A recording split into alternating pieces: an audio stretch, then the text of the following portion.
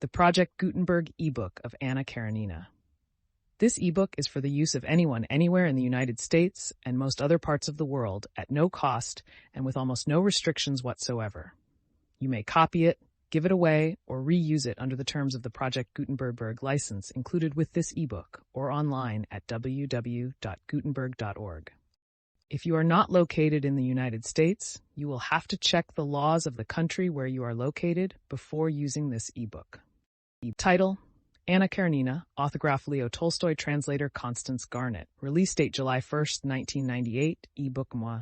Most recently updated April 9th, 2023. Language English. Credits David Brannon, Andrew Sly, and David Widger. Start of the Project Gutenberg ebook, Anna Karenina. Anna Karenina by Leo Tolstoy, translated by Constance Garnett.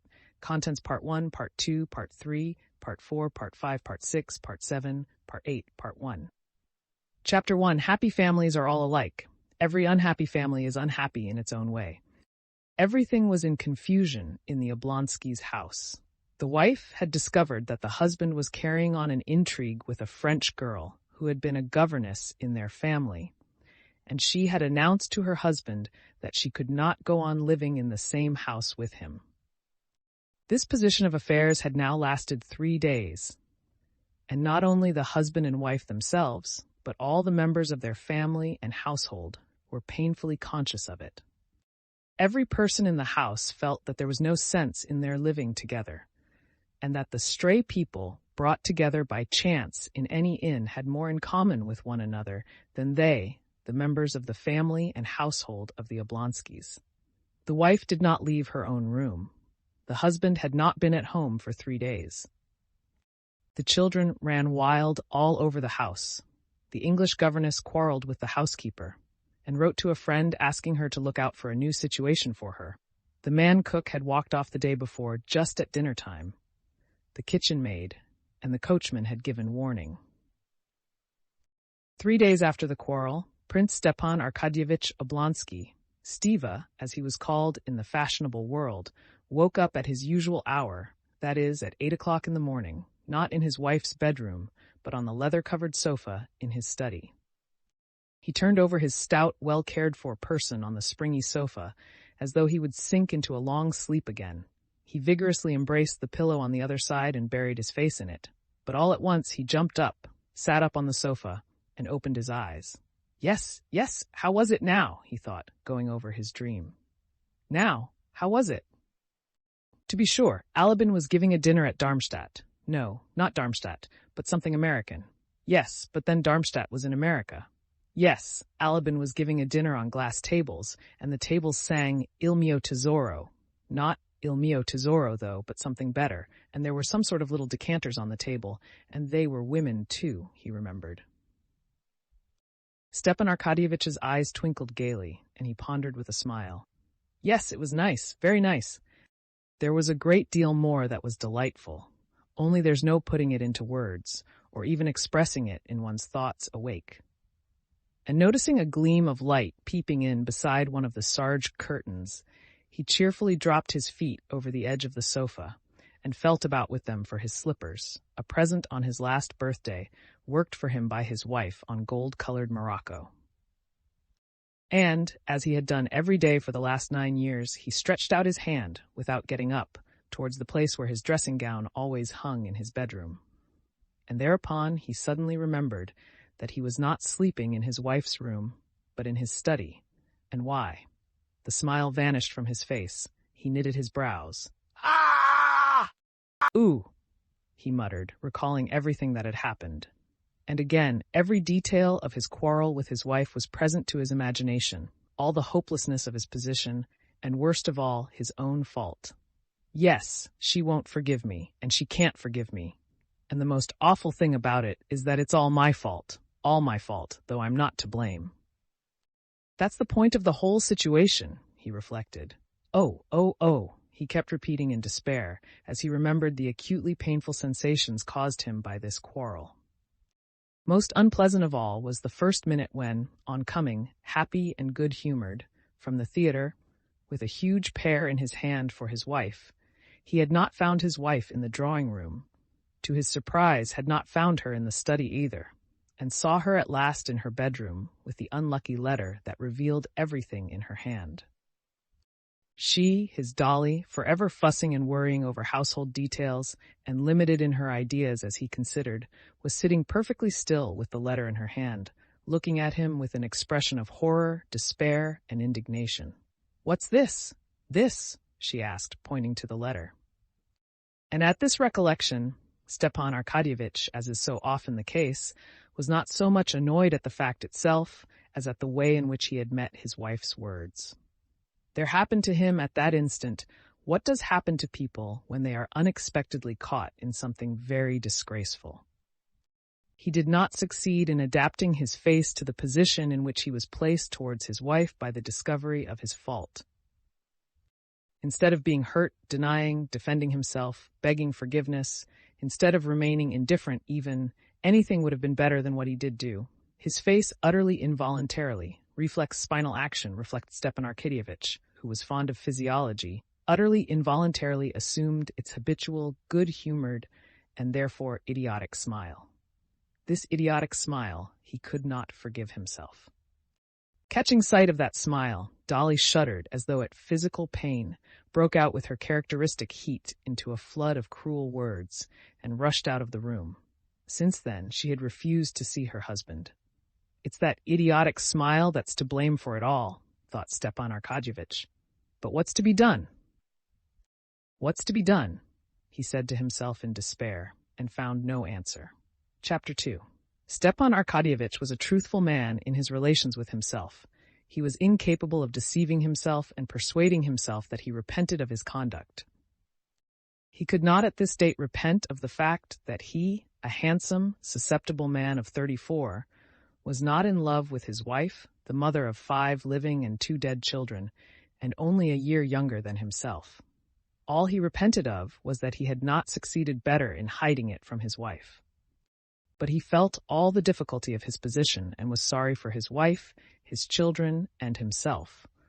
Possibly he might have managed to conceal his sins better from his wife if he had anticipated that the knowledge of them would have had such an effect on her. He had never clearly thought out the subject, but he had vaguely conceived that his wife must long ago have suspected him of being unfaithful to her, and shut her eyes to the fact. He had even supposed that she, a worn-out woman no longer young or good-looking, and in no way remarkable or interesting, merely a good mother, ought from a sense of fairness to take an indulgent view. It had turned out quite the other way. "Oh, it's awful! Oh dear, awful!" Stepan Arkadyevitch kept repeating to himself, and he could think of nothing to be done. And how well things were going up till now! How well we got on! She was contented and happy in her children. I never interfered with her in anything. I let her manage the children and the house just as she liked. It's true it's bad her having been a governess in our house. That's bad. There's something common, vulgar, in flirting with one's governess. But what a governess! He vividly recalled the roguish black eyes of Mlle. Roland and her smile. But after all, while she was in the house, I kept myself in hand. And the worst of it all is that she's already, it seems as if ill luck would have it so. Oh, but what is to be done? There was no solution, but that universal solution which life gives to all questions, even the most complex and insoluble. That answer is, one must live in the needs of the day, that is, forget oneself. To forget himself in sleep was impossible now, at least till night-time. He could not go back now to the music sung by the decanter women, so he must forget himself in the dream of daily life. "Then we shall see," Stepan Arkadyevitch said to himself, and getting up he put on a gray dressing-gown lined with blue silk, tied the tassels in a knot, and, drawing a deep breath of air into his broad bare chest, he walked to the window with his usual confident step, turning out his feet that carried his full frame so easily. He pulled up the blind and rang the bell loudly. It was at once answered by the appearance of an old friend, his valet, Matvey, carrying his clothes, his boots, and a telegram. Matvey was followed by the barber with all the necessaries for shaving. "Are there any papers from the office?" asked Stepan Arkadyevitch, taking the telegram and seating himself at the looking-glass. On the table, replied Matvey, glancing with inquiring sympathy at his master. And after a short pause, he added with a sly smile, "They've sent from the carriage jobbers." Stepan Arkadyevitch made no reply. He merely glanced at Matvey in the looking-glass. In the glance, in which their eyes met in the looking-glass, it was clear that they understood one another. Stepan Arkadyevitch's eyes asked, "Why do you tell me that? Don't you know?" Matvey put his hands in his jacket pockets, thrust out one leg, and gazed silently, good-humoredly, with a faint smile, at his master. "I told them to come on Sunday, and till then not to trouble you or themselves for nothing," he said. He had obviously prepared the sentence beforehand. Stepan Arkadyevitch saw Matvey wanted to make a joke and attract attention to himself. Tearing open the telegram, he read it through, guessing at the words, misspelt as they always are in telegrams, and his face brightened. "Matvey, my sister Anna Arkadyevna will be here tomorrow," he said, checking for a minute the sleek, plump hand of the barber, cutting a pink path through his long, curly whiskers. "Thank God," said Matvey, showing by this response that he, like his master, realized the significance of this arrival. That is, that Anna Arkadyevna, the sister he was so fond of, might bring about a reconciliation between husband and wife. "Alone or with her husband?" inquired Matvey. Stepan Arkadyevitch could not answer, as the barber was at work on his upper lip, and he raised one finger. Matvey nodded at the looking-glass. "Alone. Is the room to be got ready upstairs?" "Inform Darya Alexandrovna where she orders." "Darya Alexandrovna?" Matvey repeated, as though in doubt. "Yes, inform her." "Here, take the telegram, give it to her, and then do what she tells you." "You want to try it on," Matvey understood, but he only said, "Yes, sir." Stepan Arkadyevitch was already washed and combed and ready to be dressed, when Matvey, stepping deliberately in his creaky boots, came back into the room with the telegram in his hand. The barber had gone. "Darya Alexandrovna told me to inform you that she is going away. Let him do, that is you, as he likes," he said, laughing only with his eyes, and putting his hands in his pockets, he watched his master with his head on one side. Stepan Arkadyevitch was silent a minute. Then a good-humored and rather pitiful smile showed itself on his handsome face. Matvey?" he said, shaking his head. "It's all right, sir. She will come round," said Matvey. "Come round?" "Yes, sir." "Do you think so? Who's there?" asked Stepan Arkadyevitch, hearing the rustle of a woman's dress at the door. "It's I," said a firm, pleasant woman's voice, and the stern, pockmarked face of Matrona Philimonovna, the nurse, was thrust in at the doorway. "Well, what is it, Matrona?" queried Stepan Arkadyevitch, going up to her at the door. Although Stepan Arkadyevitch was completely in the wrong as regards his wife, and was conscious of this himself, almost everyone in the house, even the nurse, Darya Alexandrovna's chief ally, was on his side. "Well, what now?" he asked disconsolately. "Go to her, sir. Own your fault again. Maybe God will aid you. She is suffering so, it's sad to see her, and besides, everything in the house is topsy-turvy. You must have pity, sir, on the children. Beg her forgiveness, sir. There's no help for it. One must take the consequences. But she won't see me. You do your part. God is merciful. Pray to God, sir. Pray to God." "Come, that'll do. You can go," said Stepan Arkadyevitch, blushing suddenly. "Well now, do dress me." He turned to Matvey and threw off his dressing gown decisively. Matvey was already holding up the shirt like a horse's collar, and blowing off some invisible speck, he slipped it with obvious pleasure over the well-groomed body of his master. Chapter 3. When he was dressed, Stepan Arkadyevitch sprinkled some scent on himself, pulled down his shirt cuffs, distributed into his pockets his cigarettes, pocketbook, matches, and watch with its double chain and seals, and shaking out his handkerchief, feeling himself clean, fragrant, healthy, and physically at ease, in spite of his unhappiness, he walked with a slight swing on each leg into the dining room, where coffee was already waiting for him, and beside the coffee, letters and papers from the office. He read the letters. One was very unpleasant, from a merchant who was buying a forest on his wife's property. To sell this forest was absolutely essential, but at present, until he was reconciled with his wife, the subject could not be discussed. The most unpleasant thing of all was that his pecuniary interests should in this way enter into the question of his reconciliation with his wife. And the idea that he might be led on by his interests, that he might seek a reconciliation with his wife on account of the sale of the forest. That idea hurt him. When he had finished his letters, Stepan Arkadyevitch moved the office papers close to him, rapidly looked through 2 pieces of business, made a few notes with a big pencil, and pushing away the papers, turned to his coffee. As he sipped his coffee, he opened a still damp morning paper and began reading it. Stepan Arkadyevitch took in and read a liberal paper, not an extreme one, but one advocating the views held by the majority.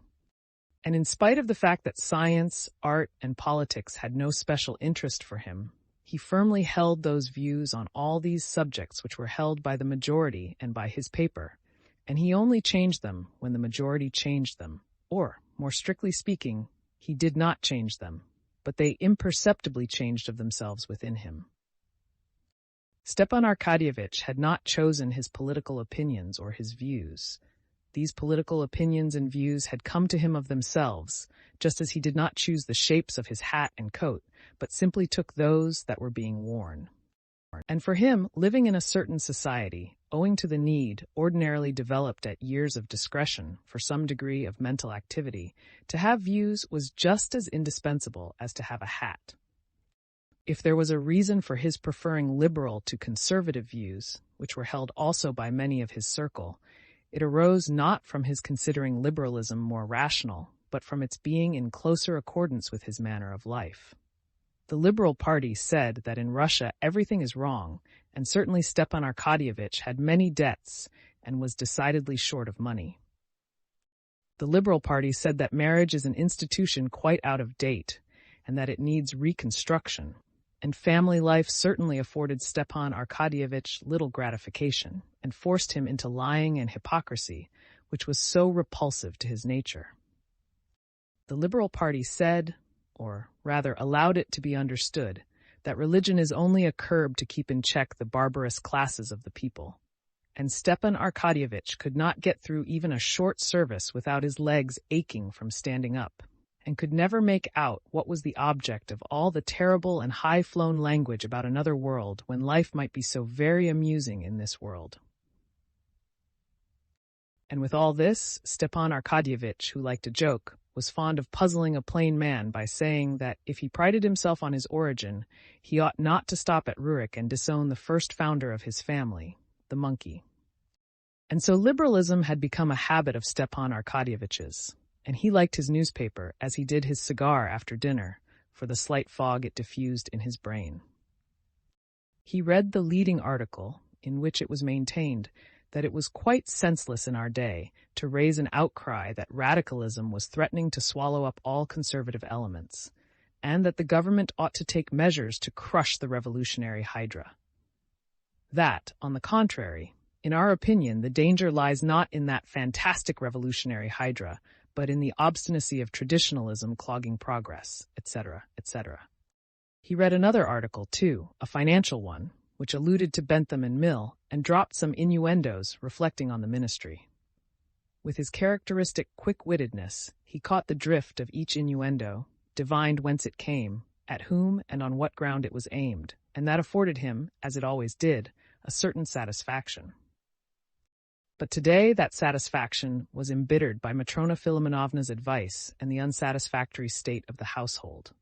He read, too, that Count Beist was rumored to have left for Wiesbaden, and that one need have no more gray hair, and of the sale of a light carriage, and of a young person seeking a situation.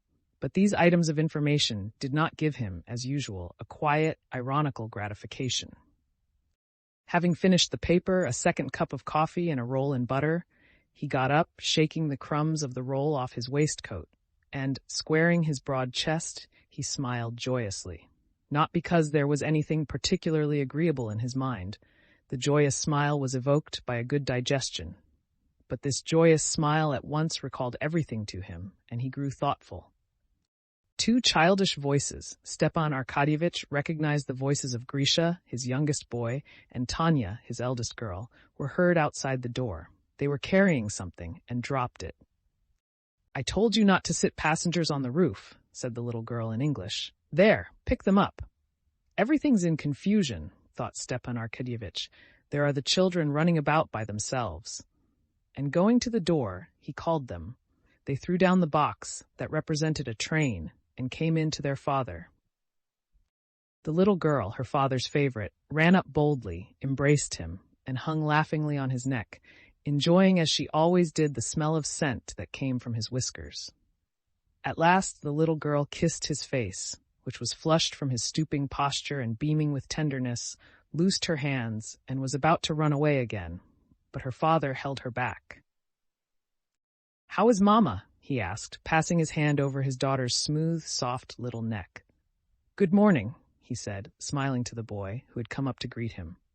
He was conscious that he loved the boy less and always tried to be fair, but the boy felt it and did not respond with a smile to his father's chilly smile. "Mama? She is up," answered the girl. Stepan Arkadyevitch sighed. "That means that she's not slept again all night," he thought. "Well, is she cheerful?" The little girl knew that there was a quarrel between her father and mother, and that her mother could not be cheerful, and that her father must be aware of this, and that he was pretending when he asked about it so lightly. And she blushed for her father. He at once perceived it and blushed too. "I don't know," she said. "She did not say we must do our lessons, but she said we were to go for a walk with Miss Hoole to Grandmamma's." "Well, go, Tanya, my darling. Oh, wait a minute, though," he said, still holding her and stroking her soft little hand. He took off the mantelpiece, where he had put it yesterday, a little box of sweets, and gave her two, picking out her favorites, a chocolate and a fondant. "For Grisha?" said the little girl, pointing to the chocolate. "Yes, yes!" And still stroking her little shoulder, he kissed her on the roots of her hair and neck and let her go. "The carriage is ready," said Matvey, "but there's someone to see you with a petition." "Been here long?" asked Stepan Arkadyevitch. "Half an hour." "How many times have I told you to tell me at once?" "One must let you drink your coffee in peace at least," said Matvey, in the affectionately gruff tone with which it was impossible to be angry. "Well, show the person up at once," said Oblonsky, frowning with vexation. The petitioner, the widow of a staff captain Karenina, came with a request impossible and unreasonable.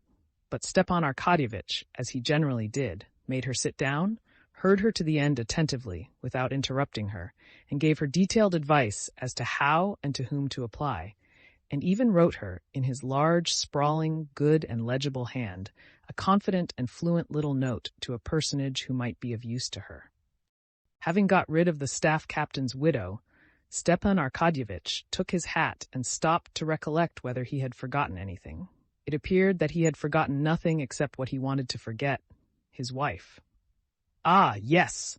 He bowed his head, and his handsome face assumed a harassed expression. "To go or not to go," he said to himself, and an inner voice told him he must not go, that nothing could come of it but falsity, that to amend, to set right their relations was impossible, because it was impossible to make her attractive again and able to inspire love, or to make him an old man, not susceptible to love. Except deceit and lying, nothing could come of it now, and deceit and lying were opposed to his nature. "It must be some time, though. It can't go on like this," he said, trying to give himself courage. He squared his chest, took out a cigarette, took 2 whiffs at it, flung it into a mother-of-pearl ashtray, and with rapid steps walked through the drawing-room and opened the other door into his wife's bedroom. Chapter 4. Darya Alexandrovna, in a dressing jacket, and with her now scanty, once luxuriant and beautiful hair fastened up with hairpins on the nape of her neck, with a sunken, thin face and large, startled eyes, which looked prominent from the thinness of her face, was standing among a litter of all sorts of things scattered all over the room, before an open bureau, from which she was taking something. Hearing her husband's steps, she stopped, looking towards the door, and trying assiduously to give her features a severe and contemptuous expression. She felt she was afraid of him, and afraid of the coming interview. She was just attempting to do what she had attempted to do 10 times already in these last 3 days, to sort out the children's things and her own, so as to take them to her mother's. And again she could not bring herself to do this. But now again, as each time before, she kept saying to herself that things cannot go on like this, that she must take some step to punish him, put him to shame, avenge on him some little part at least of the suffering he had caused her. She still continued to tell herself that she should leave him, but she was conscious that this was impossible. It was impossible because she could not get out of the habit of regarding him as her husband and loving him. Besides this, she realized that if even here in her own house she could hardly manage to look after her 5 children properly, they would be still worse off where she was going with them all. As it was, even in the course of these 3 days, the youngest was unwell from being given unwholesome soup, and the others had almost gone without their dinner the day before.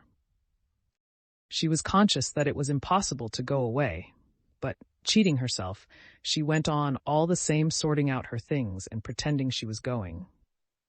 Seeing her husband, she dropped her hands into the drawer of the bureau as though looking for something, and only looked round at him when he had come quite up to her.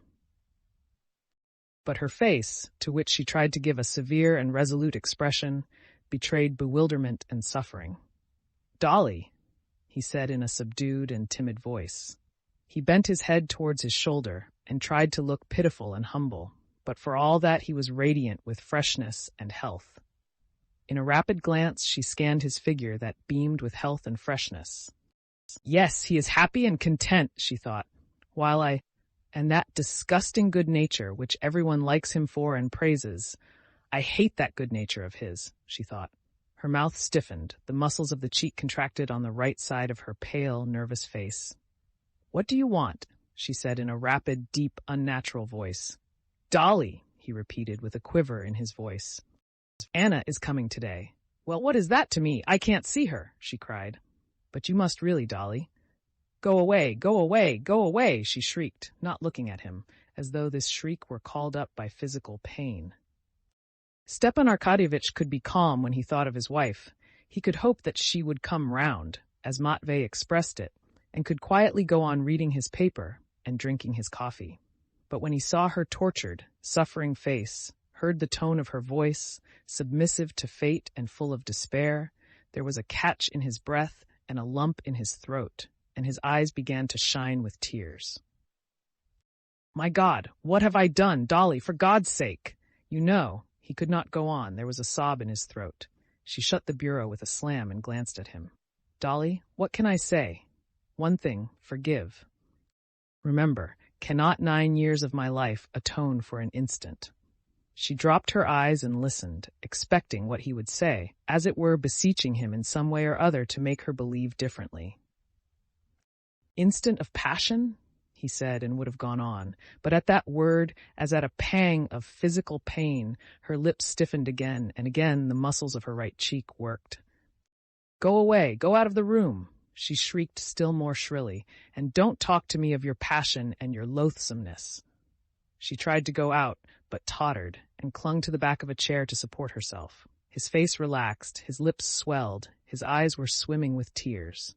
"Dolly," he said, sobbing now, "for mercy's sake, think of the children. They are not to blame. I am to blame, and punish me, make me expiate my fault. Anything I can do, I am ready to do anything. I am to blame. No words can express how much I am to blame. But Dolly, forgive me." She sat down. He listened to her hard, heavy breathing, and he was unutterably sorry for her. She tried several times to begin to speak, but could not. He waited. "You remember the children, Stiva, to play with them. But I remember them, and know that this means their ruin," she said. Obviously one of the phrases she had more than once repeated to herself in the course of the last few days. She had called him Stiva, and he glanced at her with gratitude and moved to take her hand, but she drew back from him with aversion. "I think of the children, and for that reason I would do anything in the world to save them, but I don't myself know how to save them. By taking them away from their father, or by leaving them with a vicious father. Yes, a vicious father. Tell me, after what has happened, can we live together? Is that possible? Tell me, is it possible?" she repeated, raising her voice. "After my husband, the father of my children, enters into a love affair with his own children's governess. But what could I do? What could I do?" he kept saying in a pitiful voice, not knowing what he was saying, as his head sank lower and lower. "You are loathsome to me, repulsive," she shrieked. getting more and more heated. Your tears mean nothing. You have never loved me. You have neither heart nor honorable feeling. You are hateful to me, disgusting, a stranger, yes, a complete stranger. With pain and wrath, she uttered the word so terrible to herself, stranger. He looked at her, and the fury expressed in her face alarmed and amazed him. He did not understand how his pity for her exasperated her. She saw in him sympathy for her, but not love. No, she hates me. She will not forgive me, he thought. It is awful, awful, he said. At that moment, in the next room, a child began to cry. Probably it had fallen down. Darya Alexandrovna listened, and her face suddenly softened. She seemed to be pulling herself together for a few seconds, as though she did not know where she was and what she was doing, and getting up rapidly, she moved towards the door. Well, she loves my child, he thought, noticing the change of her face at the child's cry. My child, how can she hate me? Dolly, one word more, he said, following her. If you come near me, I will call in the servants, the children. They may all know you are a scoundrel. I am going away at once, and you may live here with your mistress. And she went out, slamming the door. Stepan Arkadyevitch sighed, wiped his face, and with a subdued tread walked out of the room. Matvey says she will come round. But how? I don't see the least chance of it. Ah, oh, how horrible it is, and how vulgarly she shouted, he said to himself, remembering her shriek and the words, scoundrel and mistress. And very likely the maids were listening.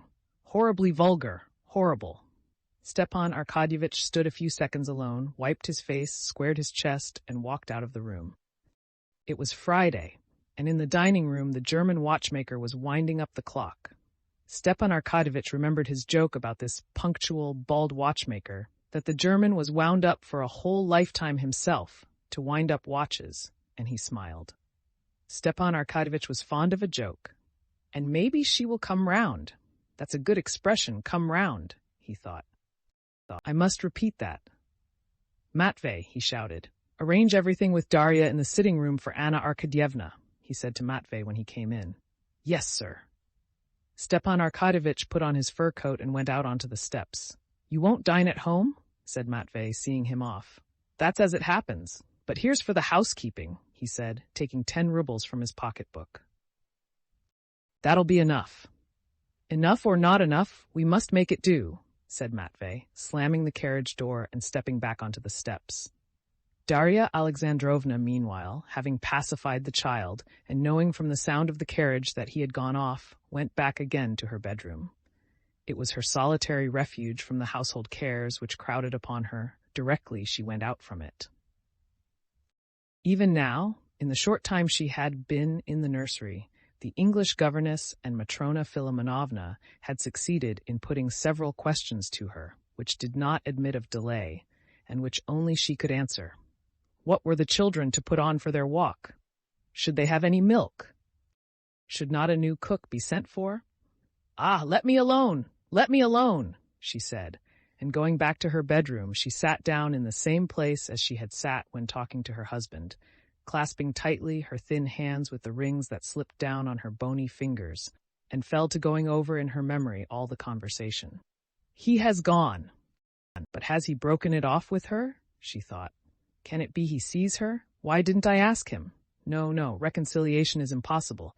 Even if we remain in the same house, we are strangers forever. She repeated again with special significance the word so dreadful to her. And how I loved him! My God, how I loved him! How I loved him! And now don't I love him? Don't I love him more than before? The most horrible thing is, she began, but did not finish her thought, because Matrona Filimonovna put her head in at the door. Let us send for my brother, she said. He can get a dinner anyway, or we shall have the children getting nothing to eat till 6 again, like yesterday. Very well, I will come directly and see about it. But did you send for some new milk? And Darya Alexandrovna plunged into the duties of the day, and drowned her grief in them for a time. Chapter 5. Stepan Arkadyevitch had learned easily at school, thanks to his excellent abilities, but he had been idle and mischievous, and therefore was one of the lowest in his class. But in spite of his habitually dissipated mode of life, his inferior grade in the service, and his comparative youth, He occupied the honorable and lucrative position of president of one of the government boards at Moscow. This post he had received through his sister Anna's husband, Alexei Alexandrovich Karenin, who held one of the most important positions in the ministry to whose department the Moscow office belonged. But if Karenin had not got his brother-in-law this berth, then through 100 other personages, brothers, sisters, cousins, uncles, and aunts, Steva Oblonsky would have received this post, or some other similar one, together with the salary of 6,000 absolutely needful for him, as his affairs, in spite of his wife's considerable property, were in an embarrassed condition. Half Moscow and Petersburg were friends and relations of Stepan Arkadyevitch. He was born in the midst of those who had been and are the powerful ones of this world. 1/3 of the men in the government, the older men, had been friends of his father's and had known him in petticoats. Another third were his intimate chums, and the remainder were friendly acquaintances. Consequently, the distributors of earthly blessings in the shape of places, rents, shares, and such were all his friends, and could not overlook one of their own set, and Oblonsky had no need to make any special exertion to get a lucrative post. He had only not to refuse things, not to show jealousy, not to be quarrelsome or take offense, all of which from his characteristic good nature he never did. It would have struck him as absurd if he had been told that he would not get a position with the salary he required, especially as he expected nothing out of the way. He only wanted what the men of his own age and standing did get, and he was no worse qualified for performing duties of the kind than any other man.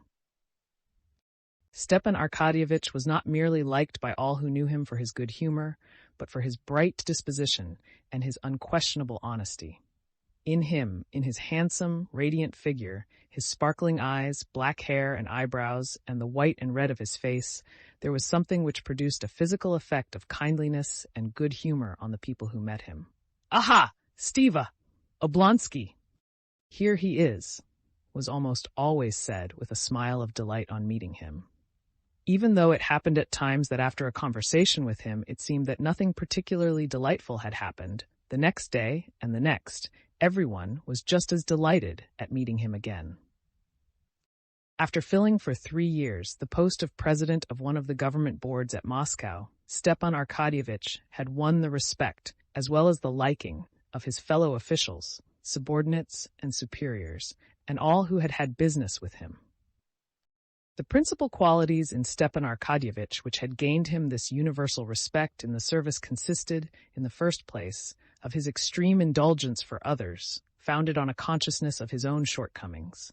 Secondly, of his perfect liberalism. Not the liberalism he read of in the papers, but the liberalism that was in his blood, in virtue of which he treated all men perfectly equally and exactly the same, whatever their fortune or calling might be. And thirdly, the most important point, his complete indifference to the business in which he was engaged, in consequence of which he was never carried away and never made mistakes. On reaching the offices of the board, Stepan Arkadyevitch, escorted by a deferential porter with a portfolio, went into his little private room, put on his uniform, and went into the boardroom. The clerks and copyists all rose, greeting him with good-humored deference. Stepan Arkadyevitch moved quickly as ever to his place, shook hands with his colleagues, and sat down. He made a joke or two, and talked just as much as was consistent with due decorum, and began work. No one knew better than Stepan Arkadyevitch how to hit on the exact line between freedom, simplicity, and official stiffness necessary for the agreeable conduct of business. A secretary, with the good-humored deference common to everyone in Stepan Arkadyevitch's office, came up with papers and began to speak in the familiar and easy tone which had been introduced by Stepan Arkadyevitch. "We have succeeded in getting the information from the government department of Penza. Here, would you care?" "You've got them at last?" said Stepan Arkadyevitch, laying his finger on the paper. "Now, gentlemen." And the sitting of the board began. If they knew, he thought, bending his head with a significant air as he listened to the report, what a guilty little boy their president was half an hour ago, and his eyes were laughing during the reading of the report. Till 2 o'clock the sitting would go on without a break, and at 2 o'clock there would be an interval and luncheon. It was not yet 2 when the large glass doors of the boardroom suddenly opened and someone came in. All the officials sitting on the further side under the portrait of the Tsar and the eagle, delighted at any distraction, looked round at the door. But the doorkeeper standing at the door at once drove out the intruder and closed the glass door after him. When the case had been read through, Stepan Arkadyevitch got up and stretched, and by way of tribute to the liberalism of the times, took out a cigarette in the boardroom and went into his private room. 2 of the members of the board, the old veteran in the service, Nikitin, and the Kammerjunker Grinovitch, went in with him. "We shall have time to finish after lunch," said Stepan Arkadyevitch. "To be sure we shall," said Nikitin. "A pretty sharp fellow this foeman must be," said Grinovitch of one of the persons taking part in the case they were examining. Stepan Arkadyevitch frowned at Grinovitch's words, giving him thereby to understand that it was improper to pass judgment prematurely, and made him no reply. "Who was that came in?" he asked the doorkeeper. "Someone, Your Excellency, crept in without permission directly my back was turned. He was asking for you. I told him, when the members come out, then, where is he? Maybe he's gone into the passage, but here he comes anyway." "That is he," said the doorkeeper, pointing to a strongly built, broad-shouldered man with a curly beard, who, without taking off his sheepskin cap, was running lightly and rapidly up the worn steps of the stone staircase. One of the members going down, a lean official with a portfolio, stood out of his way and looked disapprovingly at the legs of the stranger, then glanced inquiringly at Oblonsky. Stepan Arkadyevitch was standing at the top of the stairs. His good-naturedly beaming face above the embroidered collar of his uniform beamed more than ever when he recognized the man coming up. "Why, it's actually you, Levin, at last," he said, with a friendly, mocking smile, scanning Levin as he approached. "How is it you have deigned to look me up in this den?" said Stepan Arkadyevitch, and not content with shaking hands, he kissed his friend. "Have you been here long?" "I have just come, and very much wanted to see you," said Levin, looking shyly and at the same time angrily and uneasily around. "Well, let's go into my room," said Stepan Arkadyevitch, who knew his friend's sensitive and irritable shyness, and taking his arm, he drew him along, as though guiding him through dangers. Stepan Arkadyevitch was on familiar terms with almost all his acquaintances, and called almost all of them by their Christian names. Old men of 60, boys of 20, actors, ministers, merchants, and adjutant generals, so that many of his intimate chums were to be found at the extreme ends of the social ladder, and would have been very much surprised to learn that they had, through the medium of Oblonsky, something in common. He was the familiar friend of everyone with whom he took a glass of champagne, and he took a glass of champagne with everyone. And when in consequence he met any of his disreputable chums, as he used in joke to call many of his friends, in the presence of his subordinates, he well knew how, with his characteristic tact, to diminish the disagreeable impression made on them. Levin was not a disreputable chum, but Oblonsky, with his ready tact, felt that Levin fancied he might not care to show his intimacy with him before his subordinates, and so he made haste to take him off into his room. Levin was almost of the same age as Oblonsky. Their intimacy did not rest merely on champagne. Levin had been the friend and companion of his early youth. They were fond of one another in spite of the difference of their characters and tastes, as friends are fond of one another who have been together in early youth. But in spite of this, each of them, as is often the way with men who have selected careers of different kinds, though in discussion he would even justify the other's career, in his heart despised it. It seemed to each of them that the life he led himself was the only real life, and the life led by his friend was a mere phantasm. Oblonsky could not restrain a slight mocking smile at the sight of Levin. How often he had seen him come up to Moscow from the country where he was doing something, but what precisely Stepan Arkadyevitch could never quite make out, and indeed he took no interest in the matter. Levin arrived in Moscow always excited and in a hurry, rather ill at ease and irritated by his own want of ease, and for the most part with a perfectly new, unexpected view of things. Stepan Arkadyevitch laughed at this and liked it. In the same way, Levin, in his heart, despised the town mode of life of his friend and his official duties, which he laughed at and regarded as trifling. But the difference was that Oblonsky, as he was doing the same as everyone did, laughed complacently and good-humoredly, while Levin laughed without complacency and sometimes angrily. "We have long been expecting you," said Stepan Arkadyevitch, going into his room and letting Levin's hand go as though to show that here all danger was over. "I am very, very glad to see you," he went on. "Well, how are you, eh? When did you come?" Levin was silent, looking at the unknown faces of Oblonsky's two companions, and especially at the hand of the elegant Grinovitch, which had such long white fingers, such long yellow filbert-shaped nails, and such huge shining studs on the shirt cuff, that apparently they absorbed all his attention and allowed him no freedom of thought. Oblonsky noticed this at once and smiled. "Ah, to be sure, let me introduce you," he said. "My colleagues, Philip Ivanitch Nikitin, Mihail Stanislavitch Grinovitch," and turning to Levin, "a district councillor, a modern district councilman, a gymnast who lifts 13 stone with one hand, a cattle breeder and sportsman, and my friend, Konstantin Dmitrievich Levin, the brother of Sergei Ivanovich Koznishev." "Delighted," said the veteran. "I have the honor of knowing your brother, Sergei Ivanovich," said Grinovitch, holding out his slender hand with its long nails. Levin frowned, shook hands coldly, and at once turned to Oblonsky. Though he had a great respect for his half-brother, an author well known to all Russia, he could not endure it when people treated him not as Konstantin Levin, but as the brother of the celebrated Koznishev. "No, I am no longer a district councillor. I have quarreled with them all, and don't go to the meetings any more," he said, turning to Oblonsky. "You've been quick about it," said Oblonsky with a smile. "But how? Why?" "It's a long story. I will tell you some time," said Levin, but he began telling him at once. "Well, to put it shortly, I was convinced that nothing was really done by the district councils, or ever could be," he began, as though someone had just insulted him. "On one side it's a plaything. They play at being a parliament, and I'm neither young enough nor old enough to find amusement in playthings. And on the other side," he stammered, "it's a means for the coterie of the district to make money. Formerly they had wardships, courts of justice. Now they have the district council, not in the form of bribes, but in the form of unearned salary," he said, as hotly as though someone of those present had opposed his opinion. "Aha!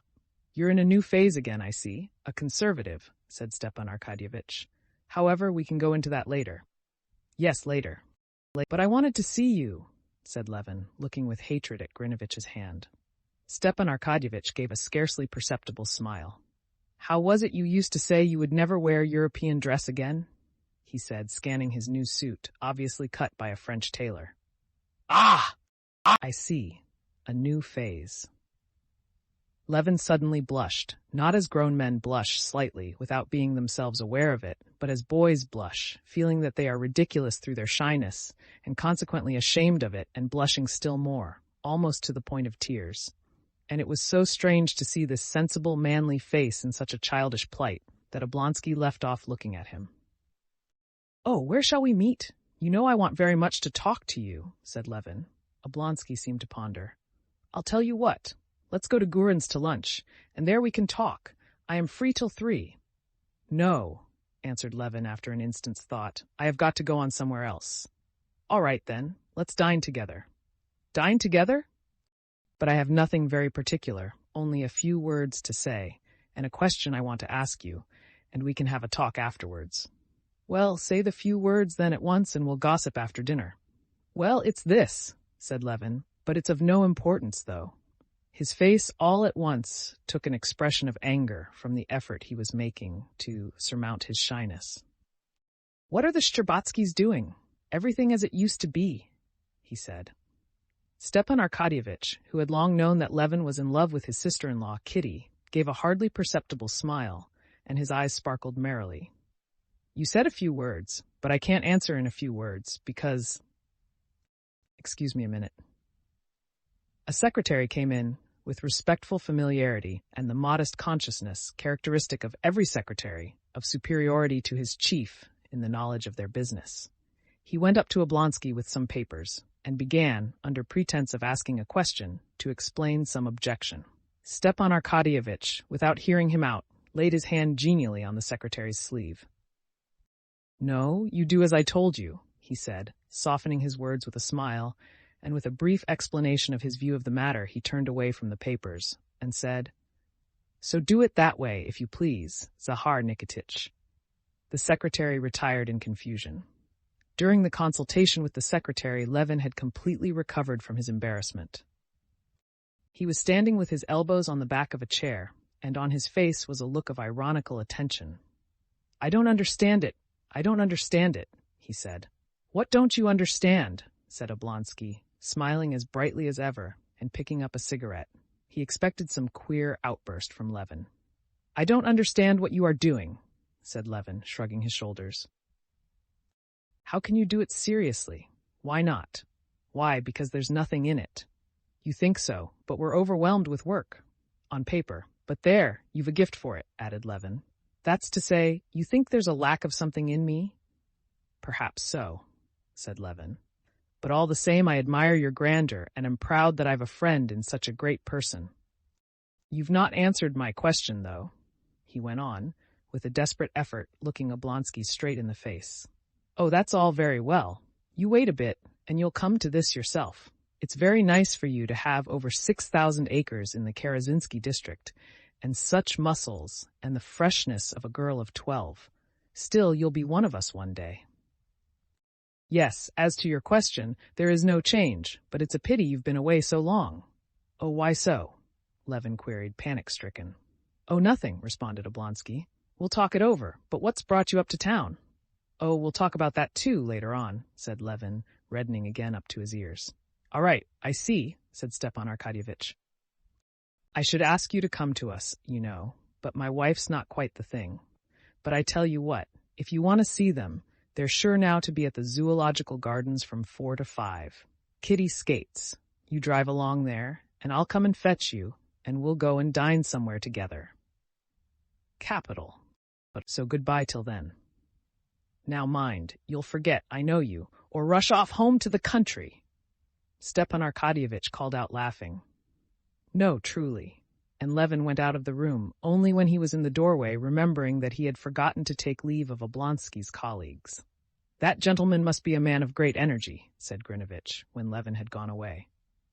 "Yes, my dear boy," said Stepan Arkadyevitch, nodding his head. "He's a lucky fellow. Over 6,000 acres in the Karazinsky district, everything before him, and what youth and vigor, not like some of us." "You have a great deal to complain of, haven't you, Stepan Arkadyevitch?" "Ah, yes, I'm in a poor way, a bad way," said Stepan Arkadyevitch with a heavy sigh. Chapter 6. When Oblonsky asked Levin what had brought him to town, Levin blushed and was furious with himself for blushing, because he could not answer, "I have come to make your sister-in-law an offer," though that was precisely what he had come for.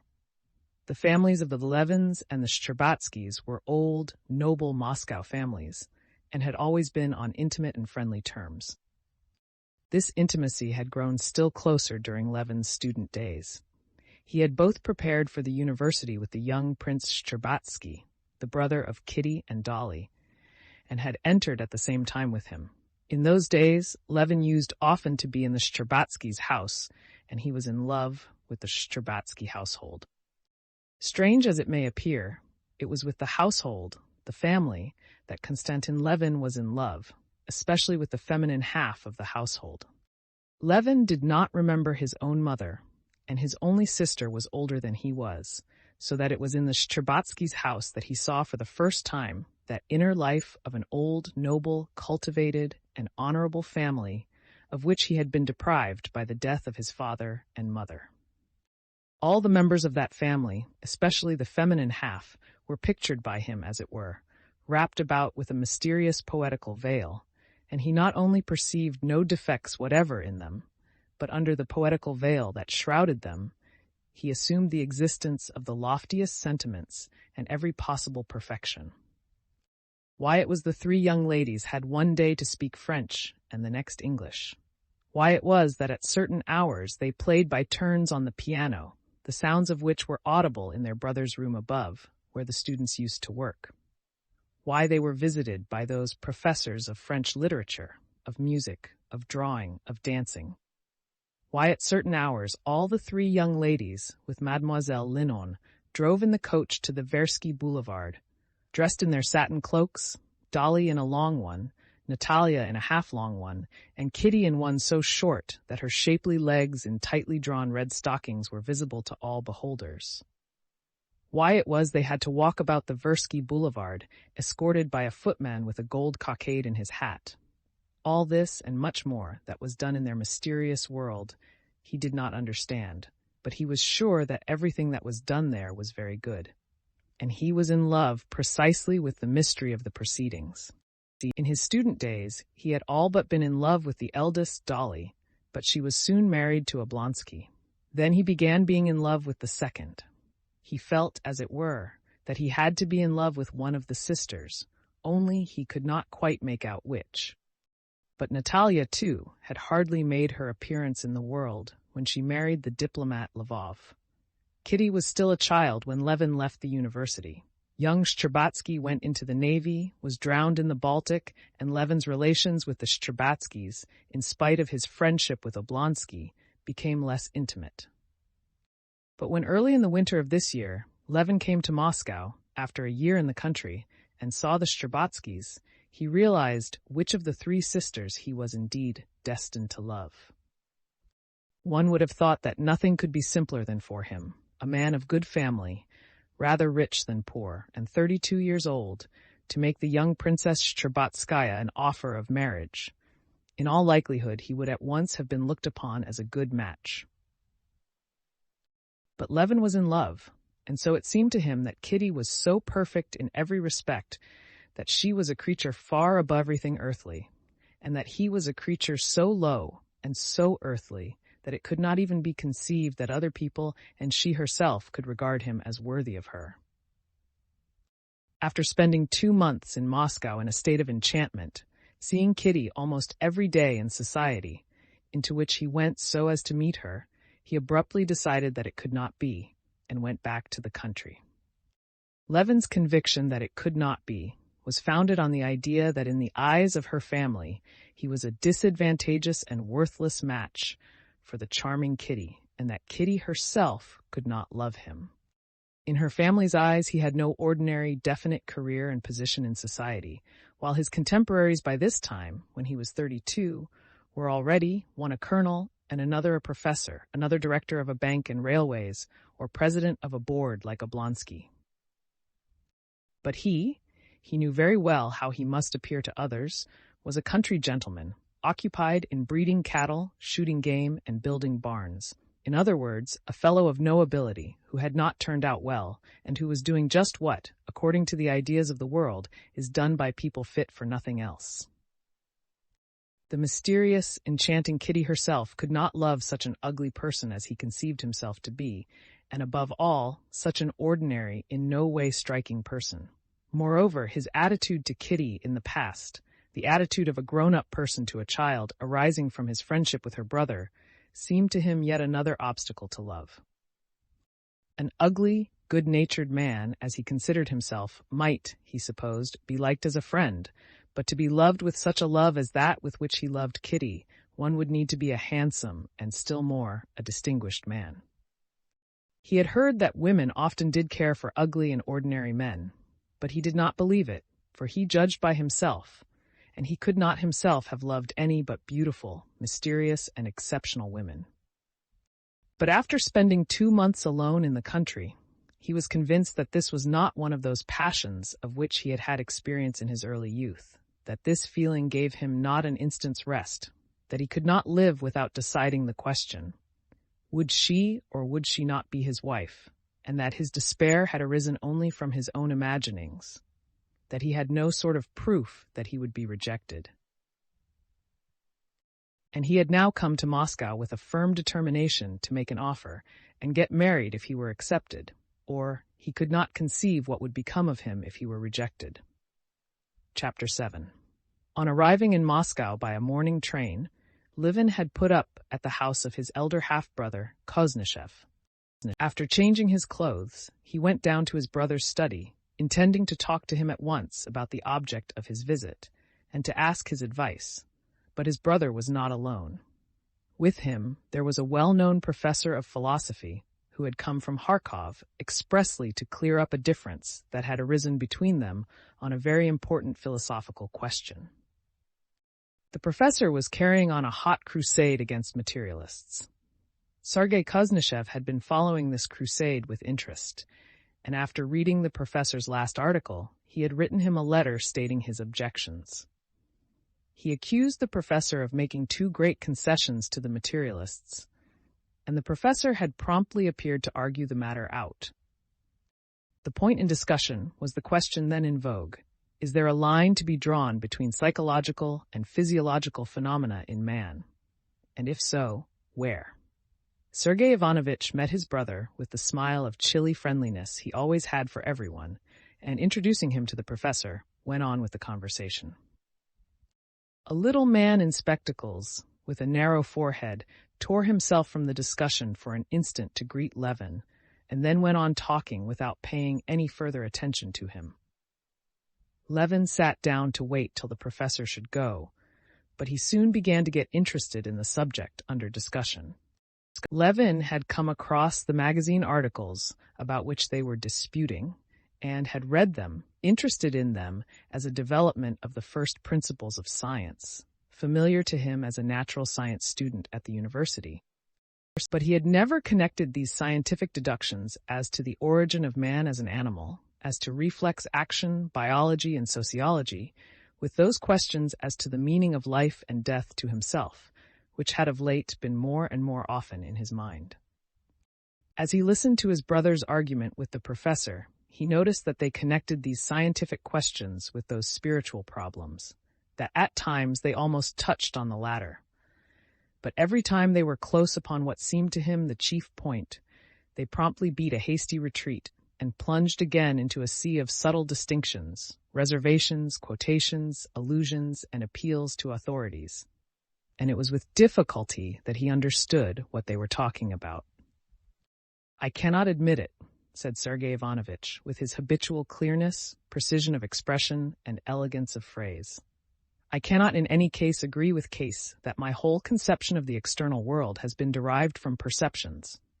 The most fundamental idea, the idea of existence, has not been received by me through sensation. Indeed, there is no special sense organ for the transmission of such an idea." Yes, but they, Wirt and Naust and Pripasov, would answer that your consciousness of existence is derived from the conjunction of all your sensations, that consciousness of existence is the result of your sensations. Wirt, indeed, says plainly that, assuming there are no sensations, it follows that there is no idea of existence. "I maintain the contrary," began Sergei Ivanovich. But here it seemed to Levin that just as they were close upon the real point of the matter, they were again retreating, and he made up his mind to put a question to the professor. "According to that, if my senses are annihilated, if my body is dead, I can have no existence of any sort," he queried. The professor, in annoyance and, as it were, mental suffering at the interruption, looked round at the strange inquirer, more like a bargeman than a philosopher, and turned his eyes upon Sergei Ivanovich, as though to ask, "What's one to say to him?" But Sergei Ivanovich, who had been talking with far less heat and one-sidedness than the professor, and who had sufficient breadth of mind to answer the professor, and at the same time to comprehend the simple and natural point of view from which the question was put, smiled and said, "That question we have no right to answer as yet." "We have not the requisite data," chimed in the professor, and he went back to his argument. "No," he said. "I would point out the fact that if, as Pripasov directly asserts, perception is based on sensation, then we are bound to distinguish sharply between these two conceptions." Levin listened no more and simply waited for the professor to go. Chapter 8. When the professor had gone, Sergei Ivanovich turned to his brother. "Delighted that you've come. For some time, is it? How's your farming getting on?" Levin knew that his elder brother took little interest in farming, and only put the question in deference to him, and so he only told him about the sale of his wheat and money matters. Levin had meant to tell his brother of his determination to get married and to ask his advice. He had indeed firmly resolved to do so. But after seeing his brother, listening to his conversation with the professor, hearing afterwards the unconsciously patronizing tone in which his brother questioned him about agricultural matters, their mother's property had not been divided, and Levin took charge of both their shares. Levin felt that he could not, for some reason, begin to talk to him of his intention of marrying. He felt that his brother would not look at it as he would have wished him to.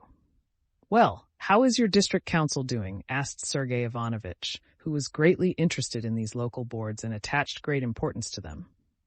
"I really don't know." "What?" "Why, surely you're a member of the board." "No, I'm not a member now. I've resigned," answered Levin, "and I no longer attend the meetings." "What a pity," commented Sergei Ivanovich, frowning. Levin, in self-defense, began to describe what took place in the meetings in his district. "That's how it always is." Sergei Ivanovich interrupted him. "We Russians are always like that. Perhaps it's our strong point, really, the faculty of seeing our own shortcomings, but we overdo it. We comfort ourselves with irony, which we always have on the tip of our tongues. All I say is, give such rights as our local self-government to any other European people. Why, the Germans or the English would have worked their way to freedom from them, while we simply turn them into ridicule." "But how can it be helped?" said Levin penitently. "It was my last effort, and I did try with all my soul. I can't. I'm no good at it." "It's not that you're no good at it," said Sergei Ivanovich. "It is that you don't look at it as you should." "Perhaps not," Levin answered dejectedly. "Oh, do you know brother Nikolai's turned up again?" This brother Nikolai was the elder brother of Konstantin Levin and half-brother of Sergei Ivanovich, a man utterly ruined, who had dissipated the greater part of his fortune, was living in the strangest and lowest company, and had quarreled with his brothers. "What did you say?" Levin cried with horror. "How do you know? Prokofy saw him in the street. Here in Moscow? Where is he? Do you know?" Levin got up from his chair, as though on the point of starting off at once. "I am sorry I told you," said Sergei Ivanovich, shaking his head at his younger brother's excitement. "I sent to find out where he is living, and sent him his IOU to Trubin, which I paid. This is the answer he sent me." And Sergei Ivanovich took a note from under a paperweight and handed it to his brother. Levin read in the queer, familiar handwriting, "I humbly beg you to leave me in peace. That's the only favor I ask of my gracious brothers. Nikolai Levin." Levin read it, and without raising his head, stood with the note in his hands opposite Sergei Ivanovich. There was a struggle in his heart between the desire to forget his unhappy brother for the time and the consciousness that it would be base to do so. "He obviously wants to offend me," pursued Sergei Ivanovich. "But he cannot offend me, and I should have wished with all my heart to assist him, but I know it's impossible to do that." "Yes, yes," repeated Levin. "I understand and appreciate your attitude to him, but I shall go and see him." "If you want to, do, but I shouldn't advise it," said Sergei Ivanovich. "As regards myself, I have no fear of your doing so. He will not make you quarrel with me, but for your own sake, I should say you would do better not to go. You can't do him any good. Still, do as you please. Very likely I can't do any good, but I feel, especially at such a moment, but that's another thing, I feel I could not be at peace." "Well, that I don't understand," said Sergei Ivanovich. "One thing I do understand," he added. "It's a lesson in humility. I've come to look very differently and more charitably on what is called infamous, since brother Nikolai has become what he is. You know what he did." "Oh, it's awful, awful," repeated Levin. After obtaining his brother's address from Sergei Ivanovich's footman, Levin was on the point of setting off at once to see him, but on second thought, he decided to put off his visit till the evening. The first thing to do to set his heart at rest was to accomplish what he had come to Moscow for. From his brothers, Levin went to Oblonsky's office, and on getting news of the Strabatskys from him, he drove to the place where he had been told he might find Kitty. Chapter 9.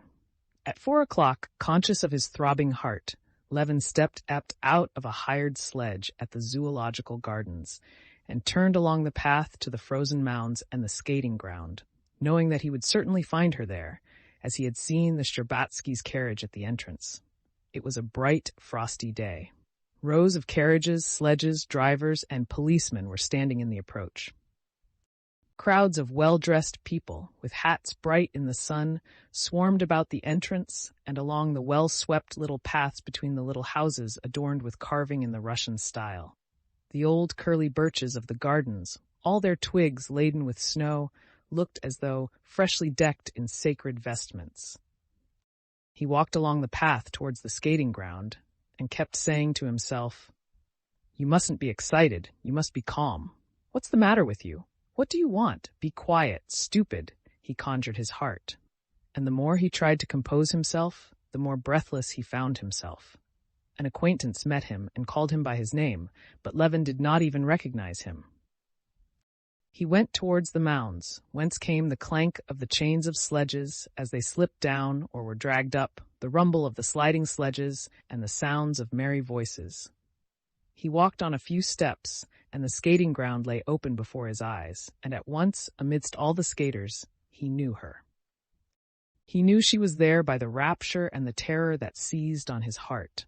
She was standing talking to a lady at the opposite end of the ground. There was apparently nothing striking either in her dress or her attitude. But for Levin, she was as easy to find in that crowd as a rose among nettles. Everything was made bright by her. She was the smile that shed light on all round her. "Is it possible I can go over there on the ice, go up to her?" he thought. The place where she stood seemed to him a holy shrine, unapproachable, and there was one moment when he was almost retreating, so overwhelmed was he with terror. He had to make an effort to master himself and to remind himself that people of all sorts were moving about her and that he too might come there to skate. He walked down, for a long while avoiding looking at her as at the sun, but seeing her as one does the sun, without looking. On that day of the week and at that time of day, people of one set, all acquainted with one another, used to meet on the ice. There were crack skaters there, showing off their skill, and learners clinging to chairs with timid, awkward movements, boys and elderly people skating with hygienic motives. They seemed to Levin an elect band of blissful beings because they were here, near her. All the skaters, it seemed, with perfect self-possession, skated towards her, skated by her, even spoke to her, and were happy, quite apart from her, enjoying the capital ice and the fine weather. Nikolai Shtcherbatsky, Kitty's cousin, in a short jacket and tight trousers, was sitting on a garden seat with his skates on. Seeing Levin, he shouted to him, "Ah, the first skater in Russia! Been here long?" "First-rate ice. Do put your skates on." "I haven't got my skates," Levin answered, marveling at this boldness and ease in her presence, and not for 1 second losing sight of her, though he did not look at her. He felt as though the sun were coming near him. She was in a corner, and turning out her slender feet in their high boots with obvious timidity, she skated towards him. A boy in Russian dress, desperately waving his arms and bowed down to the ground, overtook her. She skated a little uncertainly. Taking her hands out of the little muff that hung on a cord, she held them ready for emergency, and looking towards Levin, whom she had recognized, she smiled at him and at her own fears. When she had got round the turn, she gave herself a push-off with one foot and skated straight up to Shtcherbatsky. Clutching at his arm, she nodded smiling to Levin. She was more splendid than he had imagined her. When he thought of her, he could call up a vivid picture of her to himself, especially the charm of that little fair head, so freely set on the shapely girlish shoulders, and so full of childish brightness and good humor. The childishness of her expression, together with the delicate beauty of her figure, made up her special charm, and that he fully realized.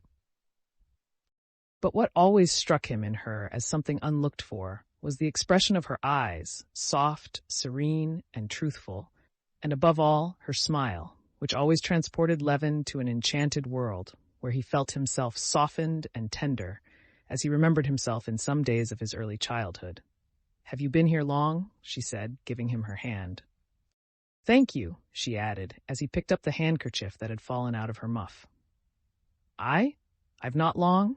Yesterday? I mean today. I arrived, answered Levin, in his emotion not at once understanding her question.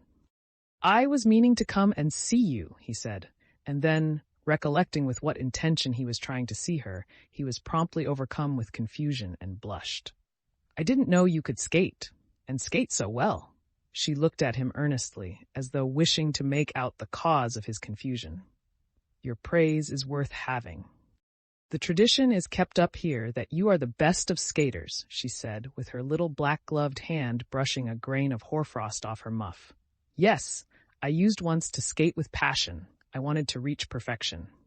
You do everything with passion, I think, she said, smiling. I should so like to see how you skate. Put on skates and let us skate together.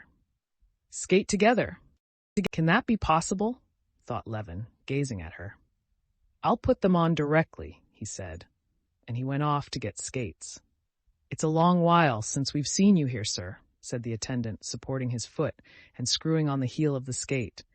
Except you, there's none of the gentlemen first-rate skaters. Will that be all right? Said he, tightening the strap. Oh, yes, yes, make haste, please, answered Levin, with difficulty restraining the smile of rapture which would overspread his face. Yes, he thought, this now is life, this is happiness. Together, she said. Let us skate together. Speak to her now? But that's just why I'm afraid to speak, because I'm happy now, happy in hope anyway. And then, but I must. Away with weakness.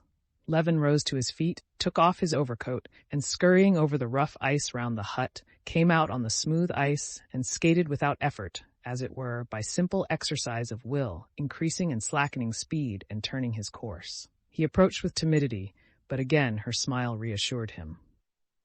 She gave him her hand, and they set off side by side, going faster and faster, and the more rapidly they moved, the more tightly she grasped his hand. With you I should soon learn. I somehow feel confidence in you, she said to him. And I have confidence in myself when you are leaning on me, he said, but was at once panic-stricken at what he had said, and blushed. And indeed, no sooner had he uttered these words when all at once, like the sun going behind a cloud, her face lost all its friendliness, and Levin detected the familiar change in her expression that denoted the working of thought. A crease showed on her smooth brow. Is there anything troubling you, though I've no right to ask such a question, he added hurriedly. Oh, why so? No, I have nothing to trouble me, she responded coldly, and she added immediately, You haven't seen Malinon, have you? Not yet. Go and speak to her. She likes you so much. What's wrong? I have offended her. Lord help me, thought Levin, and he flew towards the old Frenchwoman with the gray ringlets, who was sitting on a bench. Smiling and showing her false teeth, she greeted him as an old friend. Yes, you see we're growing up, she said to him, glancing towards Kitty, and growing old. Tiny Bear has grown big now, pursued the Frenchwoman, laughing, and she reminded him of his joke about the 3 young ladies whom he had compared to the 3 bears in the English nursery tale. Do you remember that's what you used to call them? He remembered absolutely nothing, but she had been laughing at the joke for 10 years now, and was fond of it. Now go and skate, go and skate. Our Kitty has learned to skate nicely, hasn't she? When Levin darted up to Kitty, her face was no longer stern. Her eyes looked at him with the same sincerity and friendliness, but Levin fancied that in her friendliness there was a certain note of deliberate composure, and he felt depressed. After talking a little of her old governess and her peculiarities, she questioned him about his life. Surely you must be dull in the country in the winter, aren't you? She said. No, I'm not dull. I am very busy, he said, feeling that she was holding him in check by her composed tone, which he would not have the force to break through, just as it had been at the beginning of the winter. Are you going to stay in town long? Kitty questioned him. I don't know, he answered, not thinking of what he was saying. The thought that if he were held in check by her tone of quiet friendliness, he would end by going back again without deciding anything came into his mind, and he resolved to make a struggle against it. How is it you don't know? I don't know. It depends upon you, he said, and was immediately horror-stricken at his own words. Whether it was that she had heard his words, or that she did not want to hear them, She made a sort of stumble, twice struck out, and hurriedly skated away from him. She skated up to Ma Linon, said something to her, and went towards the pavilion, where the ladies took off their skates. "My God, what have I done? Merciful God, help me, guide me," said Levin, praying inwardly, and at the same time, feeling a need of violent exercise, he skated about describing inner and outer circles. At that moment, one of the young men, the best of the skaters of the day, came out of the coffee-house in his skates, with a cigarette in his mouth. Taking a run, he dashed down the steps in his skates, crashing and bounding up and down. He flew down, and without even changing the position of his hands, skated away over the ice. "Ah, that's a new trick," said Levin, and he promptly ran up to the top to do this new trick. "Don't break your neck. It needs practice," Nikolai Shcherbatsky shouted after him. Levin went to the steps, took a run from above as best he could, and dashed down, preserving his balance in this unwanted movement with his hands. On the last step he stumbled, but barely touching the ice with his hand, with a violent effort recovered himself, and skated off, laughing. "How splendid! How nice he is!" Kitty was thinking at that time, as she came out of the pavilion with Molinin, and looked towards him with a smile of quiet affection, as though he were a favorite brother. "And can it be my fault? Can I have done anything wrong? They talk of flirtation. I know it's not he that I love, but still I am happy with him, and he's so jolly. Only, why did he say that?" she mused.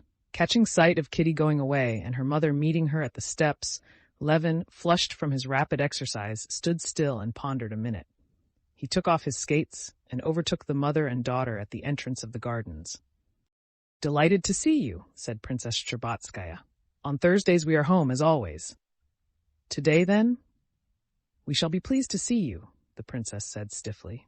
This stiffness hurt Kitty, and she could not resist the desire to smooth over her mother's coldness.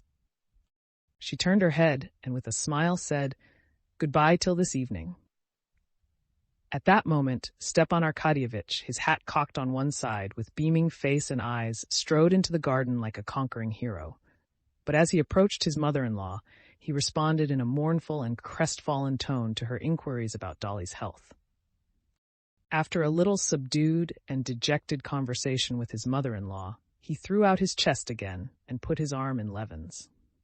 "Well, shall we set off?" he asked. "I've been thinking about you all this time, and I'm very, very glad you've come," he said, looking him in the face with a significant air.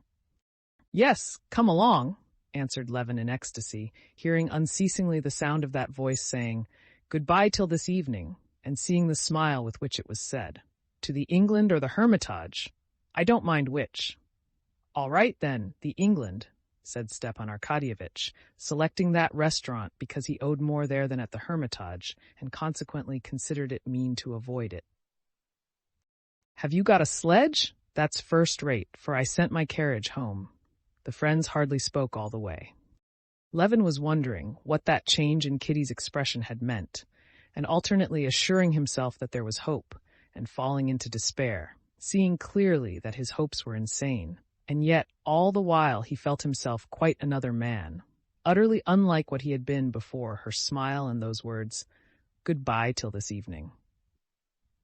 Stepan Arkadyevitch was absorbed during the drive in composing the menu of the dinner. "You like turbot, don't you?" he said to Levin as they were arriving. "Eh?" responded Levin. "Turbot? Yes, I'm awfully fond of turbot." Chapter 10.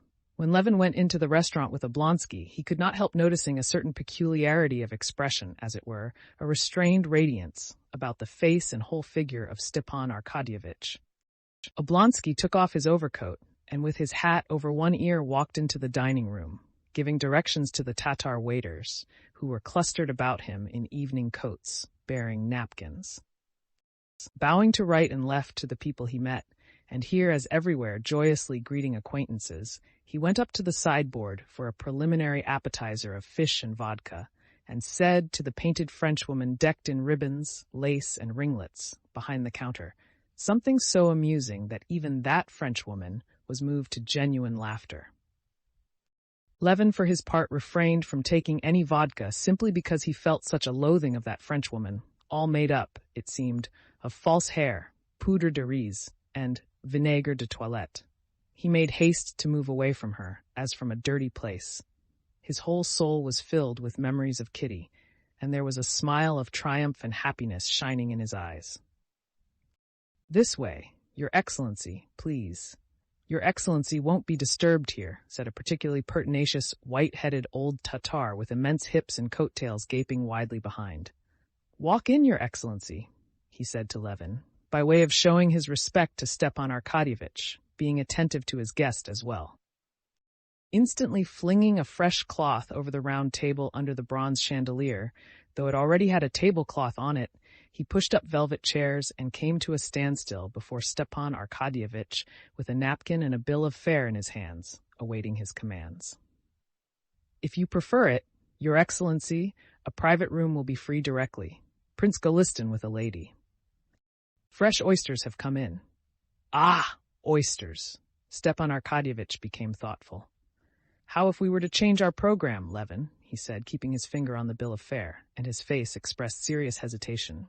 "Are the oysters good? Mind now." "They're Flensburg, Your Excellency. We've no Ostend." "Flensburg will do, but are they fresh?" "Only arrived yesterday." "Well then, how if we were to begin with oysters, and so change the whole program, eh? It's all the same to me. I should like cabbage soup and porridge better than anything, but of course there's nothing like that here." "Porridge à la Russe, Your Honor would like?" said the Tatar, bending down to Levin, like a nurse speaking to a child. "No, joking apart, whatever you choose is sure to be good. I've been skating, and I'm hungry. And don't imagine," he added, detecting a look of dissatisfaction on Oblonsky's face, "that I shan't appreciate your choice. I am fond of good things." "I should hope so. After all, it's one of the pleasures of life," said Stepan Arkadyevitch. "Well then, my friend, you give us 2, or better say 3 dozen oysters, clear soup with vegetables." "Printanière," prompted the Tatar. But Stepan Arkadyevitch apparently did not care to allow him the satisfaction of giving the French names of the dishes. "With vegetables in it, you know. Then turbot with thick sauce. Then roast beef, and mind it's good. Yes, and capons, perhaps, and then sweets." The Tatar, recollecting that it was Stepan Arkadyevitch's way not to call the dishes by the names in the French bill of fare, did not repeat them after him, but could not resist rehearsing the whole menu to himself according to the bill. "Soupe printanière, turbot, sauce Beaumarchais, poulard à l'estragon, macédoine de fruits," etc. And then instantly, as though worked by springs, laying down one bound bill of fare, he took up another, the list of wines, and submitted it to Stepan Arkadyevitch. "What shall we drink?" "What you like, only not too much. Champagne," said Levin. "What? To start with. You're right, though, I dare say. Do you like the white seal?" "Cachet blanc," prompted the Tatar. "Very well, then, give us that brand with the oysters, and then we'll see." "Yes, sir. And what table wine?" "You can give us Nuits." "Oh, no, better the classic Chablis." "Yes, sir. And your cheese, Your Excellency?" "Oh, yes, Parmesan. Or would you like another?" "No, it's all the same to me," said Levin, unable to suppress a smile. And the Tatar ran off with flying coat-tails, and in 5 minutes darted in with a dish of opened oysters on mother-of-pearl shells, and a bottle between his fingers. Stepan Arkadyevitch crushed the starchy napkin, tucked it into his waistcoat, and settling his arms comfortably, started on the oysters. "Not bad," he said, stripping the oysters from the pearly shell with a silver fork, and swallowing them one after another. "Not bad," he repeated, turning his dewy, brilliant eyes from Levin to the Tatar. Levin ate the oysters indeed, though white bread and cheese would have pleased him better. But he was admiring Oblonsky. Even the Tar, uncorking the bottle and pouring the sparkling wine into the delicate glasses, glanced at Stepan Arkadyevitch and settled his white cravat with a perceptible smile of satisfaction. "You don't care much for oysters, do you?" said Stepan Arkadyevitch, emptying his wine-glass. "Or you're worried about something, eh?" He wanted Levin to be in good spirits. But it was not that Levin was not in good spirits, he was ill at ease. With what he had in his soul, he felt sore and uncomfortable in the restaurant, in the midst of private rooms where men were dining with ladies, in all this fuss and bustle, the surroundings of bronzes, looking-glasses, gas, and waiters. All of it was offensive to him. He was afraid of sullying what his soul was brimful of. Yes, I am, but besides, all this bothers me, he said. You can't conceive how queer it all seems to a country person like me, as queer as that gentleman's nails I saw at your place. Yes, I saw how much interested you were in poor Grinovitch's nails, said Stepan Arkadyevitch, laughing. It's too much for me, responded Levin. Do try now and put yourself in my place. Take the point of view of a country person. We in the country try to bring our hands into such a state as will be most convenient for working with. So we cut our nails. Sometimes we turn up our sleeves. And here people purposely let their nails grow as long as they will and link on small saucers by way of studs so that they can do nothing with their hands. Stepan Arkadyevitch smiled gaily.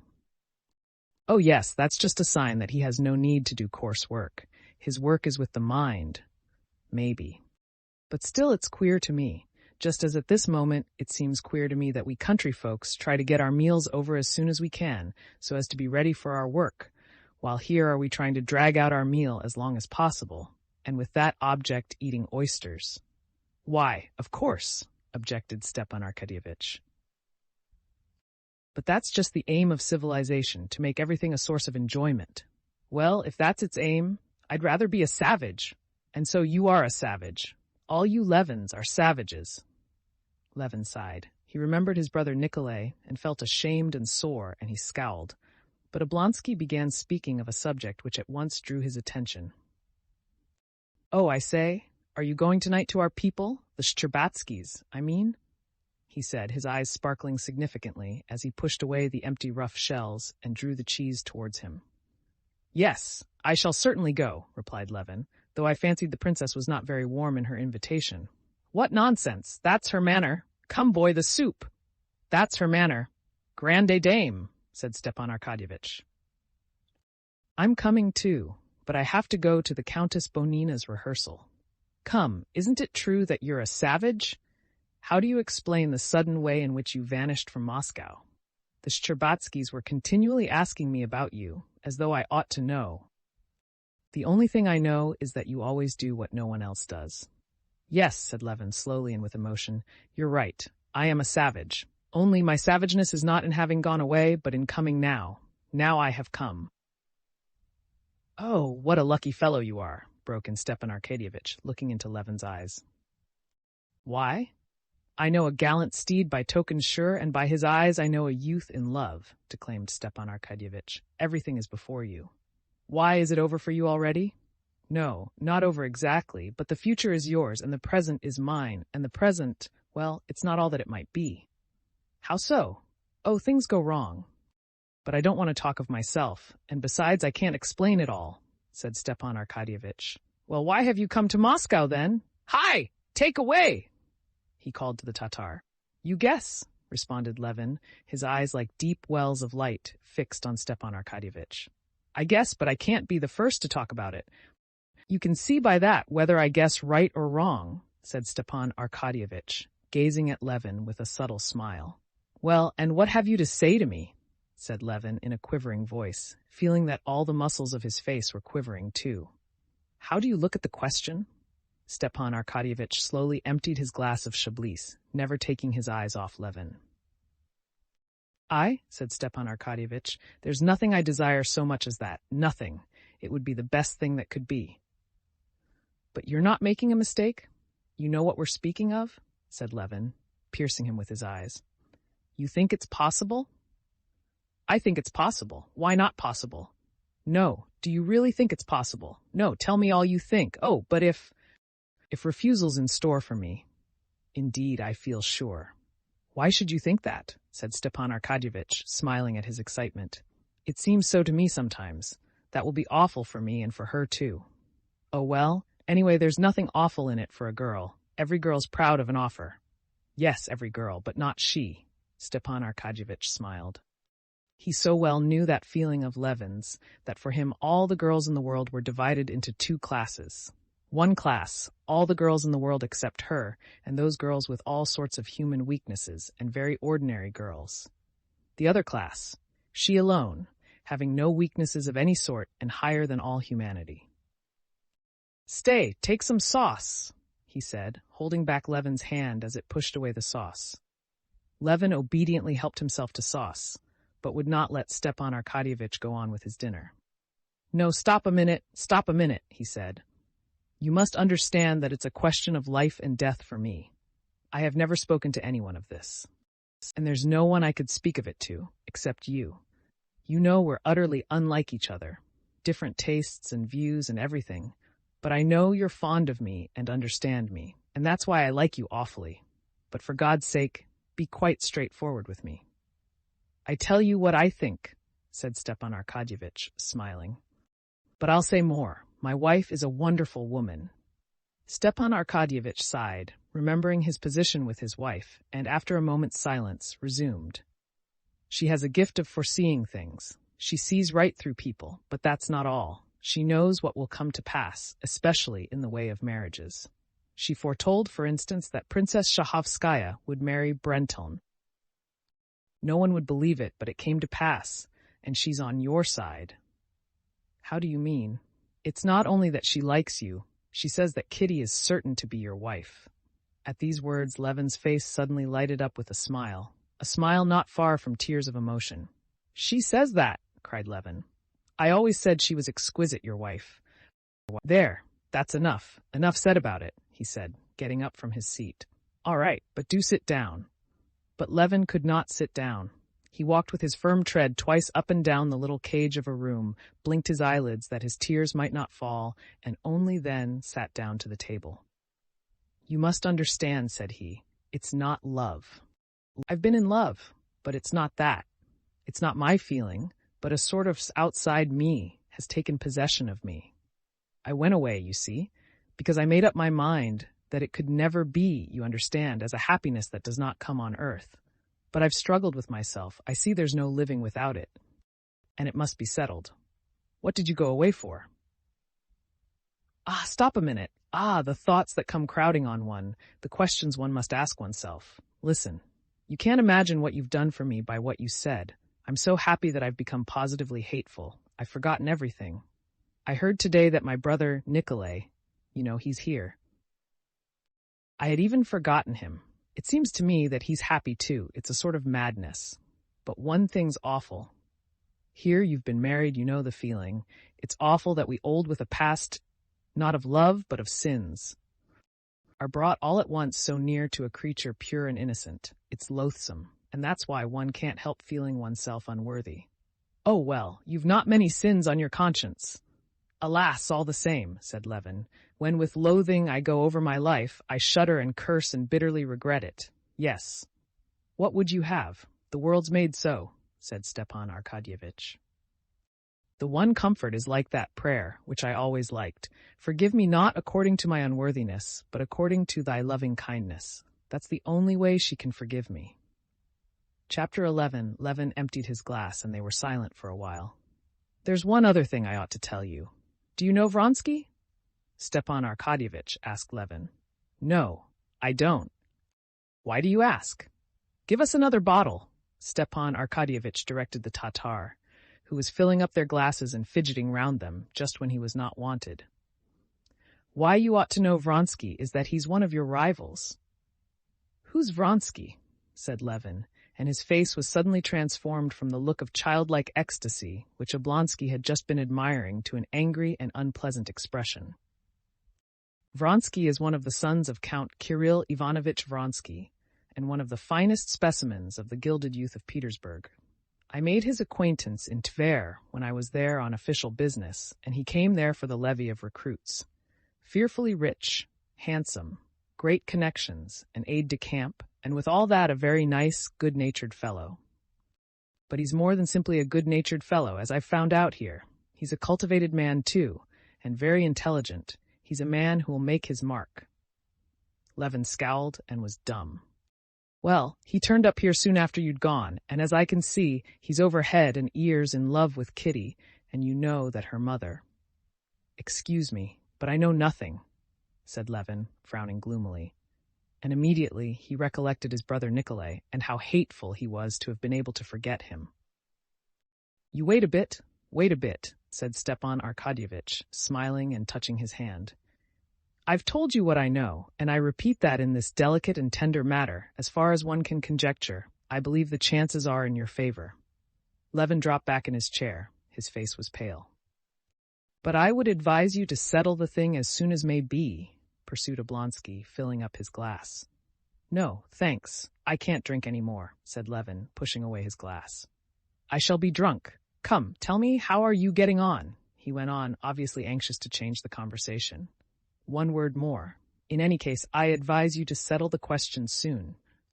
Tonight, I don't advise you to speak, said Stepan Arkadyevitch.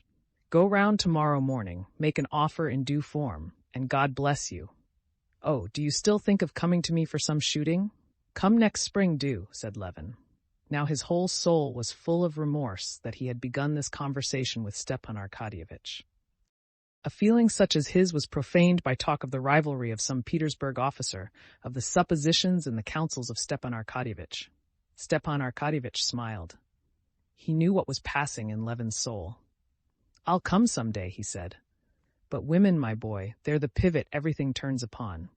Things are in a bad way with me, very bad. And it's all through women. Tell me frankly now, he pursued, picking up a cigar and keeping one hand on his glass. Give me your advice.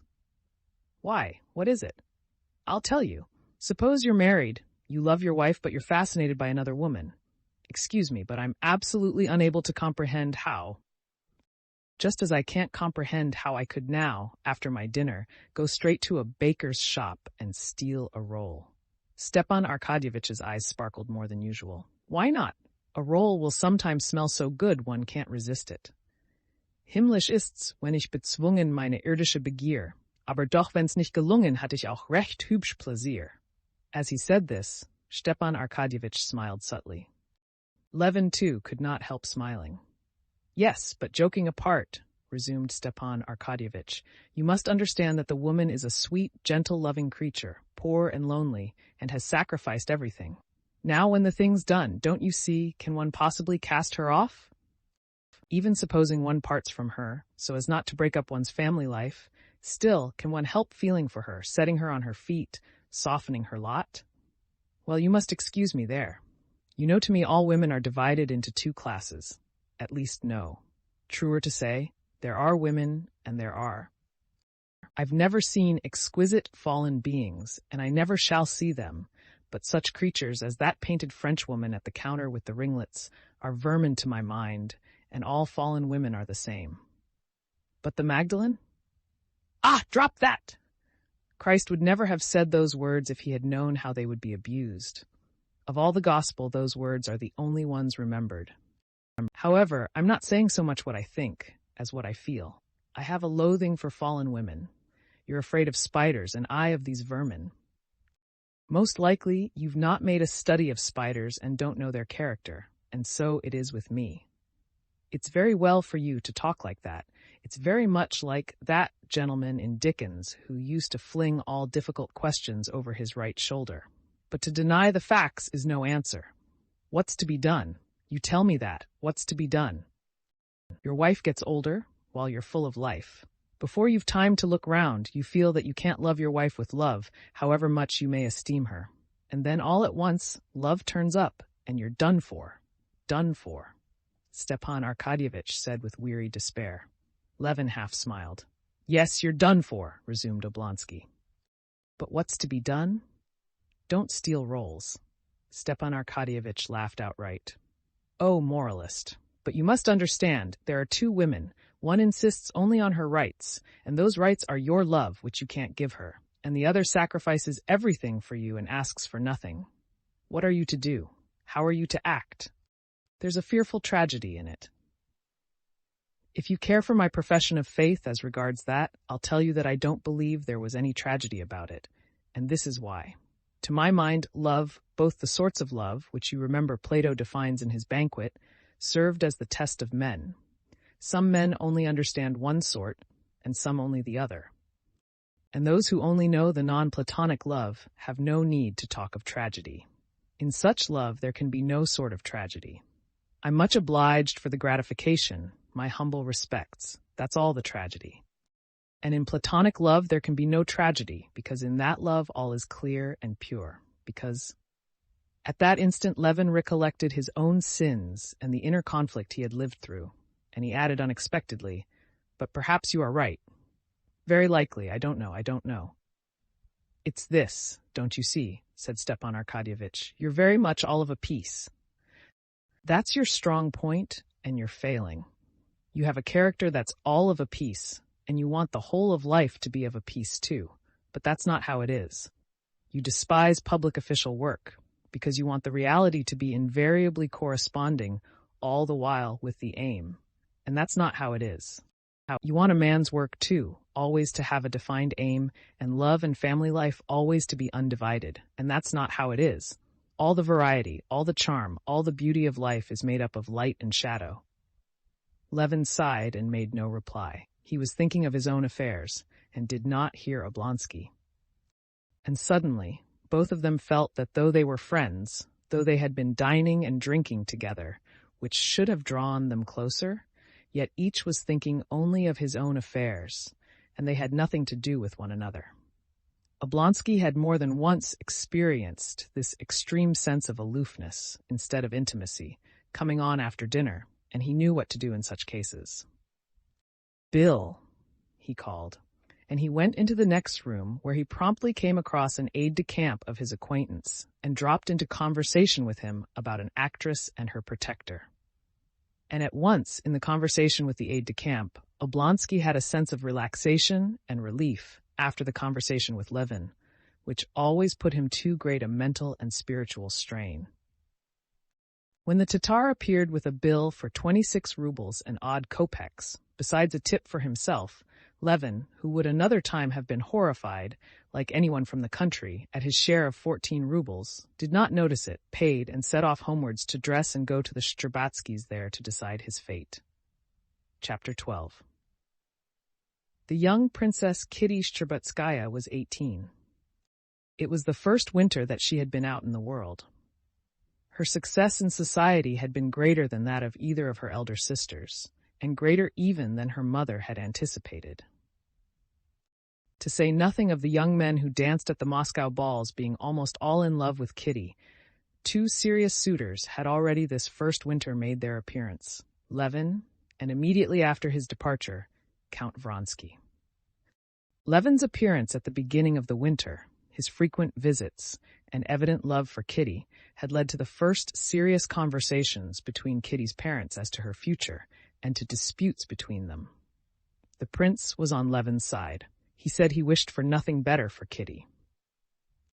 The princess, for her part, going round the question in the manner peculiar to women, maintained that Kitty was too young, that Levin had done nothing to prove that he had serious intentions, that Kitty felt no great attraction to him, and other side issues. But she did not state the principal point, which was that she looked for a better match for her daughter, and that Levin was not to her liking, and she did not understand him. When Levin had abruptly departed, the princess was delighted, and said to her husband triumphantly, "You see, I was right." When Vronsky appeared on the scene, she was still more delighted, confirmed in her opinion that Kitty was to make not simply a good, but a brilliant match. In the mother's eyes, there could be no comparison between Vronsky and Levin. She disliked in Levin his strange and uncompromising opinions and his shyness in society, founded, as she supposed, on his pride and his queer sort of life, as she considered it, absorbed in cattle and peasants. She did not very much like it that he, who was in love with her daughter, had kept coming to the house for 6 weeks, as though he were waiting for something, inspecting, as though he were afraid he might be doing them too great an honor by making an offer, and did not realize that a man who continually visits at a house where there is a young unmarried girl is bound to make his intentions clear. And suddenly, without doing so, he disappeared. It's as well, he's not attractive enough for Kitty to have fallen in love with him, thought the mother. Vronsky satisfied all the mother's desires. Very wealthy, clever, of aristocratic family, on the high road to a brilliant career in the army and at court, and a fascinating man. Nothing better could be wished for. Vronsky openly flirted with Kitty at balls, danced with her, and came continually to the house. Consequently, there could be no doubt of the seriousness of his intentions. But In spite of that, the mother had spent the whole of that winter in a state of terrible anxiety and agitation. Princess Shcherbatskaya had herself been married 30 years ago, her aunt arranging the match. Her husband, about whom everything was well known beforehand, had come, looked at his future bride, and been looked at. The matchmaking aunt had ascertained and communicated their mutual impression. That impression had been favorable. Afterwards, on a day fixed beforehand, the expected offer was made to her parents and accepted. All had passed very simply and easily, so it seemed at least to the princess. But over her own daughters she had felt how far from simple and easy is the business, apparently so commonplace, of marrying off one's daughters. The panics that had been lived through, the thoughts that had been brooded over, the money that had been wasted, and the disputes with her husband over marrying the two elder girls, Darya and Natalia. Now, since the youngest had come out, she was going through the same terrors, the same doubts, and still more violent quarrels with her husband than she had over the elder girls. The old prince, like all fathers indeed, was exceedingly punctilious on the score of the honor and reputation of his daughters. He was irrationally jealous over his daughters, especially over Kitty, who was his favorite. At every turn he had scenes with the princess for compromising her daughter. The princess had grown accustomed to this already with her other daughters, but now she felt that there was more ground for the prince's touchiness. She saw that of late years much was changed in the manners of society, that a mother's duties had become still more difficult. She saw that girls of Kitty's age formed some sort of clubs, went to some sort of lectures, mixed freely in men's society, drove about the streets alone. Many of them did not curtsy, and, what was the most important thing, all the girls were firmly convinced that to choose their husbands was their own affair and not their parents'. Marriages aren't made nowadays as they used to be, was thought and said by all these young girls, and even by their elders. But how marriages were made now, the princess could not learn from anyone. The French fashion, of the parents arranging their children's future, was not accepted, it was condemned. The English fashion of the complete independence of girls was also not accepted, and not possible in Russian society. The Russian fashion of matchmaking by the offices of intermediate persons was for some reason considered unseemly. It was ridiculed by everyone, and by the princess herself. But how girls were to be married and how parents were to marry them, no one knew. Everyone with whom the princess had chanced to discuss the matter said the same thing. Mercy on us. It's high time in our day to cast off all that old-fashioned business. It's the young people have to marry, and not their parents, and so we ought to leave the young people to arrange it as they choose. It was very easy for anyone to say that who had no daughters, but the princess realized that in the process of getting to know each other, her daughter might fall in love, and fall in love with someone who did not care to marry her, or who was quite unfit to be her husband. And, however much it was instilled into the princess that in our times young people ought to arrange their lives for themselves, she was unable to believe it, just as she would have been unable to believe that, at any time whatever, the most suitable playthings for children 5 years old ought to be loaded pistols. And so the princess was more uneasy over Kitty than she had been over her elder sisters. Now she was afraid that Vronsky might confine himself to simply flirting with her daughter. She saw that her daughter was in love with him, but tried to comfort herself with the thought that he was an honorable man and would not do this. But at the same time she knew how easy it is, with the freedom of manners of today, to turn a girl's head, and how lightly men generally regard such a crime. The week before, Kitty had told her mother of a conversation she had with Vronsky during a mazurka. This conversation had partly reassured the princess, but perfectly at ease she could not be. Vronsky had told Kitty that both he and his brother were so used to obeying their mother that they never made up their minds to any important undertaking without consulting her. And just now, I am impatiently awaiting my mother's arrival from Petersburg as peculiarly fortunate, he told her.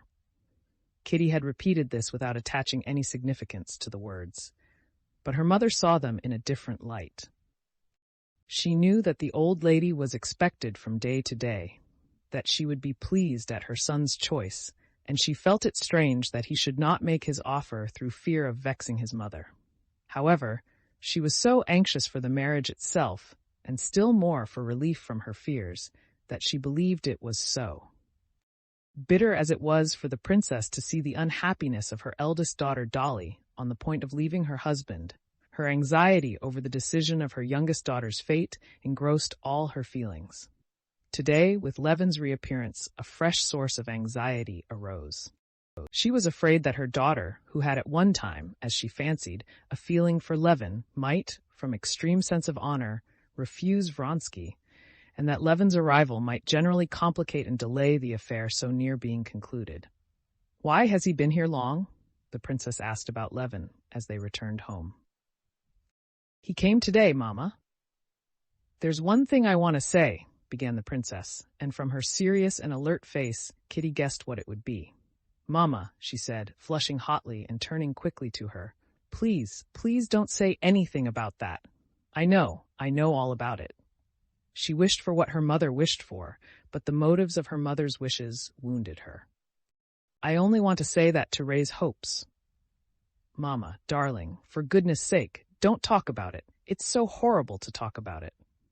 "I won't," said her mother, seeing the tears in her daughter's eyes. "But one thing, my love, you promised me you would have no secrets from me. You won't?" "Never, Mamma, none," answered Kitty, flushing a little and looking her mother straight in the face. "But there's no use in my telling you anything, and if I wanted to, I don't know what to say or how, I don't know." No, she could not tell an untruth with those eyes, thought the mother, smiling at her agitation and happiness. The princess smiled that what was taking place just now in her soul seemed to the poor child so immense and so important. Chapter 13. After dinner, until the beginning of the evening, Kitty was feeling a sensation akin to the sensation of a young man before a battle. Her heart throbbed violently, and her thoughts would not rest on anything. She felt that this evening, when they would both meet for the first time, would be a turning point in her life. And she was continually picturing them to herself, at one moment each separately, and then both together. When she mused on the past, she dwelt with pleasure, with tenderness, on the memories of her relations with Levin. The memories of childhood and of Levin's friendship with her dead brother gave a special poetic charm to her relations with him. His love for her, of which she felt certain, was flattering and delightful to her, and it was pleasant for her to think of Levin. In her memories of Vronsky there always entered a certain element of awkwardness, though he was in the highest degree well-bred and at ease, as though there were some false note. Not in Vronsky, he was very simple and nice, but in herself, while with Levin, she felt perfectly simple and clear.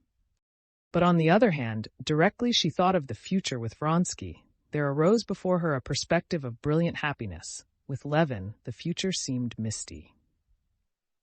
When she went upstairs to dress and looked into the looking-glass, she noticed with joy that it was one of her good days, and that she was in complete possession of all her forces.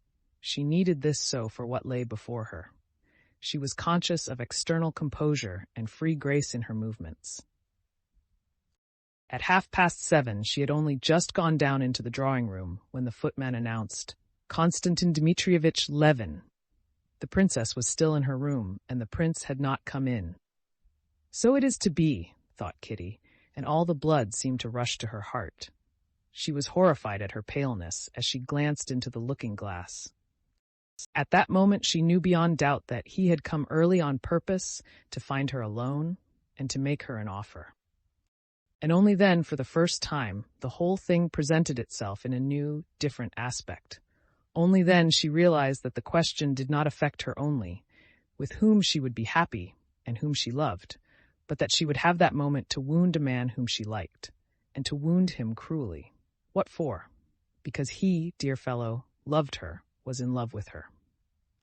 But there was no help for it, so it must be, so it would have to be. My God, shall I myself really have to say it to him, she thought. Can I tell him I don't love him? That will be a lie. What am I to say to him? That I love someone else? No, that's impossible. I'm going away, I'm going away. She had reached the door when she heard his step. No, it's not honest. What have I to be afraid of? I have done nothing wrong. What is to be, will be. I'll tell the truth. And with him one can't be ill at ease. Here he is, she said to herself, seeing his powerful, shy figure with his shining eyes fixed on her. She looked straight into his face, as though imploring him to spare her, and gave her hand. It's not time yet. I think I'm too early, he said, glancing round the empty drawing room. When he saw that his expectations were realized, that there was nothing to prevent him from speaking, his face became gloomy. Oh no, said Kitty, and sat down at the table. But this was just what I wanted, to find you alone, he began, not sitting down and not looking at her, so as not to lose courage. Mamma will be down directly. She was very much tired, yesterday. She talked on, not knowing what her lips were uttering, and not taking her supplicating and caressing eyes off him. He glanced at her. She blushed and ceased speaking. I told you I did not know whether I should be here long, that it depended on you. She dropped her head lower and lower, not knowing herself what answer she should make to what was coming. That it depended on you, he repeated. I meant to say, I came for this. To be my wife. He brought out, not knowing what he was saying, but feeling that the most terrible thing was said, he stopped short and looked at her. She was breathing heavily, not looking at him. She was feeling ecstasy. Her soul was flooded with happiness. She had never anticipated that the utterance of love would produce such a powerful effect on her. But it lasted only an instant. She remembered Vronsky. She lifted her clear, truthful eyes, and seeing his desperate face, she answered hastily, That cannot be, forgive me. A moment ago, and how close she had been to him, of what importance in his life, and how aloof and remote from him she had become now. It was bound to be so, he said, not looking at her. He bowed and was meaning to retreat. Chapter 14. But at that very moment the princess came in. There was a look of horror on her face when she saw them alone, and their disturbed faces. Levin bowed to her and said nothing. Kitty did not speak, nor lift her eyes. Thank God she has refused him, thought the mother, and her face lighted up with the habitual smile with which she greeted her guests on Thursdays. She sat down and began questioning Levin about his life in the country. He sat down again, waiting for other visitors to arrive, in order to retreat unnoticed. 5 minutes later there came in a friend of Kitty's, married the preceding winter, Countess Nordston. She was a thin, sallow, sickly, and nervous woman, with brilliant black eyes. She was fond of Kitty, and her affection for her showed itself, as the affection of married women for girls always does, in the desire to make a match for Kitty after her own ideal of married happiness. She wanted her to marry Vronsky.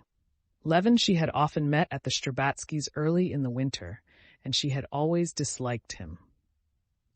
Her invariable and favorite pursuit, when they met, consisted in making fun of him. I do like it when he looks down at me from the height of his grandeur, or breaks off his learned conversation with me because I'm a fool, or is condescending to me. I like that so, to see him condescending. I am so glad he can't bear me, she used to say of him. She was right, for Levin actually could not bear her, and despised her for what she was proud of and regarded as a fine characteristic, her nervousness, her delicate contempt and indifference for everything coarse and earthly.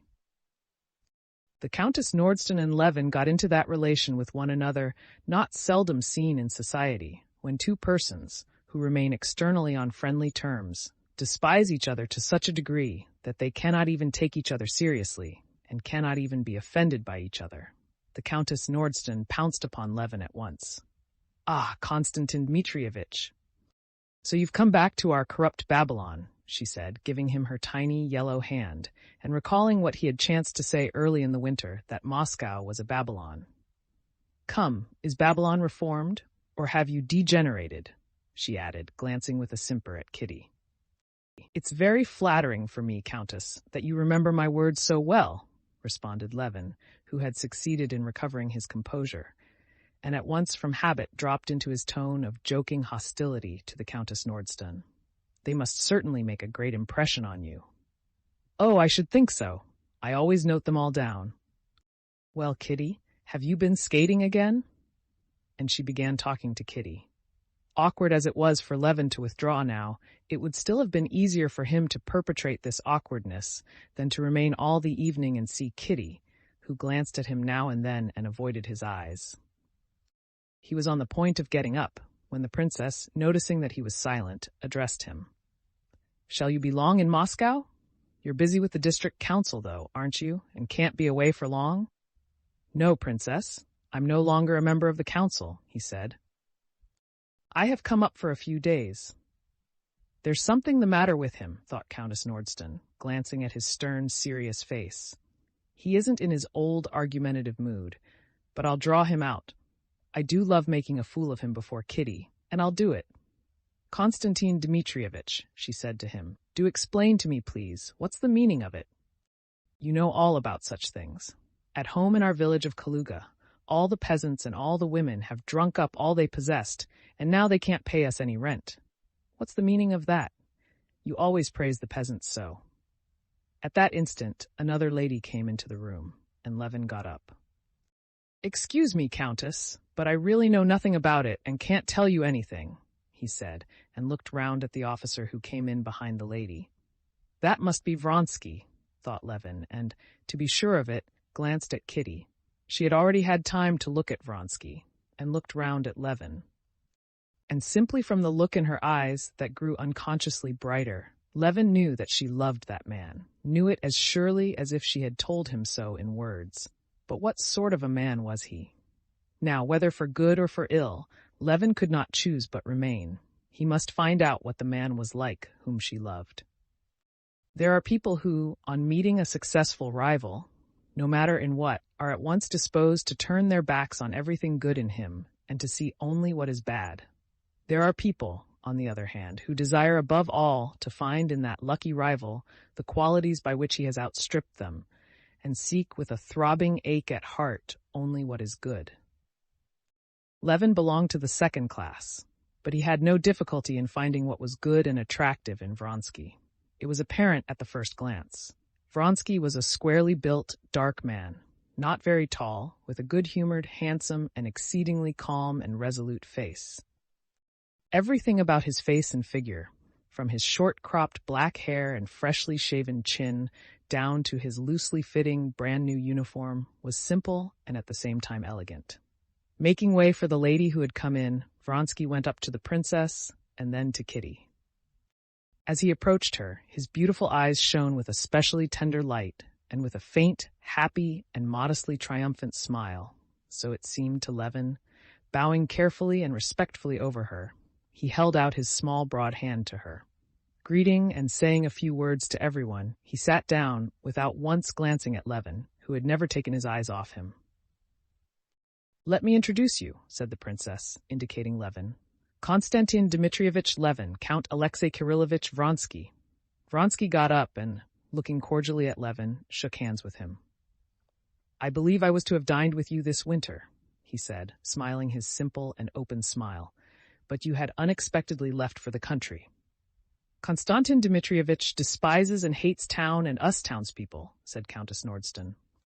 "My words must make a deep impression on you, since you remember them so well," said Levin, and, suddenly conscious that he had said just the same thing before, he reddened. Vronsky looked at Levin and Countess Nordston and smiled. "Are you always in the country?" he inquired. "I should think it must be dull in the winter." "It's not dull if one has work to do. Besides, one's not dull by oneself," Levin replied abruptly. "I am fond of the country," said Vronsky, noticing, and affecting not to notice, Levin's tone. "But I hope, Count, you would not consent to live in the country always," said Countess Nordston.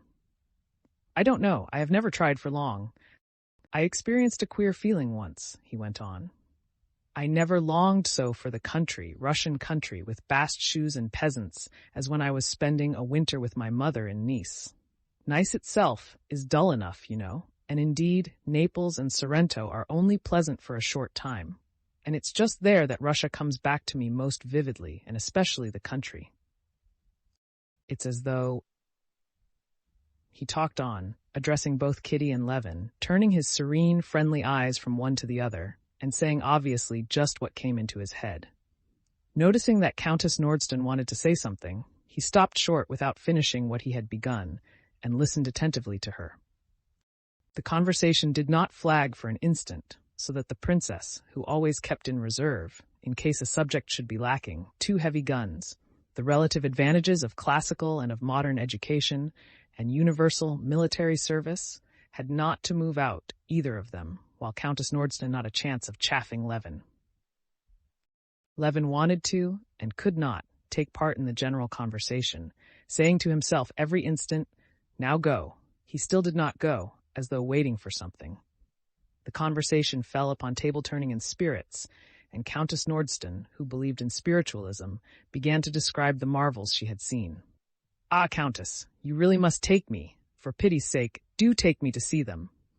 I have never seen anything extraordinary, though I am always on the lookout for it everywhere," said Vronsky, smiling. "Very well, next Saturday," answered Countess Nordston. "But you, Konstantin Dmitrievitch, do you believe in it?" she asked Levin. "Why do you ask me?" "You know what I shall say. But I want to hear your opinion." "My opinion," answered Levin, "is only that this table-turning simply proves that educated society, so-called, is no higher than the peasants. As they believe in the evil eye, and in witchcraft and omens, while we—" "Oh, then you don't believe in it?" "I can't believe in it, Countess. But if I've seen it myself, the peasant women too tell us they have seen goblins. Then you think I tell a lie?" And she laughed a mirthless laugh. "Oh, no, Masha. Konstantin Dmitrievitch said he could not believe in it," said Kitty, blushing for Levin, and Levin saw this and, still more exasperated, would have answered, but Vronsky, with his bright, frank smile, rushed to the support of the conversation, which was threatening to become disagreeable. "You do not admit the conceivability at all?" he queried. "But why not? We admit the existence of electricity, of which we know nothing. Why should there not be some new force, still unknown to us, which—" "When electricity was discovered," Levin interrupted hurriedly, "it was only the phenomenon that was discovered, and it was unknown from what it preceded and what were its effects, and ages passed before its applications were conceived. But the spiritualists have begun with tables writing for them, and spirits appearing to them, and have only later started saying that it is an unknown force." Vronsky listened attentively to Levin, as he always did listen, obviously interested in his words. "Yes, but the spiritualists say we don't know at present what this force is, but there is a force, and these are the conditions in which it acts. Let the scientific men find out what the force consists in." "No, I don't see why there should not be a new force, if it—" "Why, because with electricity," Levin interrupted again, "every time you rub tar against wool, a recognized phenomenon is manifested, but in this case it does not happen every time, and so it follows it is not a natural phenomenon." Feeling probably that the conversation was taking a tone too serious for a drawing-room, Vronsky made no rejoinder, but by way of trying to change the conversation, he smiled brightly, and turned to the ladies. "Do let us try at once, Countess," he said, but Levin would finish saying what he thought. "I think," he went on, "that this attempt of the spiritualists to explain their marvels as some sort of new natural force is most futile. They boldly talk of spiritual force, and then try to subject it to material experiment." Everyone was waiting for him to finish, and he felt it. "And I think you would be a first-rate medium," said Countess Nordston. "There's something enthusiastic in you." Levin opened his mouth, was about to say something, reddened, and said nothing. "Do let us try table-turning at once, please," said Vronsky. "Princess, will you allow it?" And Vronsky stood up, looking for a little table. Kitty got up to fetch a table, and as she passed, her eyes met Levin's. She felt for him with her whole heart, the more because she was pitying him for suffering of which she was herself the cause. "If you can forgive me, said her eyes. "I am so happy." "I hate them all, and you and myself," his eyes responded, and he took up his hat. But he was not destined to escape. Just as they were arranging themselves round the table, and Levin was on the point of retiring, the old prince came in, and after greeting the ladies, addressed Levin. "Ah," he began joyously. "Been here long, my boy? I didn't even know you were in town. Very glad to see you." The old prince embraced Levin, and talking to him did not observe Vronsky, who had risen, and was serenely waiting till the prince should turn to him. Kitty felt how distasteful her father's warmth was to Levin after what had happened. She saw, too, how coldly her father responded at last to Vronsky's bow, and how Vronsky looked with amiable perplexity at her father, as though trying and failing to understand how and why anyone could be hostilely disposed towards him. And she flushed. "Prince, let us have Konstantin Dmitrievitch," said Countess Nordston. "We want to try an experiment." "What experiment? Table turning?" "Well, you must excuse me, ladies and gentlemen, but to my mind it is better fun to play the ring game," said the old prince, looking at Vronsky, and guessing that it had been his suggestion. "There's some sense in that, anyway." Vronsky looked wonderingly at the prince with his resolute eyes, and, with a faint smile, began immediately talking to Countess Nordston of the great ball that was to come off next week. "I hope you will be there," he said to Kitty. As soon as the old prince turned away from him, Levin went out unnoticed, and the last impression he carried away with him of that evening was the smiling, happy face of Kitty answering Vronsky's inquiry about the ball. Chapter 15. At the end of the evening, Kitty told her mother of her conversation with Levin, and in spite of all the pity she felt for Levin, she was glad at the thought that she had received an offer. She had no doubt that she had acted rightly. But after she had gone to bed, for a long while she could not sleep.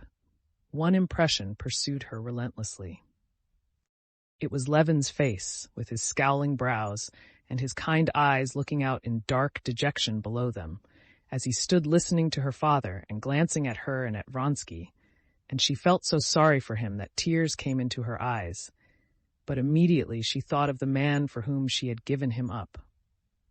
She vividly recalled his manly, resolute face, his noble self-possession, and the good nature conspicuous in everything towards everyone. She remembered the love for her of the man she loved, and once more all was gladness in her soul, and she lay on the pillow, smiling with happiness. I'm sorry, but what could I do? It's not my fault," she said to herself, but an inner voice told her something else. Whether she felt remorse at having won Levin's love, or at having refused him, she did not know, but her happiness was poisoned by doubts. "Lord, have pity on us! Lord, have pity on us! Lord, have pity on us!" she repeated to herself till she fell asleep. Meanwhile, there took place below, in the prince's little library, one of the scenes so often repeated between the parents on account of their favorite daughter. "What? I'll tell you what!" shouted the prince, waving his arms and at once wrapping his squirrel-lined dressing gown round him again. "That you've no pride, no dignity, that you're disgracing, ruining your daughter by this vulgar, stupid matchmaking. But really, for mercy's sake, prince, what have I done?" said the princess, almost crying. She, pleased and happy after her conversation with her daughter, had gone to the prince to say good night, as usual, and though she had no intention of telling him of Levin's offer and Kitty's refusal, still she hinted to her husband that she fancied things were practically settled with Vronsky, and that he would declare himself so soon as his mother arrived. And thereupon, at those words, the prince had all at once flown into a passion and began to use unseemly language. "What have you done? I'll tell you what. First of all, you're trying to catch an eligible gentleman, and all Moscow will be talking of it, and with good reason. If you have evening parties, invite everyone. Don't pick out the possible suitors. Invite all the young bucks. Engage a piano player and let them dance, and not as you do things nowadays, hunting up good matches. It makes me sick to see it, and you've gone on till you've turned the poor wench's head. Levin's 1,000 times the better man. As for this little Petersburg swell, they're turned out by machinery, all on one pattern, and all precious rubbish. But if he were a prince of the blood, my daughter need not run after anyone. But what have I done? Why, you've—" The prince was crying wrathfully. "I know if one were to listen to you," interrupted the princess. "We should never marry our daughter. If it's to be so, we'd better go into the country." "Well, and we had better. But do wait a minute. Do I try and catch them? I don't try to catch them in the least. A young man, and a very nice one, has fallen in love with her, and she, I fancy—" "Oh, yes, you fancy. And how if she really is in love, and he's no more thinking of marriage than I am? Oh, that I should live to see it. Ah, spiritualism. Ah, nice. Ah, the ball. And the prince, imagining that he was mimicking his wife, made a mincing curtsy at each word. And this is how we're preparing wretchedness for Kitty, and she's really got the notion into her head. But what makes you suppose so? I don't suppose, I know. We have eyes for such things, though women folk haven't. I see a man who has serious intentions, that's Levin, and I see a peacock like this featherhead who's only amusing himself. Oh well, when once you get an idea into your head, well, you'll remember my words, but too late, just as with Dolly. Well, well, we won't talk of it, the princess stopped him, recollecting her unlucky Dolly. By all means, and good night. And signing each other with the cross, the husband and wife parted with a kiss, feeling that they each remained of their own opinion.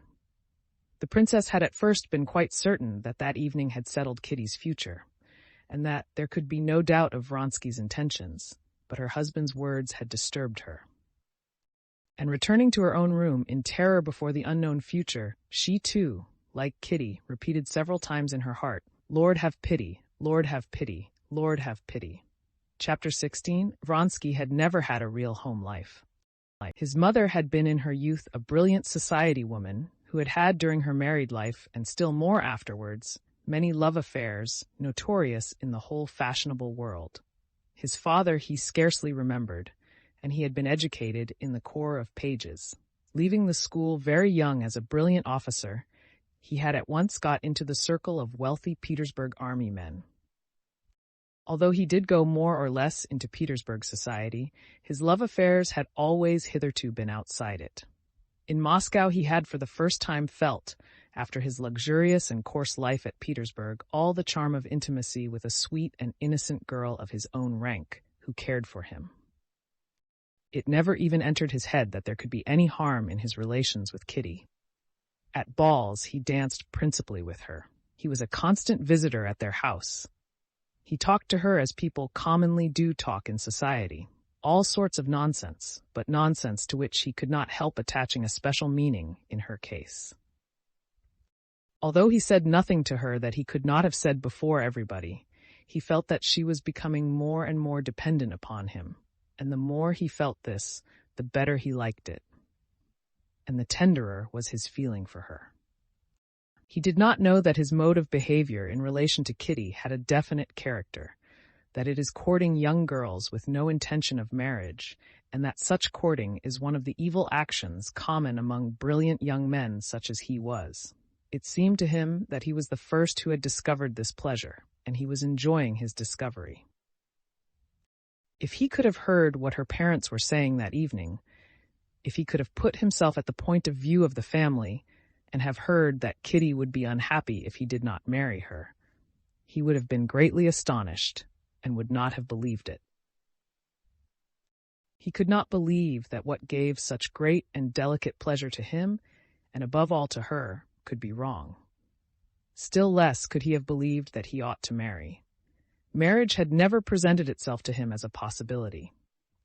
He not only disliked family life, but a family, and especially a husband, was, in accordance with the views general in the bachelor world in which he lived, conceived as something alien, repellent, and, above all, ridiculous. But though Vronsky had not the least suspicion what the parents were saying, he felt on coming away from the Shtcherbatskys that the secret spiritual bond which existed between him and Kitty had grown so much stronger that evening that some step must be taken. But what step could and ought to be taken, he could not imagine. What is so exquisite, he thought, as he returned from the Shtcherbatskys, carrying away with him, as he always did, a delicious feeling of purity and freshness, arising partly from the fact that he had not been smoking for a whole evening, and with it a new feeling of tenderness at her love for him. What is so exquisite is that not a word has been said by me or by her, but we understand each other so well in this unseen language of looks and tones that this evening, more clearly than ever, she told me she loves me. And how secretly, simply, and most of all, how trustfully, I feel myself better, purer. I feel that I have a heart, and that there is a great deal of good in me, Those sweet, loving eyes. When she said, "Indeed I do." Well, what then? Oh, nothing. It's good for me and good for her. And he began wondering where to finish the evening. He passed in review of the places he might go to. Club? A game of bezique, champagne with Ignatov? No, I'm not going. Chateau de Fleurs? There I shall find Oblonsky, songs, the can-can. No, I'm sick of it. That's why I like the Shtcherbatskys, that I'm growing better. I'll go home.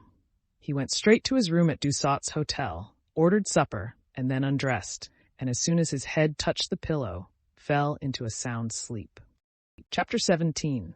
Next day at 11 o'clock in the morning, Vronsky drove to the station of the Petersburg Railway to meet his mother, and the first person he came across on the great flight of steps was Oblonsky, who was expecting his sister by the same train.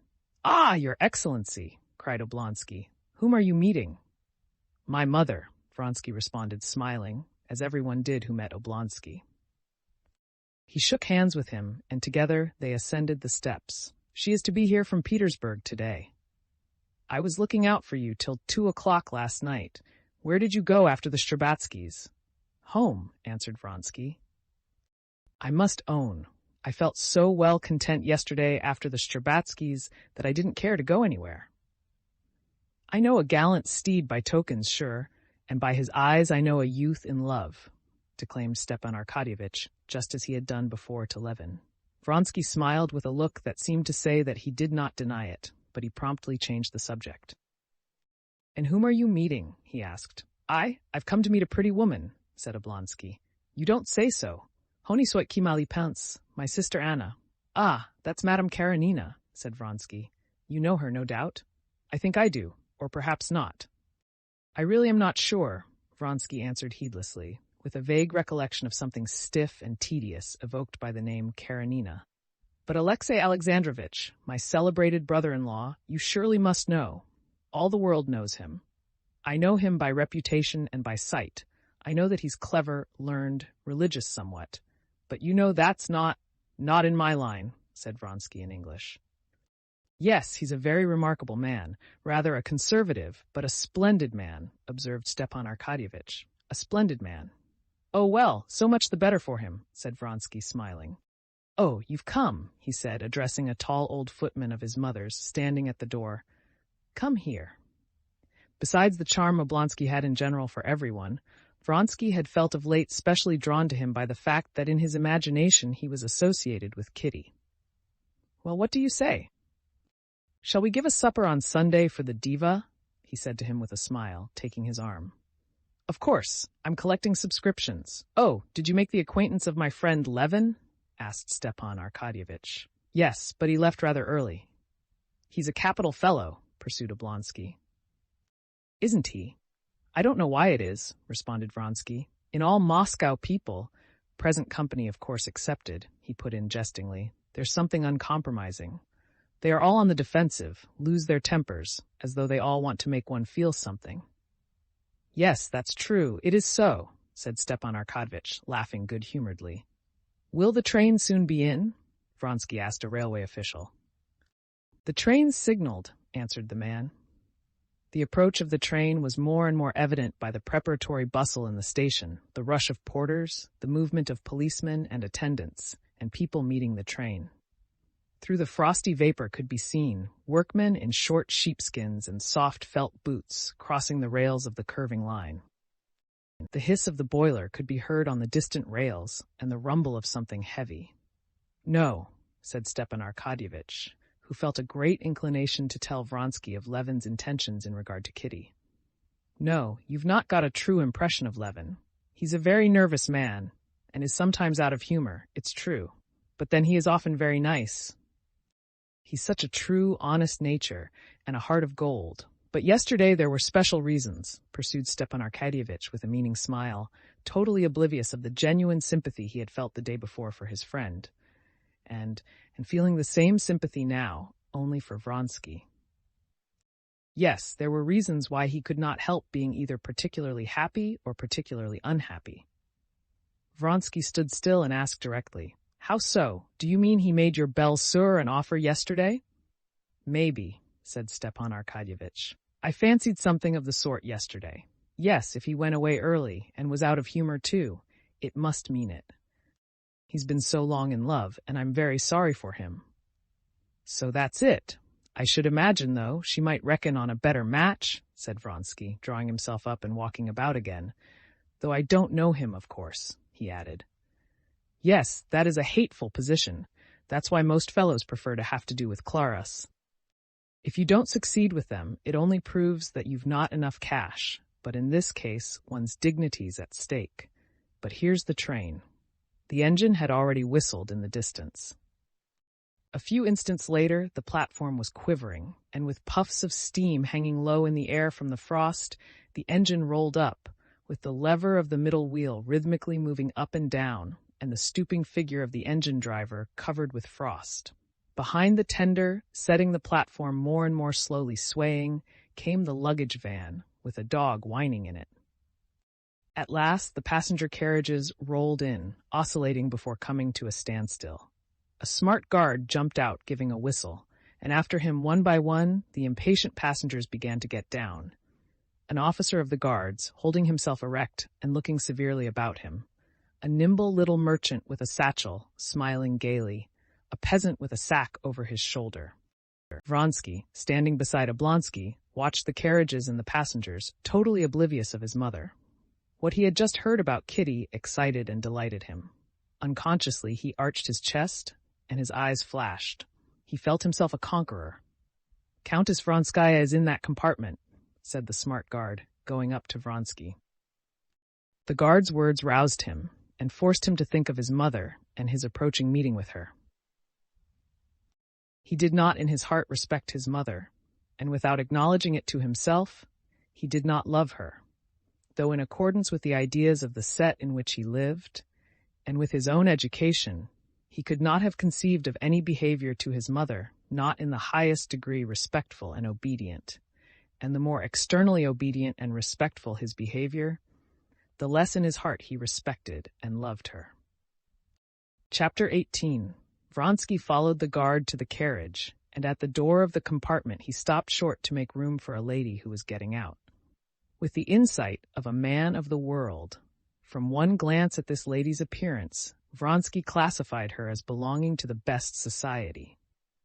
He begged pardon, and was getting into the carriage, but felt he must glance at her once more. Not that she was very beautiful, not on account of the elegance and modest grace which were apparent in her whole figure, but because in the expression of her charming face, as she passed close by him, there was something peculiarly caressing and soft. As he looked round, she too turned her head. Her shining gray eyes, that looked dark from the thick lashes, rested with friendly attention on his face, as though she were recognizing him, and then promptly turned away to the passing crowd, as though seeking someone. In that brief look, Vronsky had time to notice the suppressed eagerness which played over her face, and flitted between the brilliant eyes and the faint smile that curved her red lips. It was as though her nature were so brimming over with something that against her will it showed itself now in the flash of her eyes, and now in her smile. Deliberately she shrouded the light in her eyes, but it shone against her will in the faintly perceptible smile. Vronsky stepped into the carriage. His mother, a dried-up old lady with black eyes and ringlets, screwed up her eyes, scanning her son, and smiled slightly with her thin lips. Getting up from the seat and handing her maid a bag, she gave her little wrinkled hand to her son to kiss, and lifting his head from her hand, kissed him on the cheek. "You got my telegram? Quite well? Thank God." "You had a good journey?" said her son, sitting down beside her, and involuntarily listening to a woman's voice outside the door. He knew it was the voice of the lady he had met at the door. "All the same, I don't agree with you," said the lady's voice. "It's the Petersburg view, madam." "Not Petersburg, but simply feminine," she responded.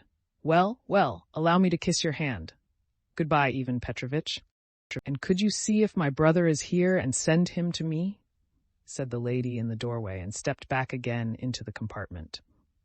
"Well, have you found your brother?" said Countess Vronskaya, addressing the lady.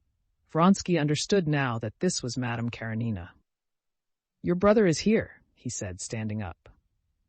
"Excuse me, I did not know you, And indeed our acquaintance was so slight, said Vronsky, bowing, that no doubt you do not remember me. Oh, no, said she. I should have known you, because your mother and I have been talking, I think, of nothing but you all the way. As she spoke, she let the eagerness that would insist on coming out show itself in her smile. And still no sign of my brother. Do call him, Alexei, said the old countess. Vronsky stepped out onto the platform and shouted, Oblonsky, here! Madame Karenina, however, did not wait for her brother, but catching sight of him, she stepped out with her light, resolute step. And as soon as her brother had reached her, with a gesture that struck Vronsky by its decision and its grace, she flung her left arm around his neck, drew him rapidly to her, and kissed him warmly. Vronsky gazed, never taking his eyes from her, and smiled. He could not have said why. But recollecting that his mother was waiting for him, he went back again into the carriage. She's very sweet, isn't she? Said the Countess of Madame Karenina. Her husband put her with me, and I was delighted to have her. We've been talking all the way. And so you, I hear, vous filez le parfait amour. Tant mieux, mon cher, tant mieux. I don't know what you are referring to, Maman, he answered coldly. Come, Maman, let us go. Madame Karenina entered the carriage again to say goodbye to the Countess. Well, Countess, you have met your son, and I my brother, she said. And all my gossip is exhausted. I should have nothing more to tell you. Oh, no, said the Countess, taking her hand. I could go all around the world with you and never be dull. You are one of those delightful women in whose company it's sweet to be silent as well as to talk. Now please don't fret over your son. You can't expect never to be parted. Madame Karenina stood quite still, holding herself very erect, and her eyes were smiling. Anna Arkadyevna, the Countess said in explanation to her son, has a little son 8 years old, I believe, and she has never been parted from him before, and she keeps fretting over leaving him. Yes, the Countess and I have been talking all the time, I of my son and she of hers, said Madame Karenina, and again a smile lighted up her face, a caressing smile intended for him. I am afraid that you must have been dreadfully bored, he said, promptly catching the ball of coquetry she had flung him. But apparently she did not care to pursue the conversation in that strain, and she turned to the old Countess. Thank you so much. The time has passed so quickly. Goodbye, Countess. Goodbye, my love, answered the Countess. Let me have a kiss of your pretty face. I speak plainly, at my age, and I tell you simply that I've lost my heart to you. Stereotyped as the phrase was, Madame Karenina obviously believed it and was delighted by it.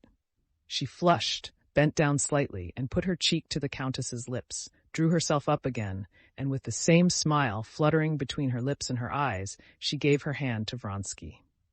He pressed the little hand she gave him, and was delighted, as though at something special, by the energetic squeeze with which she freely and vigorously shook his hand.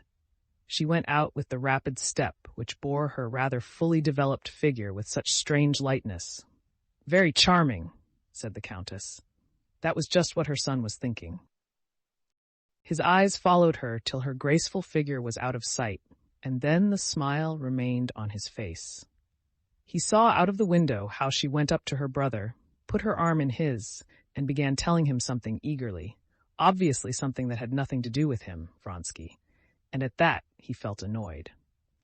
Well, Maman, are you perfectly well? He repeated, turning to his mother.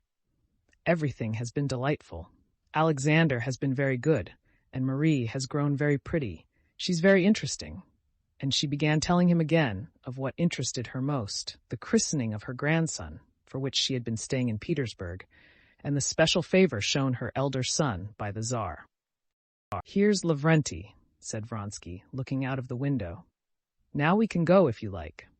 The old butler, who had traveled with the Countess, came to the carriage to announce that everything was ready, and the Countess got up to go. Come, there's not such a crowd now, said Vronsky. The maid took a handbag and the lapdog, the butler and a porter the other baggage. Vronsky gave his mother his arm, but just as they were getting out of the carriage, several men ran suddenly by with panic-stricken faces. The station master, too, ran by in his extraordinary colored cap. Obviously something unusual had happened. The crowd who had left the train were running back again. What? What? Where? Flung himself. Crushed, was heard among the crowd. Stepan Arkadyevitch, with his sister on his arm, turned back. They too looked scared, and stopped at the carriage door to avoid the crowd. The ladies got in, while Vronsky and Stepan Arkadyevitch followed the crowd to find out details of the disaster. A guard, either drunk or too much muffled up in the bitter frost, had not heard the train moving back and had been crushed. Before Vronsky and Oblonsky came back, the ladies heard the facts from the butler. Oblonsky and Vronsky had both seen the mutilated corpse. Oblonsky was evidently upset. He frowned and seemed ready to cry. "Ah, how awful! Ah, Anna, if you had seen it! Ah, how awful!" he said. Vronsky did not speak. His handsome face was serious, but perfectly composed.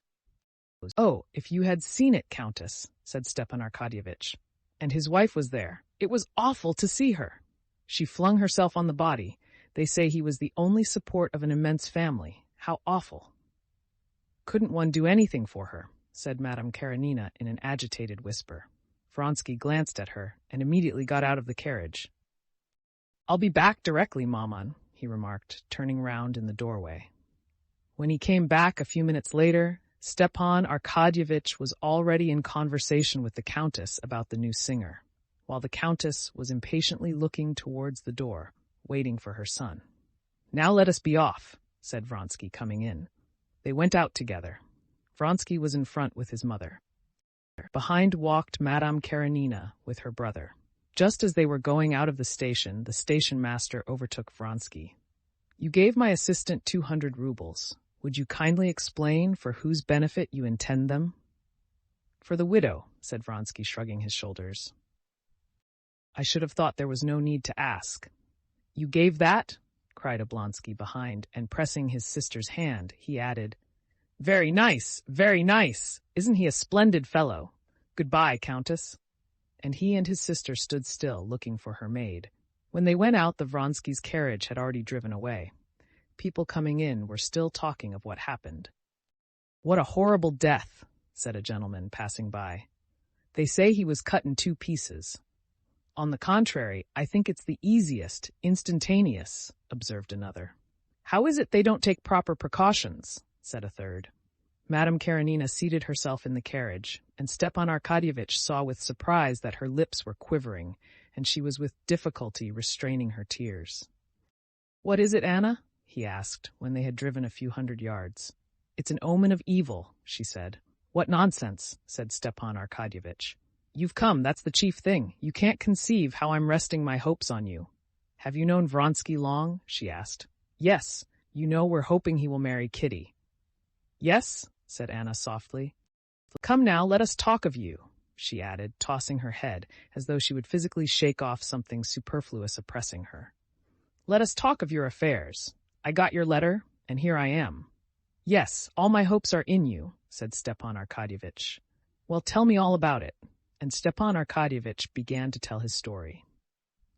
On reaching home, Oblonsky helped his sister out, sighed, pressed her hand, and set off to his office. Chapter 19. When Anna went into the room, Dolly was sitting in the little drawing room with a white-headed fat little boy, already like his father, giving him a lesson in French reading.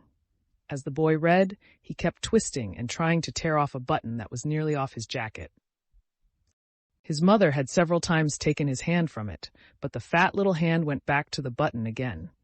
His mother pulled the button off and put it in her pocket. "Keep your hands still, Grisha," she said, and she took up her work, a coverlet she had long been making.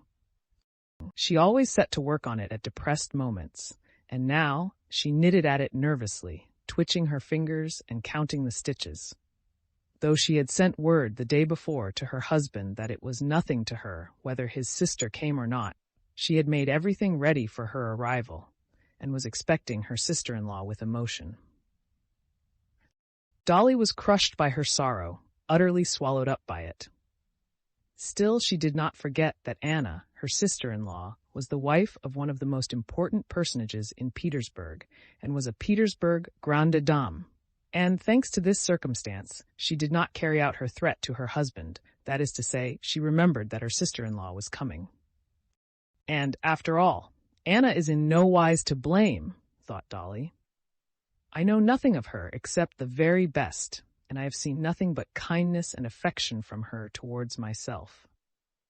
It was true that as far as she could recall her impressions at Petersburg at the Karenins, she did not like their household itself. There was something artificial in the whole framework of their family life. But why should I not receive her? If only she doesn't take it into her head to console me, thought Dolly. All consolation and counsel and Christian forgiveness, all that I have thought over 1,000 times, and it's all no use. All these days Dolly had been alone with her children. She did not want to talk of her sorrow, but with that sorrow in her heart, she could not talk of outside matters. She knew that in one way or another she would tell Anna everything, and she was alternately glad at the thought of speaking freely, and angry at the necessity of speaking of her humiliation with her, his sister, and of hearing her ready-made phrases of good advice and comfort. She had been on the lookout for her, glancing at her watch every minute, and, as so often happens, let slip just that minute when her visitor arrived, so that she did not hear the bell.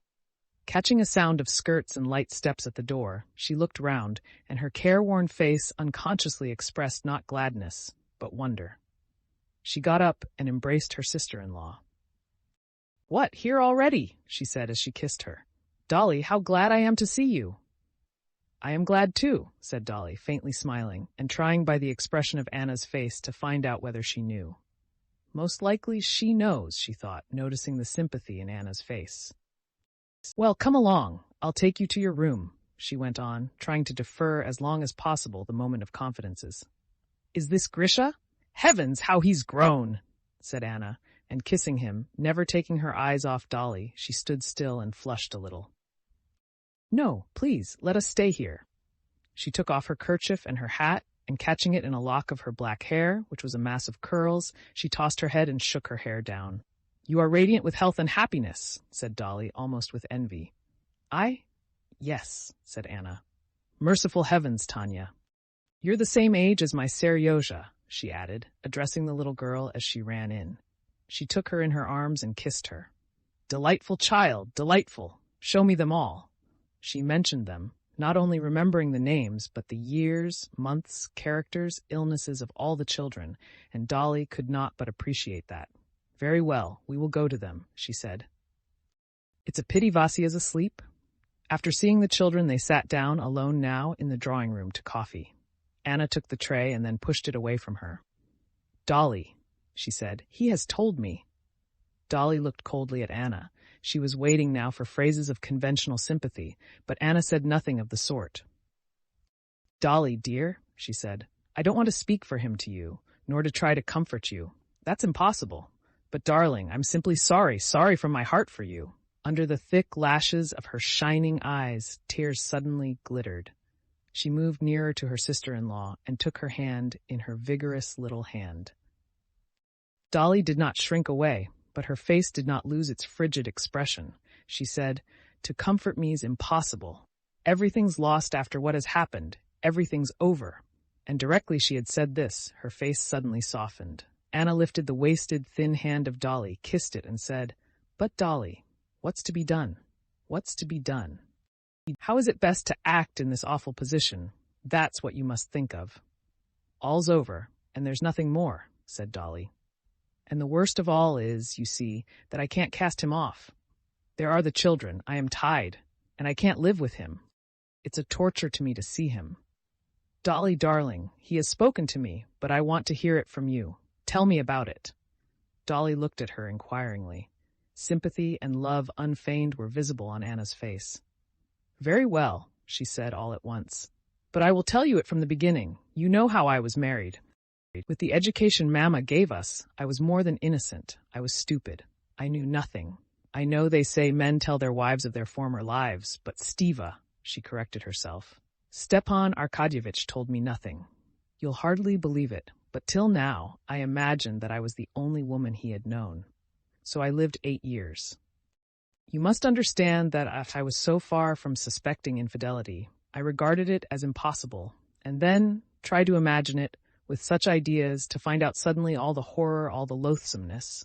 You must try and understand me, to be fully convinced of one's happiness, and all at once.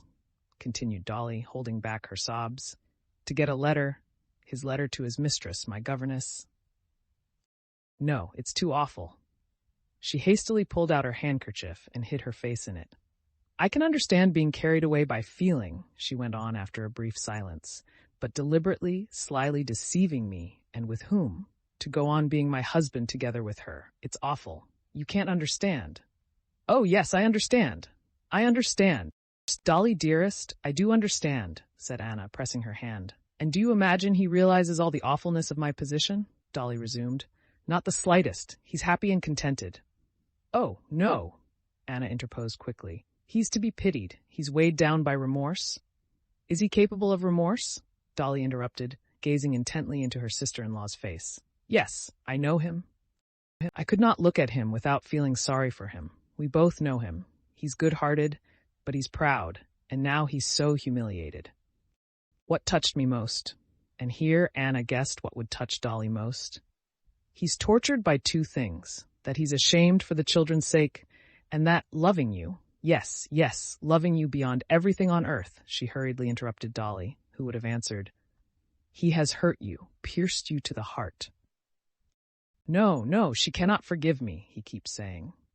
Dolly looked dreamily away beyond her sister-in-law as she listened to her words. Yes, I can see that his position is awful. It's worse for the guilty than the innocent, she said, if he feels that all the misery comes from his fault. But how am I to forgive him? How am I to be his wife again after her? For me to live with him now would be torture, just because I love my past love for him. And sobs cut short her words. But as though of set design, each time she was softened, she began to speak again of what exasperated her. She's young, you see. She's pretty, she went on.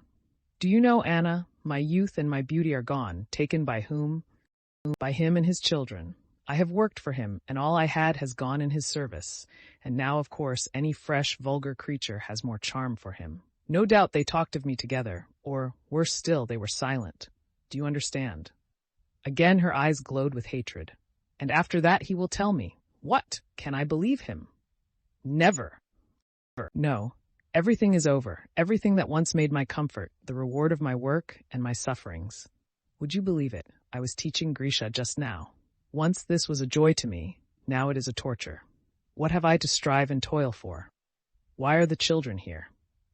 What's so awful is that all at once my heart's turned, and instead of love and tenderness, I have nothing but hatred for him. Yes, hatred. I could kill him. Darling Dolly, I understand, but don't torture yourself. You are so distressed, so overwrought, that you look at many things mistakenly. Dolly grew calmer, and for 2 minutes both were silent. What's to be done? Think for me, Anna. Help me. I have thought over everything, and I see nothing. Anna could think of nothing, but her heart responded instantly to each word, to each change of expression of her sister-in-law. One thing I would say, began Anna. I am his sister. I know his character, that faculty of forgetting everything. Everything. She waved her hand before her forehead. That faculty for being completely carried away, but for completely repenting too. He cannot believe it. He cannot comprehend now how he can have acted as he did. No, he understands. He understood, Dolly broke in. But you are forgetting me. Does it make it easier for me? Wait a minute. When he told me, I will own known. I did not realize all the awfulness of your position. I saw nothing but him, and that the family was broken up. I felt sorry for him, but after talking to you, I see it, as a woman, quite differently. I see your agony, and I can't tell you how sorry I am for you.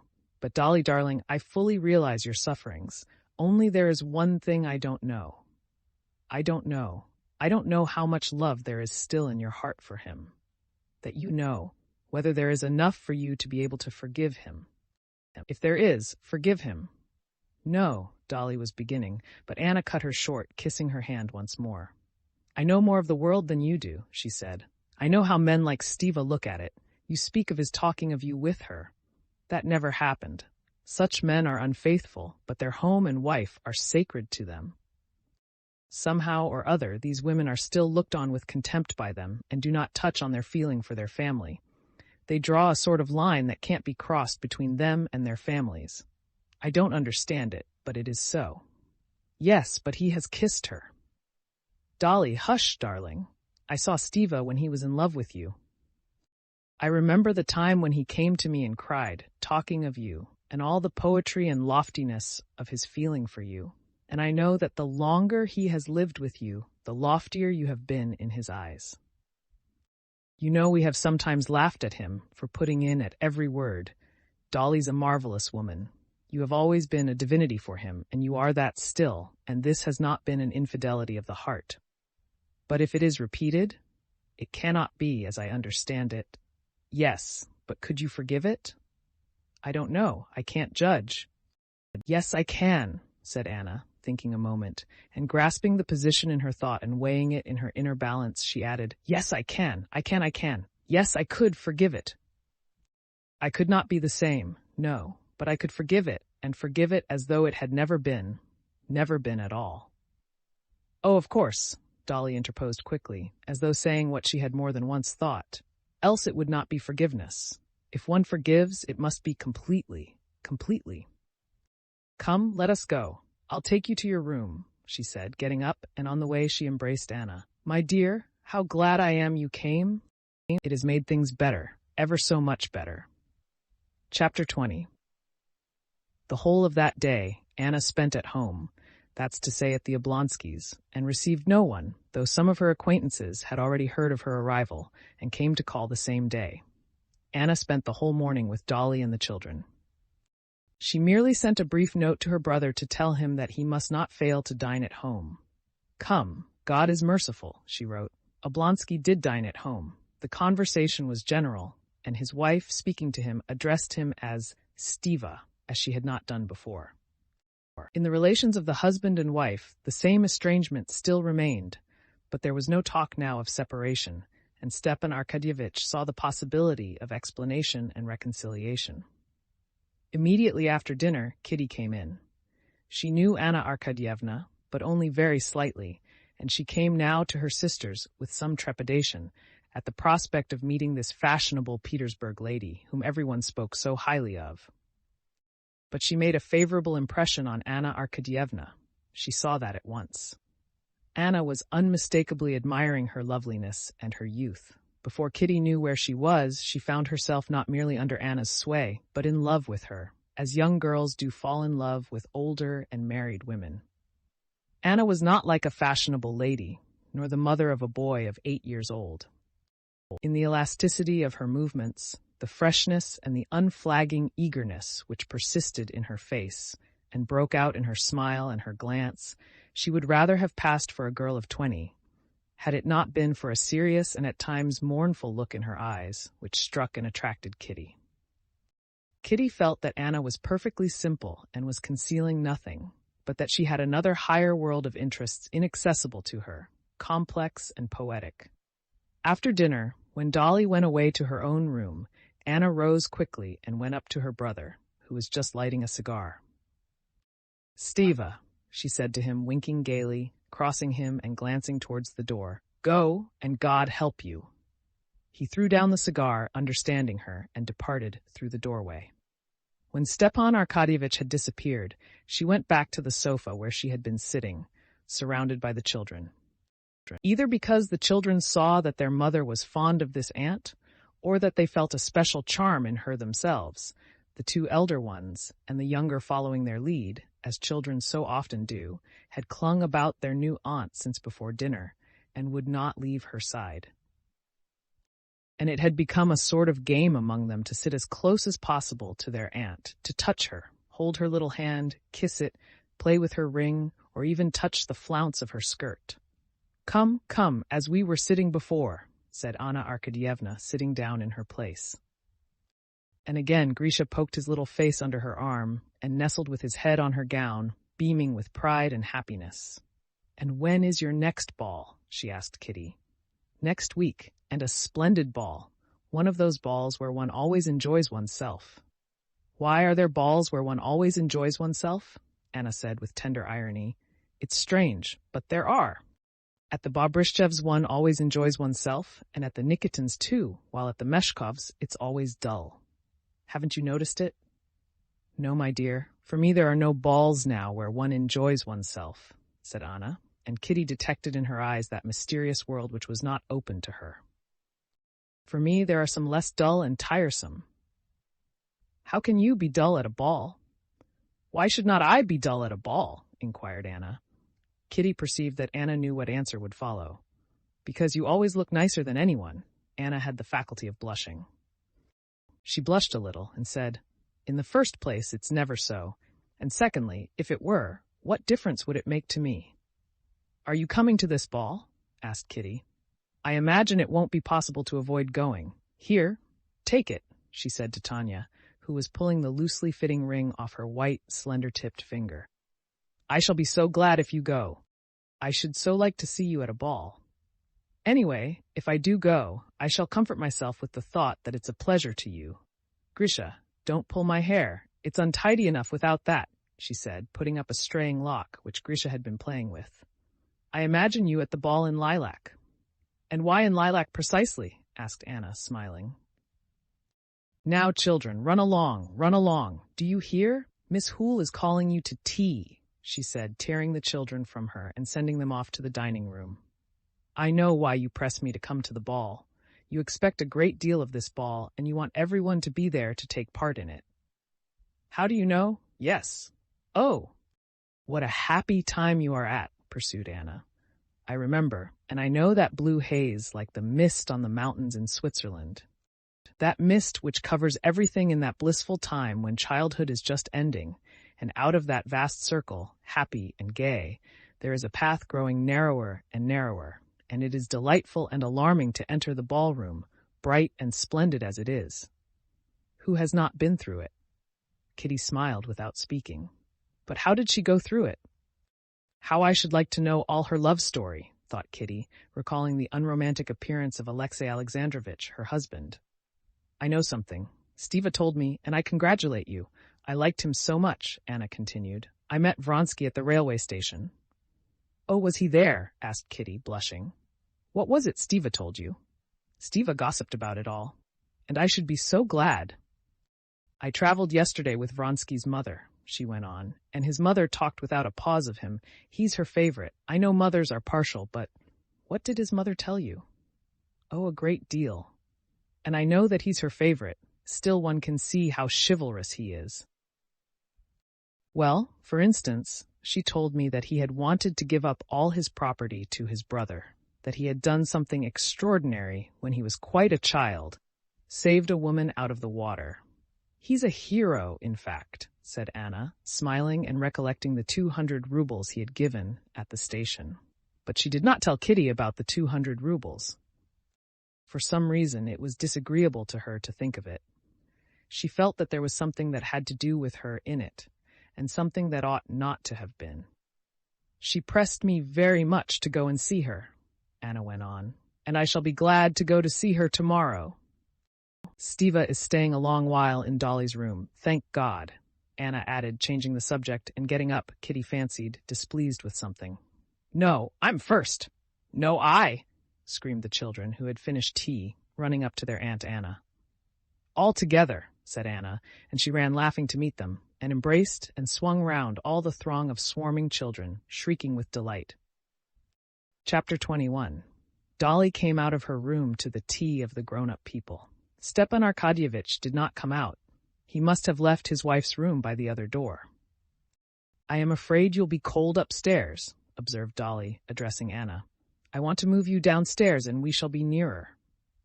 Oh, please, don't trouble about me, answered Anna, looking intently into Dolly's face, trying to make out whether there had been a reconciliation or not. It will be lighter for you here, answered her sister-in-law. I assure you that I sleep everywhere, and always like a marmot. What's the question? Inquired Stepan Arkadyevitch, coming out of his room and addressing his wife. From his tone, both Kitty and Anna knew that a reconciliation had taken place. I want to move Anna downstairs, but we must hang up blinds. No one knows how to do it. I must see to it myself, answered Dolly, addressing him. God knows whether they are fully reconciled, thought Anna, hearing her tone cold and composed. Oh, nonsense, Dolly, always making difficulties, answered her husband. Come, I'll do it all, if you like. Yes, they must be reconciled, thought Anna. I know how you do everything, answered Dolly. You tell Matvey to do what can't be done and go away yourself, leaving him to make a muddle of everything, and her habitual mocking smile curved the corners of Dolly's lips as she spoke. Full reconciliation? Full, thought Anna. Thank God. And rejoicing that she was the cause of it, she went up to Dolly and kissed her. Not at all. Why do you always look down on me and Matvey? Said Stepan Arkadyevitch, smiling hardly perceptibly and addressing his wife. The whole evening Dolly was, as always, a little mocking in her tone to her husband, while Stepan Arkadyevitch was happy and cheerful, but not so as to seem as though, having been forgiven, he had forgotten his offense. At 9:30, a particularly joyful and pleasant family conversation over the tea-table at the Oblonskys' was broken up by an apparently simple incident, but this simple incident for some reason struck everyone as strange. Talking about common acquaintances in Petersburg, Anna got up quickly. She is in my album, she said. And, by the way, I'll show you my Seryosha, she added, with a mother's smile of pride. Towards 10 o'clock, when she usually said good night to her son, and often before going to a ball put him to bed herself, she felt depressed at being so far from him, and whatever she was talking about, she kept coming back in thought to her curly-headed Seryosha. She longed to look at his photograph and talk of him. Seizing the first pretext, she got up and with her light, resolute step went for her album. The stairs up to her room came out on the landing of the great, warm main staircase. Just as she was leaving the drawing-room, a ring was heard in the hall. "Who can that be?" said Dolly. "It's early for me to be fetched, and for anyone else it's late," observed Kitty. "Sure to be someone with papers for me," put in Stepan Arkadyevitch. When Anna was passing the top of the staircase, a servant was running up to announce the visitor, while the visitor himself was standing under a lamp. Anna, glancing down at once, recognized Vronsky, and a strange feeling of pleasure and at the same time of dread of something stirred in her heart. He was standing still, not taking off his coat, pulling something out of his pocket. At the instant when she was just facing the stairs, he raised his eyes, caught sight of her, and into the expression of his face there passed a shade of embarrassment and dismay. With a slight inclination of her head she passed, hearing behind her Stepan Arkadyevitch's loud voice calling him to come up, and the quiet, soft, and composed voice of Vronsky refusing. When Anna returned with the album, he was already gone, and Stepan Arkadyevitch was telling them that he had called to inquire about the dinner they were giving next day to a celebrity who had just arrived. "And nothing would induce him to come up. What a queer fellow he is," added Stepan Arkadyevitch. Kitty blushed. She thought that she was the only person who knew why he had come and why he would not come up. "He has been at home," she thought, "and didn't find me, and thought I should be here, but he did not come up because he thought it late and Anna's here." All of them looked at each other, saying nothing, and began to look at Anna's album. There was nothing either exceptional or strange in a man's calling at 9:30 on a friend to inquire details of a proposed dinner party and not coming in, but it seemed strange to all of them. Above all, it seemed strange and not right to Anna. Chapter 22. The ball was only just beginning as Kitty and her mother walked up the great staircase, flooded with light, and lined with flowers and footmen in powder and red coats. From the rooms came a constant, steady hum, as from a hive, and the rustle of movement.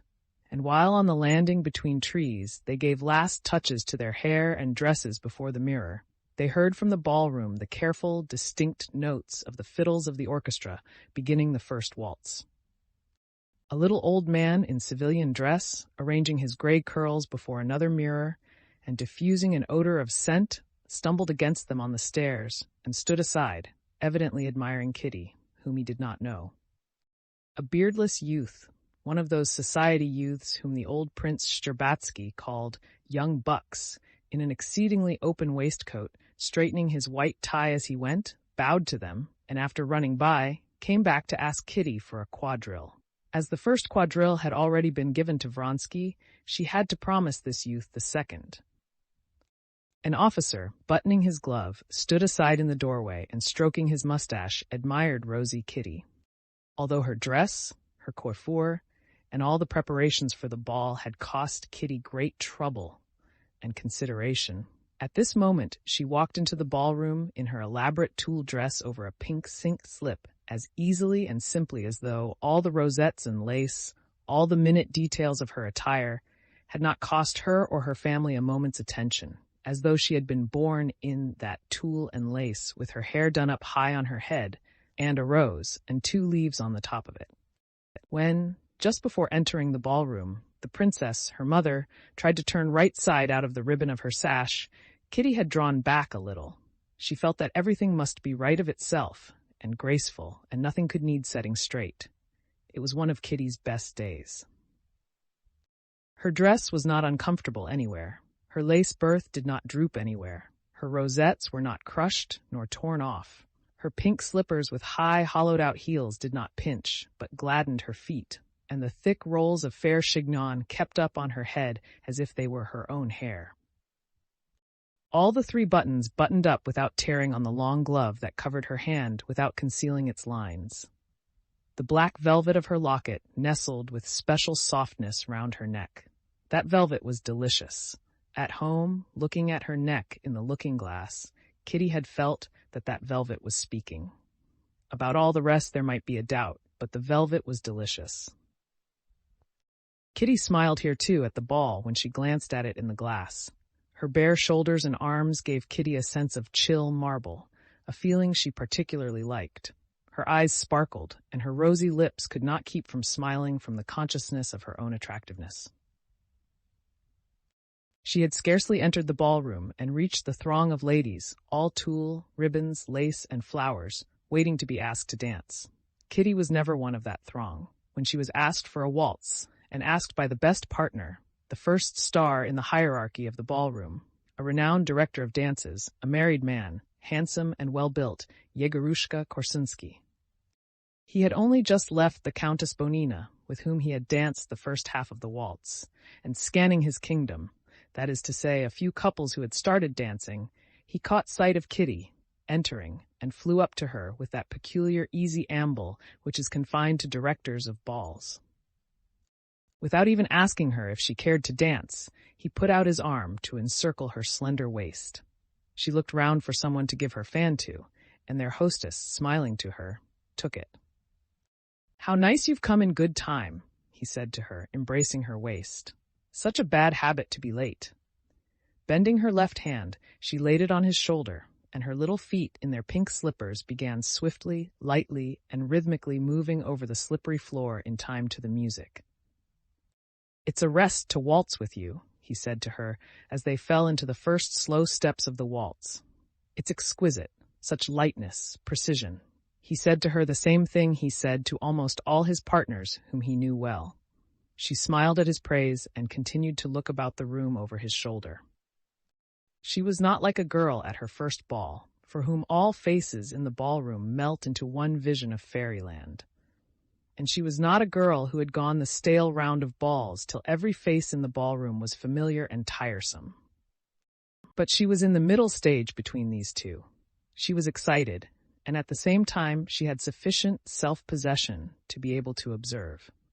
In the left corner of the ballroom, she saw the cream of society gathered together.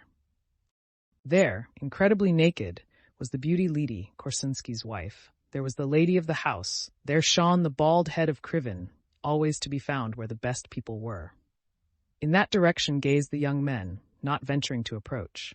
There, too, she descried Stiva, and there she saw the exquisite figure and head of Anna in a black velvet gown. And he was there. Kitty had not seen him since the evening she refused Levin. With her long-sighted eyes, she knew him at once and was even aware that he was looking at her. "Another turn, eh? You're not tired?" said Korsunsky, a little out of breath. "No, thank you." "Where shall I take you?"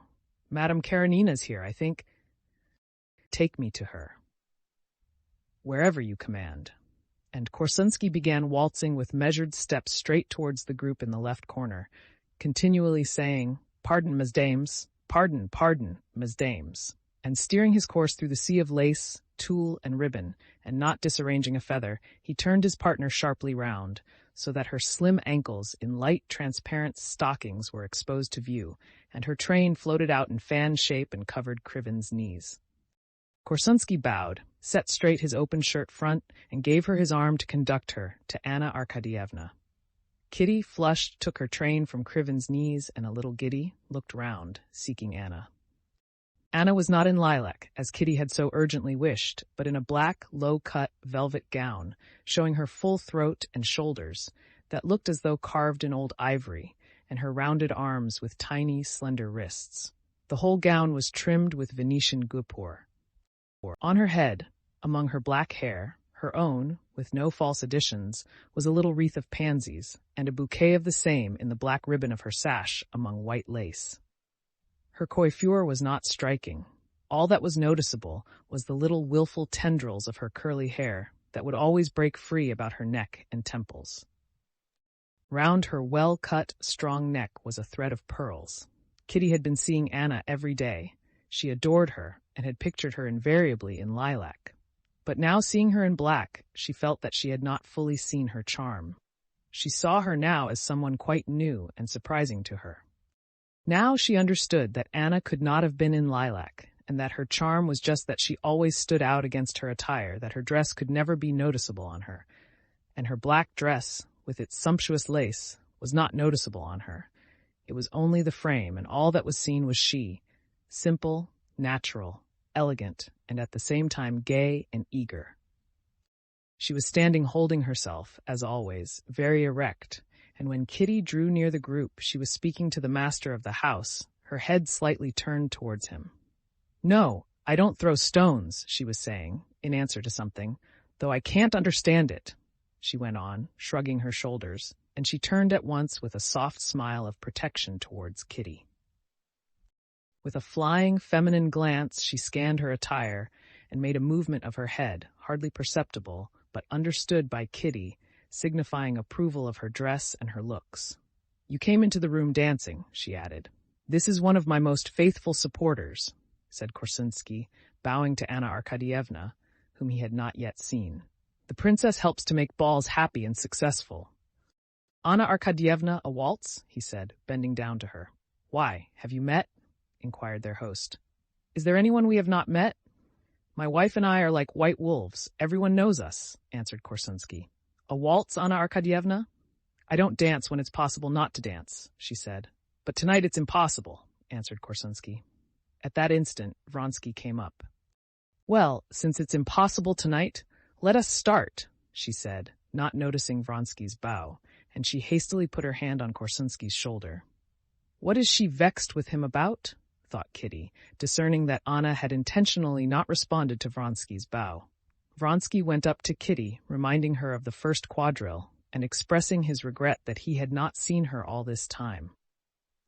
Kitty gazed in admiration at Anna waltzing, and listened to him.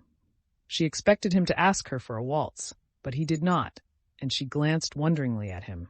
He flushed slightly, and hurriedly asked her to waltz, but he had only just put his arm round her waist, and taken the first step when the music suddenly stopped. Kitty looked into his face, which was so close to her own, and long afterwards, for several years after, that look, full of love, to which he made no response, cut her to the heart with an agony of shame. "Pardon, pardon! Waltz, waltz!" shouted Korsunsky from the other side of the room, and seizing the first young lady he came across, he began dancing himself. Chapter 23. Vronsky and Kitty waltzed several times round the room. After the first waltz, Kitty went to her mother, and she had hardly time to say a few words to Countess Nordstein when Vronsky came up again for the first quadrille. During the quadrille, nothing of any significance was said. There was disjointed talk between them of the Korsunskys, husband and wife, whom he described very amusingly as delightful children at 40, and of the future town theater, and only once the conversation touched her to the quick when he asked her about Levin, whether he was here, and added that he liked him so much.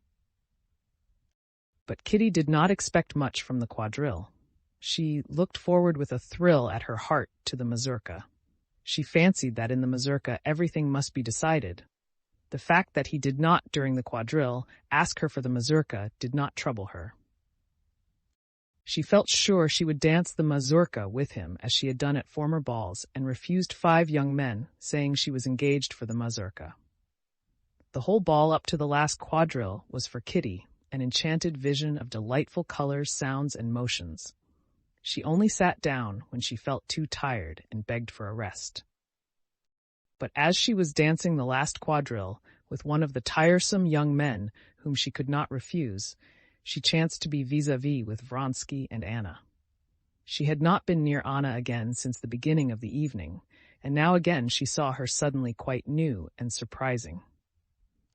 She saw in her the signs of that excitement of success she knew so well in herself. She saw that she was intoxicated with the delighted admiration she was exciting. She knew that feeling and knew its signs, and saw them in Anna, saw the quivering, flashing light in her eyes, and the smile of happiness and excitement unconsciously playing on her lips, and the deliberate grace, precision, and lightness of her movements. Who, she asked herself, all or one? And not assisting the harassed young man she was dancing with in the conversation, the thread of which he had lost and could not pick up again, she obeyed with external liveliness the peremptory shouts of Korsunsky, starting them all into the grand rond, and then into the chaîne, and at the same time she kept watch with a growing pang at her heart. No, it's not the admiration of the crowd has intoxicated her, but the adoration of one. And that one? Can it be he? Every time he spoke to Anna, the joyous light flashed into her eyes, and the smile of happiness curved her red lips. She seemed to make an effort to control herself, to try not to show these signs of delight, but they came out on her face of themselves. But what of him? Kitty looked at him and was filled with terror. What was pictured so clearly to Kitty in the mirror of Anna's face she saw in him? What had become of his always self-possessed, resolute manner and the carelessly serene expression of his face? Now every time he turned to her, he bent his head as though he would have fallen at her feet, and in his eyes there was nothing but humble submission and dread. I would not offend you, his eyes seemed every time to be saying, but I want to save myself, and I don't know how. On his face was a look such as Kitty had never seen before. They were speaking of common acquaintances, keeping up the most trivial conversation, but to Kitty it seemed that every word they said was determining their fate and hers. And strange it was that they were actually talking of how absurd Ivan Ivanovitch was with his French, and how the Aletsky girl might have made a better match. Yet these words had all the while consequence for them, and they were feeling just as Kitty did. The whole ball, the whole world, everything seemed lost in fog in Kitty's soul.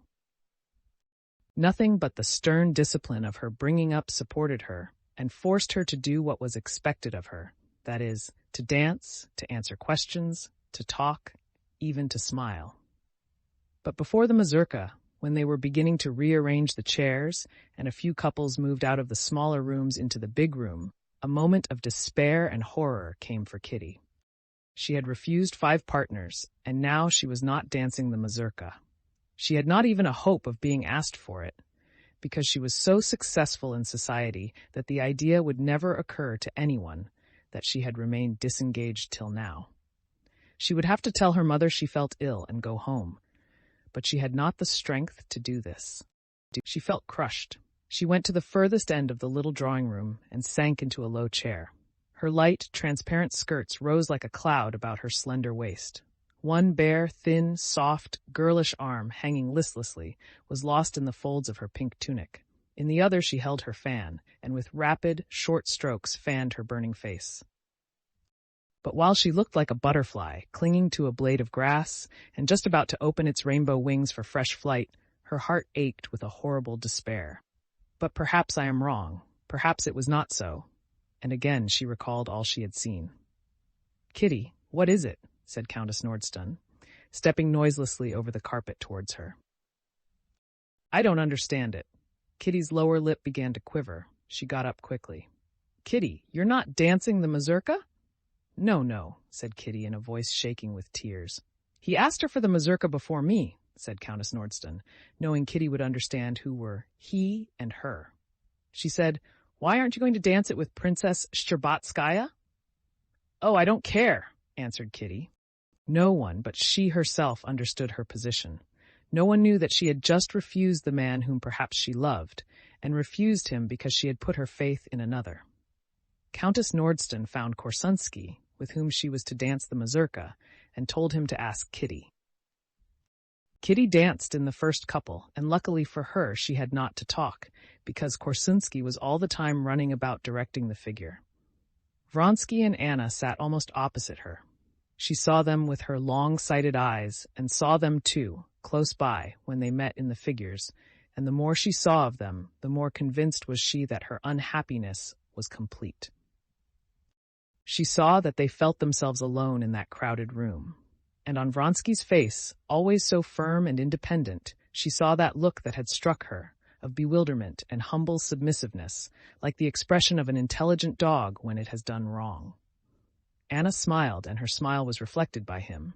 She grew thoughtful, and he became serious. Some supernatural force drew Kitty's eyes to Anna's face. She was fascinating in her simple black dress.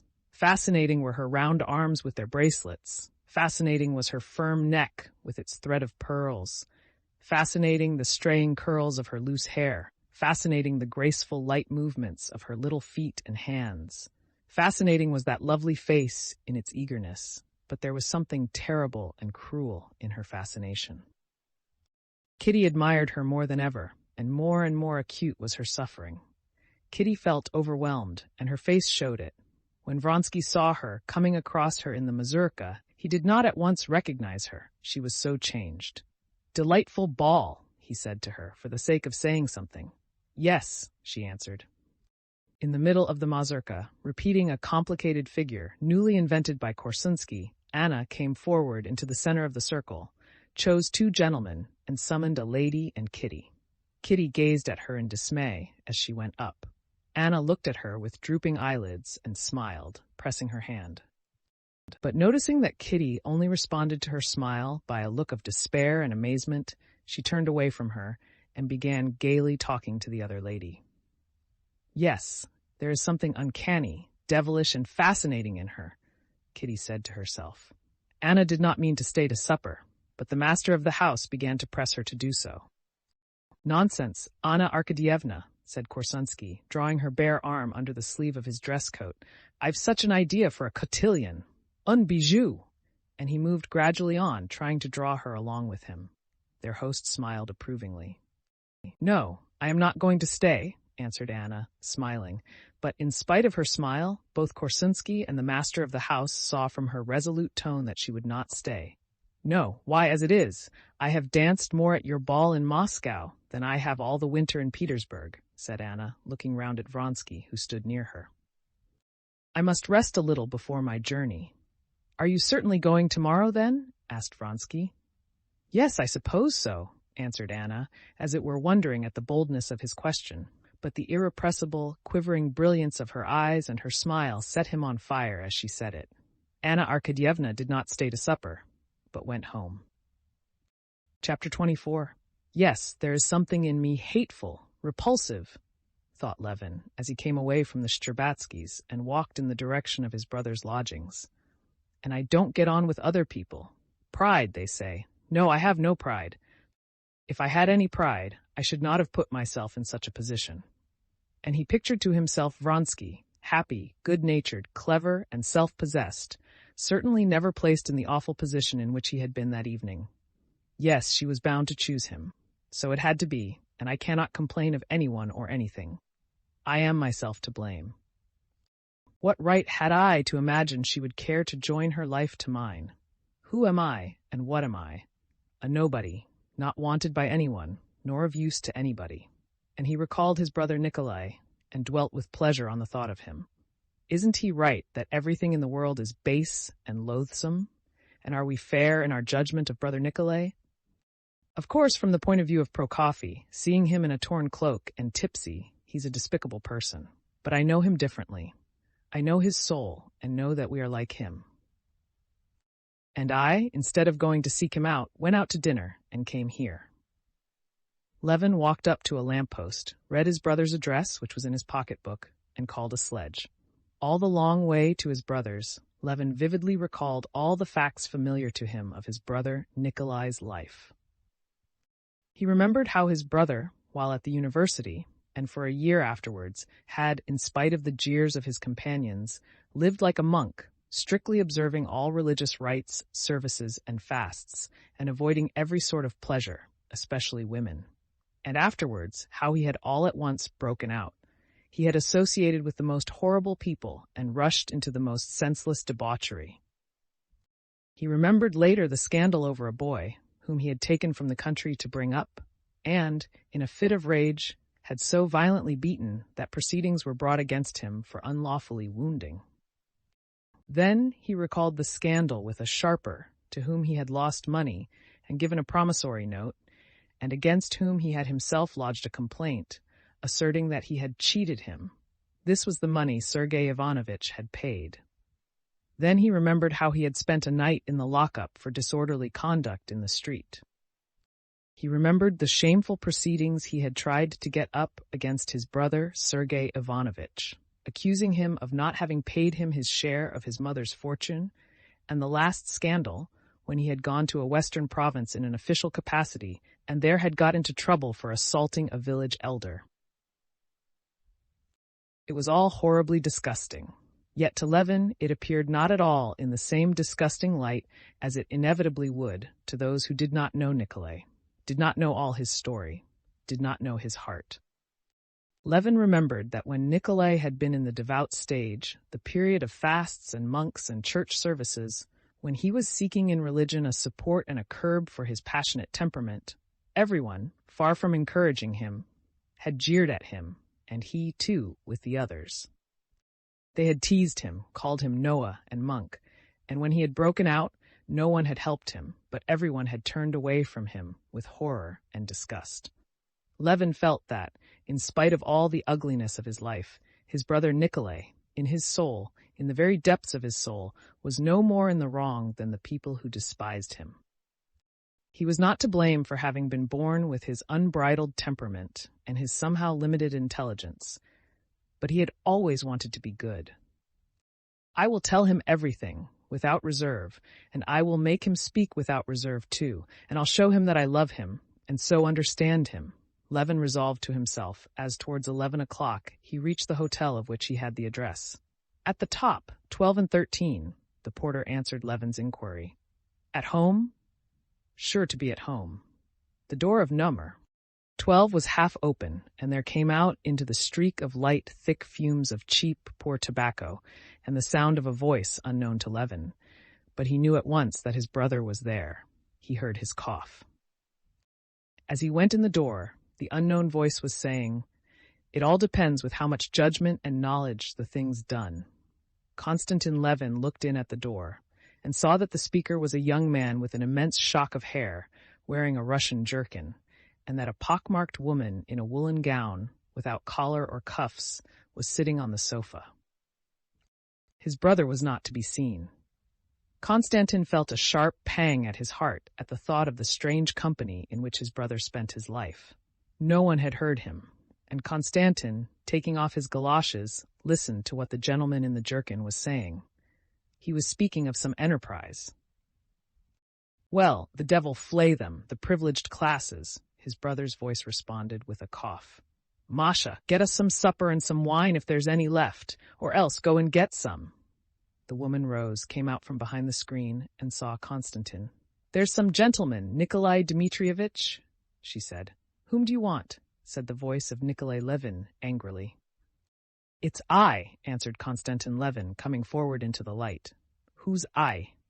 Nikolai's voice said again, still more angrily. He could be heard getting up hurriedly, stumbling against something, and Levin saw, facing him in the doorway, the big scared eyes and the huge, thin, stooping figure of his brother, so familiar, and yet astonishing in its weirdness and sickliness. He was even thinner than 3 years before, when Konstantin Levin had seen him last. He was wearing a short coat, and his hands and big bones seemed huger than ever. His hair had grown thinner, the same straight mustaches hid his lips, the same eyes gazed strangely and naively at his visitor. "Ah, Kostya!" he exclaimed suddenly, recognizing his brother, and his eyes lit up with joy. But the same second he looked round at the young man and gave the nervous jerk of his head and neck that Constantine knew so well, as if his neckband hurt him, and a quite different expression, wild, suffering, and cruel, rested on his emaciated face. I wrote to you and Sergei Ivanovitch both that I don't know you and don't want to know you. What is it you want? He was not at all the same as Constantine had been fancying him. The worst and most tiresome part of his character, what made all relations with him so difficult, had been forgotten by Konstantin Levin when he thought of him.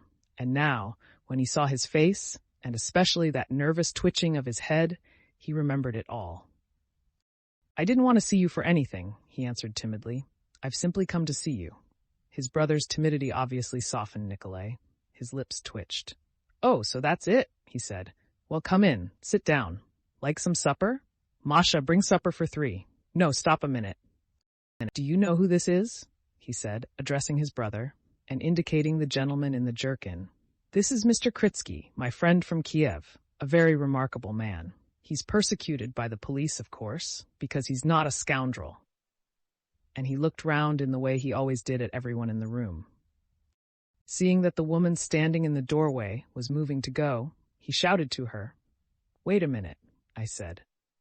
And with the inability to express himself, the incoherence that Constantine knew so well, he began, with another look round at everyone, to tell his brother Kritsky's story, how he had been expelled from the university for starting a benefit society for the poor students in Sunday schools, and how he had afterwards been a teacher in a peasant school, and how he had been driven out of that too, and had afterwards been condemned for something. You're of the Kiev University? Said Konstantin Levin to Kritsky to break the awkward silence that followed. Yes, I was of Kiev, Kritsky replied angrily, his face darkening. And this woman, Nikolay Levin interrupted him, pointing to her, is the partner of my life, Maria Nikolaevna. I took her out of a bad house, and he jerked his neck saying this. But I love her and respect her, and anyone who wants to know me, he added, raising his voice and knitting his brows, I beg to love her and respect her. She's just the same as my wife, just the same. So now you know whom you've to do with. And if you think you're lowering yourself, well, here's the floor, there's the door. And again his eyes traveled inquiringly over all of them. Why I should be lowering myself, I don't understand. Then, Masha, tell them to bring supper, 3 portions, spirits and wine. No, wait a minute. No, it doesn't matter. Go along. Chapter 25. So you see, pursued Nikolay Levin, painfully wrinkling his forehead and twitching. It was obviously difficult for him to think of what to say and do. Here, do you see? He pointed to some sort of iron bars, fastened together with strings, lying in a corner of the room. Do you see that? That's the beginning of a new thing we're going into. It's a productive association. Konstantin scarcely heard him. He looked into his sickly, consumptive face, and he was more and more sorry for him, and he could not force himself to listen to what his brother was telling him about the association. He saw that this association was a mere anchor to save him from self-contempt. Nikolay Levin went on talking. You know that capital oppresses the laborer. The laborers, with us, the peasants, bear all the burden of labor, and are so placed that however much they work, they can't escape from their position of beasts of burden. All the profits of labor, on which they might improve their position and gain leisure for themselves, and after that education, all the surplus values are taken from them by the capitalists. And societies so constituted that the harder they work, the greater the profit of the merchants and landowners, while they stay beasts of burden to the end. And that state of things must be changed, he finished up, and he looked questioningly at his brother. Yes, of course, said Konstantin, looking at the patch of red that had come out on his brother's projecting cheekbones. And so we're founding a locksmiths' association, where all the production and profit and the chief instruments of production will be in common. Where is the association to be? Asked Konstantin Levin. In the village of Vozdrem, Kazan government. But why in a village? In the villages I think there is plenty of work as it is. Why a locksmiths' association in a village? Why? Because the peasants are just as much slaves as they ever were, and that's why you and Sergei Ivanovitch don't like people to try and get them out of their slavery, said Nikolay Levin, exasperated by the objection. Konstantin Levin sighed, looking meanwhile about the cheerless and dirty room. This sigh seemed to exasperate Nikolay still more. I know your and Sergei Ivanovitch's aristocratic views. I know that he applies all the power of his intellect to justify existing evils. No, and what do you talk of Sergei Ivanovitch for? Said Levin, smiling. Sergei Ivanovitch, I'll tell you what for. Nikolay Levin shrieked suddenly at the name of Sergei Ivanovitch. I'll tell you what for. But what's the use of talking? There's only one thing. What did you come to me for? You look down on this and you're welcome to, and go away, in God's name go away, he shrieked, getting up from his chair. And go away and go away. I don't look down on it at all, said Konstantin Levin timidly. I don't even dispute it. At that instant, Marya Nikolaevna came back. Nikolay Levin looked round angrily at her. She went quickly to him and whispered something. I'm not well. I've grown irritable, said Nikolay Levin, getting calmer and breathing painfully. And then you talk to me of Sergei Ivanovitch and his article. It's such rubbish, such lying, such self-deception. What can a man write of justice who knows nothing of it? Have you read his article? He asked Kritsky, sitting down again at the table and moving back off half of it, the scattered cigarettes, so as to clear a space. I've not read it, Kritsky responded gloomily, obviously not desiring to enter into the conversation. Why not? Said Nikolay Levin, now turning with exasperation upon Kritsky. Because I didn't see the use of wasting my time over it. Oh, but excuse me, how did you know it would be wasting your time? That article's too deep for many people. That's to say it's over their heads. But with me, it's another thing. I see through his ideas and I know where its weakness lies. Everyone was mute. Kritsky got up deliberately and reached his cap. Won't you have supper? All right, goodbye. Come round tomorrow with the locksmith. Kritsky had hardly gone out when Nikolay Levin smiled and winked. He's no good either, he said. I see, of course. But at that instant, Kritsky, at the door, called him. What do you want now? He said, and went out to him in the passage. Left alone with Marya Nikolaevna, Levin turned to her. Have you been long with my brother? He said to her. Yes, more than a year. Nikolay Dmitrievitch's health has become very poor. Nikolay Dmitrievitch drinks a great deal, she said. That is, how does he drink? Dr. Ink's vodka, and it's bad for him. And a great deal, whispered Levin. Yes, she said, looking timidly towards the doorway, where Nikolay Levin had reappeared. What were you talking about? He said, knitting his brows, and turning his scared eyes from one to the other. What was it? Oh, nothing, Konstantin answered in confusion. Oh, if you don't want to say, don't. Only it's no good you're talking to her. She's a wench, and you're a gentleman, he said with a jerk of the neck.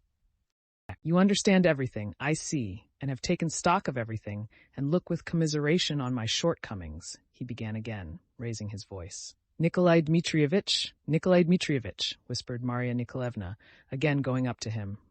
Oh, very well, very well. But where's the supper? Ah, here it is, he said, seeing a waiter with a tray. Here, set it here, he added angrily, and promptly seizing the vodka, he poured out a glassful and drank it greedily. Like a drink?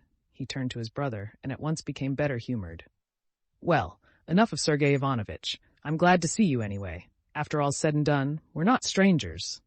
Come, have a drink. Tell me what you're doing, he went on, greedily munching a piece of bread and pouring out another glassful. How are you living? I live alone in the country, as I used to. I'm busy looking after the land, answered Konstantin, watching with horror the greediness with which his brother ate and drank, and trying to conceal that he noticed it. Why don't you get married? It hasn't happened so, Konstantin answered, reddening a little. Why not? For me now, everything's at an end. I've made a mess of my life. But this I've said, and I say still, that if my share had been given me when I needed it, my whole life would have been different. Konstantin made haste to change the conversation. Do you know your little Vanya's with me, a clerk in the counting house at Pokrovskoe?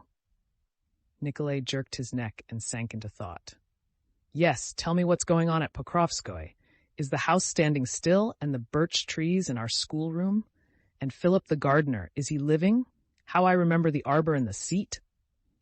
Now mind, and don't alter anything in the house, but make haste and get married, and make everything as it used to be again. Then I'll come and see you, if your wife is nice." "But come to me now," said Levin. "How nicely we would arrange it. I'd come and see you if I were sure I should not find Sergei Ivanovitch. You wouldn't find him there. I live quite independently of him." "Yes, but say what you like. You will have to choose between me and him," he said, looking timidly into his brother's face. This timidity touched Konstantin. "If you want to hear my confession of faith on the subject, I tell you that in your quarrel with Sergei Ivanovitch, I take neither side. You're both wrong.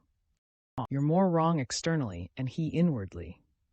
"Ah! You see that! You see that!" Nikolai shouted joyfully. "But I personally value friendly relations with you more because—" "Why? Why?" Konstantin could not say that he valued it more because Nikolai was unhappy and needed affection. But Nikolai knew that this was just what he meant to say, and scowling, he took up the vodka again. "Enough, Nikolai Dmitrievitch," said Maria Nikolaevna, stretching out her plump, bare arm towards the decanter. "Let it be. Don't insist. I'll beat you," he shouted. Maria Nikolaevna smiled a sweet and good-humored smile, which was at once reflected on Nikolai's face, and she took the bottle. "And do you suppose she understands nothing?" said Nikolai. "She understands it all better than any of us. Isn't it true there's something good and sweet in her? Were you never before in Moscow?" Konstantin said to her, for the sake of saying something. "Only you mustn't be polite and stiff with her. It frightens her. No one ever spoke to her so but the justices of the peace, who tried her for trying to get out of a house of ill fame. Mercy on us, the senselessness in the world," he cried suddenly. "These new institutions, these justices of the peace, rural councils, what hideousness it all is!" And he began to enlarge on his encounters with the new institutions. Konstantin Levin heard him, and the disbelief in the sense of all public institutions, which he shared with him and often expressed, was distasteful to him now from his brother's lips. "In another world, we shall understand it all," he said lightly. "In another world? Ah, I don't like that other world. I don't like it," he said, letting his scared eyes rest on his brother's eyes. "Here one would think that to get out of all the baseness and the mess, one's own and other people's would be a good thing, and yet I'm afraid of death, awfully afraid of death." He shuddered.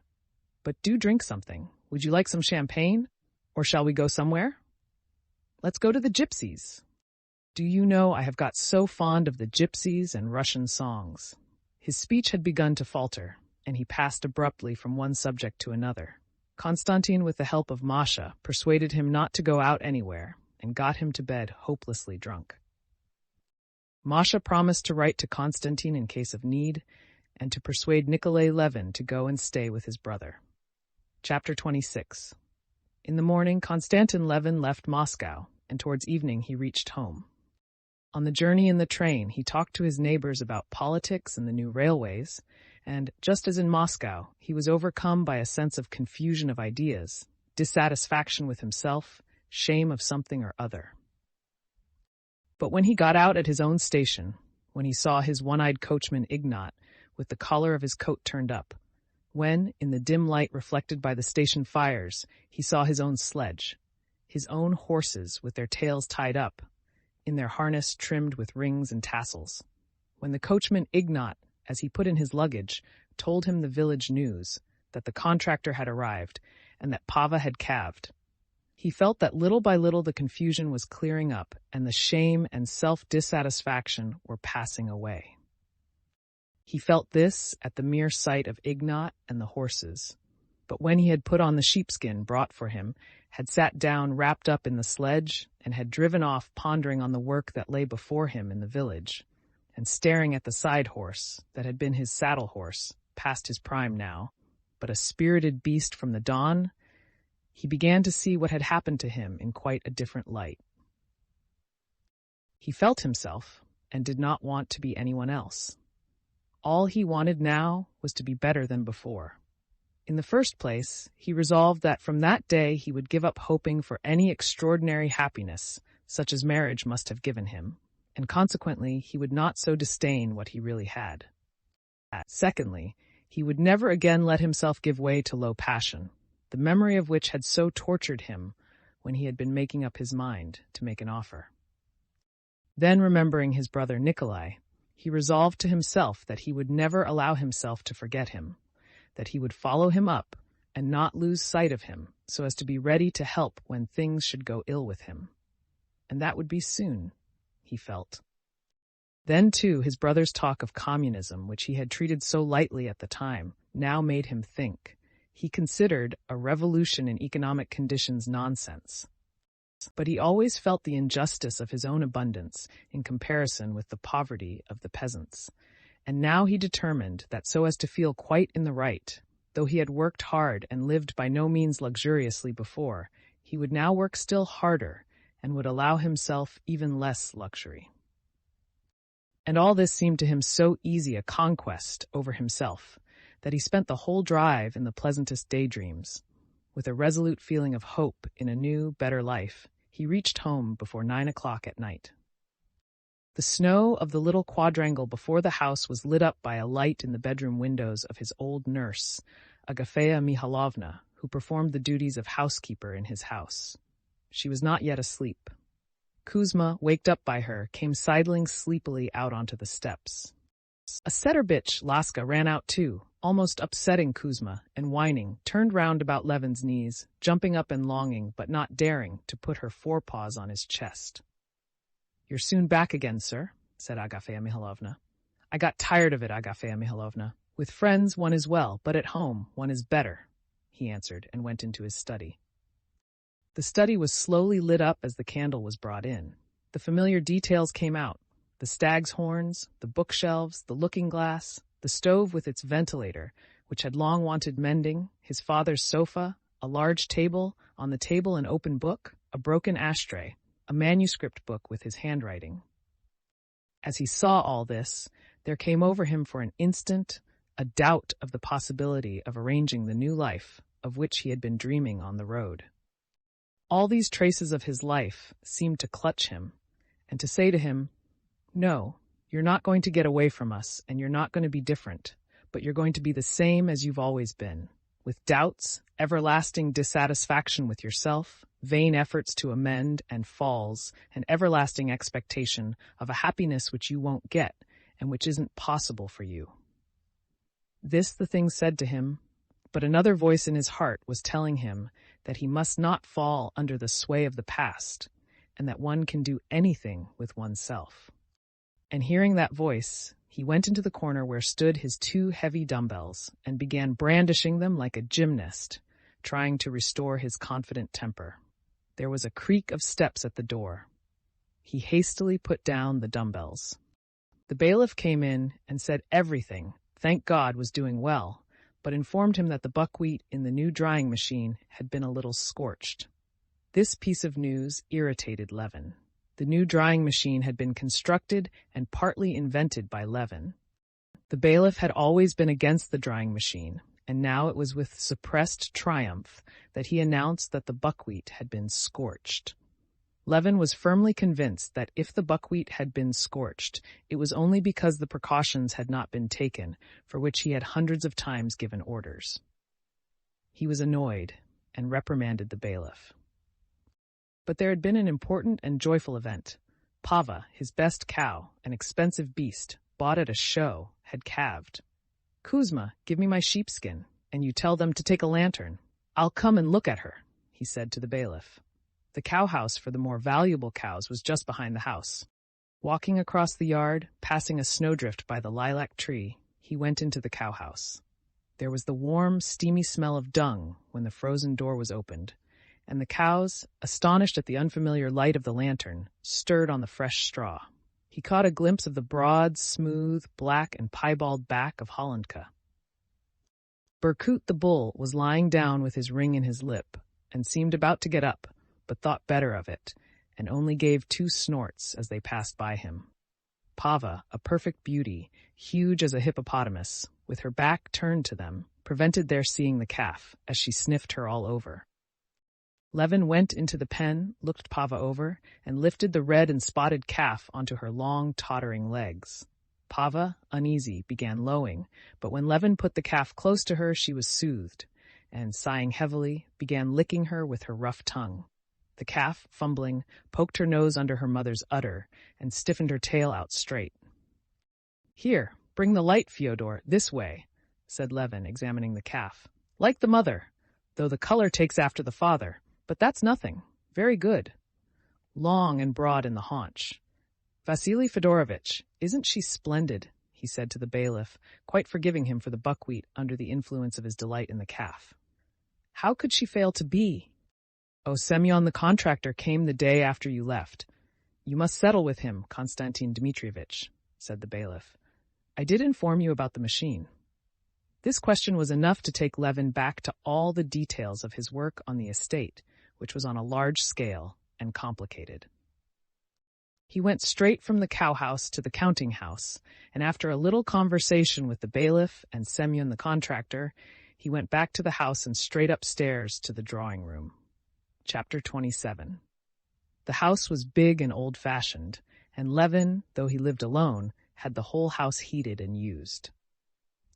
He knew that this was stupid, he knew that it was positively not right and contrary to his present new plans, but this house was a whole world to Levin. It was the world in which his father and mother had lived and died. They had lived just the life that to Levin seemed the ideal of perfection, and that he had dreamed of beginning with his wife, his family. Levin scarcely remembered his mother. His conception of her was for him a sacred memory, and his future wife was bound to be in his imagination a repetition of that exquisite holy ideal of a woman that his mother had been. He was so far from conceiving of love for woman apart from marriage that he positively pictured to himself first the family, and only secondarily the woman who would give him a family. His ideas of marriage were, consequently, quite unlike those of the great majority of his acquaintances, for whom getting married was one of the numerous facts of social life. For Levin, it was the chief affair of life, on which its whole happiness turned, and now he had to give up that. When he had gone into the little drawing-room, where he always had tea, and had settled himself in his armchair with a book, and Agafea Mihalovna had brought him tea, and with her usual, "Well, I'll stay a while, sir," had taken a chair in the window, he felt that, however strange it might be, he had not parted from his daydreams, and that he could not live without them. Whether with her or with another, still it would be. He was reading a book and thinking of what he was reading, and stopping to listen to Agafea Mihalovna, who gossiped away without flagging, and yet, with all that, all sorts of pictures of family life and work in the future rose disconnectedly before his imagination. He felt that in the depth of his soul, something had been put in its place, settled down, and laid to rest. He heard Agafea Mihalovna talking of how Prohor had forgotten his duty to God, and with the money Levin had given him to buy a horse, had been drinking without stopping, and had beaten his wife till he'd half killed her. He listened and read his book and recalled the whole train of ideas suggested by his reading. It was Tyndall's treatise on heat. He recalled his own criticisms of Tyndall, of his complacent satisfaction in the cleverness of his experiments, and for his lack of philosophic insight. And suddenly there floated into his mind the joyful thought, "In 2 years' time I shall have 2 Dutch cows. Pava herself will perhaps still be alive, a dozen young daughters of Berkut and the 3 others. How lovely." He took up his book again. Very good. Electricity and heat are the same thing. But is it possible to substitute the one quantity for the other in the equation for the solution of any problem? No. Well then, what of it? The connection between all the forces of nature is felt instinctively. It's particularly nice if Pava's daughter should be a red-spotted cow, and all the herd will take after her, and the other 3 too. Splendid. To go out with my wife and visitors to meet the herd. My wife says, "Kostya and I looked after that calf like a child." "How can it interest you so much?" says a visitor. "Everything that interests him interests me, but who will she be?" And he remembered what had happened at Moscow. "Well, there's nothing to be done. It's not my fault. But now everything shall go on in a new way. It's nonsense to pretend that life won't let one, that the past won't let one. One must struggle to live better, much better." He raised his head and fell to dreaming. Old Laska, who had not yet fully digested her delight at his return, and had run out into the yard to bark, came back wagging her tail, and crept up to him, bringing in the scent of fresh air, put her head under his hand, and whined plaintively, asking to be stroked. "There! Who'd have thought it?" said Agafea Mihalovna. "The dog now? Why, she understands that her master's come home, and that he's low-spirited." "Why low-spirited? Do you suppose I don't see it, sir? It's high time I should know the gentry. Why, I've grown up from a little thing with them. It's nothing, sir, so long as there's health and a clear conscience." Levin looked intently at her, surprised at how well she knew his thought. "Shall I fetch you another cup?" said she, and taking his cup she went out. Laska kept poking her head under his hand. He stroked her, and she promptly curled up at his feet, laying her head on a hind paw. And in token of all now being well and satisfactory, she opened her mouth a little, smacked her lips, and settling her sticky lips more comfortably about her old teeth, she sank into blissful repose. Levin watched all her movements attentively. "That's what I'll do," he said to himself. "That's what I'll do. Nothing's amiss." All's well. Chapter 28. After the ball, early next morning, Anna Arkadyevna sent her husband a telegram that she was leaving Moscow the same day. "No, I must go, I must go." She explained to her sister-in-law the change in her plans in a tone that suggested that she had to remember so many things that there was no enumerating them. No, it had really better be today. Stepan Arkadyevitch was not dining at home, but he promised to come and see his sister off at 7 o'clock. Kitty, too, did not come, sending a note that she had a headache. Dolly and Anna dined alone with the children and the English governess. Whether it was that the children were fickle, or that they had acute senses, and felt that Anna was quite different that day from what she had been when they had taken such a fancy to her, that she was not now interested in them. But they had abruptly dropped their play with their aunt, and their love for her, and were quite indifferent that she was going away. Anna was absorbed the whole morning in preparations for her departure. She wrote notes to her Moscow acquaintances, put down her accounts, and packed. Altogether, Dolly fancied she was not in a placid state of mind, but in that worried mood, which Dolly knew well with herself, and which does not come without cause, and for the most part covers dissatisfaction with self. After dinner, Anna went up to her room to dress, and Dolly followed her. "How queer you are today," Dolly said to her. Do you think so? I'm not queer, but I'm nasty. I am like that sometimes. I keep feeling as if I could cry." "It's very stupid, but it'll pass off," said Anna quickly, and she bent her flushed face over a tiny bag in which she was packing a nightcap and some cambric handkerchiefs. Her eyes were particularly bright, and were continually swimming with tears. "In the same way I didn't want to leave Petersburg, and now I don't want to go away from here." "You came here and did a good deed," said Dolly, looking intently at her.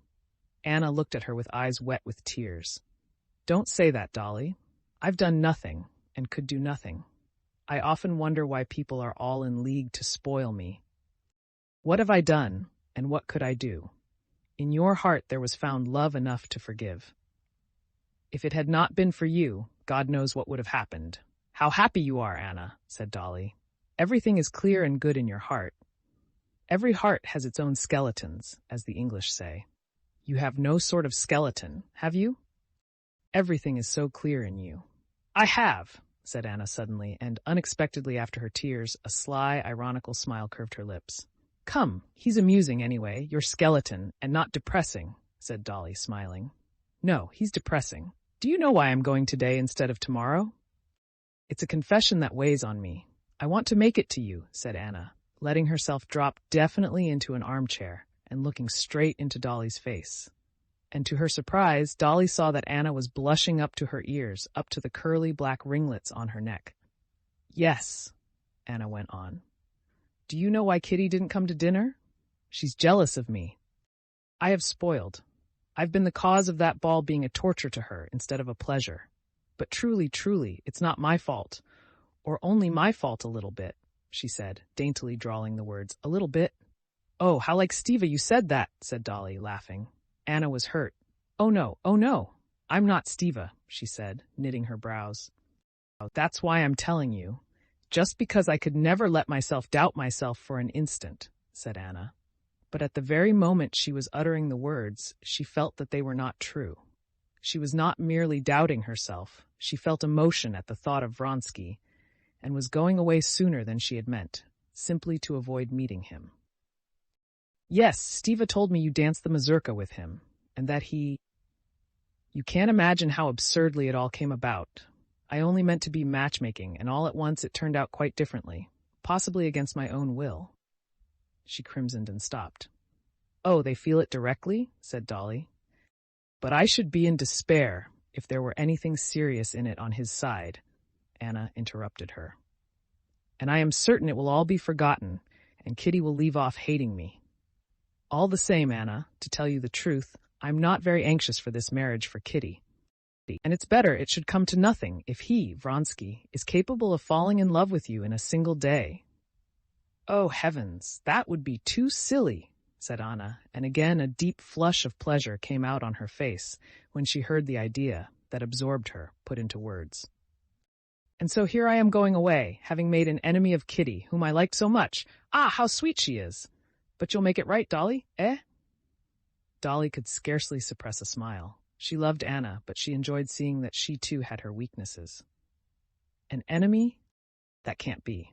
I did so want you all to care for me as I do for you, and now I care for you more than ever, said Anna, with tears in her eyes. Ah, how silly I am today. She passed her handkerchief over her face and began dressing. At the very moment of starting, Stepan Arkadyevitch arrived, late, rosy and good-humored, smelling of wine and cigars. Anna's emotionalism infected Dolly, and when she embraced her sister-in-law for the last time, she whispered, Remember, Anna, what you've done for me, I shall never forget, and remember that I love you, and shall always love you as my dearest friend. I don't know why, said Anna, kissing her and hiding her tears. You understood me, and you understand. Goodbye, my darling. Chapter 29. Come, it's all over, and thank God, was the first thought that came to Anna Arkadyevna when she had said goodbye for the last time to her brother, who had stood blocking up the entrance to the carriage till the third bell rang. She sat down on her lounge beside Annushka and looked about her in the twilight of the sleeping carriage. Thank God! Tomorrow I shall see Seryozha and Alexey Alexandrovitch, and my life will go on in the old way, all nice and as usual. Still in the same anxious frame of mind as she had been all that day, Anna took pleasure in arranging herself for the journey with great care. With her little deft hands, she opened and shut her little red bag, took out a cushion, laid it on her knees, and carefully wrapping up her feet, settled herself comfortably. An invalid lady had already lain down to sleep. Two other ladies began talking to Anna, and a stout elderly lady tucked up her feet and made observations about the heating of the train. Anna answered a few words, but not foreseeing any entertainment from the conversation, she asked Annushka to get a lamp, hooked it onto the arm of her seat, and took from her bag a paper knife and an English novel. At first, her reading made no progress. The fuss and bustle were disturbing. Then when the train had started, she could not help listening to the noises. Then the snow, beating on the left window and sticking to the pane, and the sight of the muffled guard passing by, covered with snow on one side, and the conversations about the terrible snowstorm raging outside, distracted her attention. Farther on, it was continually the same again and again, the same shaking and rattling, the same snow on the window, the same rapid transitions from steaming heat to cold and back again to heat, the same passing glimpses of the same figures in the twilight, and the same voices. And Anna began to read and to understand what she read. Annushka was already dozing, the red bag on her lap, clutched by her broad hands in gloves, of which one was torn. Anna Arkadyevna read and understood, but it was distasteful to her to read, that is, to follow the reflection of other people's lives. She had too great a desire to live herself. If she read that the heroine of the novel was nursing a sick man, she longed to move with noiseless steps about the room of a sick man. If she read of a member of Parliament making a speech, she longed to be delivering the speech. If she read of how Lady Mary had ridden after the hounds and had provoked her sister-in-law, and had surprised everyone by her boldness, she too wished to be doing the same. But there was no chance of doing anything, and twisting the smooth paper knife in her little hands, she forced herself to read. The hero of the novel was already almost reaching his English happiness, a baronetcy and an estate, and Anna was feeling a desire to go with him to the estate when she suddenly felt that he ought to feel ashamed, and that she was ashamed of the same thing. But what had he to be ashamed of? What have I to be ashamed of? She asked herself in injured surprise. She laid down the book and sank against the back of the chair, tightly gripping the paper cutter in both hands. There was nothing. She went over all her Moscow recollections. All were good, pleasant. She remembered the ball, remembered Vronsky and his face of slavish adoration, remembered all her conduct with him. There was nothing shameful. And for all that, at the same point in her memories, the feeling of shame was intensified, as though some inner voice, just at the point when she thought of Vronsky, were saying to her, "Warm, very warm, hot." "Well, what is it?" she said to herself resolutely, shifting her seat in the lounge. "What does it mean? Am I afraid to look it straight in the face? Why? What is it? Can it be that between me and this officer boy there exist, or can exist, any other relations than such as are common with every acquaintance?" She laughed contemptuously and took up her book again, but now she was definitely unable to follow what she read. She passed the paper knife over the window pane, then laid its smooth, cool surface to her cheek, and almost laughed aloud at the feeling of delight that all at once, without cause, came over her. She felt as though her nerves were strings being strained tighter and tighter on some sort of screwing peg. She felt her eyes opening wider and wider, her fingers and toes twitching nervously, something within oppressing her breathing, while all shapes and sounds seemed in the uncertain half-light to strike her with unaccustomed vividness. Moments of doubt were continually coming upon her, when she was uncertain whether the train were going forwards or backwards, or were standing still altogether, whether it were Anushka at her side or a stranger. What's that on the arm of the chair, a fur cloak or some beast? And what am I myself or some other woman?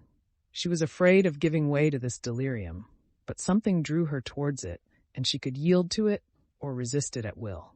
She got up to rouse herself and slipped off her plaid and the cape of her warm dress. For a moment she regained her self-possession and realized that the thin peasant who had come in wearing a long overcoat with buttons missing from it was the stove heater, that he was looking at the thermometer, that it was the wind and snow bursting in after him at the door. But then everything grew blurred again. That peasant with the long waist seemed to be gnawing something on the wall. The old lady began stretching her legs the whole length of the carriage and filling it with a black cloud. Then there was a fearful shrieking and banging, as though someone were being torn to pieces. Then there was a blinding dazzle of red fire before her eyes, and a wall seemed to rise up and hide everything. Anna felt as though she were sinking down, but it was not terrible, but delightful. The voice of a man muffled up and covered with snow shouted something in her ear. She got up and pulled herself together. She realized that they had reached a station and that this was the guard. She asked Anushka to hand her the cape she had taken off and her shawl, put them on, and moved towards the door. "Do you wish to get out?" asked Anushka.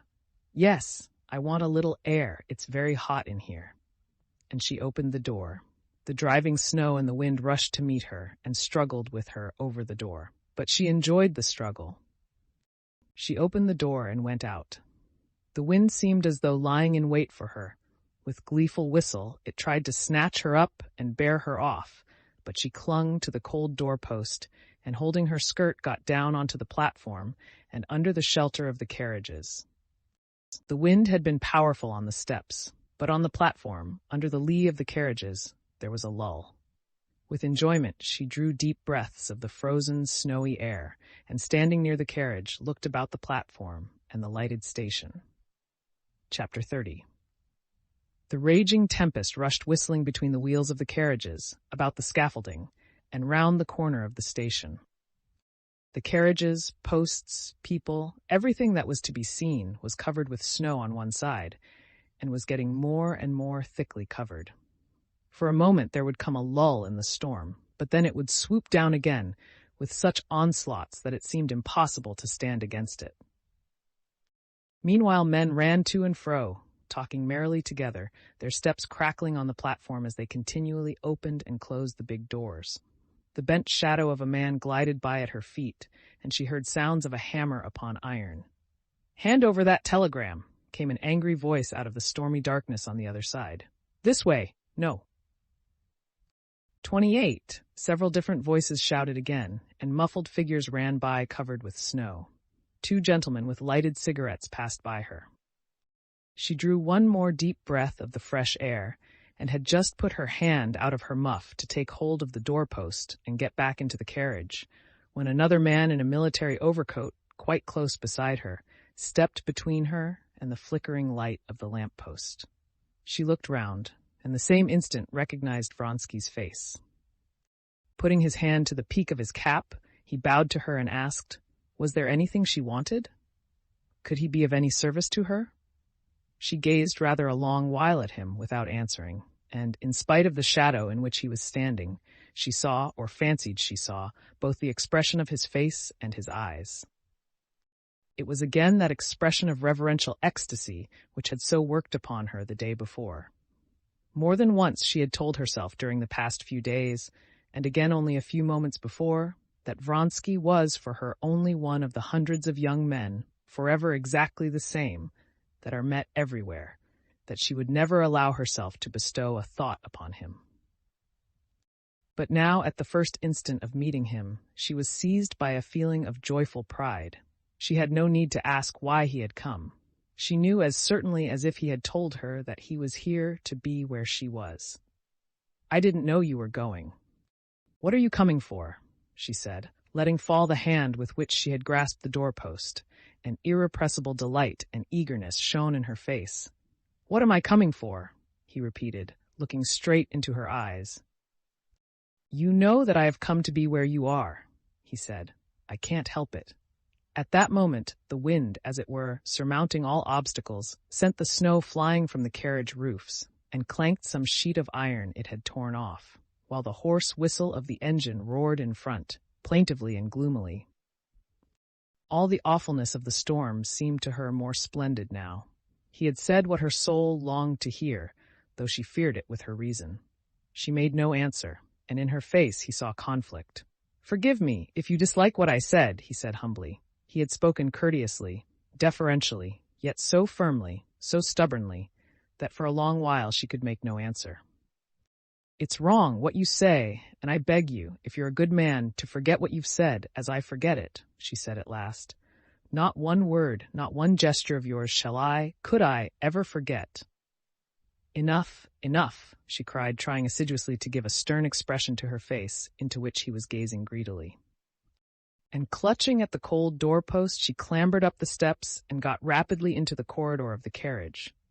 But in the little corridor she paused, going over in her imagination what had happened.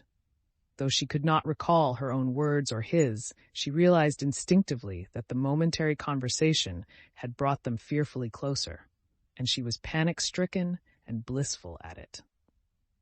After standing still a few seconds, she went into the carriage and sat down in her place. The overstrained condition which had tormented her before did not only come back, but was intensified, and reached such a pitch that she was afraid every minute that something would snap within her from the excessive tension. She did not sleep all night. But in that nervous tension, and in the visions that filled her imagination, there was nothing disagreeable or gloomy. On the contrary, there was something blissful, glowing, and exhilarating. Towards morning, Anna sank into a doze, sitting in her place, and when she waked it was daylight, and the train was near Petersburg. At once thoughts of home, of husband and of son, and the details of that day and the following came upon her. At Petersburg, as soon as the train stopped and she got out, the first person that attracted her attention was her husband. "Oh, mercy!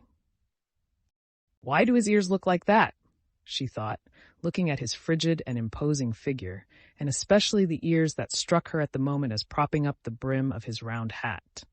Catching sight of her, he came to meet her, his lips falling into their habitual sarcastic smile, and his big, tired eyes looking straight at her. An unpleasant sensation gripped at her heart when she met his obstinate and weary glance, as though she had expected to see him different. She was especially struck by the feeling of dissatisfaction with herself that she experienced on meeting him. That feeling was an intimate, familiar feeling, like a consciousness of hypocrisy, which she experienced in her relations with her husband. But hitherto she had not taken note of the feeling. Now she was clearly and painfully aware of it. Yes, as you see, your tender spouse, as devoted as the first year after marriage, burned with impatience to see you, he said in his deliberate, high-pitched voice, and in that tone which he almost always took with her, a tone of jeering at anyone who should say in earnest what he said. "Is Seryozha quite well?" she asked. "And is this all the reward," said he, "for my ardor?" "He's quite well." Chapter 31. Vronsky had not even tried to sleep all that night. He sat in his armchair looking straight before him or scanning the people who got in and out. If he had indeed on previous occasions struck and impressed people who did not know him by his air of unhesitating composure, he seemed now more haughty and self-possessed than ever. He looked at people as if they were things. A nervous young man, a clerk in a law court, sitting opposite him, hated him for that look. The young man asked him for a light and entered into conversation with him, and even pushed against him, to make him feel that he was not a thing, but a person. But Vronsky gazed at him exactly as he did at the lamp, and the young man made a wry face, feeling that he was losing his self-possession under the oppression of this refusal to recognize him as a person. Vronsky saw nothing and no one. He felt himself a king, not because he believed that he had made an impression on Anna, he did not yet believe that, but because the impression she had made on him gave him happiness and pride. What would come of it all he did not know, he did not even think. He felt that all his forces, hitherto dissipated, wasted, were centered on one thing, and bent with fearful energy on one blissful goal. And he was happy at it. He knew only that he had told her the truth, that he had come where she was, that all the happiness of his life, the only meaning in life for him, now lay in seeing and hearing her. And when he got out of the carriage at Bologova to get some seltzer water and caught sight of Anna, involuntarily his first word had told her just what he thought, and he was glad he had told her it, that she knew it now and was thinking of it. He did not sleep all night. When he was back in the carriage, he kept unceasingly going over every position in which he had seen her, every word she had uttered, and before his fancy, making his heart faint with emotion, floated pictures of a possible future. When he got out of the train at Petersburg, he felt after his sleepless night as keen and fresh as after a cold bath. He paused near his compartment, waiting for her to get out. Once more, he said to himself, smiling unconsciously, once more I shall see her walk, her face. She will say something, turn her head, glance, smile, maybe. But before he caught sight of her, he saw her husband, whom the station master was deferentially escorting through the crowd. Ah, yes! The husband. Only now, for the first time, did Vronsky realize clearly the fact that there was a person attached to her, a husband. He knew that she had a husband, but had hardly believed in his existence, and only now fully believed in him, with his head and shoulders, and his legs clad in black trousers, especially when he saw this husband calmly take her arm with a sense of property. Seeing Alexey Alexandrovitch with his Petersburg face and severely self-confident figure, in his round hat with his rather prominent spine, he believed in him, and was aware of a disagreeable sensation, such as a man might feel tortured by thirst, who, on reaching a spring, should find a dog, a sheep, or a pig, who has drunk of it and muddied the water. Alexey Alexandrovitch's manner of walking, with a swing of the hips and flat feet, particularly annoyed Vronsky. He could recognize in no one but himself an indubitable right to love her. But she was still the same, and the sight of her affected him the same way, physically reviving him, stirring him, and filling his soul with rapture. He told his German valet, who ran up to him from the second class, to take his things and go on, and he himself went up to her. He saw the first meeting between the husband and wife, and noted with a lover's insight the signs of slight reserve with which she spoke to her husband. No, she does not love him and cannot love him, he decided to himself. At the moment when he was approaching Anna Arkadyevna, he noticed too with joy that she was conscious of his being near, and looked round, and seeing him, turned again to her husband. "Have you passed a good night?" he asked, bowing to her and her husband together, and leaving it up to Alexey Alexandrovitch to accept the bow on his own account, and to recognize it or not, as he might see fit. "Thank you, very good," she answered. Her face looked weary, and there was not that play of eagerness in it, peeping out in her smile and her eyes, but for a single instant, as she glanced at him, there was a flash of something in her eyes, and although the flash died away at once, he was happy for that moment. She glanced at her husband to find out whether he knew Vronsky. Alexey Alexandrovitch looked at Vronsky with displeasure, vaguely recalling who this was. Vronsky's composure and self-confidence here struck, like a scythe against a stone, upon the cold self-confidence of Alexey Alexandrovitch. "Count Vronsky," said Anna. "Ah, we are acquainted, I believe," said Alexey Alexandrovitch indifferently, giving his hand. "You set off with the mother and you return with the son," he said, articulating each syllable, as though each were a separate favor he was bestowing. "You're back from leave, I suppose?" he said, and without waiting for a reply, he turned to his wife in his jesting tone. "Well, were a great many tears shed at Moscow at parting?" By addressing his wife like this, he gave Vronsky to understand that he wished to be left alone, and, turning slightly towards him, he touched his hat. But Vronsky turned to Anna Arkadyevna. "I hope I may have the honor of calling on you," he said. Alexey Alexandrovitch glanced with his weary eyes at Vronsky. "Delighted," he said coldly. "On Mondays we're at home. Most fortunate," he said to his wife, dismissing Vronsky altogether, "that I should just have half an hour to meet you, so that I can prove my devotion," he went on in the same jesting tone. "You lay too much stress on your devotion for me to value it much," she responded in the same jesting tone, involuntarily listening to the sound of Vronsky's steps behind them. "But what has it to do with me?" she said to herself, and she began asking her husband how Seryozha had got on without her. "Oh, capitally. Mariette says he has been very good, and I must disappoint you, but he has not missed you as your husband has. But once more, merci, my dear, for giving me a day. Our dear Samovar will be delighted." He used to call the Countess Lydia Ivanovna, well known in society, a samovar, because she was always bubbling over with excitement. "She has been continually asking after you. And, do you know, if I may venture to advise you, you should go and see her today. You know how she takes everything to heart. Just now, with all her own cares, she's anxious about the Oblonskys being brought together." The Countess Lydia Ivanovna was a friend of her husband's, and the center of that one of the coteries of the Petersburg world with which Anna was, through her husband, in the closest relations. "But you know I wrote to her?" "Still she'll want to hear details." "Go and see her, if you're not too tired, my dear. Well, Kondraty will take you in the carriage while I go to my committee. I shall not be alone at dinner again." Alexey Alexandrovitch went on, no longer in a sarcastic tone. "You wouldn't believe how I've missed," and with a long pressure of her hand and a meaning smile, he put her in her carriage. Chapter 32. The first person to meet Anna at home was her son. He dashed down the stairs to her, in spite of the governess's call, and with desperate joy shrieked, "Mother! Mother!" Running up to her, he hung on her neck.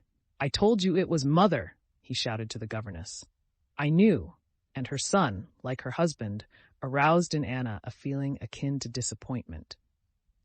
She had imagined him better than he was in reality. She had to let herself drop down to the reality to enjoy him as he really was.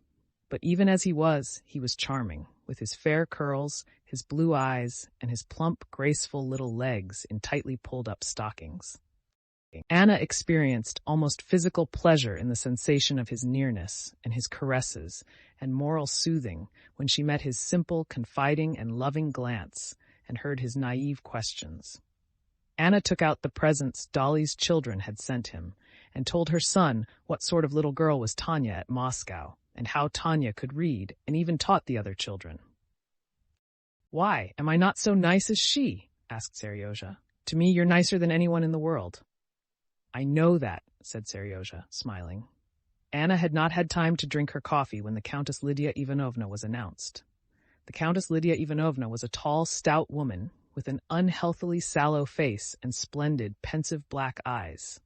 Anna liked her, but today she seemed to be seeing her for the first time with all her defects. "Well, my dear, so you took the olive branch?" inquired Countess Lydia Ivanovna as soon as she came into the room. "Yes, it's all over, but it was all much less serious than we had supposed," answered Anna. "My belle-sœur is in general too hasty." But Countess Lydia Ivanovna, though she was interested in everything that did not concern her, had a habit of never listening to what interested her. She interrupted Anna. "Yes, there's plenty of sorrow and evil in the world. I am so worried today." "Oh, why?" asked Anna, trying to suppress a smile. "I'm beginning to be weary of fruitlessly championing the truth, and sometimes I'm quite unhinged by it. The Society of the Little Sisters, this was a religiously patriotic, philanthropic institution, was going splendidly. But with these gentlemen it's impossible to do anything," added Countess Lydia Ivanovna in a tone of ironical submission to destiny. "They pounce on the idea and distort it, and then work it out so pettily and unworthily. 2 or 3 people, your husband among them, understand all the importance of the thing, but the others simply drag it down. Yesterday Pravdin wrote to me. Pravdin was a well-known panslavist abroad, and Countess Lydia Ivanovna described the purport of his letter. Then the Countess told her of more disagreements and intrigues against the work of the unification of the churches, and departed in haste, as she had that day to be at the meeting of some society and also at the Slavonic Committee. It was all the same before, of course, but why was it I didn't notice it before?" Anna asked herself. "Or has she been very much irritated today? It's really ludicrous. Her object is doing good. She a Christian, yet she's always angry, and she always has enemies, and always enemies in the name of Christianity and doing good." After Countess Lydia Ivanovna, another friend came, the wife of a chief secretary, who told her all the news of the town. At 3 o'clock she too went away, promising to come to dinner. Alexey Alexandrovitch was at the ministry. Anna, left alone, spent the time till dinner in assisting at her son's dinner. He dined apart from his parents, and in putting her things in order, and in reading and answering the notes and letters which had accumulated on her table. The feeling of causeless shame which she had felt on the journey, and her excitement too, had completely vanished. In the habitual conditions of her life, she felt again resolute and irreproachable. She recalled with wonder her state of mind on the previous day. What was it? Nothing. Vronsky said something silly, which it was easy to put a stop to, and I answered as I ought to have done. To speak of it to my husband would be unnecessary and out of the question. To speak of it would be to attach importance to what has no importance. She remembered how she had told her husband of what was almost a declaration made her at Petersburg by a young man, one of her husband's subordinates, and how Alexey Alexandrovitch had answered that every woman living in the world was exposed to such incidents, but that he had the fullest confidence in her tact and could never lower her and himself by jealousy. So then there's no reason to speak of it, and indeed, thank God, there's nothing to speak of, she told herself. Chapter 33. Alexey Alexandrovitch came back from the meeting of the ministers at 4 o'clock. But as often happened, he had not time to come in to her. He went into his study to see the people waiting for him with petitions, and to sign some papers brought him by his chief secretary. At dinner time, there were always a few people dining with the Karenins. There arrived an old lady, a cousin of Alexey Alexandrovitch, the chief secretary of the department and his wife, and a young man who had been recommended to Alexey Alexandrovitch for the service. Anna went into the drawing-room to receive these guests. Precisely at 5 o'clock, before the bronze Peter I clock had struck the 5th stroke, Alexey Alexandrovitch came in, wearing a white tie and evening coat with 2 stars, as he had to go out directly after dinner. Every minute of Alexei Alexandrovich's life was portioned out and occupied, and to make time to get through all that lay before him every day, he adhered to the strictest punctuality. Unhasting and unresting was his motto. He came into the dining hall, greeted everyone, and hurriedly sat down, smiling to his wife. "Yes, my solitude is over." You wouldn't believe how uncomfortable, he laid stress on the word uncomfortable, it is to dine alone. At dinner, he talked a little to his wife about Moscow matters, and with a sarcastic smile, asked her after Stepan Arkadyevitch, but the conversation was for the most part general, dealing with Petersburg official and public news. After dinner, he spent half an hour with his guests, and again, with a smile, pressed his wife's hand, withdrew, and drove off to the council. Anna did not go out that evening either to the Princess Betsy Tverskaya, who, hearing of her return, had invited her, nor to the theater, where she had a box for that evening. She did not go out principally because the dress she had reckoned upon was not ready. Altogether, Anna, on turning, after the departure of her guests, to the consideration of her attire, was very much annoyed. She was generally a mistress of the art of dressing well without great expense, and before leaving Moscow, she had given her dressmaker 3 dresses to transform. The dresses had to be altered so that they could not be recognized, and they ought to have been ready 3 days before. It appeared that 2 dresses had not been done at all, while the other one had not been altered as Anna had intended. The dressmaker came to explain, declaring that it would be better as she had done it, and Anna was so furious that she felt ashamed when she thought of it afterwards. To regain her serenity completely, she went into the nursery and spent the whole evening with her son, put him to bed herself, signed him with the cross, and tucked him up. She was glad she had not gone out anywhere and had spent the evening so well. She felt so light-hearted and serene. She saw so clearly that all that had seemed to her so important on her railway journey was only one of the common trivial incidents of fashionable life, and that she had no reason to feel ashamed before anyone else or before herself. Anna sat down at the hearth with an English novel and waited for her husband.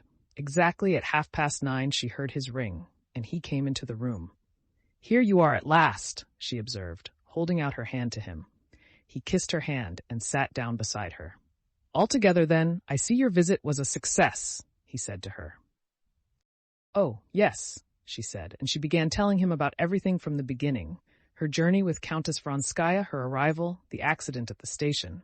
Then she described the pity she had felt, first for her brother and afterwards for Dolly. "I imagine one cannot exonerate such a man from blame, though he is your brother," said Alexei Alexandrovitch severely. Anna smiled. She knew that he said that simply to show that family considerations could not prevent him from expressing his genuine opinion. She knew that characteristic in her husband and liked it. "I am glad it has all ended so satisfactorily, and that you are back again," he went on. "Come, what do they say about the new act I have got passed in the council?" Anna had heard nothing of this act, and she felt conscience-stricken at having been able so readily to forget what was to him of such importance. "Here, on the other hand, it has made a great sensation," he said, with a complacent smile. She saw that Alexei Alexandrovitch wanted to tell her something pleasant to him about it, and she brought him by questions to telling it. With the same complacent smile, he told her of the ovations he had received in consequence of the act he had passed. "I was very, very glad. It shows that at last a reasonable and steady view of the matter is becoming prevalent among us." Having drunk his second cup of tea with cream and bread, Alexei Alexandrovitch got up and was going towards his study. "And you've not been anywhere this evening? You've been dull, I expect," he said. "Oh, no," she answered, getting up after him and accompanying him across the room to his study. "What are you reading now?" she asked. "Just now I'm reading Duc de Lille, Poésie des Enfers," he answered. "A very remarkable book." Anna smiled, as people smile at the weaknesses of those they love, and putting her hand under his, she escorted him to the door of the study. She knew his habit, that had grown into a necessity, of reading in the evening. She knew, too, that in spite of his official duties, which swallowed up almost the whole of his time, He considered it his duty to keep up with everything of note that appeared in the intellectual world. She knew, too, that he was really interested in books dealing with politics, philosophy, and theology, that art was utterly foreign to his nature. But in spite of this, or rather, in consequence of it, Alexey Alexandrovitch never passed over anything in the world of art, but made it his duty to read everything. She knew that in politics, in philosophy, in theology, Alexey Alexandrovitch often had doubts and made investigations. But on questions of art and poetry, and above all of music, of which he was totally devoid of understanding, he had the most distinct and decided opinions. He was fond of talking about Shakespeare, Raphael, Beethoven, of the significance of new schools of poetry and music, all of which were classified by him with very conspicuous consistency. "Well, God be with you," she said at the door of the study, where a shaded candle and a decanter of water were already put by his armchair. "And I'll write to Moscow." He pressed her hand and again kissed it. "All the same, he's a good man, truthful, good-hearted, and remarkable in his own line," Anna said to herself, going back to her room, as though she were defending him to someone who had attacked him and said that one could not love him. But why is it his ears stick out so strangely? Or has he had his hair cut?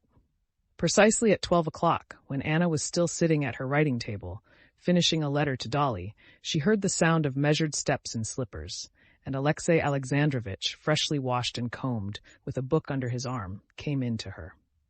It's time, said he, with a meaning smile, and he went into their bedroom. And what right had he to look at him like that? Thought Anna, recalling Vronsky's glance at Alexey Alexandrovitch. Undressing, she went into the bedroom, but her face had none of the eagerness which, during her stay in Moscow, had fairly flashed from her eyes and her smile. On the contrary, now the fire seemed quenched in her, hidden somewhere far away. Chapter 34. When Vronsky went to Moscow from Petersburg, he had left his large set of rooms in Morskaya to his friend and favorite comrade, Petritsky. Petritsky was a young lieutenant, not particularly well connected, and not merely not wealthy, but always hopelessly in debt. Towards evening he was always drunk, and he had often been locked up after all sorts of ludicrous and disgraceful scandals, but he was a favorite both of his comrades and his superior officers. On arriving at 12 o'clock from the station at his flat, Vronsky saw at the outer door a hired carriage familiar to him. While still outside his own door, as he rang, he heard masculine laughter, the lisp of a feminine voice, and Petritsky's voice. "If that's one of the villains, don't let him in," Vronsky told the servant not to announce him, and slipped quietly into the first room. Baroness Shilton, a friend of Petritsky's, with a rosy little face and flaxen hair, resplendent in a lilac satin gown, and filling the whole room like a canary with her Parisian chatter, sat at the round table making coffee.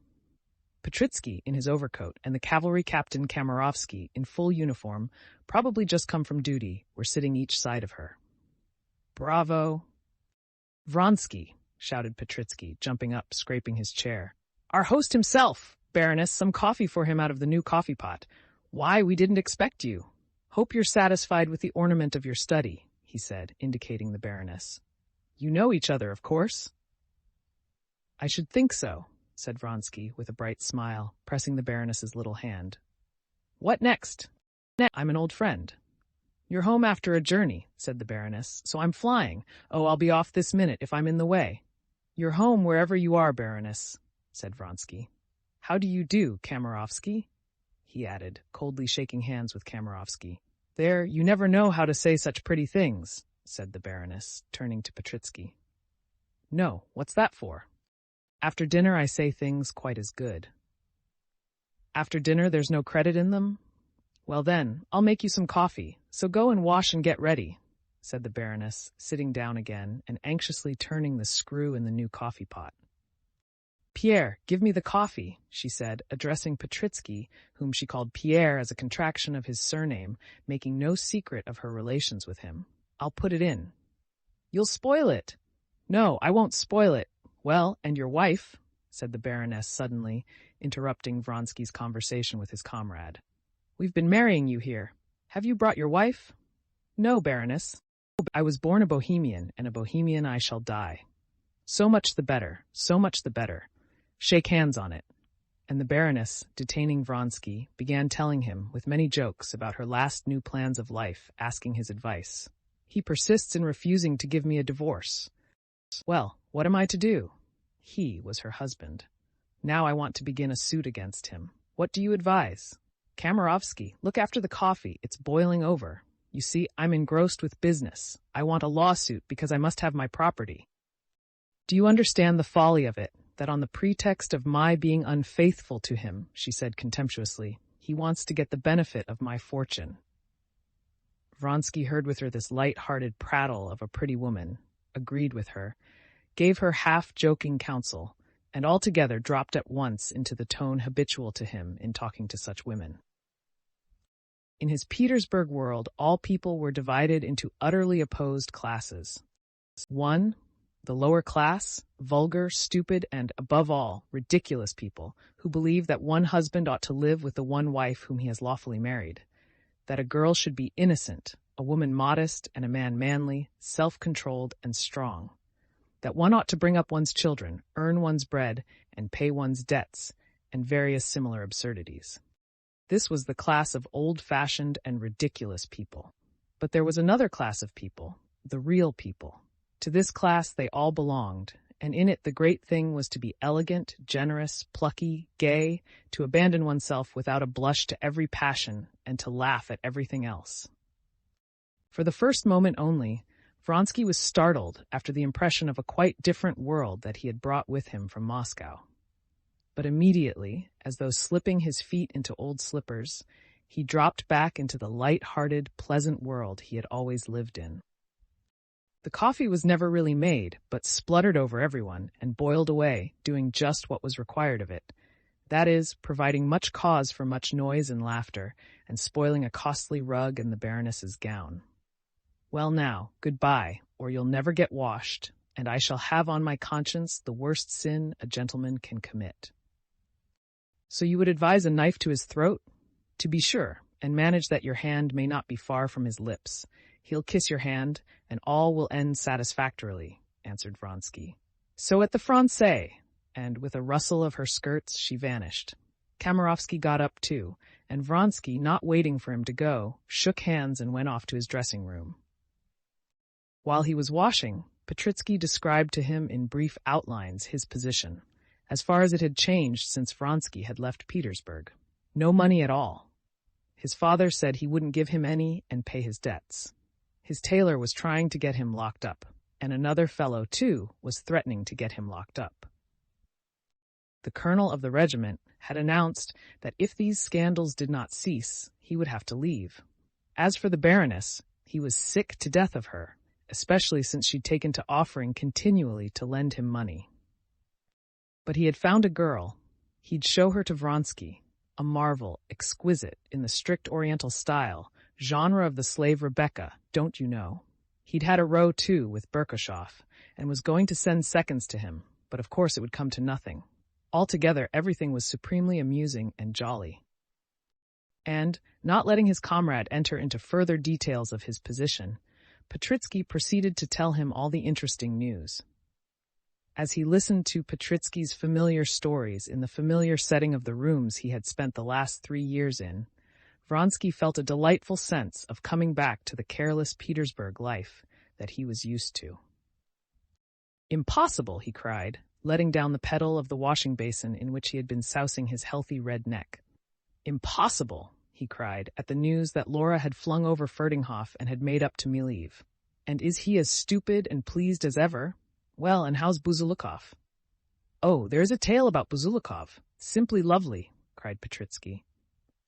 "You know his weakness for balls, and he never misses a single court ball. He went to a big ball in a new helmet.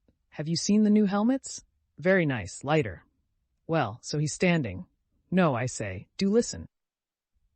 "I am listening," answered Vronsky, rubbing himself with a rough towel.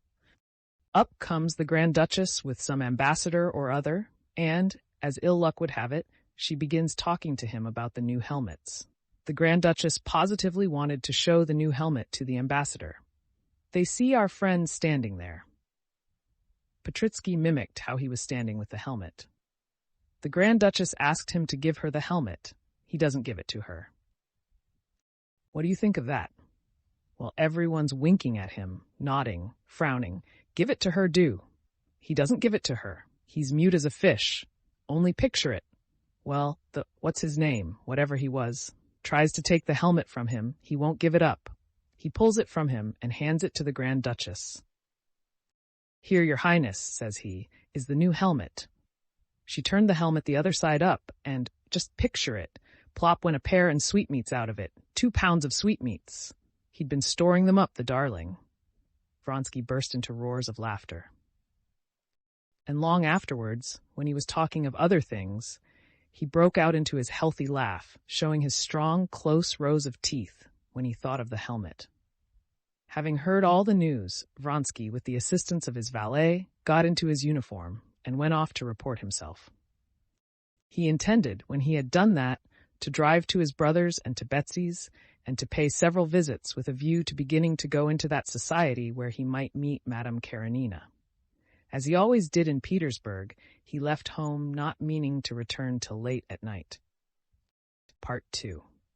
Chapter 1. At the end of the winter, in the Strabatskys' house, a consultation was being held, which was to pronounce on the state of Kitty's health and the measures to be taken to restore her failing strength. She had been ill, and as spring came on, she grew worse. The family doctor gave her cod liver oil, then iron, then nitrate of silver, but as the first and the second and the third were alike in doing no good, and as his advice when spring came was to go abroad, a celebrated physician was called in. The celebrated physician, a very handsome man, still youngish, asked to examine the patient. He maintained, with peculiar satisfaction, it seemed that maiden modesty is a mere relic of barbarism, and that nothing could be more natural than for a man still youngish to handle a young girl naked.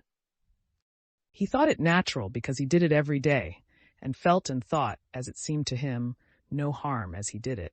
And consequently he considered modesty in the girl not merely as a relic of barbarism, but also as an insult to himself. There was nothing for it but to submit, since, although all the doctors had studied in the same school, had read the same books and learned the same science, and though some people said this celebrated doctor was a bad doctor, in the princess's household and circle, it was for some reason accepted that this celebrated doctor alone had some special knowledge, and that he alone could save Kitty. After a careful examination and sounding of the bewildered patient, dazed with shame, the celebrated doctor, having scrupulously washed his hands, was standing in the drawing-room talking to the prince. The prince frowned and coughed, listening to the doctor. As a man who had seen something of life, and neither a fool nor an invalid, he had no faith in medicine, and in his heart was furious at the whole farce, especially as he was perhaps the only one who fully comprehended the cause of Kitty's illness. Conceited blockhead, he thought, as he listened to the celebrated doctor's chatter about his daughter's symptoms. The doctor was meantime with difficulty restraining the expression of his contempt for this old gentleman, and with difficulty condescending to the level of his intelligence. He perceived that it was no good talking to the old man, and that the principal person in the house was the mother. Before her, he decided to scatter his pearls. At that instant, the princess came into the drawing-room with the family doctor. The prince withdrew, trying not to show how ridiculous he thought the whole performance. The princess was distracted and did not know what to do. She felt she had sinned against Kitty. "Well, doctor, decide our fate," said the princess. "Tell me everything." "Is there hope?" she meant to say, but her lips quivered, and she could not utter the question. "Well, doctor?" "Immediately, princess. I will talk it over with my colleague, and then I will have the honor of laying my opinion before you. So we had better leave you? As you please." The princess went out with a sigh. When the doctors were left alone, the family doctor began timidly explaining his opinion, that there was a commencement of tuberculous trouble, and so on. The celebrated doctor listened to him, and in the middle of his sentence looked at his big gold watch. "Yes," said he, "but—" The family doctor respectfully ceased in the middle of his observations. "The commencement of the tuberculous process we are not, as you are aware, able to define. Till there are cavities, there is nothing definite. But we may suspect it. And there are indications: malnutrition, nervous excitability, and so on. The question stands thus: in presence of indications of tuberculous process, what is to be done to maintain nutrition? But, there are always moral, spiritual causes at the back in these cases. The family doctor permitted himself to interpolate with a subtle smile. Yes, that's an understood thing, responded the celebrated physician, again glancing at his watch. Beg pardon, is the Yowski Bridge done yet, or shall I have to drive around? He asked. Ah, it is. Oh well, then I can do it in 20 minutes. So we were saying the problem may be put thus: to maintain nutrition and to give tone to the nerves. The one is in close connection with the other. One must attack both sides at once. And how about a tour abroad? Asked the family doctor. I've no liking for foreign tours. And take note, if there is an early stage of tuberculous process of which we cannot be certain, a foreign tour will be of no use. What is wanted is means of improving nutrition, and not for lowering it. And the celebrated doctor expounded his plan of treatment with soden waters, a remedy obviously prescribed primarily on the ground that they could do no harm. The family doctor listened attentively and respectfully. But in favor of foreign travel, I would urge the change of habits, the removal from conditions calling up reminiscences. And then the mother wishes it, he added. Ah, well, in that case, to be sure, let them go. Only those German quacks are mischievous. They ought to be persuaded. Well, let them go then. He glanced once more at his watch. Oh, time's up already, and he went to the door. The celebrated doctor announced to the princess, a feeling of what was due from him dictated his doing so, that he ought to see the patient once more. What? Another examination? Cried the mother, with horror. Oh no, only a few details, princess. Come this way. And the mother, accompanied by the doctor, went into the drawing-room to Kitty. Wasted and flushed, with a peculiar glitter in her eyes, left there by the agony of shame she had been put through, Kitty stood in the middle of the room. When the doctor came in, she flushed crimson, and her eyes filled with tears. All her illness and treatment struck her as a thing so stupid, ludicrous even. Doctoring her seemed to her as absurd as putting together the pieces of a broken vase. Her heart was broken. Why would they try to cure her with pills and powders? But she could not grieve her mother, especially as her mother considered herself to blame. May I trouble you to sit down, princess? The celebrated doctor said to her. He sat down with a smile, facing her, felt her pulse, and again began asking her tiresome questions. She answered him, and all at once got up, furious. Excuse me, doctor, but there is really no object in this. This is the third time you've asked me the same thing. The celebrated doctor did not take offense. Nervous irritability, he said to the princess when Kitty had left the room. However, I had finished. And the doctor began scientifically explaining to the princess, as an exceptionally intelligent woman, the condition of the young princess, and concluded by insisting on the drinking of the waters, which were certainly harmless. At the question, should they go abroad, the doctor plunged into deep meditation, as though resolving a weighty problem. Finally, his decision was pronounced. They were to go abroad, but to put no faith in foreign quacks, and to apply to him in any need. It seemed as though some piece of good fortune had come to pass after the doctor had gone. The mother was much more cheerful when she went back to her daughter, and Kitty pretended to be more cheerful. She had often, almost always, to be pretending now. Really, I'm quite well, Mamma. But if you want to go abroad, let's go, she said, and trying to appear interested in the proposed tour, she began talking of the preparations for the journey. Chapter 2. Soon after the doctor, Dolly had arrived.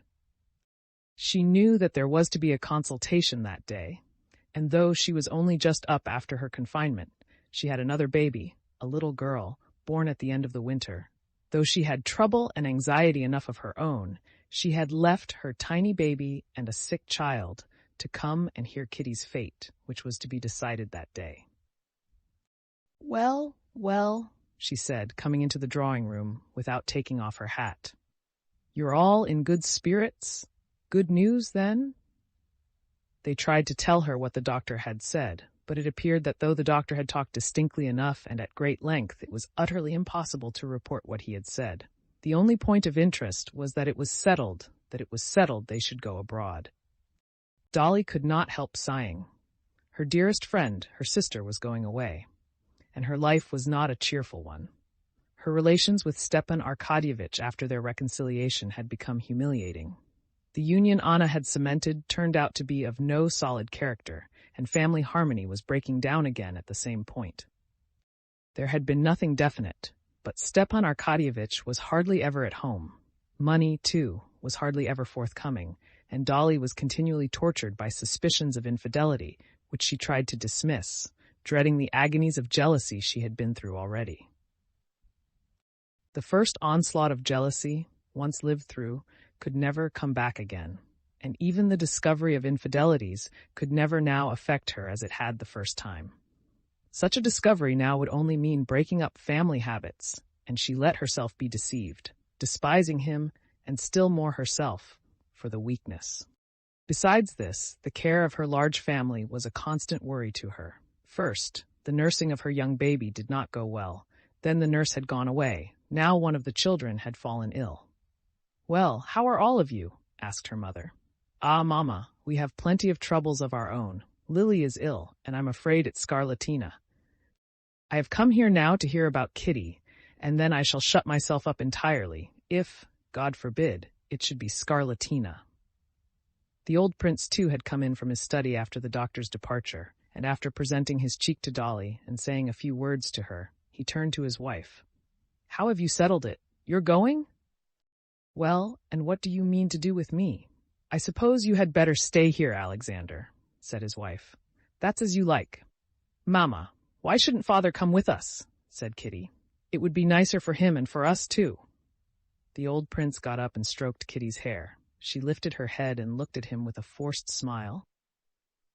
It always seemed to her that he understood her better than anyone in the family, though he did not say much about her. Being the youngest, she was her father's favorite, and she fancied that his love gave him insight. When now her glance met his blue, kindly eyes looking intently at her, it seemed to her that he saw right through her, and understood all that was not good that was passing within her.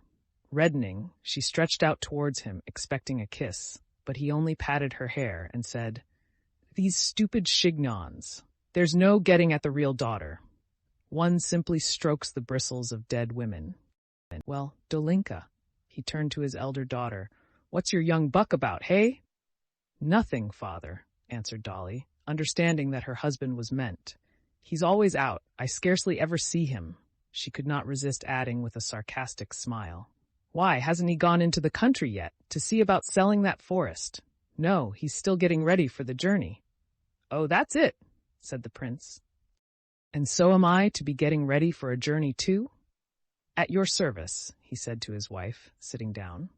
"And I tell you what, Katia," he went on to his younger daughter, "you must wake up one fine day and say to yourself, 'Why, I'm quite well and merry and going out again with father for an early morning walk in the frost.' Hey?"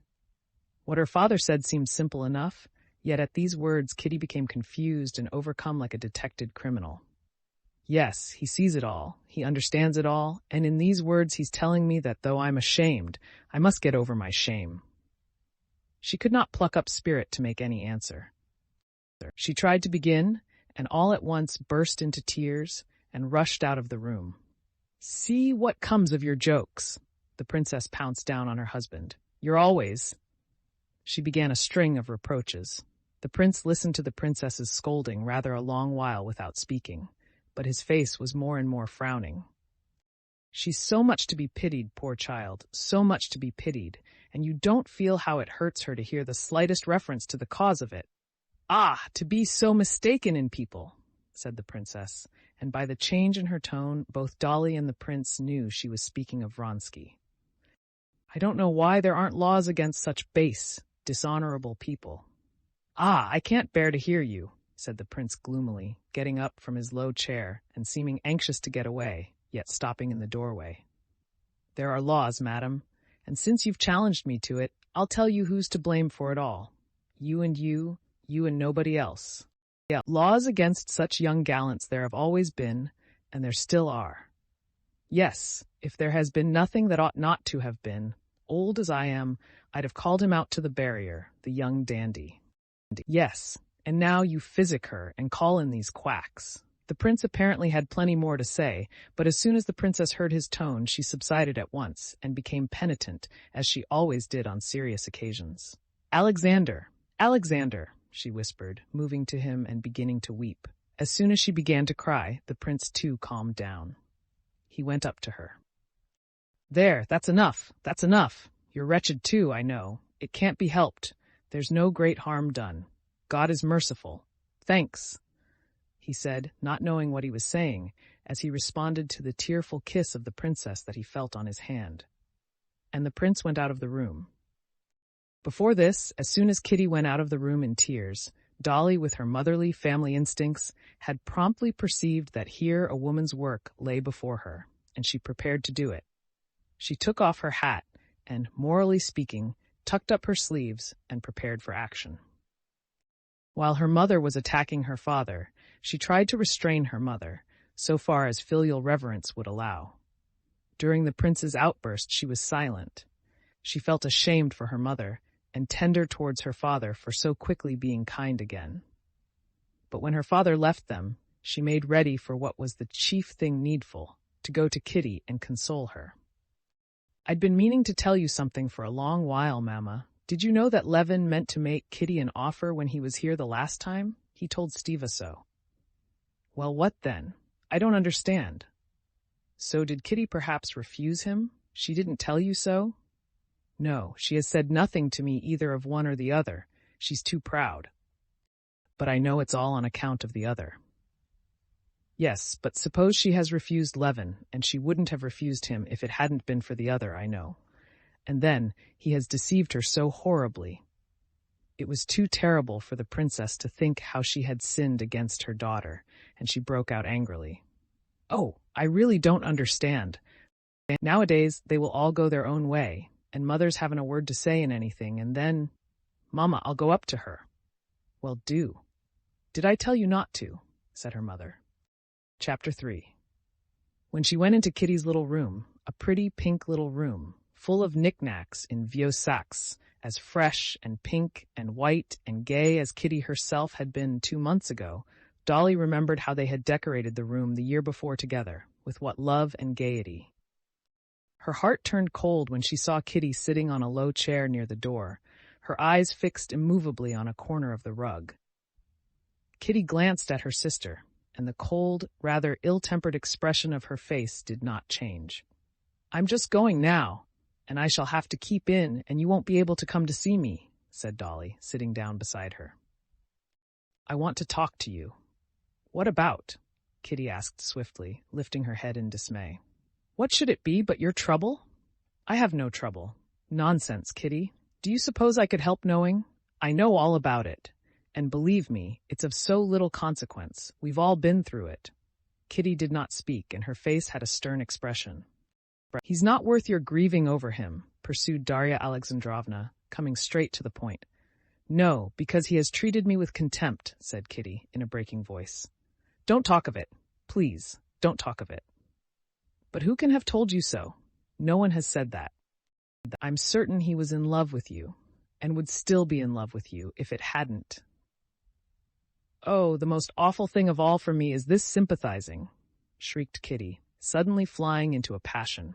She turned round on her chair, flushed crimson, and rapidly moving her fingers, pinched the clasp of her belt first with one hand and then with the other. Dolly knew this trick her sister had of clenching her hands when she was much excited. She knew, too, that in moments of excitement, Kitty was capable of forgetting herself and saying a great deal too much, and Dolly would have soothed her.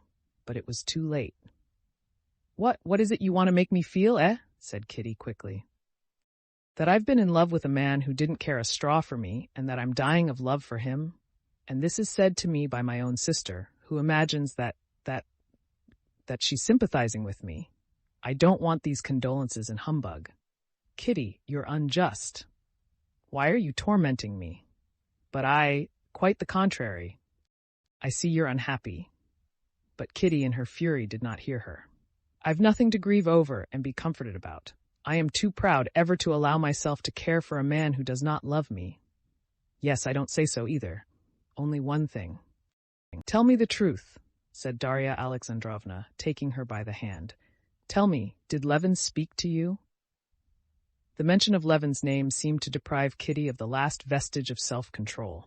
She leaped up from her chair, and flinging her clasp on the ground, she gesticulated rapidly with her hands and said, "Why bring Levin in too? I can't understand what you want to torment me for. I've told you, and I say it again, that I have some pride, and never, never would I do as you're doing. Go back to a man who's deceived you, who has cared for another woman. I can't understand it. You may, but I can't." And saying these words, she glanced at her sister, and seeing that Dolly sat silent, her head mournfully bowed, Kitty, instead of running out of the room as she had meant to do, sat down near the door and hid her face in her handkerchief. The silence lasted for 2 minutes. Dolly was thinking of herself. That humiliation of which she was always conscious came back to her with a peculiar bitterness when her sister reminded her of it. She had not looked for such cruelty in her sister, and she was angry with her. But suddenly she heard the rustle of a skirt, and with it the sound of heart-rending, smothered sobbing, and felt arms about her neck. Kitty was on her knees before her. "Dolinka, I am so wretched," she whispered penitently, and the sweet face covered with tears hid itself in Darya Alexandrovna's skirt, as though tears were the indispensable oil, without which the machinery of mutual confidence could not run smoothly between the two sisters. The sisters after their tears talked, not of what was uppermost in their minds, but, though they talked of outside matters, they understood each other. Kitty knew that the words she had uttered in anger about her husband's infidelity and her humiliating position had cut her poor sister to the heart, but that she had forgiven her. Dolly, for her part, knew all she had wanted to find out. She felt certain that her surmises were correct, that Kitty's misery, her inconsolable misery, was due precisely to the fact that Levin had made her an offer, and she had refused him, and Vronsky had deceived her, and that she was fully prepared to love Levin and to detest Vronsky. Kitty said not a word of that. She talked of nothing but her spiritual condition. "I have nothing to make me miserable," she said, getting calmer. "But can you understand that everything has become hateful, loathsome, coarse to me, and I myself most of all? You can't imagine what loathsome thoughts I have about everything." "Why, whatever loathsome thoughts can you have?" asked Dolly, smiling. "The most utterly loathsome and coarse. I can't tell you. It's not unhappiness or low spirits, but much worse. As though everything that was good in me was all hidden away, and nothing was left but the most loathsome. Come, how am I to tell you?" she went on, seeing the puzzled look in her sister's eyes. "Father began saying something to me just now. It seems to me he thinks all I want is to be married. Mother takes me to a ball. It seems to me she only takes me to get me married off as soon as may be and be rid of me. I know it's not the truth, but I can't drive away such thoughts. Eligible suitors, as they call them. I can't bear to see them. It seems to me they're taking stock of me and summing me up. In old days, to go anywhere in a ball dress was a simple joy to me. I admired myself. Now I feel ashamed and awkward. And then, the doctor. Then..."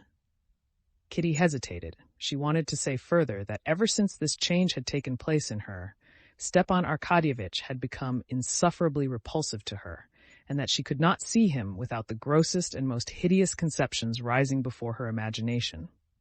"Oh well, everything presents itself to me in the coarsest, most loathsome light," she went on. "That's my illness. Perhaps it will pass off. But you mustn't think about it.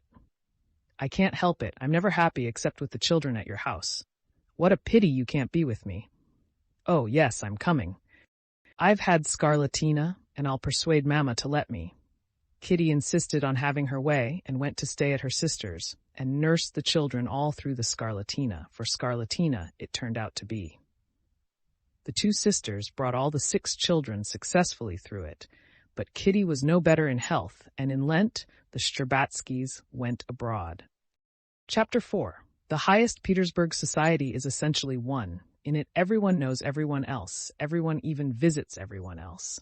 But this great set has its subdivisions. Anna Arkadyevna Karenina had friends and close ties in 3 different circles of this highest society. One circle was her husband's government official set, consisting of his colleagues and subordinates, brought together in the most various and capricious manner, and belonging to different social strata. Anna found it difficult now to recall the feeling of almost awe-stricken reverence which she had at first entertained for these persons. Now she knew all of them as people know one another in a country town. She knew their habits and weaknesses, and where the shoe pinched each one of them. She knew their relations with one another and with the head authorities, knew who was for whom, and how each one maintained his position and where they agreed and disagreed. But the circle of political masculine interests had never interested her, in spite of Countess Lydia Ivanovna's influence, and she avoided it. Another little set with which Anna was in close relations was the one by means of which Alexey Alexandrovitch had made his career. The center of this circle was the Countess Lydia Ivanovna. It was a set made up of elderly, ugly, benevolent, and godly women, and clever, learned, and ambitious men. One of the clever people belonging to the set had called it the conscience of Petersburg society. Alexey Alexandrovitch had the highest esteem for this circle, and Anna, with her special gift for getting on with everyone, had in the early days of her life in Petersburg made friends in this circle also. Now, since her return from Moscow, she had come to feel this set insufferable. It seemed to her that both she and all of them were insincere, and she felt so bored and ill at ease in that world that she went to see the Countess Lydia Ivanovna as little as possible. The third circle with which Anna had ties was preeminently the fashionable world, the world of balls, of dinners, of sumptuous dresses, the world that hung on to the court with one hand to avoid sinking to the level of the demi-monde. For the demi-monde, the members of that fashionable world believed that they despised, though their tastes were not merely similar, but in fact identical.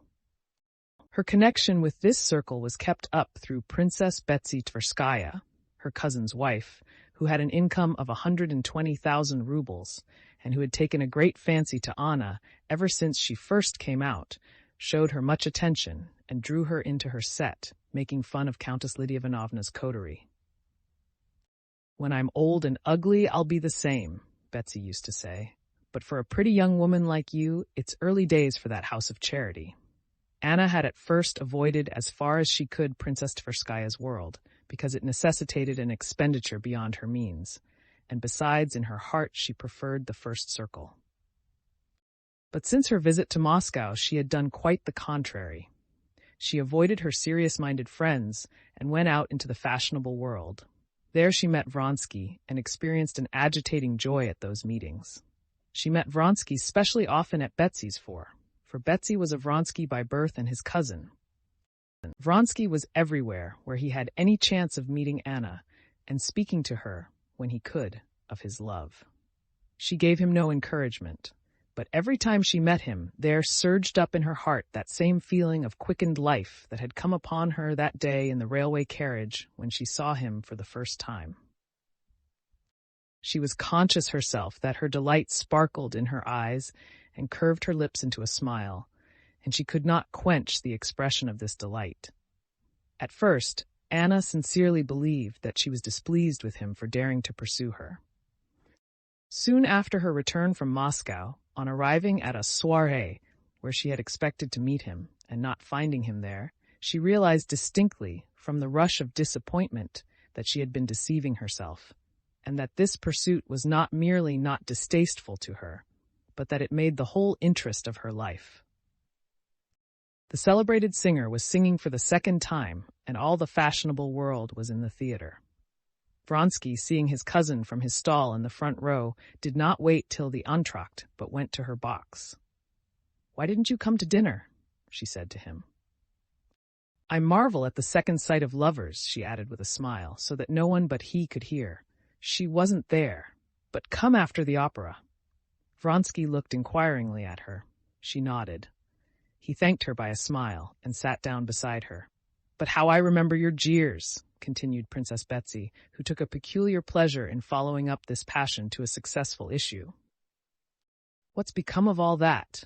You're caught, my dear boy." "That's my one desire, to be caught," answered Vronsky, with his serene, good-humored smile. "If I complain of anything, it's only that I'm not caught enough to tell the truth. I begin to lose hope." "Why, whatever hope can you have?" said Betsy, offended on behalf of her friend. Entendons nous. But in her eyes there were gleams of light that betrayed that she understood perfectly and precisely as he did what hope he might have. "None whatever," said Vronsky, laughing and showing his even rows of teeth. "Excuse me," he added, taking an opera glass out of her hand and proceeding to scrutinize over her bare shoulder the row of boxes facing them. "I'm afraid I'm becoming ridiculous." He was very well aware that he ran no risk of being ridiculous in the eyes of Betsy or any other fashionable people.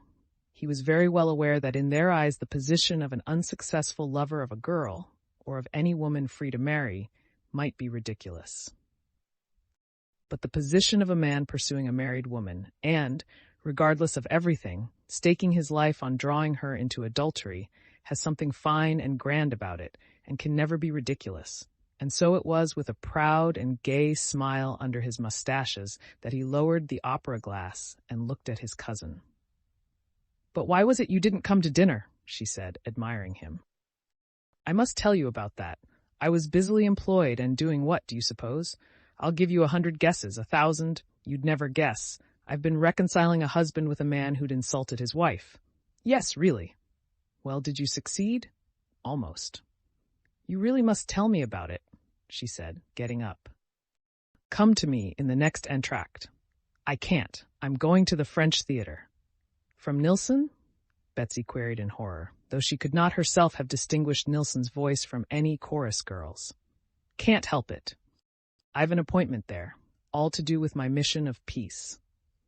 "Blessed are the peacemakers. Theirs is the kingdom of heaven," said Betsy, vaguely recollecting she had heard some similar saying from someone. "Very well, then, sit down and tell me what it's all about." And she sat down again. Chapter 5. "This is rather indiscreet, but it's so good it's an awful temptation to tell the story," said Vronsky, looking at her with his laughing eyes. "I'm not going to mention any names, but I shall guess, so much the better. Well, listen. 2 festive young men were driving. Officers of your regiment, of course." "I didn't say they were officers. 2 young men who had been lunching. In other words, drinking. Possibly. They were driving on their way to dinner with a friend in the most festive state of mind. And they beheld a pretty woman in a hired sledge. She overtakes them, looks round at them, and so they fancy anyway, nods to them and laughs. They, of course, follow her. They gallop at full speed. To their amazement, the fair one alights at the entrance of the very house to which they were going. The fair one darts upstairs to the top story. They get a glimpse of red lips under a short veil and exquisite little feet. You describe it with such feeling that I fancy you must be one of the 2. And after what you said just now, well, the young men go into their comrades. He was giving a farewell dinner. There they certainly did drink a little too much, as one always does at farewell dinners. And at dinner they inquire who lives at the top in that house. No one knows, only their host's valet, in answer to their inquiry whether any young ladies are living on the top floor, answered that there were a great many of them about there. After dinner, the 2 young men go into their host's study and write a letter to the unknown fair one. They compose an ardent epistle, a declaration in fact, and they carry the letter upstairs themselves, so as to elucidate whatever might appear not perfectly intelligible in the letter. Why are you telling me these horrible stories? Well, they ring. A maidservant opens the door, they hand her the letter, and assure the maid that they're both so in love that they'll die on the spot at the door. The maid, stupefied, carries in their messages. All at once a gentleman appears with whiskers like sausages, as red as a lobster, announces that there is no one living in the flat except his wife, and sends them both about their business. How do you know he had whiskers like sausages, as you say? Ah, you shall hear. I've just been to make peace between them. Well, and what then? That's the most interesting part of the story. It appears that it's a happy couple, a government clerk and his lady. The government clerk lodges a complaint, and I became a mediator, and such a mediator. I assure you Talleyrand couldn't hold a candle to me. Why? Where was the difficulty? Ah, you shall hear. We apologize in due form. We are in despair. We entreat forgiveness for the unfortunate misunderstanding. The government clerk with the sausages begins to melt, but he, too, desires to express his sentiments, and as soon as ever he begins to express them, he begins to get hot and say nasty things, and again I'm obliged to trot out all my diplomatic talents.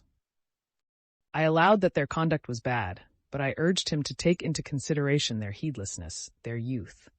Then, too, the young men had only just been lunching together. You understand, they regret it deeply and beg you to overlook their misbehavior. The government clerk was softened once more. I consent, count, and am ready to overlook it, but you perceive that my wife's a respectable woman, has been exposed to the persecution and insults and effrontery of young upstarts, scoundrels. And you must understand, the young upstarts are present all the while, and I have to keep the peace between them. Again I call out all my diplomacy, and again as soon as the thing was about at an end, our friend the government clerk gets hot and red, and his sausages stand on end with wrath, and once more I launch out into diplomatic wiles. Ah, he must tell you this story, said Betsy, laughing, to a lady who came into her box. He has been making me laugh so. Well, bonne chance, she added, giving Vronsky one finger of the hand in which she held her fan, and with a shrug of her shoulders she twitched down the bodice of her gown that had worked up, so as to be duly naked, as she moved forward towards the footlights into the light of the gas, and the sight of all eyes. Vronsky drove to the French theatre, where he really had to see the colonel of his regiment, who never missed a single performance there. He wanted to see him, to report on the result of his mediation, which had occupied and amused him for the last 3 days. Petritsky, whom he liked, was implicated in the affair, and the other culprit was a capital fellow and first-rate comrade who had lately joined the regiment, the young Prince Kedrov. And what was most important, the interests of the regiment were involved in it too. Both the young men were in Vronsky's company. The colonel of the regiment was waited upon by the government clerk, Vendin, with a complaint against his officers, who had insulted his wife. His young wife, so Vendin told the story, he had been married half a year, was at church with her mother, and suddenly overcome by indisposition, arising from her interesting condition, she could not remain standing. She drove home in the first sledge, a smart-looking one, she came across. On the spot, the officers set off in pursuit of her. She was alarmed, and feeling still more unwell, ran up the staircase home. Vendin himself, on returning from his office, heard a ring at their bell and voices, went out, and seeing the intoxicated officers with a letter, he had turned them out. He asked for exemplary punishment. Yes, it's all very well, said the colonel to Vronsky, whom he had invited to come and see him. Petritsky's becoming impossible. Not a week goes by without some scandal. This government clerk won't let it drop. He'll go on with the thing. Vronsky saw all the thanklessness of the business, and that there'd be no question of a duel in it, that everything must be done to soften the government clerk, and hush the matter up. The colonel had called in Vronsky just because he knew him to be an honorable and intelligent man, and, more than all, a man who cared for the honor of the regiment. They talked it over, and decided that Petritsky and Kedrov must go with Vronsky to Vendin's to apologize. The colonel and Vronsky were both fully aware that Vronsky's name and rank would be sure to contribute greatly to the softening of the injured husband's feelings. And these two influences were not in fact without effect, though the result remained, as Vronsky had described, uncertain. On reaching the French theatre, Vronsky retired to the foyer with the colonel and reported to him his success or non-success. The colonel, thinking it all over, made up his mind not to pursue the matter further, but then for his own satisfaction proceeded to cross-examine Vronsky about his interview. And it was a long while before he could restrain his laughter, as Vronsky described how the government clerk, after subsiding for a while, would suddenly flare up again as he recalled the details, and how Vronsky, at the last half-word of conciliation, skillfully maneuvered a retreat, shoving Petritsky out before him. It's a disgraceful story, but killing. Kedrov really can't fight the gentleman. Was he so awfully hot? He commented, laughing. But what do you say to Claire today? She's marvelous, he went on, speaking of a new French actress. However often you see her, every day she's different. It's only the French who can do that. Chapter 6. Princess Betsy drove home from the theater without waiting for the end of the last act. She had only just time to go into her dressing room, sprinkle her long, pale face with powder, rub it, set her dress to rights, and order tea in the big drawing room, when one after another carriages drove up to her huge house in Bolshaya Morskaya. Her guests stepped out at the wide entrance, and the stout porter, who used to read the newspapers in the mornings behind the glass door, to the edification of the passers-by, noiselessly opened the immense door, letting the visitors pass by him into the house. Almost at the same instant the hostess, with freshly arranged coiffure and freshened face, walked in at one door, and her guests at the other door of the drawing room, a large room with dark walls, downy rugs, and a brightly lighted table, gleaming with the light of candles, white cloth, silver samovar, and transparent china tea things. The hostess sat down at the table and took off her gloves.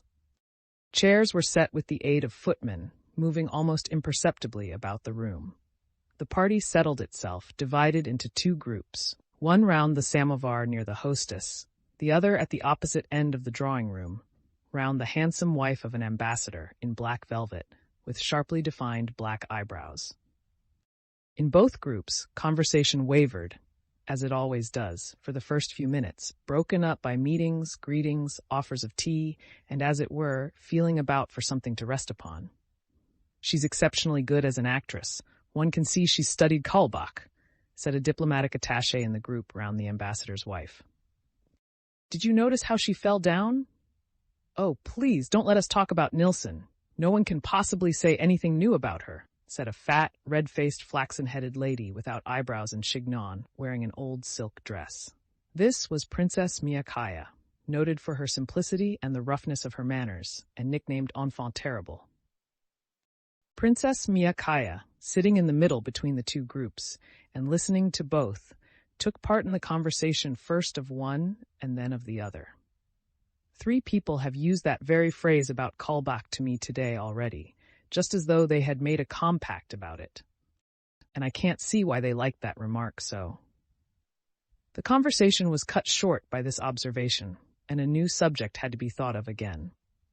Do tell me something amusing but not spiteful, said the ambassador's wife, a great proficient in the art of that elegant conversation called by the English small talk. She addressed the attaché, who was at a loss now what to begin upon. They say that that's a difficult task, that nothing's amusing that isn't spiteful, he began with a smile. But I'll try.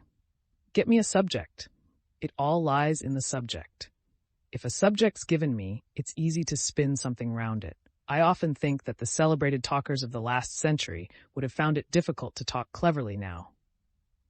Everything clever is so stale. That has been said long ago, the ambassador's wife interrupted him, laughing. The conversation began amiably, but just because it was too amiable, it came to a stop again. They had to have recourse to the sure, never-failing topic, gossip. Don't you think there's something Louis Quinze about Tushkevich? He said, glancing towards a handsome, fair-haired young man standing at the table. Oh, yes! He's in the same style as the drawing room, and that's why it is he's so often here. This conversation was maintained, since it rested on allusions to what could not be talked of in that room, that is to say, of the relations of Tushkevich with their hostess. Round the samovar and the hostess, the conversation had been meanwhile vacillating in just the same way between 3 inevitable topics: the latest piece of public news, the theater, and scandal. It, too, came finally to rest on the last topic, that is, ill-natured gossip.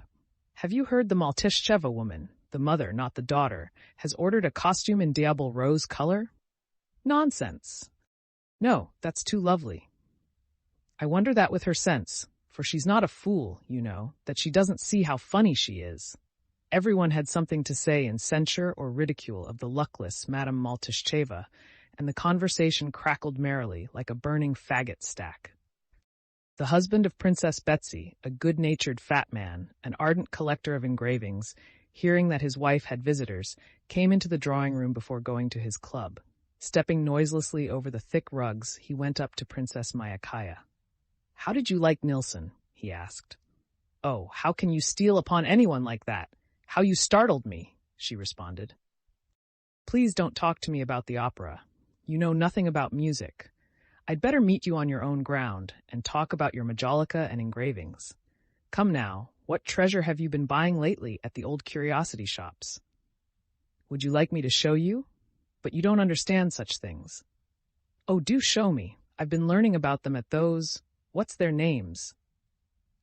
"The bankers. They've some splendid engravings. They showed them to us." "Why, have you been at the Schützburgs?" asked the hostess from the samovar. "Yes, ma chère. They asked my husband and me to dinner, and told us the sauce at that dinner cost £100, Princess Myakaya said, speaking loudly, and conscious everyone was listening. And very nasty sauce it was. Some green mess. We had to ask them, and I made them sauce for 18 pence, and everybody was very much pleased with it. I can't run to £100 sauces." "She's unique," said the lady of the house. "Marvelous," said someone. The sensation produced by Princess Myakaya's speeches was always unique, and the secret of the sensation she produced lay in the fact that though she spoke not always appropriately, as now, she said simple things with some sense in them. In the society in which she lived, such plain statements produced the effect of the wittiest epigram. Princess Myakaya could never see why it had that effect, but she knew it had, and took advantage of it. As everyone had been listening while Princess Myakaya spoke, and so the conversation around the ambassador's wife had dropped, Princess Betsy tried to bring the whole party together and turned to the ambassador's wife. "Will you really not have tea? You should come over here by us." "No, we're very happy here," the ambassador's wife responded with a smile, and she went on with the conversation that had been begun. It was a very agreeable conversation. They were criticizing the Karenins, husband and wife. "Anna is quite changed since her stay in Moscow. There's something strange about her," said her friend. "The great change is that she brought back with her the shadow of Alexei Vronsky," said the ambassador's wife. "Well, what of it? There's a fable of Grimm's about a man without a shadow, a man who's lost his shadow, and that's his punishment for something. I never could understand how it was a punishment. But a woman must dislike being without a shadow." "Yes, but women with a shadow usually come to a bad end," said Anna's friend. "Bad luck to your tongue," said Princess Myakaya suddenly. "Madame Karenina's a splendid woman. I don't like her husband, but I like her very much." "Why don't you like her husband? He's such a remarkable man," said the ambassador's wife. "My husband says there are few statesmen like him in Europe." "And my husband tells me just the same, but I don't believe it," said Princess Myakaya. "If our husbands didn't talk to us, we should see the facts as they are. Alexei Alexandrovitch, to my thinking, is simply a fool. I say it in a whisper, but doesn't it really make everything clear? Before, when I was told to consider him clever, I kept looking for his ability, and thought myself a fool for not seeing it. But directly I said, he's a fool, though only in a whisper, everything's explained, isn't it? How spiteful you are today. Not a bit. I'd no other way out of it. One of the two had to be a fool. And well, you know one can't say that of oneself. No one is satisfied with his fortune, and everyone is satisfied with his wit. The attaché repeated the French saying. That's just it. Princess Myakaya turned to him. But the point is that I won't abandon Anna to your mercies. She's so nice, so charming. How can she help it if they're all in love with her and follow her about like shadows? Oh, I had no idea of blaming her for it, Anna's friend said in self-defense. If no one follows us about like a shadow, that's no proof that we've any right to blame her.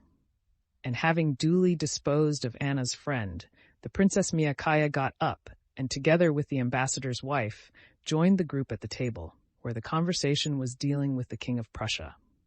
What wicked gossip were you talking over there? Asked Betsy. About the Karenins. The princess gave us a sketch of Alexei Alexandrovitch, said the ambassador's wife with a smile as she sat down at the table. Pity we didn't hear it, said Princess Betsy, glancing towards the door. Ah, here you are at last, she said, turning with a smile to Vronsky as he came in. Vronsky was not merely acquainted with all the persons whom he was meeting here. He saw them all every day, and so he came in with the quiet manner with which one enters a room full of people from whom one has only just parted. "Where do I come from?" he said in answer to a question from the ambassador's wife. "Well, there's no help for it, I must confess. From the opera bouffe. I do believe I've seen it 100 times, and always with fresh enjoyment. It's exquisite. I know it's disgraceful, but I go to sleep at the opera, and I sit out the opera bouffe to the last minute and enjoy it."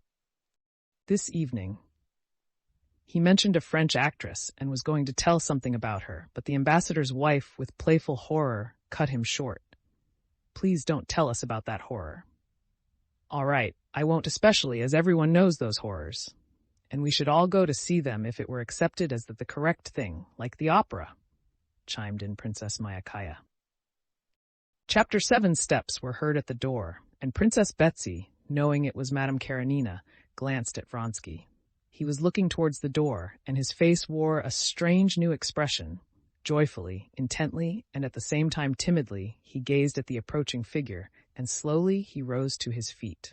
Anna walked into the drawing room, holding herself extremely erect, as always, looking straight before her, and moving with her swift, resolute, and light step that distinguished her from all other society women. She crossed the short space to her hostess, shook hands with her, smiled, and with the same smile looked around at Vronsky. Vronsky bowed low and pushed a chair up for her. She acknowledged this only by a slight nod, flushed a little, and frowned.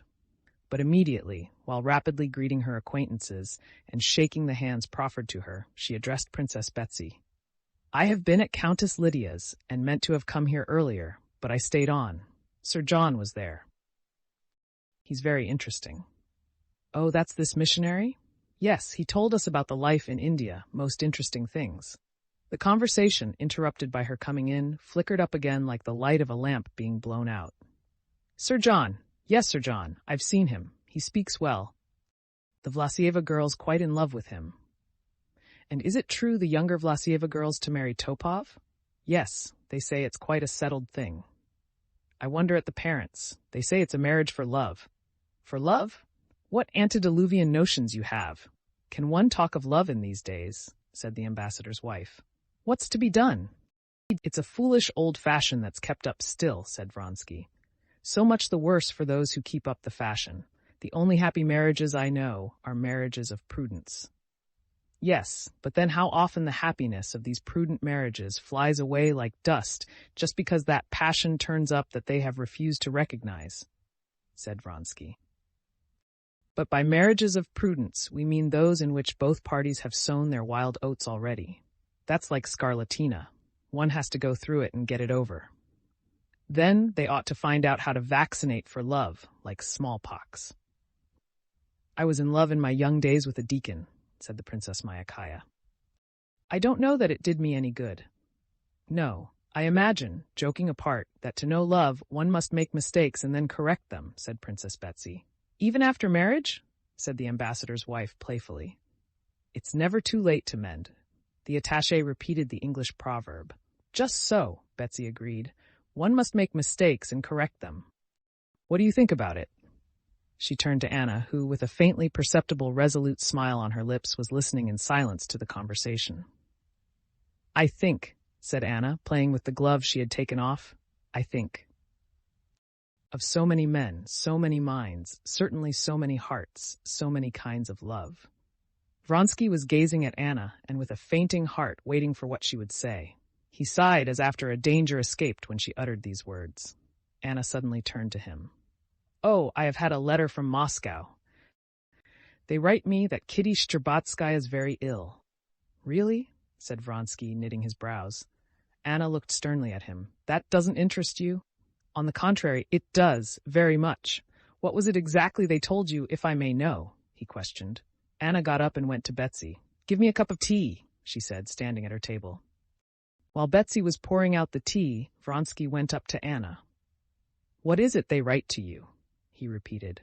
I often think men have no understanding of what's not honorable, though they're always talking of it, said Anna, without answering him.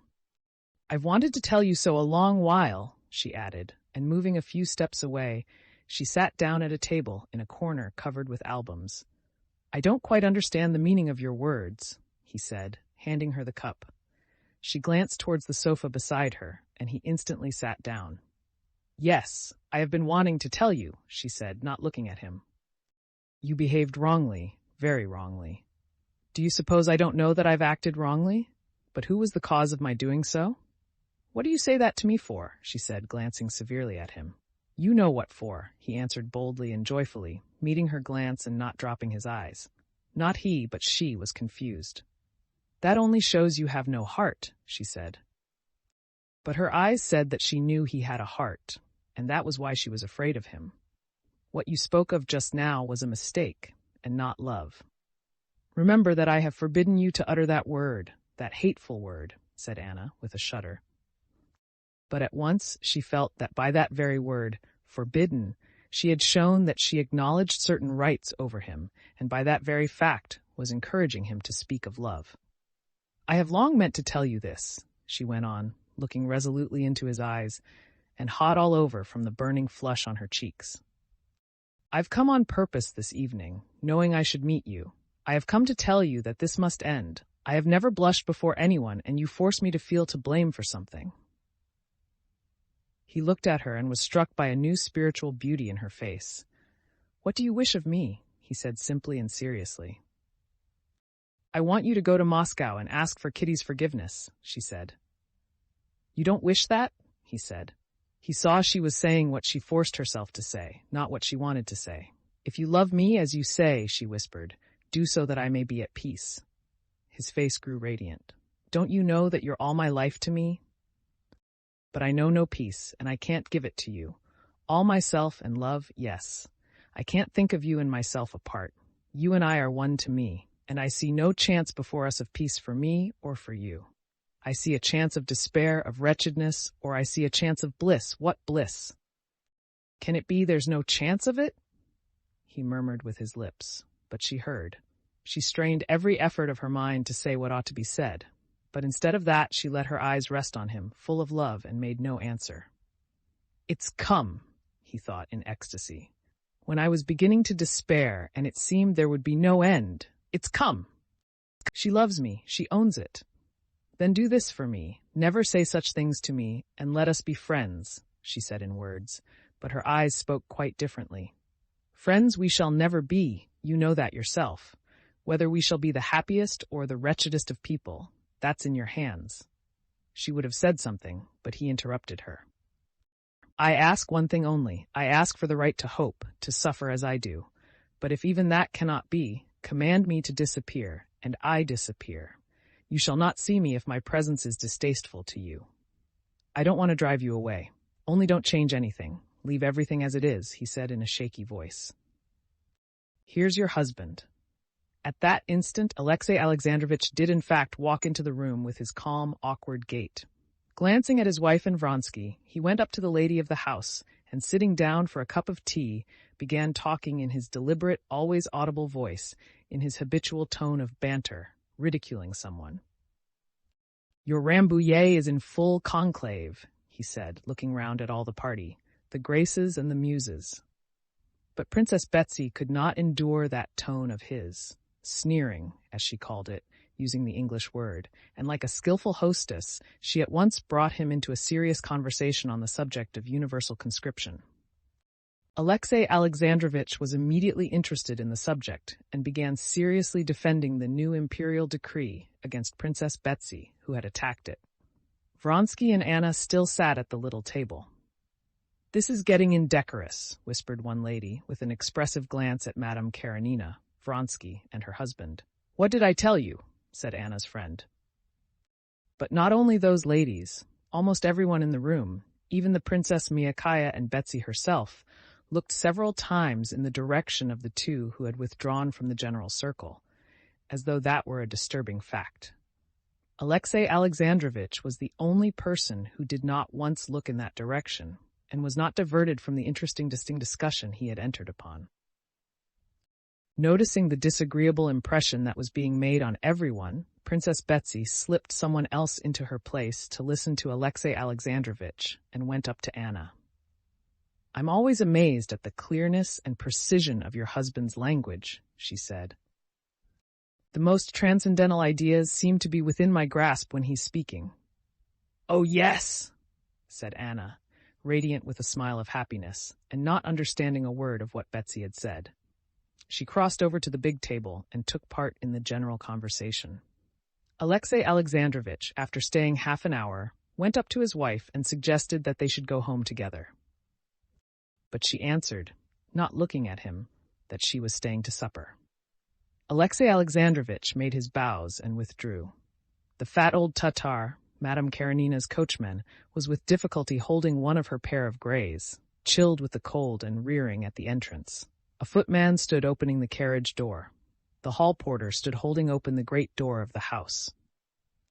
Anna Arkadyevna, with her quick little hand, was unfastening the lace of her sleeve, caught in the hook of her fur cloak, and with bent head listening to the words Vronsky murmured as he escorted her down. "You've said nothing, of course, and I ask nothing," he was saying, "but you know that friendship's not what I want, that there's only one happiness in life for me, that word that you dislike so." "Yes, love. Love," she repeated slowly, in an inner voice, and suddenly, at the very instant she unhooked the lace, she added, "Why I don't like the word is that it means too much to me, far more than you can understand," and she glanced into his face. "Au revoir." She gave him her hand, and with her rapid, springy step she passed by the porter and vanished into the carriage. Her glance, the touch of her hand, set him aflame.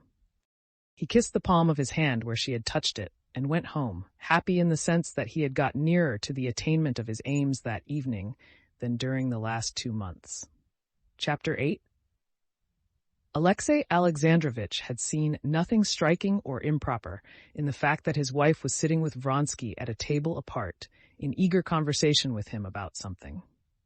But he noticed that to the rest of the party this appeared something striking and improper, and for that reason it seemed to him too to be improper.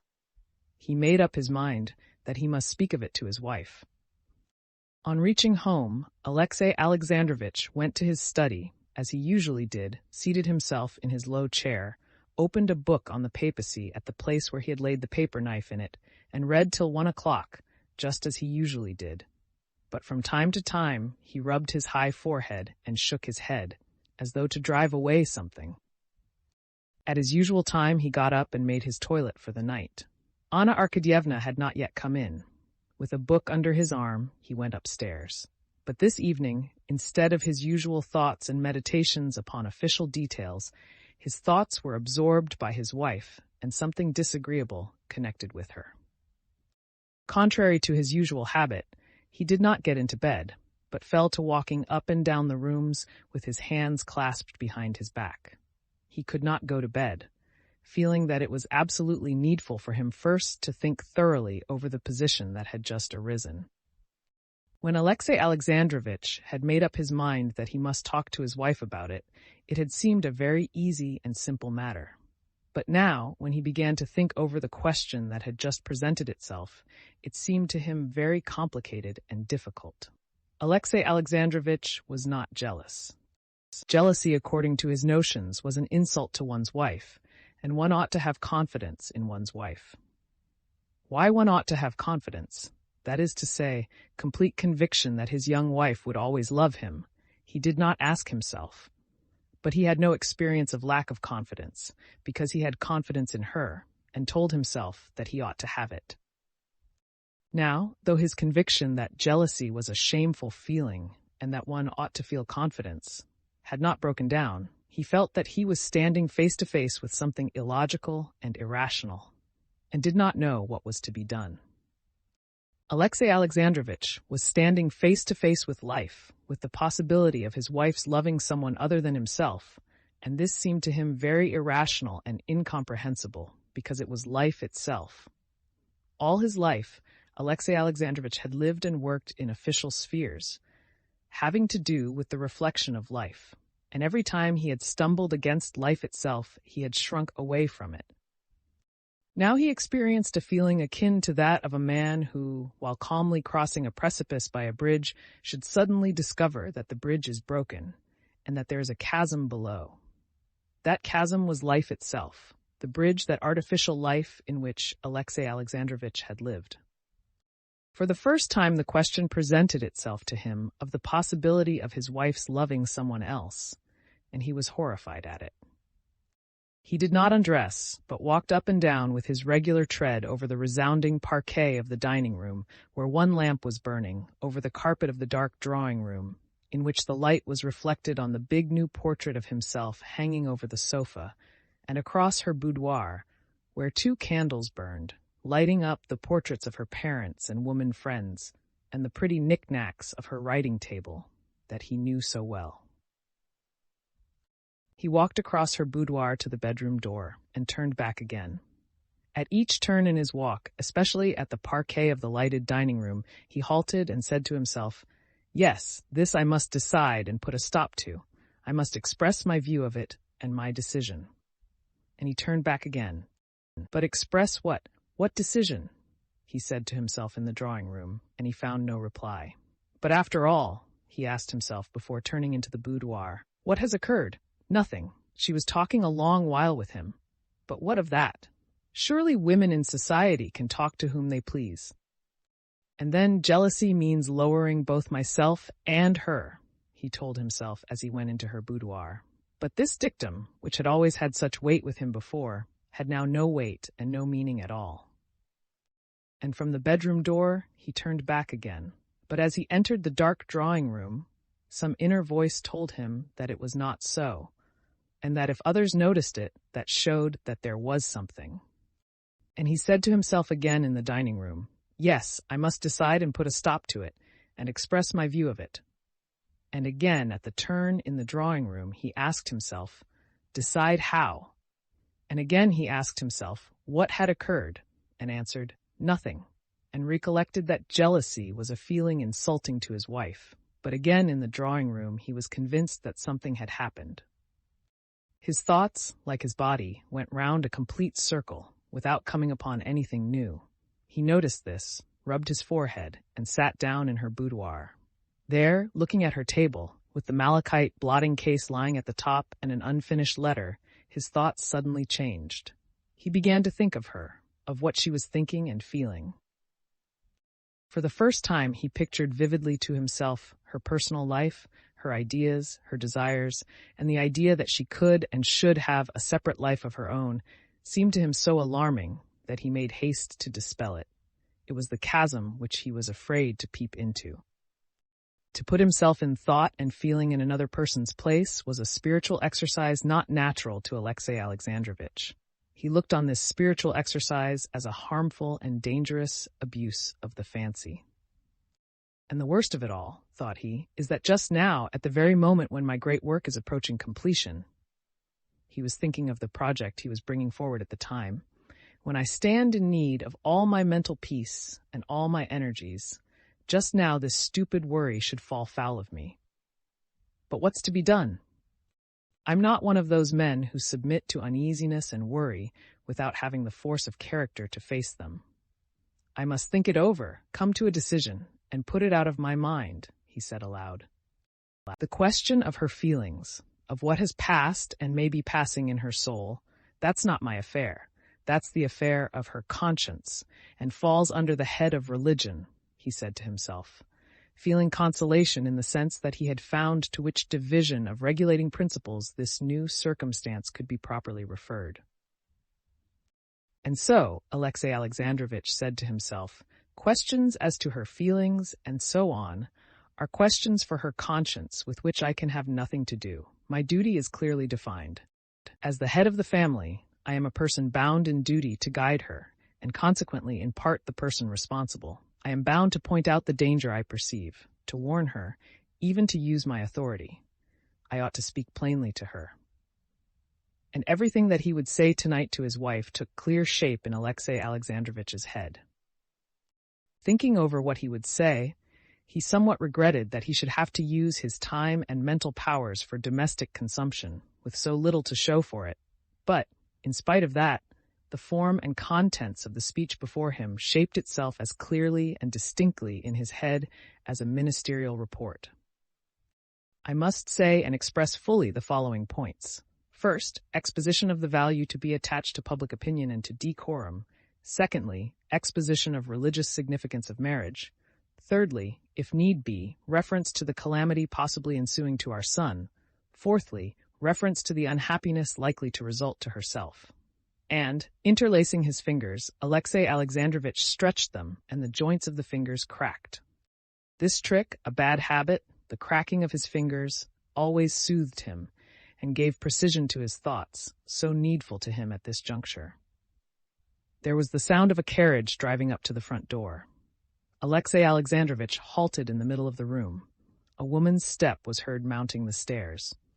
Alexey Alexandrovitch, ready for his speech, stood compressing his crossed fingers, waiting to see if the crack would not come again. One joint cracked. Already, from the sound of light steps on the stairs, he was aware that she was close, and though he was satisfied with his speech, he felt frightened of the explanation confronting him. Chapter 9. Anna came in with hanging head, playing with the tassels of her hood. Her face was brilliant and glowing, but this glow was not one of brightness. It suggested the fearful glow of a conflagration in the midst of a dark night. On seeing her husband, Anna raised her head and smiled, as though she had just waked up. "You're not in bed? What a wonder!" she said, letting fall her hood, and without stopping, she went on into the dressing room. "It's late, Alexey Alexandrovitch," she said when she had gone through the doorway. "Anna, it's necessary for me to have a talk with you." "With me?" she said wonderingly. She came out from behind the door of the dressing room and looked at him. "Why, what is it?" "What about?" she asked, sitting down. "Well, let's talk if it's so necessary, but it would be better to get to sleep." Anna said what came to her lips and marveled, hearing herself at her own capacity for lying. How simple and natural were her words, and how likely that she was simply sleepy. She felt herself clad in an impenetrable armor of falsehood.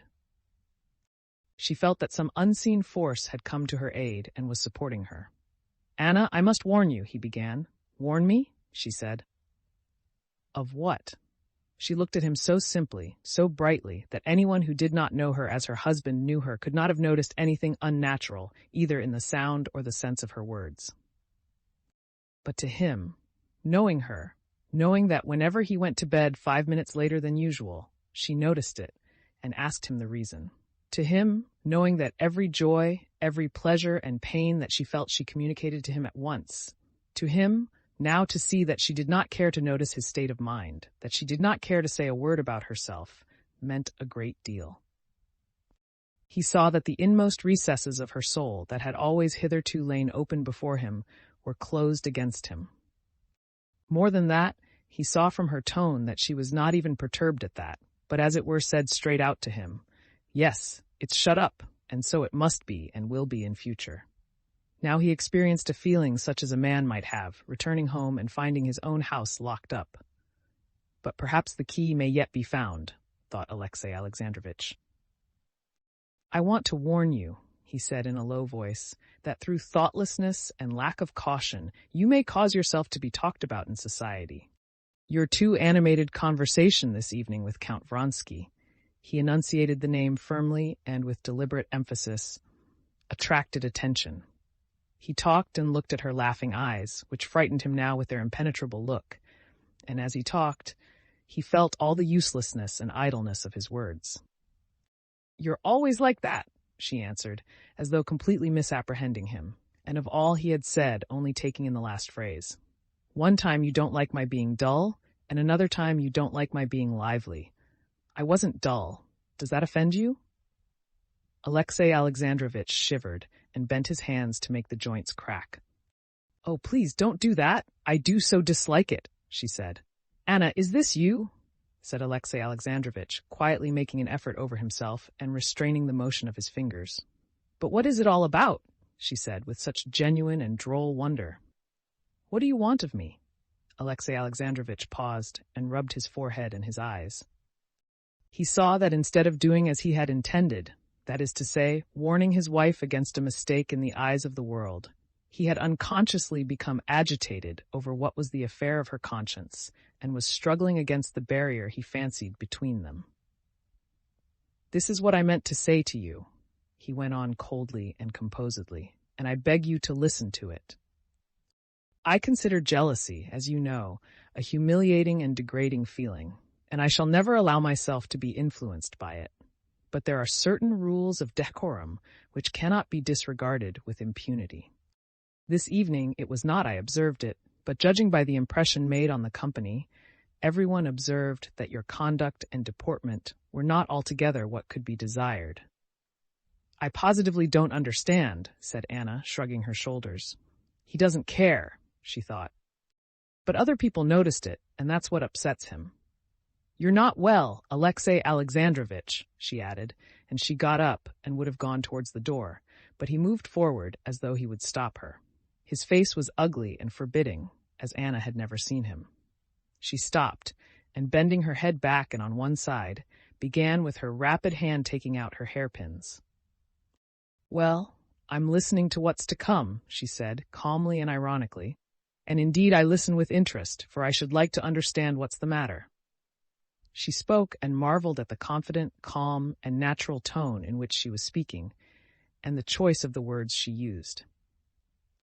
"To enter into all the details of your feelings I have no right, and besides, I regard that as useless and even harmful," began Alexei Alexandrovitch. "Ferreting in one's soul, one often ferrets out something that might have lain there unnoticed. Your feelings are an affair of your own conscience, but I am in duty bound to you, to myself, and to God, to point out to you your duties. Our life has been joined, not by man, but by God. That union can only be severed by a crime, and a crime of that nature brings its own chastisement. I don't understand a word, and oh dear, how sleepy I am, unluckily," she said, rapidly passing her hand through her hair, feeling for the remaining hairpins. "Anna, for God's sake, don't speak like that," he said gently. "Perhaps I'm mistaken, but believe me, what I say as much for myself as for you. I am your husband, and I love you." For an instant her face fell, and the mocking gleam in her eyes died away. But the word love threw her into revolt again. She thought, love? Can he love? If he hadn't heard there was such a thing as love, he would never have used the word. He doesn't even know what love is. "Alexei Alexandrovitch, really I don't understand," she said. "Define what it is you find. Pardon, let me say all I have to say. I love you, but I am not speaking of myself. The most important persons in this matter are our son and yourself. It may very well be, I repeat, that my words seem to you utterly unnecessary and out of place. It may be that they are called forth by my mistaken impression. In that case, I beg you to forgive me. But if you are conscious yourself of even the smallest foundation for them, then I beg you to think a little, and if your heart prompts you, to speak out to me." Alexei Alexandrovitch was unconsciously saying something utterly unlike what he had prepared. "I have nothing to say. And besides," she said hurriedly, with difficulty repressing a smile, "it's really time to be in bed." Alexei Alexandrovitch sighed and, without saying more, went into the bedroom.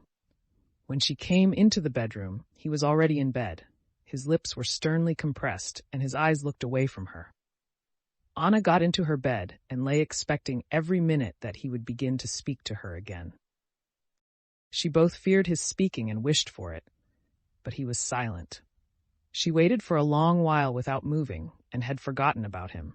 She thought of that other, she pictured him, and felt how her heart was flooded with emotion and guilty delight at the thought of him. Suddenly she heard an even, tranquil snore. For the first instant, Alexei Alexandrovitch seemed, as it were, appalled at his own snoring, and ceased. But after an interval of 2 breathings, the snore sounded again, with a new tranquil rhythm. It's late, she whispered with a smile. A long while she lay, not moving, with open eyes, whose brilliance she almost fancied she could herself see in the darkness. Chapter 10. From that time a new life began for Alexei Alexandrovitch and for his wife. Nothing special happened. Anna went out into society, as she had always done, was particularly often at Princess Betsy's and met Vronsky everywhere. Alexey Alexandrovitch saw this, but could do nothing. All his efforts to draw her into open discussion she confronted with a barrier which he could not penetrate, made up of a sort of amused perplexity. Outwardly everything was the same, but their inner relations were completely changed. Alexey Alexandrovitch, a man of great power in the world of politics, felt himself helpless in this. Like an ox with head bent, submissively he awaited the blow which he felt was lifted over him. Every time he began to think about it, he felt that he must try once more, that by kindness, tenderness, and persuasion there was still hope of saving her, of bringing her back to herself, and every day he made ready to talk to her. But every time he began talking to her, he felt that the spirit of evil and deceit which had taken possession of her had possession of him too, and he talked to her in a tone quite unlike that in which he had meant to talk. Involuntarily, he talked to her in his habitual tone of jeering at anyone who should say what he was saying. And in that tone, it was impossible to say what needed to be said to her. Chapter 11. That which for Vronsky had been almost a whole year the one absorbing desire of his life, replacing all his old desires. That which for Anna had been an impossible, terrible, and even for that reason more entrancing dream of bliss. That desire had been fulfilled. He stood before her, pale, his lower jaw quivering, and besought her to be calm, not knowing how or why. "Anna! Anna!" he said with a choking voice. "Anna, for pity's sake!" But the louder he spoke, the lower she dropped her once proud and gay, now shame-stricken head, and she bowed down and sank from the sofa where she was sitting, down on the floor at his feet. She would have fallen on the carpet if he had not held her. "My God!" "Forgive me," she said, sobbing, pressing his hands to her bosom. She felt so sinful, so guilty, that nothing was left her but to humiliate herself and beg forgiveness, and as now there was no one in her life but him, to him she addressed her prayer for forgiveness. Looking at him, she had a physical sense of her humiliation, and she could say nothing more. He felt what a murderer must feel when he sees the body he has robbed of life. That body, robbed by him of life, was their love, the first stage of their love. There was something awful and revolting in the memory of what had been bought at this fearful price of shame. Shame at their spiritual nakedness crushed her and infected him. But in spite of all the murderer's horror before the body of his victim, he must hack it to pieces, hide the body, must use what he has gained by his murder. And with fury, as it were with passion, the murderer falls on the body and drags it and hacks at it. So he covered her face and shoulders with kisses. She held his hand and did not stir. Yes, these kisses. That is what has been bought by this shame. Yes, and one hand which will always be mine, the hand of my accomplice. She lifted up that hand and kissed it. He sank on his knees and tried to see her face, but she hid it and said nothing. At last, as though making an effort over herself, she got up and pushed him away. Her face was still as beautiful, but it was only the more pitiful for that. "All is over," she said. "I have nothing but you. Remember that. I can never forget what is my whole life. For one instant of this happiness—" "Happiness!" she said with horror and loathing, and her horror unconsciously infected him. "For pity's sake, not a word more." She rose quickly and moved away from him. "Not a word more," she repeated, and with a look of chill despair incomprehensible to him, she parted from him. She felt that at that moment she could not put into words the sense of shame, of rapture, and of horror at this stepping into a new life, and she did not want to speak of it, to vulgarize this feeling by inappropriate words. But later, too, and the next day and the third day, she still found no words in which she could express the complexity of her feelings. Indeed, she could not even find thoughts in which she could clearly think out all that was in her soul. She said to herself, "No, just now I can't think of it, later on when I am calmer." But this calm for thought never came. Every time the thought rose of what she had done and what would happen to her and what she ought to do, a horror came over her, and she drove those thoughts away. Later, she said, when I am calmer. But in dreams, when she had no control over her thoughts, her position presented itself to her in all its hideous nakedness. One dream haunted her almost every night.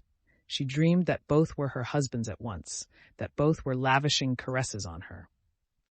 Alexei Alexandrovitch was weeping, kissing her hands and saying, "How happy we are now."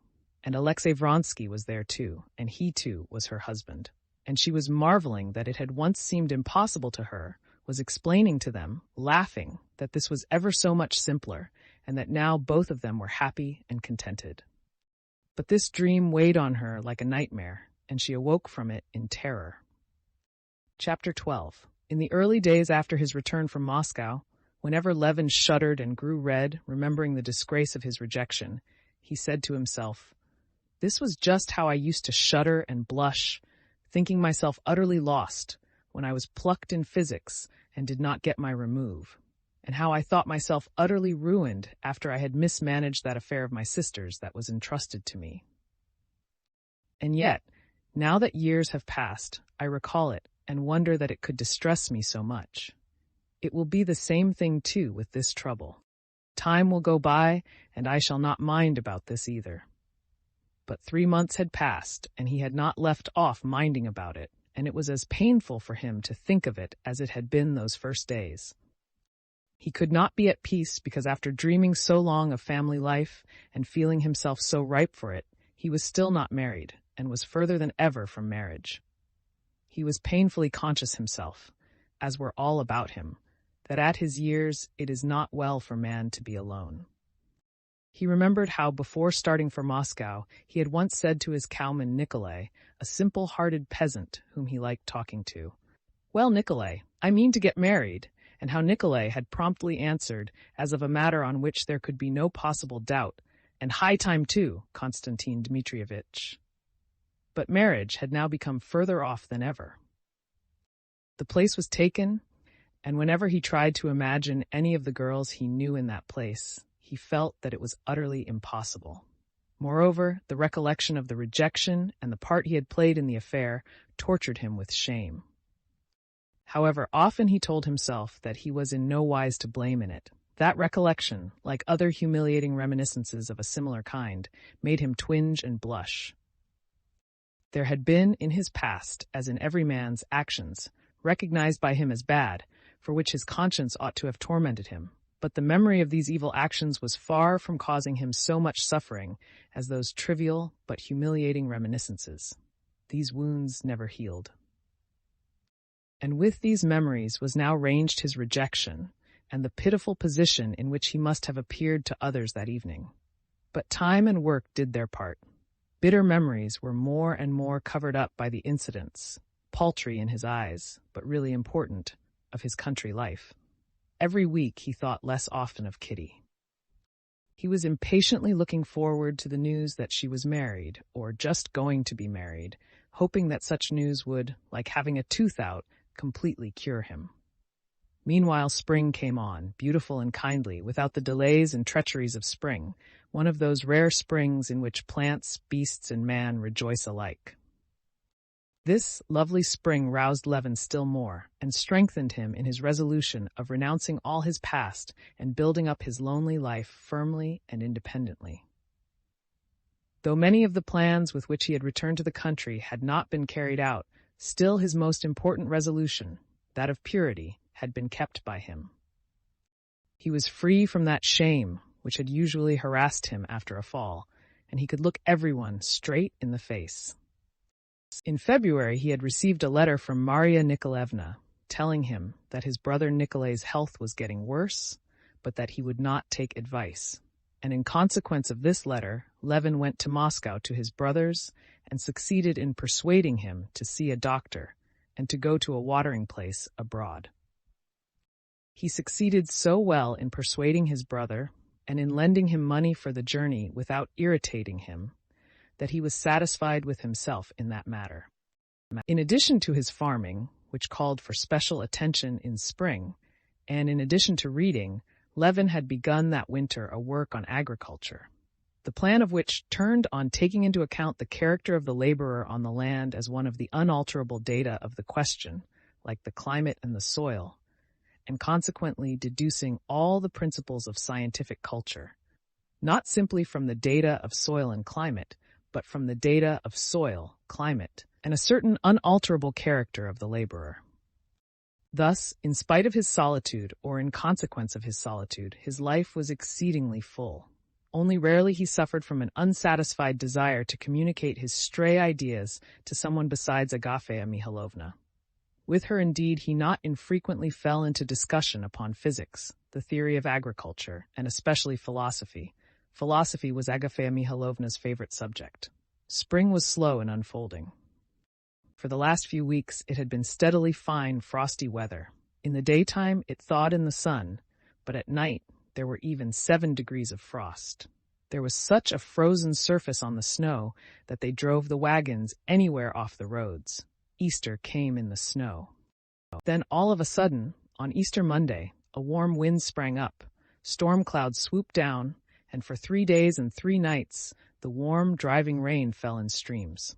On Thursday, the wind dropped, and a thick gray fog brooded over the land, as though hiding the mysteries of the transformations that were being wrought in nature. Behind the fog there was the flowing of water, the cracking and floating of ice, the swift rush of turbid, foaming torrents. And on the following Monday, in the evening, the fog parted. The storm clouds split up into little curling crests of cloud, the sky cleared, and the real spring had come. In the morning, the sun rose brilliant and quickly wore away the thin layer of ice that covered the water, and all the warm air was quivering with the steam that rose up from the quickened earth.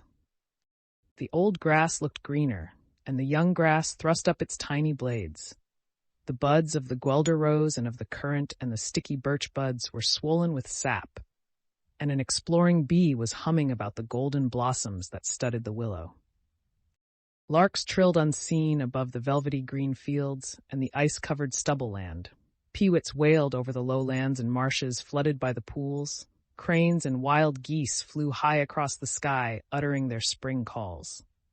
The cattle, bald in patches where the new hair had not grown yet, lowed in the pastures.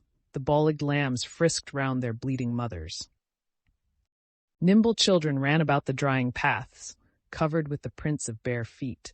There was a merry chatter of peasant women over their linen at the pond, and the ring of axes in the yard, where the peasants were repairing plows and harrows.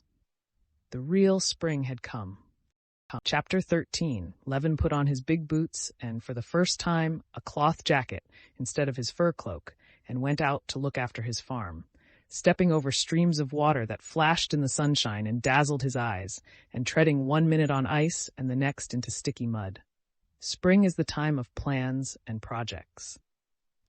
And, as he came out into the farmyard, Levin, like a tree in spring that knows not what form will be taken by the young shoots and twigs imprisoned in its swelling buds, hardly knew what undertakings he was going to begin upon now in the farm work that was so dear to him.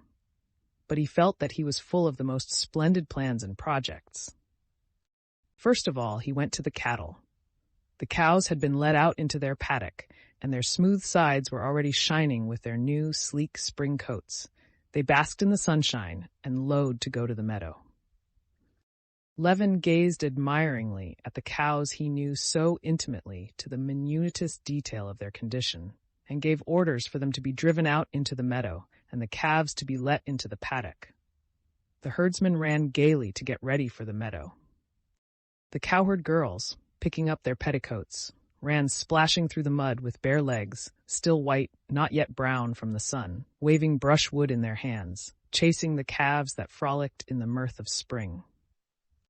After admiring the young ones of that year, who were particularly fine, the early calves were the size of a peasant's cow, and Pava's daughter, at 3 months old, was as big as a yearling, Levin gave orders for a trough to be brought out, and for them to be fed in the paddock. But it appeared that as the paddock had not been used during the winter, the hurdles made in the autumn for it were broken. He sent for the carpenter, who, according to his orders, ought to have been at work at the thrashing machine. But it appeared that the carpenter was repairing the harrows, which ought to have been repaired before Lent.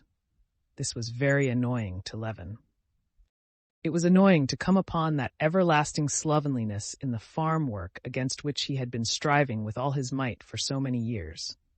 The hurdles, as he ascertained, being not wanted in winter, had been carried to the cart horse's stable, and there broken, as they were of light construction, only meant for feeding calves. Moreover, it was apparent also that the harrows and all the agricultural implements, which he had directed to be looked over and repaired in the winter, for which very purpose he had hired 3 carpenters, had not been put into repair, and the harrows were being repaired when they ought to have been harrowing the field. Levin sent for his bailiff, but immediately went off himself to look for him. The bailiff, beaming all over, like everyone that day, in a sheepskin bordered with astrakhan, came out of the barn, twisting a bit of straw in his hands. "Why isn't the carpenter at the thrashing machine?" "Oh, I meant to tell you yesterday. The harrows want repairing. Here it's time they got to work in the fields." "But what were they doing in the winter then?" "But what did you want the carpenter for?" "Where are the hurdles for the calves' paddock?" "I ordered them to be got ready. What would you have with those peasants?" said the bailiff, with a wave of his hand. "It's not those peasants, but this bailiff," said Levin, getting angry. "Why, what do I keep you for?" he cried. But bethinking himself that this would not help matters, he stopped short in the middle of a sentence and merely sighed. "Well, what do you say? Can sowing begin?" he asked after a pause. "Behind Turkin tomorrow or the next day they might begin." "And the clover?" "I've sent Vasily and Mishka. They're sowing. Only I don't know if they'll manage to get through. It's so slushy." "How many acres?" "About 15. "Why not sow all?" cried Levin. That they were only sowing the clover on 15 acres, not on all the 45, was still more annoying to him. Clover, as he knew, both from books and from his own experience, never did well except when it was sown as early as possible, almost in the snow, and yet Levin could never get this done. "There's no one to send. What would you have with such a set of peasants? 3 haven't turned up. And there's Semyon." "Well, you should have taken some men from the thatching, and so I have, as it is." "Where are the peasants, then?" 5 are making compote, which meant compost. 4 are shifting the oats for fear of a touch of mildew, Konstantin Dmitrievitch. Levin knew very well that a touch of mildew meant that his English seed oats were already ruined. Again, they had not done as he had ordered. "Why, but I told you during Lent to put in pipes," he cried. "Don't put yourself out. We shall get it all done in time." Levin waved his hand angrily, went into the granary to glance at the oats and then to the stable. The oats were not yet spoiled. But the peasants were carrying the oats in spades when they might simply let them slide down into the lower granary. And arranging for this to be done, and taking 2 workmen from there for sowing clover, Levin got over his vexation with the bailiff. Indeed, it was such a lovely day that one could not be angry. "Ignat," he called to the coachman, who, with his sleeves tucked up, was washing the carriage wheels. "Saddle me." "Which, sir?" "Well, let it be Kolpik." "Yes, sir." While they were saddling his horse, Levin again called up the bailiff, who was hanging about in sight, to make it up with him, and began talking to him about the spring operations before them and his plans for the farm. The wagons were to begin carting manure earlier, so as to get all done before the early mowing, and the plowing of the further land to go on without a break, so as to let it ripen lying fallow, and the mowing to be all done by hired labor, not on half profits. The bailiff listened attentively and obviously made an effort to approve of his employer's projects. But still he had that look Levin knew so well that always irritated him, a look of hopelessness and despondency. That look said, "That's all very well, but as God wills." Nothing mortified Levin so much as that tone, but it was the tone common to all the bailiffs he had ever had. They had all taken up that attitude to his plans, and so now he was not angered by it, but mortified, and felt all the more roused to struggle against this, as it seemed elemental force continually ranged against him, for which he could find no other expression than, "as God wills." "If we can manage it, Konstantin Dmitrievitch," said the bailiff. "Why ever shouldn't you manage it? We positively must have another 15 laborers, and they don't turn up. There were some here today asking 70 rubles for the summer." Levin was silent. Again, he was brought face to face with that opposing force. He knew that however much they tried, they could not hire more than 40, 37 perhaps, or 38 laborers for a reasonable sum. Some 40 had been taken on, and there were no more, but still he could not help struggling against it. "Send to Suri, to Chefirovka. If they don't come, we must look for them." "Oh, I'll send, to be sure," said Vasily Fedorovitch despondently. "But there are the horses, too. They're not good for much. We'll get some more." "I know, of course," Levin added, laughing. "You always want to do with as little and as poor quality as possible. But this year, I'm not going to let you have things your own way. I'll see to everything myself. Why, I don't think you take much rest as it is. It cheers us up to work under the master's eye. So they're sowing clover behind the birch dale? I'll go and have a look at them," he said, getting on to the little bay cob, Kolpik, who was led up by the coachman. "You can't get across the streams, Konstantin Dmitrievitch," the coachman shouted. "All right, I'll go by the forest." And Levin rode through the slush of the farmyard to the gate and out into the open country, his good little horse, after his long inactivity, stepping out gallantly, snorting over the pools, and asking, as it were, for guidance. If Levin had felt happy before in the cattle pens and farmyard, he felt happier yet in the open country. Swaying rhythmically with the ambling paces of his good little cob, drinking in the warm yet fresh scent of the snow and the air, as he rode through his forest over the crumbling, wasted snow, still left in parts and covered with dissolving tracks, he rejoiced over every tree, with the moss reviving on its bark and the buds swelling on its shoots. When he came out of the forest, in the immense plain before him, his grass fields stretched in an unbroken carpet of green, without one bare place or swamp, only spotted here and there in the hollows with patches of melting snow. He was not put out of temper even by the sight of the peasants' horses and colts trampling down his young grass, he told a peasant he met to drive them out, nor by the sarcastic and stupid reply of the peasant Ipat, whom he met on the way, and asked, "Well, Ipat, shall we soon be sowing?" "We must get the plowing done first, Konstantin Dmitrievitch," answered Ipat. The further he rode, the happier he became, and plans for the land rose to his mind, each better than the last, to plant all his fields with hedges along the southern borders, so that the snow should not lie under them, to divide them up into 6 fields of arable and 3 of pasture and hay, to build a cattle yard at the further end of the estate, and to dig a pond and to construct movable pens for the cattle as a means of manuring the land. And then 800 acres of wheat, 300 of potatoes, and 400 of clover, and not 1 acre exhausted. Absorbed in such dreams, carefully keeping his horse by the hedges, so as not to trample his young crops, he rode up to the laborers who had been sent to sow clover. A cart with the seed in it was standing, not at the edge, but in the middle of the crop, and the winter corn had been torn up by the wheels and trampled by the horse. Both the laborers were sitting in the hedge, probably smoking a pipe together. The earth in the cart with which the seed was mixed was not crushed to powder, but crusted together or adhering in clods. Seeing the master, the laborer Vasily went towards the cart, while Mishka set to work sowing.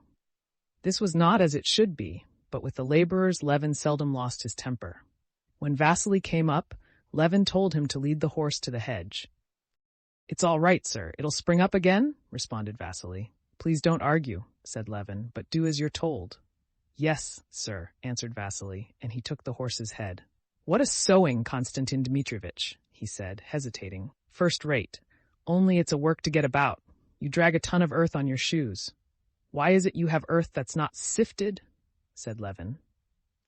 "Well, we crumble it up," answered Vasily, taking up some seed and rolling the earth in his palms. Vasily was not to blame for their having filled up his cart with unsifted earth, but still it was annoying. Levin had more than once already tried a way he knew for stifling his anger, and turning all that seemed dark right again, and he tried that way now. He watched how Mishka strode along, swinging the huge clods of earth that clung to each foot, and getting off his horse, he took the sieve from Vasily and started sowing himself. "Where did you stop?" Vasily pointed to the mark with his foot, and Levin went forward as best he could, scattering the seed on the land. Walking was as difficult as on a bog, and by the time Levin had ended the row, he was in a great heat, and he stopped and gave up the sieve to Vasily. "Well, master, when summer's here, mind you don't scold me for these rows," said Vasily. "Eh?" said Levin cheerily, already feeling the effect of his method. "Why, you'll see in the summer-time. It'll look different. Look you where I sowed last spring. How I did work at it.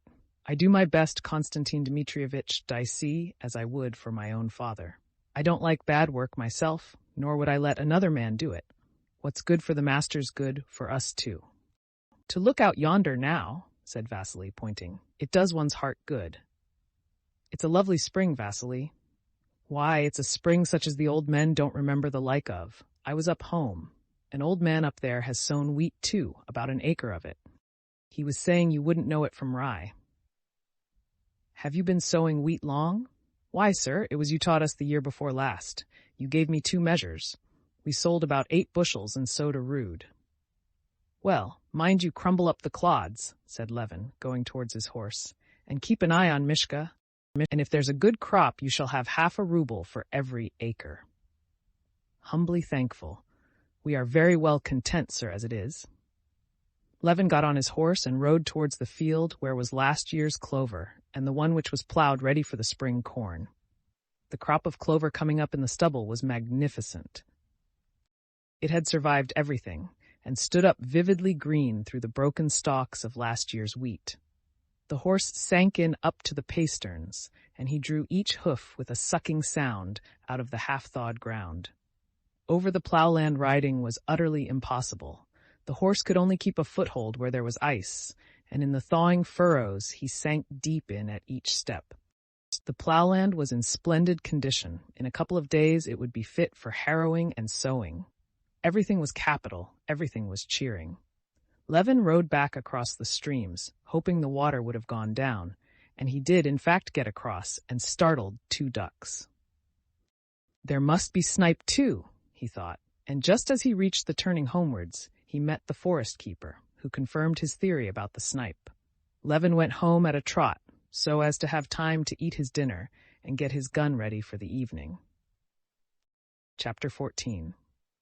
As he rode up to the house in the happiest frame of mind, Levin heard the bell ring at the side of the principal entrance of the house. "Yes, that's someone from the railway station," he thought. "Just the time to be here from the Moscow train. Who could it be? What if it's brother Nikolay?" He did say, "Maybe I'll go to the waters, or maybe I'll come down to you." He felt dismayed and vexed for the first minute that his brother Nikolay's presence should come to disturb his happy mood of spring. But he felt ashamed of the feeling, and at once he opened, as it were, the arms of his soul, and with a softened feeling of joy and expectation, now he hoped with all his heart that it was his brother. He pricked up his horse, and riding out from behind the acacias, he saw a hired 3-horse sledge from the railway station, and a gentleman in a fur coat. It was not his brother. Oh, if it were only some nice person one could talk to a little, he thought. "Ah," cried Levin joyfully, flinging up both his hands.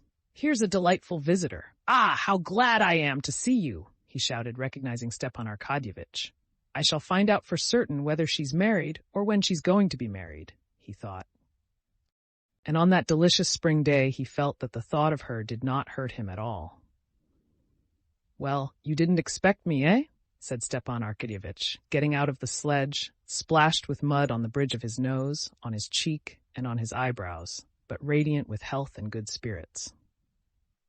"I've come to see you in the first place," he said, embracing and kissing him, "to have some stand shooting second, and to sell the forest at Ergushovo third." "Delightful! What a spring we're having!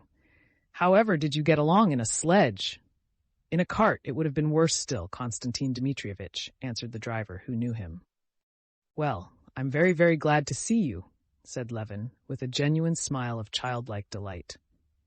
Levin led his friend to the room set apart for visitors, where Stepan Arkadyevitch's things were carried also: a bag, a gun in a case, a satchel for cigars. Leaving him there to wash and change his clothes, Levin went off to the counting-house to speak about the ploughing and clover. Agafea Mihalovna, always very anxious for the credit of the house, met him in the hall with inquiries about dinner. Do just as you like, only let it be as soon as possible, he said, and went to the bailiff. When he came back, Stepan Arkadyevitch, washed and combed, came out of his room with a beaming smile, and they went upstairs together. Well, I am glad I managed to get away to you. Now I shall understand what the mysterious business is that you are always absorbed in here. No, really, I envy you. What a house! How nice it all is! So bright, so cheerful, said Stepan Arkadyevitch, forgetting that it was not always spring and fine weather like that day. And your nurse is simply charming.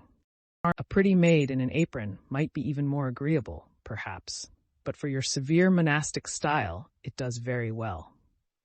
Stepan Arkadyevitch told him many interesting pieces of news.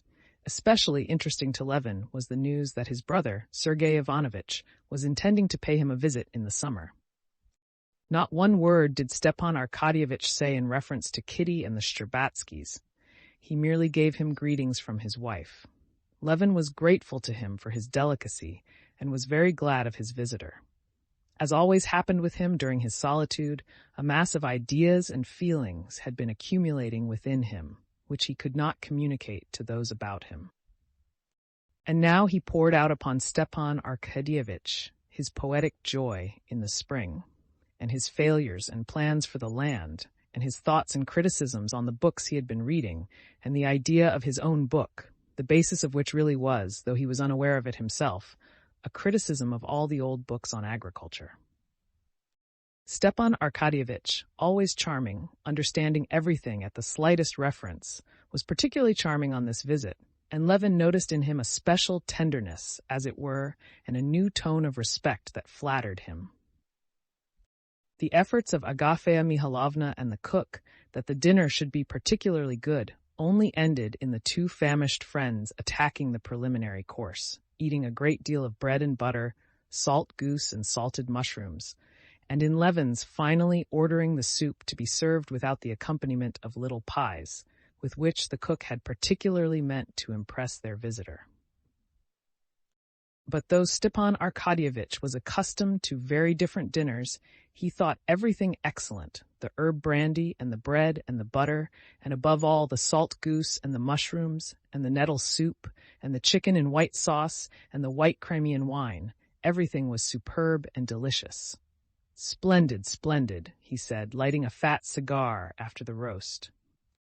I feel as if, coming to you, I had landed on a peaceful shore after the noise and jolting of a steamer. And so you maintain that the laborer himself is an element to be studied and to regulate the choice of methods in agriculture. Of course, I'm an ignorant outsider, but I should fancy theory and its application will have its influence on the laborer too. Yes, but wait a bit. I'm not talking of political economy, I'm talking of the science of agriculture. It ought to be like the natural sciences, and to observe given phenomena and the laborer in his economic, ethnographical. At that instant, Agafea Mihalovna came in with jam. Oh, Agafea Mihalovna, said Stepan Arkadyevitch, kissing the tips of his plump fingers. What salt goose, what herb brandy. What do you think, isn't it time to start, Kostya? He added. Levin looked out of the window at the sun sinking behind the bare treetops of the forest. Yes, it's time, he said. Kuzma, get ready the trap, and he ran downstairs. Stepan Arkadyevitch, going down, carefully took the canvas cover off his varnished gun case with his own hands, and opening it, began to get ready his expensive, new-fashioned gun. Kuzma, who already scented a big tip, never left Stepan Arkadyevitch's side, and put on him both his stockings and boots, a task which Stepan Arkadyevitch readily left him. Kostya, give orders that if the merchant Ryabinin comes, I told him to come today. He's to be brought in and to wait for me. Why? Do you mean to say you're selling the forest to Ryabinin? Yes. Do you know him? To be sure I do. I have had to do business with him, positively and conclusively. Stepan Arkadyevitch laughed. Positively and conclusively were the merchant's favorite words. Yes, it's wonderfully funny the way he talks. She knows where her master's going, he added, patting Laska, who hung about Levin, whining and licking his hands, his boots, and his gun. The trap was already at the steps when they went out. I told them to bring the trap round, or would you rather walk? No, we'd better drive, said Stepan Arkadyevitch, getting into the trap. He sat down, tucked the tiger skin rug round him, and lighted a cigar. "How is it you don't smoke? A cigar is a sort of thing, not exactly a pleasure, but the crown and outward sign of pleasure. Come, this is life. How splendid it is. This is how I should like to live." "Why, who prevents you?" said Levin, smiling. "No, you're a lucky man. You've got everything you like. You like horses, and you have them. Dogs, you have them. Shooting, you have it. Farming, you have it." "Perhaps because I rejoice in what I have and don't fret for what I haven't," said Levin, thinking of Kitty. Stepan Arkadyevitch comprehended, looked at him, but said nothing. Levin was grateful to Oblonsky for noticing, with his never-failing tact, that he dreaded conversation about the Shcherbatskys, and so saying nothing about them. But now, Levin was longing to find out what was tormenting him so, yet he had not the courage to begin. "Come, tell me how things are going with you," said Levin, bethinking himself that it was not nice of him to think only of himself. Stepan Arkadyevitch's eyes sparkled merrily. "You don't admit, I know, that one can be fond of new rolls when one has had one's rations of bread. To your mind it's a crime, but I don't count life as life without love," he said, taking Levin's question his own way. "What am I to do? I'm made that way. And really, one does so little harm to anyone and gives oneself so much pleasure." "What, is there something new then?" queried Levin. "Yes, my boy, there is. There, do you see, you know the type of Ossian's women, such as one sees in dreams. Well, these women are sometimes to be met in reality, and these women are terrible. Woman, don't you know, is such a subject that however much you study it, it's always perfectly new. Well, then it would be better not to study it. No. Some mathematician has said that enjoyment lies in the search for truth, not in the finding it." Levin listened in silence, and in spite of all the efforts he made, he could not in the least enter into the feelings of his friend and understand his sentiments and the charm of studying such women. Chapter 15. The place fixed on for the stand shooting was not far above a stream in a little aspen copse. On reaching the copse, Levin got out of the trap and led Oblonsky to a corner of a mossy, swampy glade, already quite free from snow. He went back himself to a double birch tree on the other side, and leaning his gun on the fork of a dead lower branch, he took off his full overcoat, fastened his belt again, and worked his arms to see if they were free. Gray old Laska, who had followed them, sat down warily opposite him and pricked up her ears. The sun was setting behind a thick forest, and in the glow of sunset, the birch trees dotted about in the aspen copse stood out clearly with their hanging twigs and their buds swollen almost to bursting. From the thickest parts of the copse, where the snow still remained, came the faint sound of narrow, winding threads of water running away. Tiny birds twittered, and now and then fluttered from tree to tree. In the pauses of complete stillness there came the rustle of last year's leaves, stirred by the thawing of the earth and the growth of the grass. "Imagine, one can hear and see the grass growing," Levin said to himself, noticing a wet, slate-colored aspen leaf moving beside a blade of young grass. He stood, listened, and gazed sometimes down at the wet, mossy ground, sometimes at Laska, listening all alert, sometimes at the sea of bare treetops that stretched on the slope below him, sometimes at the darkening sky, covered with white streaks of cloud. A hawk flew high over a forest far away with slow sweep of its wings. Another flew with exactly the same motion in the same direction and vanished. The birds twittered more and more loudly and busily in the thicket. An owl hooted not far off, and Laska, starting, stepped cautiously a few steps forward, and putting her head on one side, began to listen intently. Beyond the stream was heard the cuckoo. Twice she uttered her usual cuckoo call, and then gave a hoarse, hurried call and broke down. "Imagine, the cuckoo already!" said Stepan Arkadyevitch, coming out from behind a bush. "Yes, I hear it," answered Levin, reluctantly breaking the stillness with his voice, which sounded disagreeable to himself. "Now it's coming!"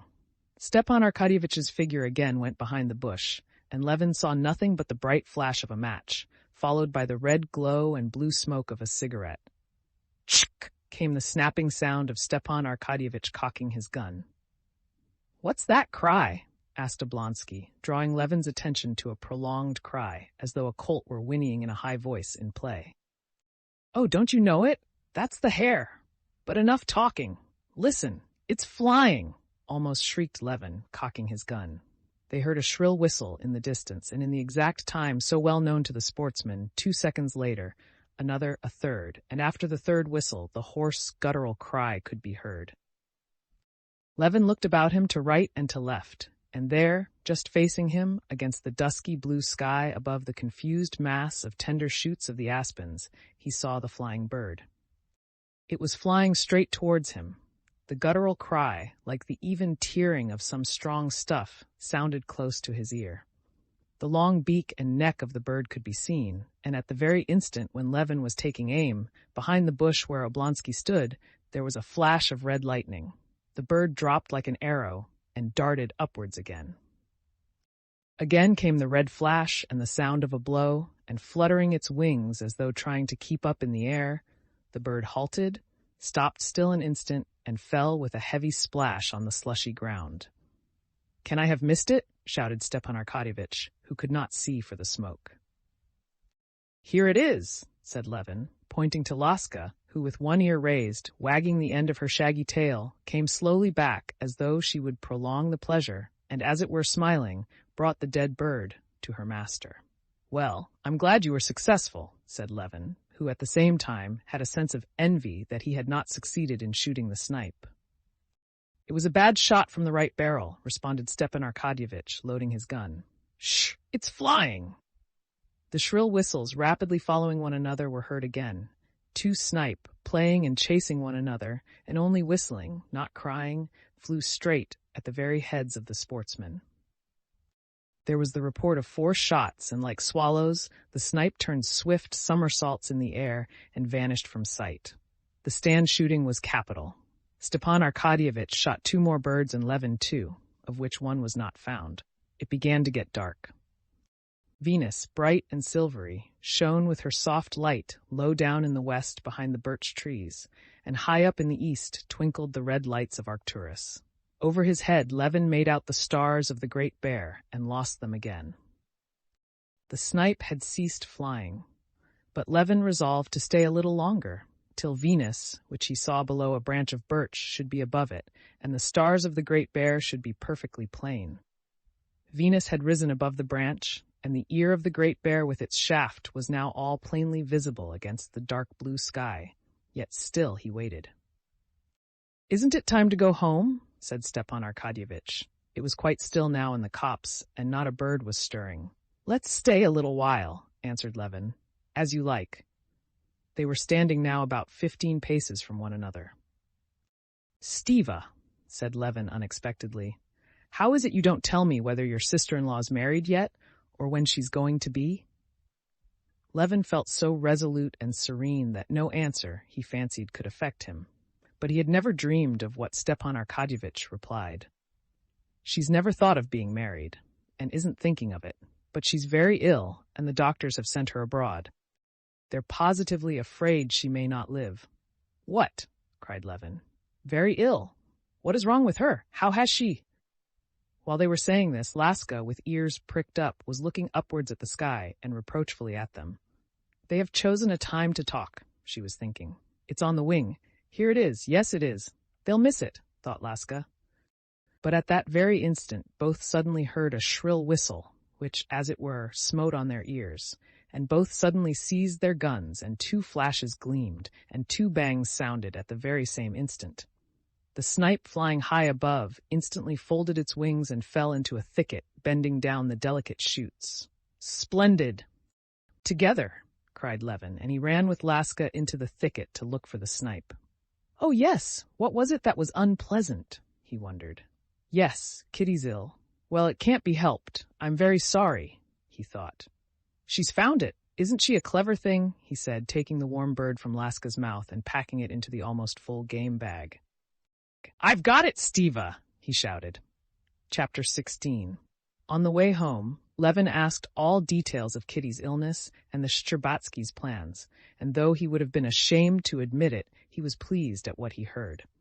He was pleased that there was still hope, and still more pleased that she should be suffering, who had made him suffer so much. But when Stepan Arkadyevitch began to speak of the causes of Kitty's illness and mentioned Vronsky's name, Levin cut him short. I have no right whatever to know family matters, and to tell the truth, no interest in them either. Stepan Arkadyevitch smiled hardly perceptibly, catching the instantaneous change he knew so well in Levin's face, which had become as gloomy as it had been bright a minute before. "Have you quite settled about the forest with Ryabinin?" asked Levin. "Yes, it's settled. The price is magnificent, 38,000, 8 straight away, and the rest in 6 years. I've been bothering about it for ever so long. No one would give more." "Then you've as good as given away your forest for nothing," said Levin gloomily. "How do you mean for nothing?" said Stepan Arkadyevitch with a good-humored smile, knowing that nothing would be right in Levin's eyes now.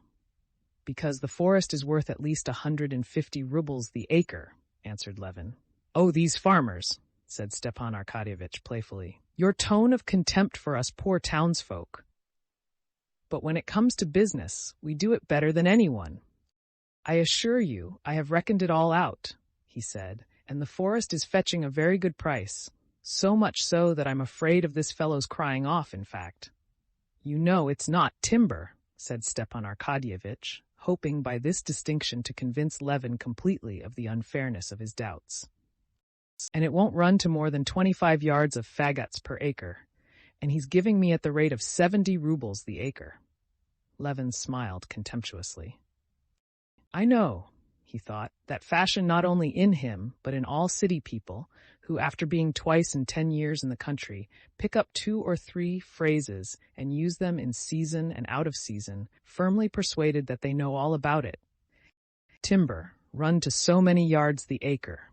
He says those words without understanding them himself.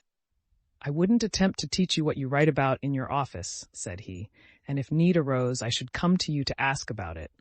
But you're so positive you know all the lore of the forest. It's difficult. Have you counted the trees?" "How count the trees?" said Stepan Arkadyevitch, laughing, still trying to draw his friend out of his ill temper. "Count the sands of the sea. Number the stars. Some higher power might do it." "Oh, well, the higher power of Ryabin can. Not a single merchant ever buys a forest without counting the trees unless they get it given them for nothing, as you're doing now. I know your forest. I go there every year shooting, and your forest's worth 150 rubles an acre paid down, while he's giving you 60 by installments. So that, in fact, you're making him a present of 30,000. Come, don't let your imagination run away with you," said Stepan Arkadyevitch piteously. "Why was it none would give it, then?" "Why, because he has an understanding with the merchants. He's bought them off. I've had to do with all of them. I know them. They're not merchants, you know, they're speculators. He wouldn't look at a bargain that gave him 10–15% profit, but holds back to buy a ruble's worth for 20 kopecks. Well, enough of it. You're out of temper." "Not the least," said Levin gloomily, as they drove up to the house. At the steps there stood a trap tightly covered with iron and leather, with a sleek horse tightly harnessed with broad collar straps. In the trap sat the chubby, tightly belted clerk who served Ryabinin as coachman. Ryabinin himself was already in the house, and met the friends in the hall. Ryabinin was a tall, thinnish, middle-aged man, with mustache and a projecting clean-shaven chin, and prominent, muddy-looking eyes. He was dressed in a long-skirted blue coat, with buttons below the waist at the back, and wore high boots wrinkled over the ankles and straight over the calf, with big galoshes drawn over them. He rubbed his face with his handkerchief, and wrapping round him his coat, which sat extremely well as it was, he greeted them with a smile, holding out his hand to Stepan Arkadyevitch, as though he wanted to catch something. "So here you are," said Stepan Arkadyevitch, giving him his hand. "That's capital. I did not venture to disregard your Excellency's commands, though the road was extremely bad. I positively walked the whole way, but I am here at my time. Konstantin Dmitrievitch, my respects." He turned to Levin, trying to seize his hand too, but Levin, scowling, made as though he did not notice his hand, and took out the snipe. "Your honors have been diverting yourselves with the chase? What kind of bird may it be, pray?" added Ryabinin, looking contemptuously at the snipe. A great delicacy, I suppose. And he shook his head disapprovingly, as though he had grave doubts whether this game were worth the candle. Would you like to go into my study? Levin said in French to Stepan Arkadovitch, scowling morosely. Go into my study. You can talk there. Quite so, where you please, said Ryabinin with contemptuous dignity, as though wishing to make it felt that others might be in difficulties as to how to behave, but that he could never be in any difficulty about anything. On entering the study, Ryabinin looked about, as his habit was, as though seeking the holy picture, but when he had found it, he did not cross himself. He scanned the bookcases and bookshelves, and with the same dubious air with which he had regarded the snipe, he smiled contemptuously and shook his head disapprovingly, as though by no means willing to allow that this game were worth the candle. Well, have you brought the money? Asked Oblonsky. Sit down.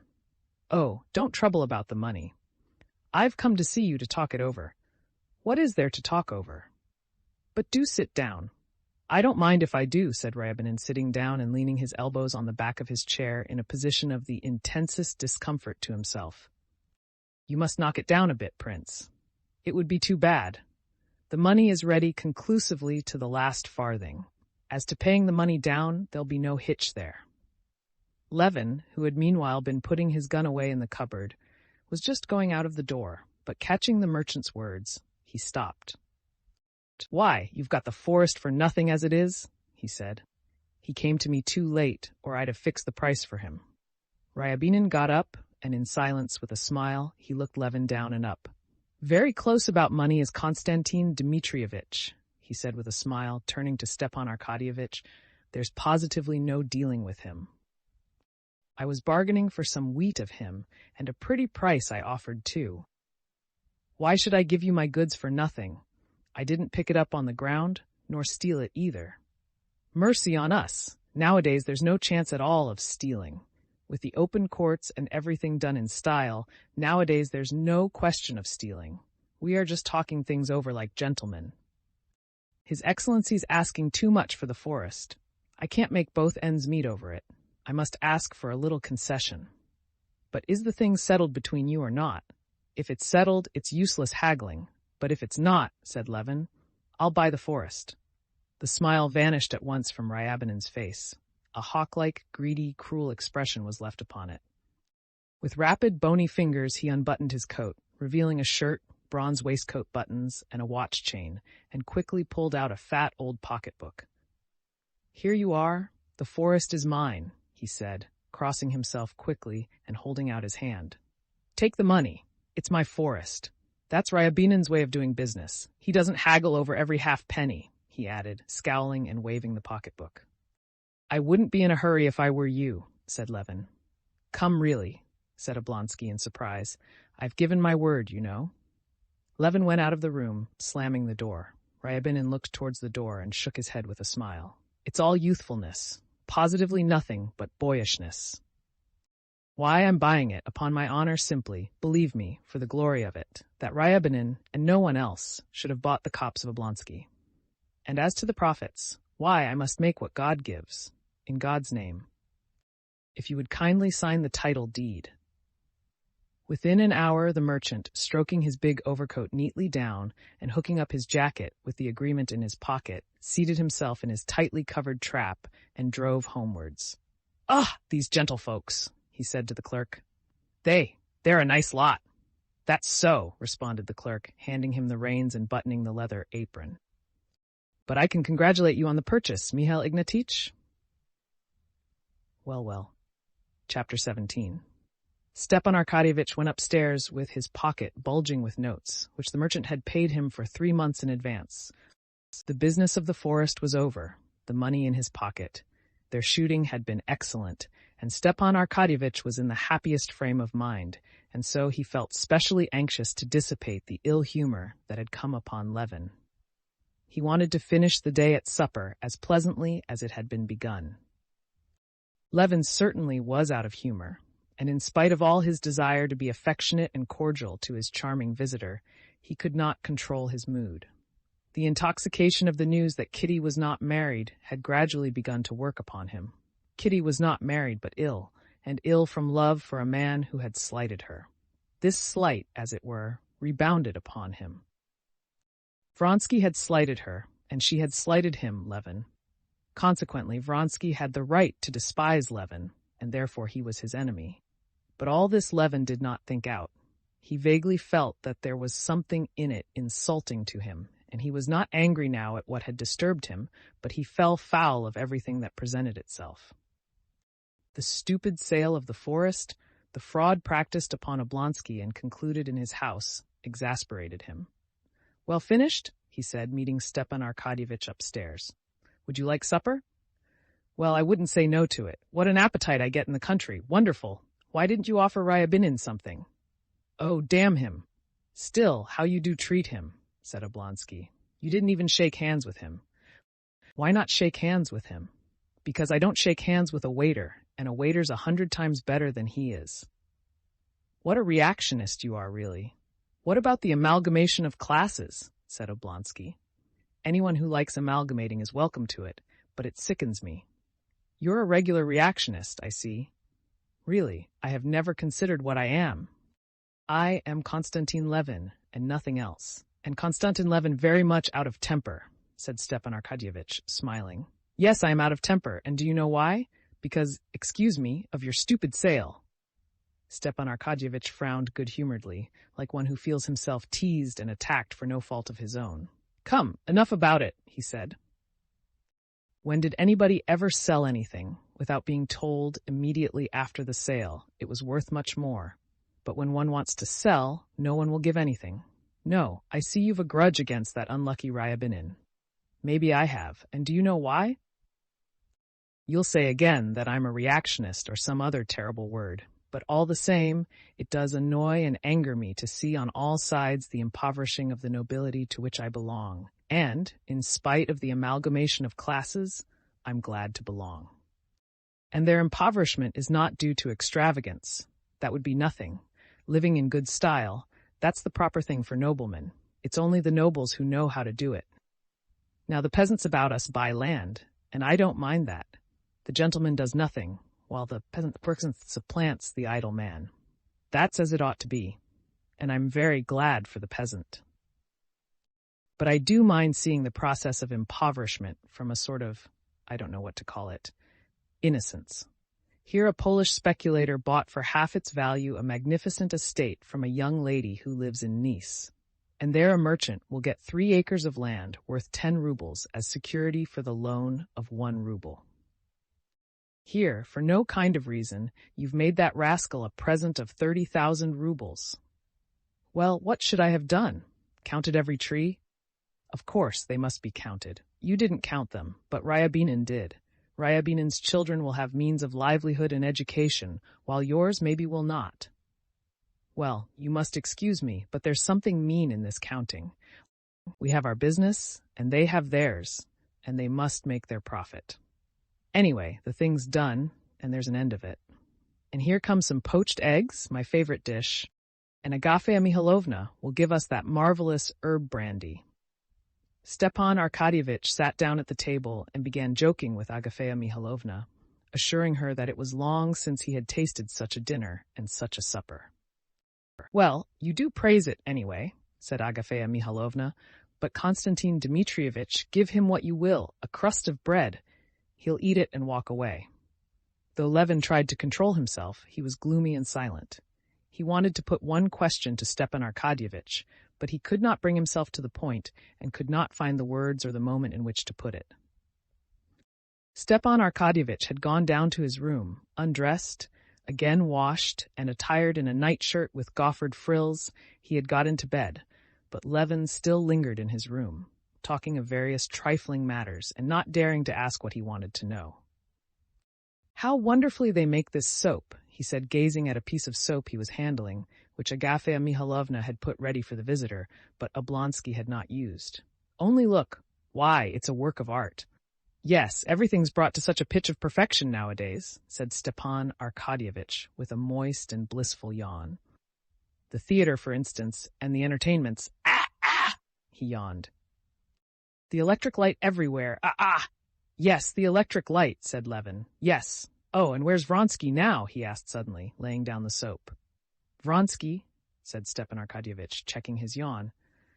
"He's in Petersburg. He left soon after you did, and he's not once been in Moscow since. And do you know, Kostya, I'll tell you the truth," he went on, leaning his elbow on the table and propping on his hand his handsome, ruddy face, in which his moist, good-natured, sleepy eyes shone like stars. "It's your own fault. You took fright at the sight of your rival. But, as I told you at the time, I couldn't say which had the better chance. Why didn't you fight it out? I told you at the time that—" He yawned inwardly without opening his mouth. "Does he know, or doesn't he, that I did make an offer?" Levin wondered, gazing at him. Yes, there's something humbugging, diplomatic in his face, and feeling he was blushing, he looked Stepan Arkadyevitch straight in the face without speaking. "If there was anything on her side at the time, it was nothing but a superficial attraction," pursued Oblonsky. "His being such a perfect aristocrat, don't you know, and his future position in society had an influence not with her, but with her mother." Levin scowled. The humiliation of his rejection stung him to the heart, as though it were a fresh wound he had only just received. But he was at home, and the walls of home are a support. Stay, he began, interrupting Oblonsky. "You talk of his being an aristocrat, but allow me to ask what it consists in, that aristocracy of Vronsky or of anybody else, beside which I can be looked down upon. You consider Vronsky an aristocrat, but I don't. A man whose father crawled up from nothing at all by intrigue, and whose mother, God knows whom, she wasn't mixed up with. No, excuse me, but I consider myself aristocratic, and people like me, who can point back in the past to 3 or 4 honorable generations of their family, of the highest degree of breeding, talent and intellect, of course that's another matter, and have never curried favor with anyone, never depended on anyone for anything, like my father and my grandfather. And I know many such. You think it mean of me to count the trees in my forest, while you make Ryabinin a present of 30,000, but you get rents from your lands and I don't know what, while I don't, and so I prize what's come to me from my ancestors or been won by hard work. We are aristocrats, and not those who can only exist by favor of the powerful of this world, and who can be bought for 2 pence halfpenny. Well, but whom are you attacking? I agree with you, said Stepan Arkadyevitch, sincerely and genially, though he was aware that in the class of those who could be bought for 2 pence halfpenny, Levin was reckoning him too. Levin's warmth gave him genuine pleasure. Whom are you attacking? Though a good deal is not true that you say about Vronsky, but I won't talk about that. I tell you straight out, if I were you, I should go back with me to Moscow and— No, I don't know whether you know it or not, but I don't care. And I tell you, I did make an offer and was rejected, and Katerina Alexandrovna is nothing now to me but a painful and humiliating reminiscence. Whatever for? What nonsense. But we won't talk about it. Please forgive me if I've been nasty, said Levin. Now that he had opened his heart, he became as he had been in the morning. You're not angry with me, Stiva? Please don't be angry, he said, and smiling, he took his hand. Of course not. Not a bit, and no reason to be. I'm glad we've spoken openly. And do you know, stand shooting in the morning is unusually good. Why not go? I couldn't sleep the night anyway, but I might go straight from shooting to the station. Capital. Chapter 18. Although all Vronsky's inner life was absorbed in his passion, his external life unalterably and inevitably followed along the old accustomed lines of his social and regimental ties and interests. The interests of his regiment took an important place in Vronsky's life, both because he was fond of the regiment and because the regiment was fond of him. They were not only fond of Vronsky and his regiment, they respected him too, and were proud of him. Proud that this man, with his immense wealth, his brilliant education and abilities, and the path open before him to every kind of success, distinction, and ambition, had disregarded all that, and of all the interests of life, had the interests of his regiment and his comrades nearest to his heart. Vronsky was aware of his comrades' view of him, and in addition to his liking for the life, he felt bound to keep up that reputation. It need not be said that he did not speak of his love to any of his comrades, nor did he betray his secret even in the wildest drinking bouts. though indeed he was never so drunk as to lose all control of himself. And he shut up any of his thoughtless comrades who attempted to allude to his connection. But in spite of that, his love was known to all the town.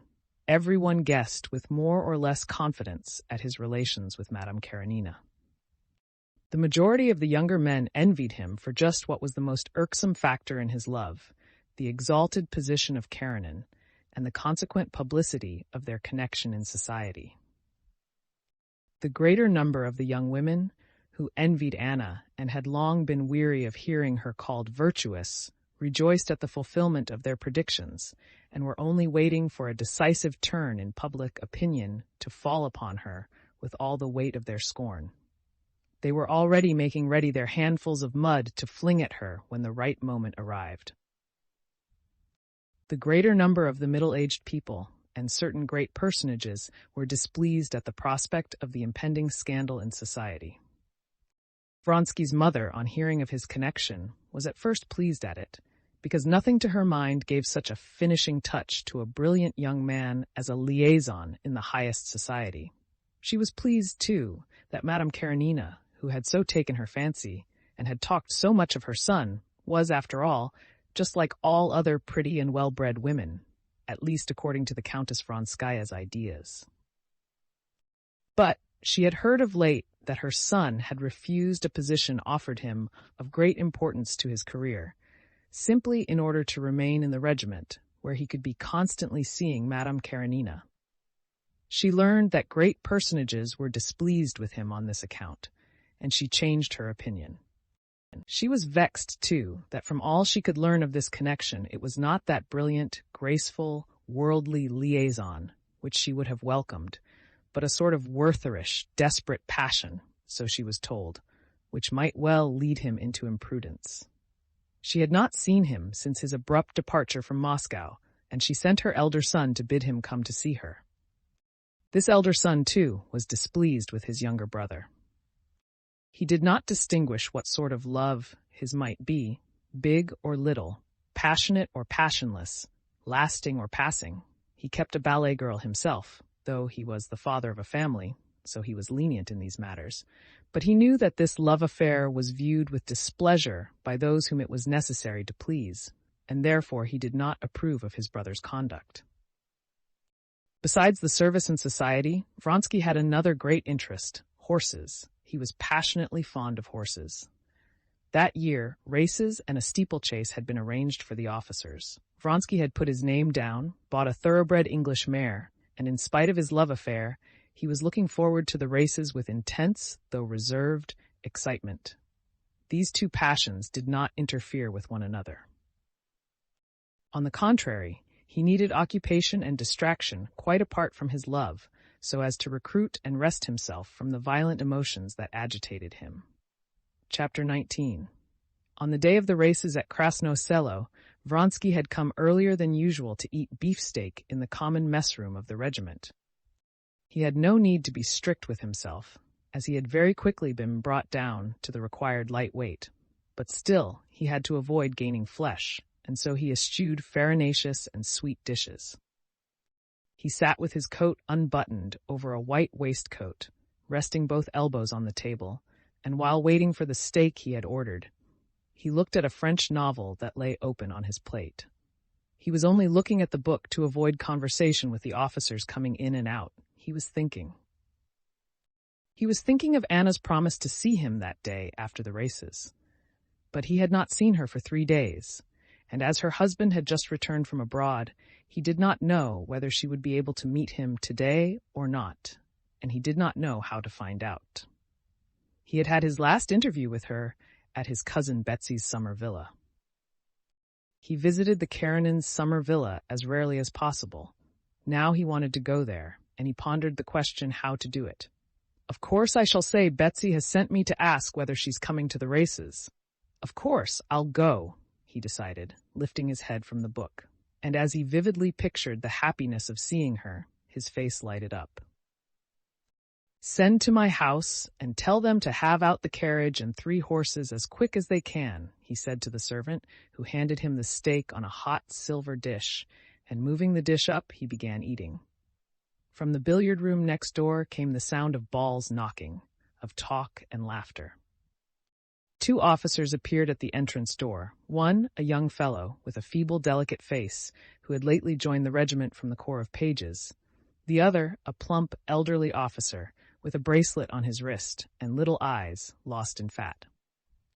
Vronsky glanced at them, frowned, and looking down at his book as though he had not noticed them, he proceeded to eat and read at the same time. "What? Fortifying yourself for your work?" said the plump officer, sitting down beside him. "As you see," responded Vronsky, knitting his brows, wiping his mouth, and not looking at the officer. "So you're not afraid of getting fat?" said the latter, turning a chair round for the young officer. "What?" said Vronsky angrily, making a wry face of disgust and showing his even teeth. "You're not afraid of getting fat?" "Waiter, sherry," said Vronsky, without replying, and moving the book to the other side of him, he went on reading. The plump officer took up the list of wines and turned to the young officer. "You choose what we're to drink," he said, handing him the card and looking at him. "Rhine wine, please," said the young officer, stealing a timid glance at Vronsky and trying to pull his scarcely visible mustache. Seeing that Vronsky did not turn round, the young officer got up. "Let's go into the billiard room," he said. The plump officer rose submissively, and they moved towards the door. At that moment there walked into the room the tall and well-built Captain Yashvin.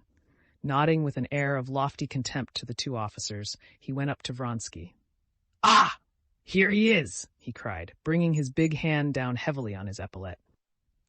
Vronsky looked round angrily, but his face lighted up immediately with his characteristic expression of genial and manly serenity. "That's it, Alexei," said the captain, in his loud baritone. "You must just eat a mouthful now, and drink only one tiny glass." "Oh, I'm not hungry." "There go the inseparables," Yashvin dropped, glancing sarcastically at the two officers who were at that instant leaving the room. And he bent his long legs, swathed in tight riding breeches, and sat down in the chair, too low for him, so that his knees were cramped up in a sharp angle. "Why didn't you turn up at the Red Theater yesterday? Numerova wasn't at all bad. Where were you?" "I was late at the Tverskoys," said Vronsky. "Ah," responded Yashvin. Yashvin, a gambler and a rake. A man not merely without moral principles, but of immoral principles. Yashvin was Vronsky's greatest friend in the regiment. Vronsky liked him both for his exceptional physical strength, which he showed for the most part by being able to drink like a fish and do without sleep without being in the slightest degree affected by it, and for his great strength of character, which he showed in his relations with his comrades and superior officers, commanding both fear and respect, and also at cards, when he would play for tens of thousands and however much he might have drunk, always with such skill and decision that he was reckoned the best player in the English club. Vronsky respected and liked Yashvin, particularly because he felt Yashvin liked him, not for his name and his money, but for himself. And of all men, he was the only one with whom Vronsky would have liked to speak of his love. He felt that Yashvin, in spite of his apparent contempt for every sort of feeling, was the only man who could, so he fancied, comprehend the intense passion which now filled his whole life. Moreover, he felt certain that Yashvin, as it was, took no delight in gossip and scandal, and interpreted his feeling rightly, that is to say, knew and believed that this passion was not a jest, not a pastime, but something more serious and important. Vronsky had never spoken to him of his passion, but he was aware that he knew all about it, and that he put the right interpretation on it, and he was glad to see that in his eyes. "Ah! Yes?" he said to the announcement that Vronsky had been at the Tverskoys, and his black eyes shining, he plucked at his left mustache and began twisting it into his mouth, a bad habit he had. "Well, and what did you do yesterday? Win anything?" asked Vronsky. 8,000, but 3 don't count, he won't pay up." "Oh, then you can afford to lose over me," said Vronsky, laughing. Yashvin had bet heavily on Vronsky in the races. "No chance of my losing. Mahotin's the only one that's risky." And the conversation passed to forecasts of the coming race, the only thing Vronsky could think of just now. "Come along, I've finished," said Vronsky, and getting up, he went to the door. Yashvin got up too, stretching his long legs and his long back. It's too early for me to dine, but I must have a drink. I'll come along directly. Hi, wine! He shouted in his rich voice that always rang out so loudly at drill and set the windows shaking now. No, all right, he shouted again immediately after. You're going home, so I'll go with you. And he walked out with Vronsky. Chapter 20. Vronsky was staying in a roomy, clean Finnish hut, divided into two by a partition. Petritsky lived with him in camp too. Petritsky was asleep when Vronsky and Yashvin came into the hut. Get up! Don't go on sleeping, said Yashvin, going behind the partition and giving Petritsky, who was lying with ruffled hair and with his nose in the pillow, a prod on the shoulder. Petritsky jumped up suddenly onto his knees and looked round. Your brother's been here, he said to Vronsky. He waked me up, damn him, and said he'd look in again. And pulling up the rug, he flung himself back on the pillow. Oh, do shut up, Yashvin, he said, getting furious with Yashvin, who was pulling the rug off him. Shut up! He turned over and opened his eyes. You'd better tell me what to drink. Such a nasty taste in my mouth, that. Brandy's better than anything, boomed Yashvin. Tereshchenko, brandy for your master and cucumbers, he shouted, obviously taking pleasure in the sound of his own voice. Brandy, do you think? Eh? Queried Petritsky, blinking and rubbing his eyes. And you'll drink something? All right then, we'll have a drink together. Vronsky, have a drink? Said Petritsky, getting up and wrapping the tiger-skin rug round him. He went to the door of the partition wall, raised his hands and hummed in French. There was a king in Thule. Vronsky, will you have a drink? Go along, said Vronsky, putting on the coat his valet handed to him. Where are you off to? Asked Yashvin. Oh, here are your 3 horses, he added, seeing the carriage drive up. To the stables, and I've got to see Bryansky too about the horses, said Vronsky. Vronsky had as a fact promised to call at Bryansky's, some 8 miles from Peterhof, and to bring him some money owing for some horses, and he hoped to have time to get that in too. But his comrades were at once aware that he was not only going there. Petritsky, still humming, winked and made a pout with his lips, as though he would say, Oh yes, we know you're Bryansky. Mind you're not late, was Yashvin's only comment, and to change the conversation. How's my roan? Is he doing all right? He inquired, looking out of the window at the middle one of the 3 horses, which he had sold Vronsky. Stop! Cried Petritsky to Vronsky, as he was just going out. Your brother left a letter and a note for you. Wait a bit, where are they? Vronsky stopped. Well, where are they? Where are they? That's just the question, said Petritsky solemnly, moving his forefinger upwards from his nose. Come tell me. This is silly, said Vronsky, smiling. I have not lighted the fire, here somewhere about.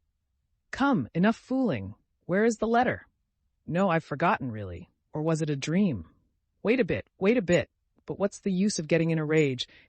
If you'd drunk 4 bottles yesterday as I did, you'd forget where you were lying. Wait a bit, I'll remember. Petritsky went behind the partition and lay down on his bed. Wait a bit. This was how I was lying, and this was how he was standing. Yes, here it is. And Petritsky pulled a letter out from under the mattress, where he had hidden it. Vronsky took the letter and his brother's note. It was the letter he was expecting, from his mother, reproaching him for not having been to see her, and the note was from his brother to say that he must have a little talk with him. Vronsky knew that it was all about the same thing. What business is it of theirs? Thought Vronsky, and crumpling up the letters he thrust them between the buttons of his coat so as to read them carefully on the road. In the porch of the hut he was met by 2 officers, one of his regiment and one of another. Vronsky's quarters were always a meeting place for all the officers. Where are you off to? I must go to Peterhof. Has the mare come from Zarsko? Yes, but I've not seen her yet. They say Mahotin's gladiator's lame. Nonsense. But however are you going to race in this mud? Said the other. Here are my saviors, cried Petritsky, seeing them come in. Before him stood the orderly with a tray of brandy and salted cucumbers. Here's Yashvin ordering me to drink a pick-me-up. Well, you did give it to us yesterday, said one of those who had come in. You didn't let us get a wink of sleep all night. Oh, didn't we make a pretty finish? Said Petritsky. Volkov climbed onto the roof and began telling us how sad he was. I said, let's have music, the funeral march. He fairly dropped asleep on the roof over the funeral march.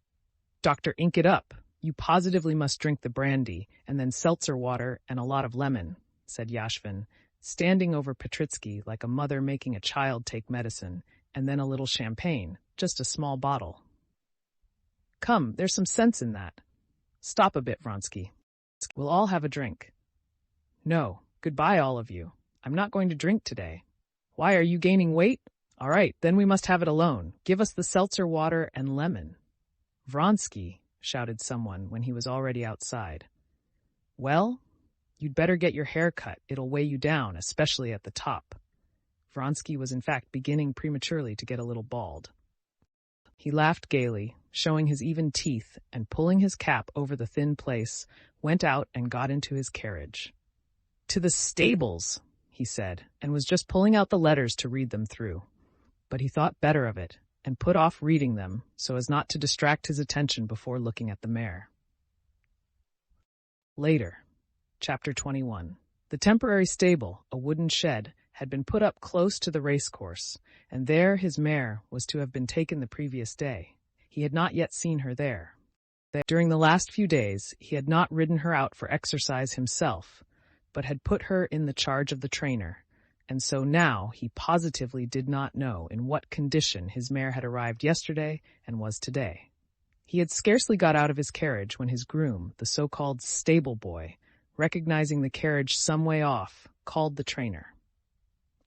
A dry-looking Englishman, in high boots and a short jacket, clean-shaven, except for a tuft below his chin, came to meet him, walking with the uncouth gait of jockey, turning his elbows out and swaying from side to side. Well, how's Frou-Frou? Vronsky asked in English. All right, sir, the Englishman's voice responded somewhere in the inside of his throat. Better not go in, he added, touching his hat. I've put a muzzle on her, and the mare's fidgety. Better not go in, it'll excite the mare. No, I'm going in. I want to look at her.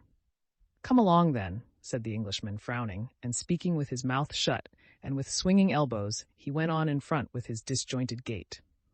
They went into the little yard in front of the shed. A stable boy, spruce and smart in his holiday attire, met them with a broom in his hand and followed them. In the shed there were 5 horses in their separate stalls, and Vronsky knew that his chief rival, Gladiator, a very tall chestnut horse, had been brought there, and must be standing among them. Even more than his mare, Vronsky longed to see Gladiator, whom he had never seen. But he knew that by the etiquette of the racecourse, it was not merely impossible for him to see the horse, but improper even to ask questions about him. Just as he was passing along the passage, the boy opened the door into the second horse box on the left, and Vronsky caught a glimpse of a big chestnut horse with white legs. He knew that this was Gladiator, but with the feeling of a man turning away from the sight of another man's open letter, he turned round and went into Frou-Frou's stall. The horse is here belonging to Mac. I never can say the name, said the Englishman over his shoulder, pointing his big finger and dirty nail towards Gladiator's stall. Mahotin? Yes, he's my most serious rival, said Vronsky. If you were riding him, said the Englishman, I'd bet on you. Frou-Frou's more nervous. He's stronger, said Vronsky, smiling at the compliment to his riding. In a steeplechase, it all depends on riding and on pluck, said the Englishman. Of pluck, that is, energy and courage, Vronsky did not merely feel that he had enough. What was of far more importance, he was firmly convinced that no one in the world could have more of this pluck than he had. Don't you think I want more thinning down? Oh, no, answered the Englishman. Please don't speak loud. The mare's fidgety, he added, nodding towards the horse box before which they were standing, and from which came the sound of restless stamping in the straw. He opened the door, and Vronsky went into the horse box, dimly lighted by one little window. In the horse box stood a dark bay mare, with a muzzle on, picking at the fresh straw with her hoofs. Looking round him in the twilight of the horse box, Vronsky unconsciously took in once more in a comprehensive glance all the points of his favorite mare. Frou-Frou was a beast of medium size, not altogether free from reproach, from a breeder's point of view. She was small-boned all over, though her chest was extremely prominent in front. it was narrow. Her hindquarters were a little drooping, and in her forelegs, and still more in her hind legs, there was a noticeable curvature. The muscles of both hind and forelegs were not very thick, but across her shoulders the mare was exceptionally broad, a peculiarity specially striking now that she was lean from training. The bones of her legs below the knees looked no thicker than a finger from in front, but were extraordinarily thick seen from the side. She looked altogether, except across the shoulders as it were, pinched in at the sides and pressed out in depth. But she had in the highest degree the quality that makes all defects forgotten. That quality was blood, the blood that tells, as the English expression has it.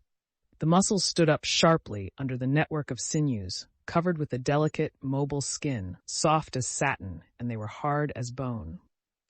Her clean-cut head, with prominent, bright, spirited eyes, broadened out at the open nostrils that showed the red blood in the cartilage within. About all her figure, and especially her head, there was a certain expression of energy, and at the same time of softness. She was one of those creatures which seem only not to speak because the mechanism of their mouth does not allow them to. To Vronsky, at any rate, it seemed that she understood all he felt at that moment, looking at her. Directly Vronsky went towards her, she drew in a deep breath, and turning back her prominent eye till the white looked bloodshot, she started at the approaching figures from the opposite side, shaking her muzzle and shifting lightly from one leg to the other. "There, you see how fidgety she is," said the Englishman. "There, darling, there," said Vronsky, going up to the mare and speaking soothingly to her. But the nearer he came, the more excited she grew. Only when he stood by her head she was suddenly quieter, while the muscles quivered under her soft, delicate coat. Vronsky patted her strong neck, straightened over her sharp withers a stray lock of her mane that had fallen on the other side, and moved his face near her dilated nostrils, transparent as a bat's wing. She drew a loud breath and snorted out through her tense nostrils, started, pricked up her sharp ear, and put out her strong black lip towards Vronsky, as though she would nip hold of his sleeve. But remembering the muzzle, she shook it, and again began restlessly stamping one after the other her shapely legs. "Quiet, darling, quiet," he said, patting her again over her hindquarters, and with a glad sense that his mare was in the best possible condition, he went out of the horse-box. The mare's excitement had infected Vronsky. He felt that his heart was throbbing, and that he, too, like the mare, longed to move, to bite. It was both dreadful and delicious. "Well, I rely on you, then," he said to the Englishman, 6:30 on the ground. "All right," said the Englishman. "Oh, where are you going, my lord?" he asked suddenly, using the title my lord, which he had scarcely ever used before. Vronsky, in amazement, raised his head and stared, as he knew how to stare, not into the Englishman's eyes, but at his forehead, astounded at the impertinence of his question. But realizing that in asking this, the Englishman had been looking at him not as an employer, but as a jockey, he answered, "I've got to go to Bryansky's. I shall be home within an hour."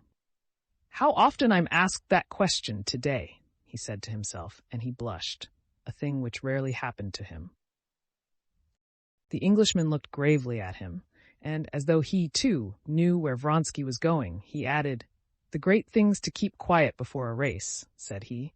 "Don't get out of temper or upset about anything." "All right," answered Vronsky, smiling, and jumping into his carriage, he told the man to drive to Peterhof.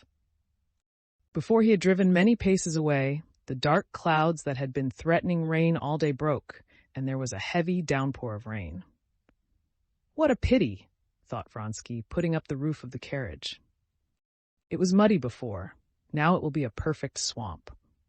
As he sat in solitude in the closed carriage, he took out his mother's letter and his brother's note and read them through. Yes, it was the same thing over and over again. Everyone, his mother, his brother, everyone thought fit to interfere in the affairs of his heart. This interference aroused in him a feeling of angry hatred, a feeling he had rarely known before. What business is it of theirs? Why does everybody feel called upon to concern himself about me? And why do they worry me so? Just because they see that this is something they can't understand. If it were a common, vulgar, worldly intrigue, they would have left me alone. They feel that this is something different, that this is not a mere pastime, that this woman is dearer to me than life. And this is incomprehensible, and that's why it annoys them. Whatever our destiny is or may be, we have made it ourselves, and we do not complain of it, he said, in the word we linking himself with Anna. No, they must needs teach us how to live. They haven't an idea of what happiness is. They don't know that without our love, for us, there is neither happiness nor unhappiness, no life at all, he thought. He was angry with all of them for their interference just because he felt in his soul that they, all these people, were right. He felt that the love that bound him to Anna was not a momentary impulse, which would pass as worldly intrigues do pass, leaving no other traces in the life of either but pleasant or unpleasant memories. He felt all the torture of his own and her position, all the difficulty there was for them, conspicuous as they were in the eye of all the world, in concealing their love, in lying and deceiving, and in lying, deceiving, feigning, and continually thinking of others, when the passion that united them was so intense that they were both oblivious of everything else but their love. He vividly recalled all the constantly recurring instances of inevitable necessity for lying and deceit, which were so against his natural bent. He recalled particularly vividly the shame he had more than once detected in her at this necessity for lying and deceit. And he experienced the strange feeling that had sometimes come upon him since his secret love for Anna. This was a feeling of loathing for something, whether for Alexei Alexandrovitch, or for himself, or for the whole world, he could not have said. But he always drove away this strange feeling. Now, too, he shook it off and continued the thread of his thoughts. Yes, she was unhappy before, but proud and at peace, and now she cannot be at peace and feel secure in her dignity, though she does not show it. Yes, we must put an end to it, he decided. And for the first time, the idea clearly presented itself that it was essential to put an end to this false position, and the sooner the better. Throw up everything, she and I, and hide ourselves somewhere alone with our love, he said to himself. Chapter 22. The rain did not last long, and by the time Vronsky arrived, his shaft horse trotting at full speed and dragging the trace horses galloping through the mud with their reins hanging loose, the sun had peeped out again. The roofs of the summer villas and the old lima trees in the gardens on both sides of the principal streets sparkled with wet brilliance, and from the twigs came a pleasant drip, and from the roofs rushing streams of water. He thought no more of the shower spoiling the racecourse, but was rejoicing now that, thanks to the rain, he would be sure to find her at home and alone, as he knew that Alexei Alexandrovitch, who had lately returned from a foreign watering place, had not moved from Petersburg. Hoping to find her alone, Vronsky alighted, as he always did, to avoid attracting attention, before crossing the bridge, and walked to the house. He did not go up the steps to the street door, but went into the court. "Has your master come?" he asked a gardener. "No, sir. The mistress is at home." "But will you please go to the front door? There are servants there," the gardener answered. "They'll open the door." "No, I'll go in from the garden." And feeling satisfied that she was alone, and wanting to take her by surprise, since he had not promised to be there today, and she would certainly not expect him to come before the races, he walked, holding his sword and stepping cautiously over the sandy path, bordered with flowers, to the terrace that looked out upon the garden. Vronsky forgot now all that he had thought on the way of the hardships and difficulties of their position. He thought of nothing but that he would see her directly, not in imagination, but living, all of her, as she was in reality. He was just going in, stepping on his whole foot so as not to creak, up the worn steps of the terrace, when he suddenly remembered what he always forgot, and what caused the most torturing side of his relations with her son, with his questioning, hostile as he fancied eyes. This boy was more often than anyone else a check upon their freedom. When he was present, both Vronsky and Anna did not merely avoid speaking of anything that they could not have repeated before everyone. They did not even allow themselves to refer by hints to anything the boy did not understand. They had made no agreement about this. It had settled itself. They would have felt it wounding themselves to deceive the child. In his presence, they talked like acquaintances. But in spite of this caution, Vronsky often saw the child's intent, bewildered glance fixed upon him, and a strange shyness, uncertainty, at one time friendliness, at another, coldness and reserve, in the boy's manner to him, as though the child felt that between this man and his mother there existed some important bond, the significance of which he could not understand.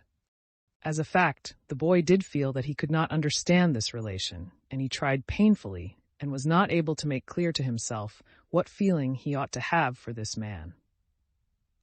With a child's keen instinct for every manifestation of feeling, he saw distinctly that his father, his governess, his nurse, all did not merely dislike Vronsky, but looked on him with horror and aversion, though they never said anything about him, while his mother looked on him as her greatest friend. What does it mean? Who is he? How ought I to love him? If I don't know, it's my fault. Either I'm stupid or a naughty boy, thought the child. And this was what caused his dubious, inquiring, sometimes hostile expression, and the shyness and uncertainty which Vronsky found so irksome. This child's presence always and infallibly called up in Vronsky that strange feeling of inexplicable loathing which he had experienced of late. This child's presence called up both in Vronsky and in Anna a feeling akin to the feeling of a sailor who sees by the compass that the direction in which he is swiftly moving is far from the right one, but that to arrest his motion is not in his power, that every instant is carrying him further and further away, and that to admit to himself his deviation from the right direction is the same as admitting his certain ruin. This child, with his innocent outlook upon life, was the compass that showed them the point to which they had departed from what they knew, but did not want to know. This time Seryozha was not at home, and she was completely alone. She was sitting on the terrace waiting for the return of her son, who had gone out for his walk and been caught in the rain. She had sent a manservant and a maid out to look for him. Dr. Est, in a white gown, deeply embroidered, she was sitting in a corner of the terrace behind some flowers, and did not hear him. Bending her curly black head, she pressed her forehead against a cool watering pot that stood on the parapet, and both her lovely hands, with the rings he knew so well, clasped the pot. The beauty of her whole figure, her head, her neck, her hands, struck Vronsky every time as something new and unexpected. He stood still, gazing at her in ecstasy. But directly he would have made a step to come nearer to her, she was aware of his presence, pushed away the watering pot, and turned her flushed face towards him. "What's the matter? You are ill?" he said to her in French, going up to her. He would have run to her, but remembering that there might be spectators, he looked round towards the balcony door, and reddened a little, as he always reddened, feeling that he had to be afraid and be on his guard. "No, I'm quite well," she said, getting up and pressing his outstretched hand tightly. "I did not expect thee. Mercy, what cold hands," he said. "You startled me," she said. "I'm alone and expecting Seryozha. He's out for a walk. They'll come in from this side." But, in spite of her efforts to be calm, her lips were quivering. "Forgive me for coming, but I couldn't pass the day without seeing you," he went on, speaking French, as he always did to avoid using the stiff Russian plural form, so impossibly frigid between them, and the dangerously intimate singular.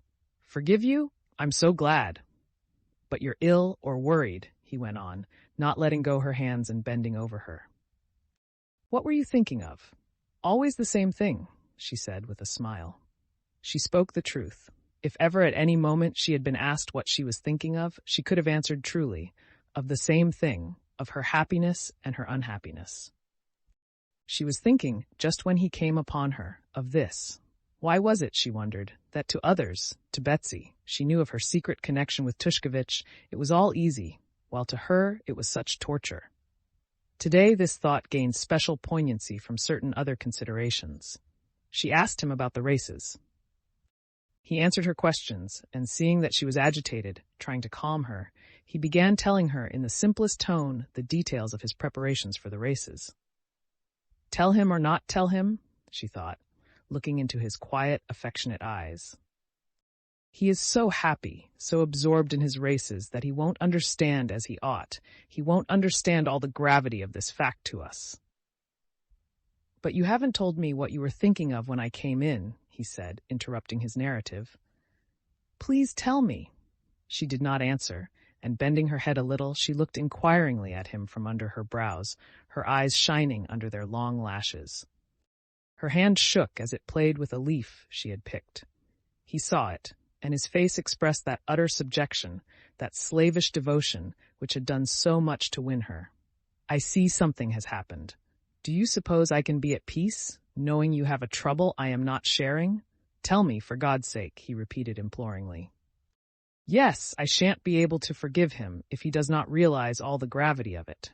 Better not tell. Why put him to the proof? She thought, still staring at him in the same way, and feeling the hand that held the leaf was trembling more and more. For God's sake, he repeated, taking her hand. Shall I tell you? Yes, yes, yes. I'm with child, she said, softly and deliberately. The leaf in her hand shook more violently, but she did not take her eyes off him, watching how he would take it. He turned white, would have said something, but stopped. He dropped her hand and his head sank on his breast. Yes, he realizes all the gravity of it, she thought, and gratefully she pressed his hand. But she was mistaken in thinking he realized the gravity of the fact as she, a woman, realized it. On hearing it, he felt come upon him with tenfold intensity that strange feeling of loathing of someone. But at the same time, he felt that the turning point he had been longing for had come now, that it was impossible to go on concealing things from her husband, and it was inevitable in one way or another that they should soon put an end to their unnatural position. But besides that, her emotion physically affected him in the same way.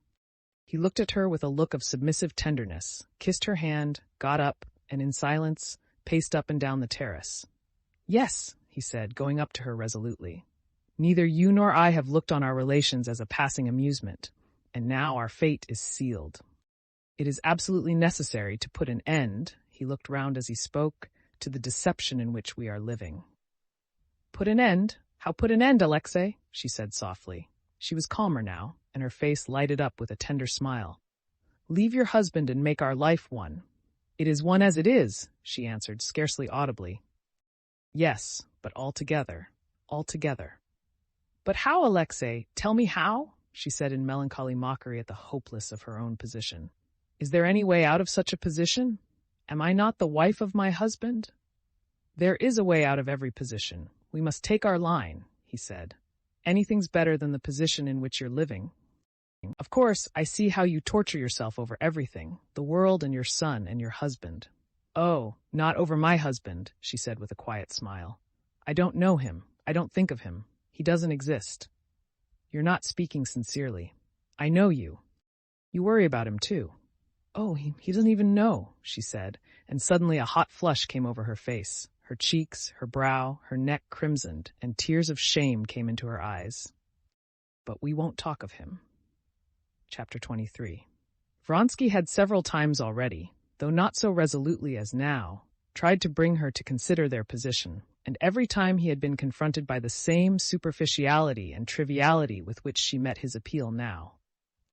It was as though there were something in this which she could not or would not face, as though directly she began to speak of this, she, the real Anna, retreated somehow into herself, and another strange and unaccountable woman came out whom he did not love and whom he feared and who was in opposition to him. But today he was resolved to have it out. Whether he knows or not, said Vronsky in his usual quiet and resolute tone, that's nothing to do with us. You cannot stay like this, especially now. What's to be done according to you? She asked with the same frivolous irony. She, who had so feared he would take her condition too lightly, was now vexed with him for deducing from it the necessity of taking some step. Tell him everything, and leave him. Very well, let us suppose I do that, she said. Do you know what the result of that would be? I can tell you it all beforehand, and a wicked light gleamed in her eyes that had been so soft a minute before. You love another man, and have entered into criminal intrigues with him? Mimicking her husband, she threw an emphasis on the word criminal, as Alexei Alexandrovich did. I warned you of the results in the religious, the civil, and the domestic relation. You have not listened to me. Now I cannot let you disgrace my name. And my son, she had meant to say, but about her son she could not jest. Disgrace my name, and more in the same style, she added. In general terms, he'll say in his official manner, and with all distinctness and precision, that he cannot let me go, but will take all measures in his power to prevent scandal, and he will calmly and punctually act in accordance with his words. That's what will happen. He's not a man, but a machine, and a spiteful machine when he's angry, she added, recalling Alexei Alexandrovich as she spoke, with all the peculiarities of his figure and manner of speaking, and reckoning against him every defect she could find in him, softening nothing for the great wrong she herself was doing him. But Anna, said Vronsky in a soft and persuasive voice, trying to soothe her, we absolutely must, anyway, tell him, and then be guided by the line he takes. What, run away? And why not run away? I don't see how we can keep on like this, and not for my sake. I see that you suffer. Yes, run away and become your mistress, she said angrily. Anna, he said with reproachful tenderness. Yes, she went on, become your mistress and complete the ruin of... Again she would have said, my son, but she could not utter that word. Vronsky could not understand how she, with her strong and truthful nature, could endure this state of deceit, and not long to get out of it. But he did not suspect that the chief cause of it was the word son, which she could not bring herself to pronounce.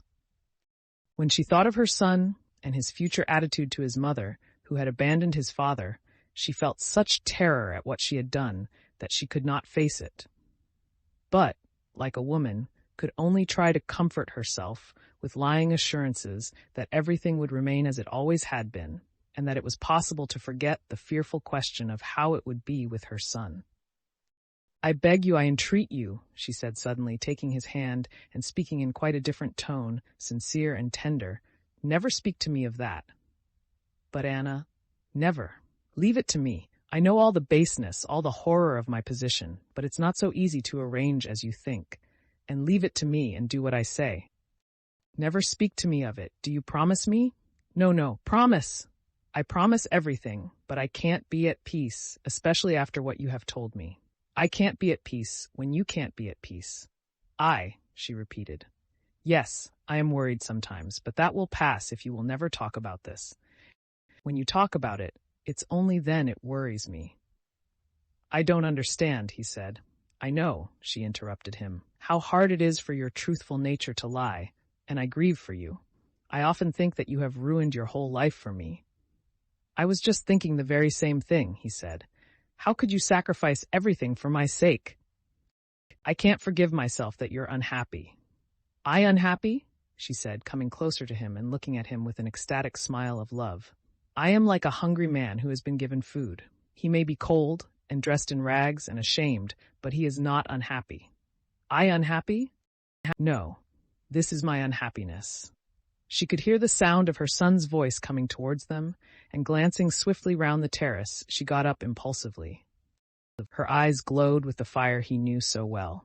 With a rapid movement, she raised her lovely hands, covered with rings, took his head, looked a long look into his face, and putting up her face with smiling, parted lips, swiftly kissed his mouth and both eyes and pushed him away. She would have gone, but he held her back. When? He murmured in a whisper, gazing in ecstasy at her. Tonight at 1 o'clock, she whispered, and with a heavy sigh she walked with her light, swift step to meet her son. Seryozha had been caught by the rain in the big garden, and he and his nurse had taken shelter in an arbor. Well, au revoir, she said to Vronsky. I must soon be getting ready for the races. Betsy promised to fetch me. Vronsky, looking at his watch, went away hurriedly. Chapter 24.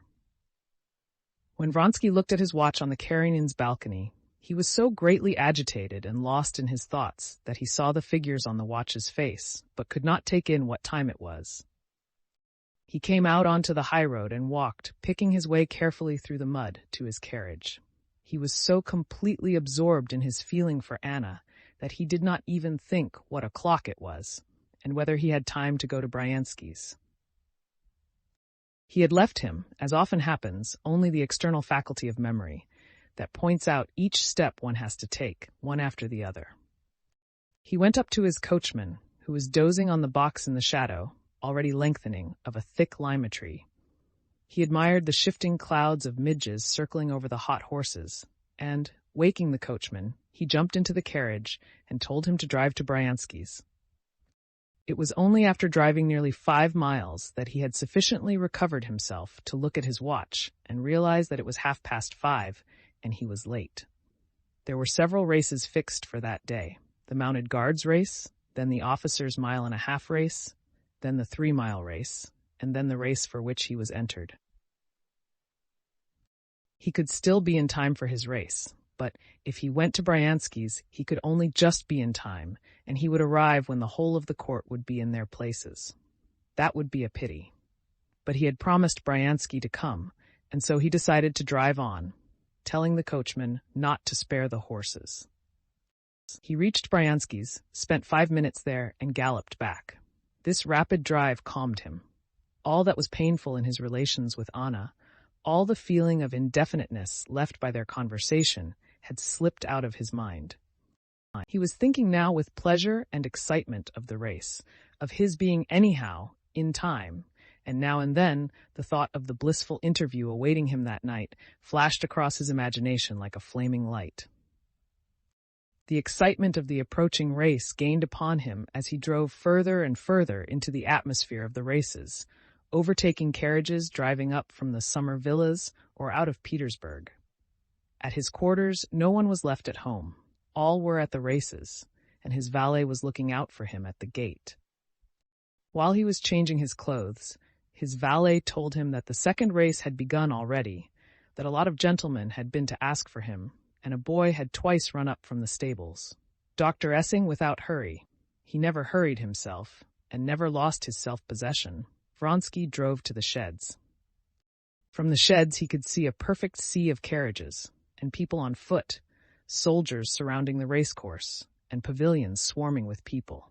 The second race was apparently going on, for just as he went into the sheds, he heard a bell ringing.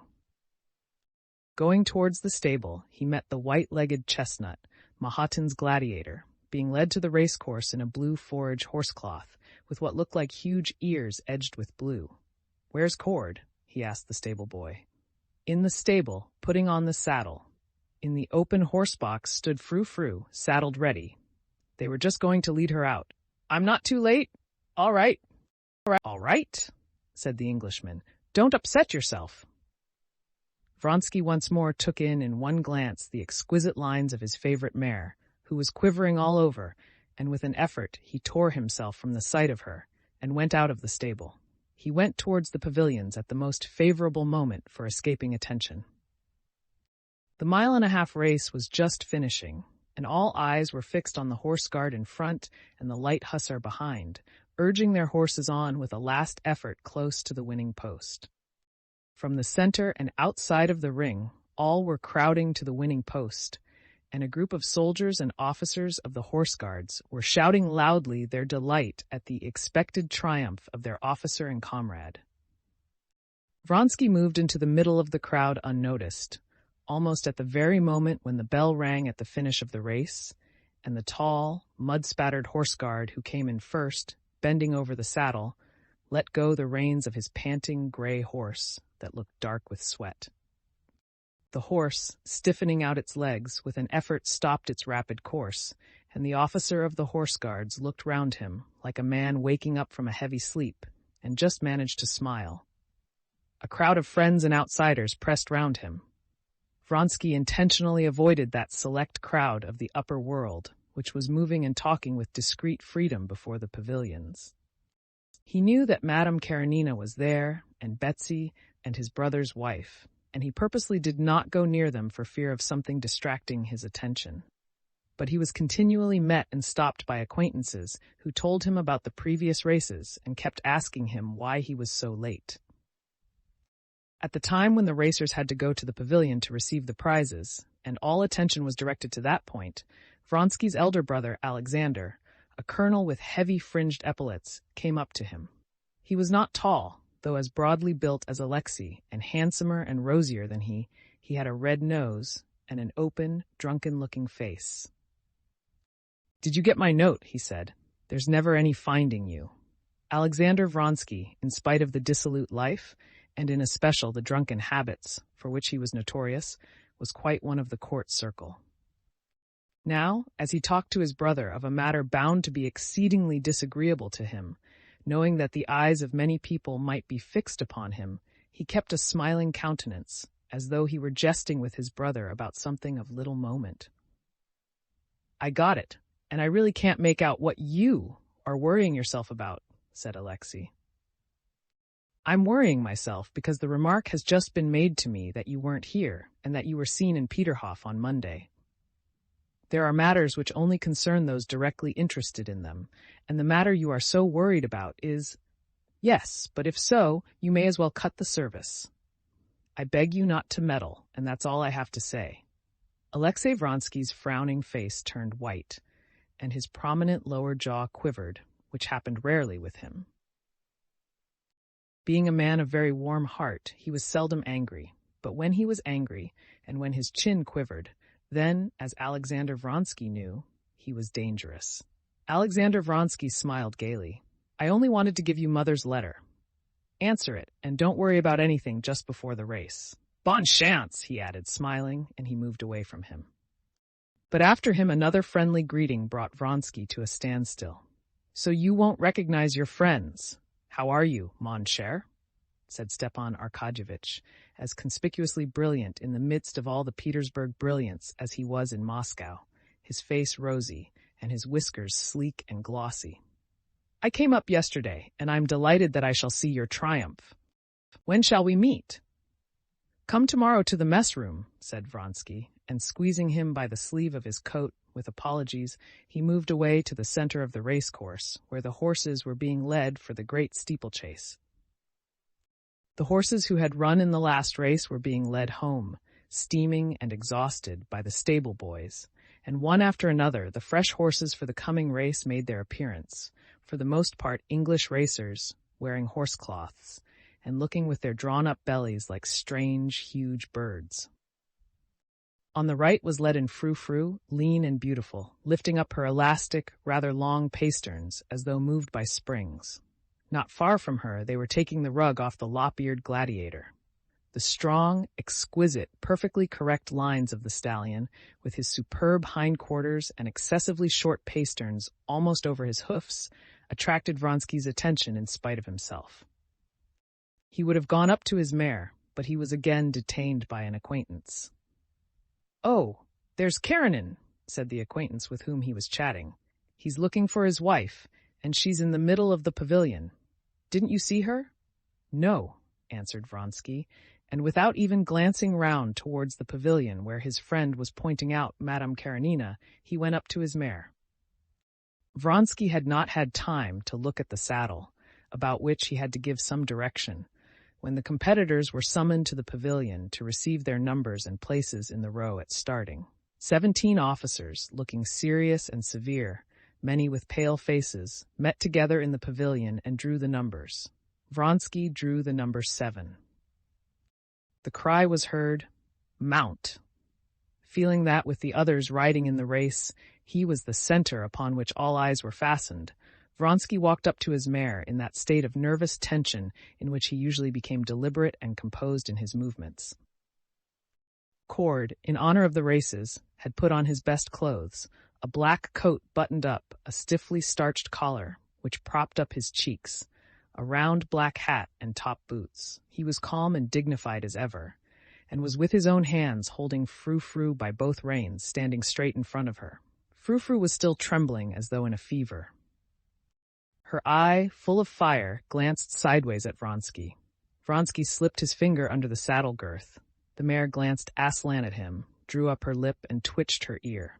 The Englishman puckered up his lips, intending to indicate a smile that anyone should verify his saddling. "Get up. You won't feel so excited." Vronsky looked round for the last time at his rivals. He knew that he would not see them during the race. two were already riding forward to the point from which they were to start. Galtzin, a friend of Vronsky's and one of his more formidable rivals, was moving round a bay horse that would not let him mount. A little light hussar in tight riding breeches rode off at a gallop, crouched up like a cat on the saddle, in imitation of English jockeys. Prince Kuzovlev sat with a white face on his thoroughbred mare from the Grabovsky stud, while an English groom led her by the bridle. Vronsky and all his comrades knew Kuzovlev and his peculiarity of weak nerves and terrible vanity. They knew that he was afraid of everything, afraid of riding a spirited horse. But now, just because it was terrible, because people broke their necks, and there was a doctor standing at each obstacle, and an ambulance with a cross on it, and a sister of mercy, he had made up his mind to take part in the race. Their eyes met, and Vronsky gave him a friendly and encouraging nod. Only one he did not see, his chief rival, Mahotin on Gladiator. "Don't be in a hurry," said Cord to Vronsky, "and remember one thing. Don't hold her in at the fences, and don't urge her on. Let her go as she likes." All right," said Vronsky, taking the reins. "If you can, lead the race. But don't lose heart till the last minute, even if you're behind." Before the mare had time to move, Vronsky stepped with an agile, vigorous movement into the steel-toothed stirrup and lightly and firmly seated himself on the creaking leather of the saddle. Getting his right foot in the stirrup, he smoothed the double reins as he always did between his fingers, and Cord let go. As though she did not know which foot to put first, Frou-Frou started, dragging at the reins with her long neck, and as though she were on springs, shaking her rider from side to side. Cord quickened his step, following him. The excited mare, trying to shake off her rider first on one side and then the other, pulled at the reins, and Vronsky tried in vain with voice and hand to soothe her. They were just reaching the dammed-up stream on their way to the starting point.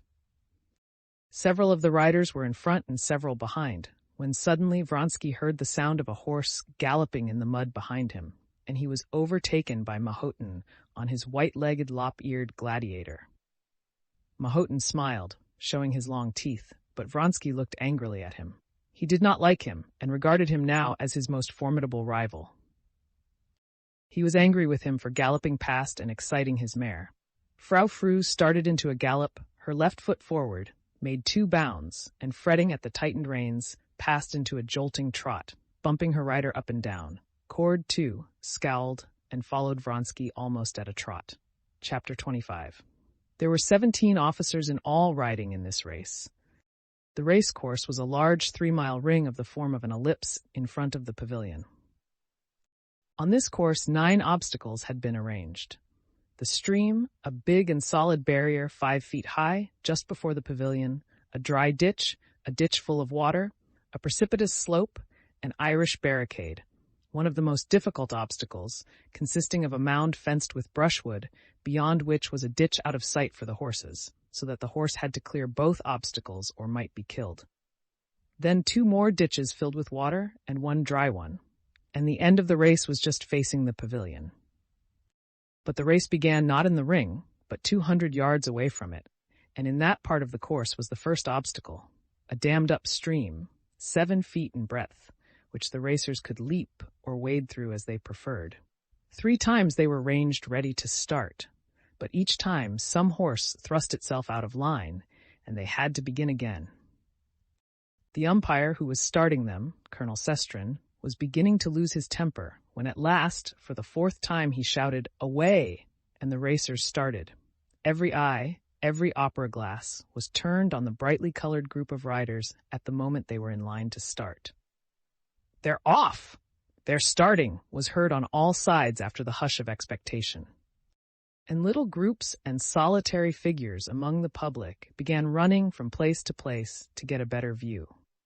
In the very first minute, the close group of horsemen drew out, and it could be seen that they were approaching the stream in 2s and 3s and one behind another.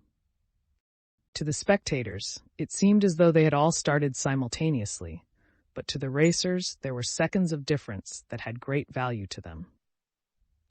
Frou-Frou, excited and over-nervous, had lost the first moment, and several horses had started before her. But before reaching the stream, Vronsky, who was holding in the mare with all his force as she tugged at the bridle, easily overtook 3. And there were left in front of him Mahotin's chestnut Gladiator, whose hindquarters were moving lightly and rhythmically up and down exactly in front of Vronsky, and in front of all, the dainty mare Diana, bearing Kuzovlev more dead than alive. For the first instant, Vronsky was not master either of himself or his mare. Up to the first obstacle, the stream, he could not guide the motions of his mare. Gladiator and Diana came up to it together, and almost at the same instant, simultaneously they rose above the stream and flew across to the other side. Frou-Frou darted after them, as if flying, but at the very moment when Vronsky felt himself in the air, he suddenly saw almost under his mare's hoofs Kuzovlev, who was floundering with Diana on the further side of the stream. Kuzovlev had let go the reins as he took the leap, and the mare had sent him flying over her head. Those details Vronsky learned later. At the moment all he saw was that just under him, where Frou-Frou must alight, Diana's legs or head might be in the way.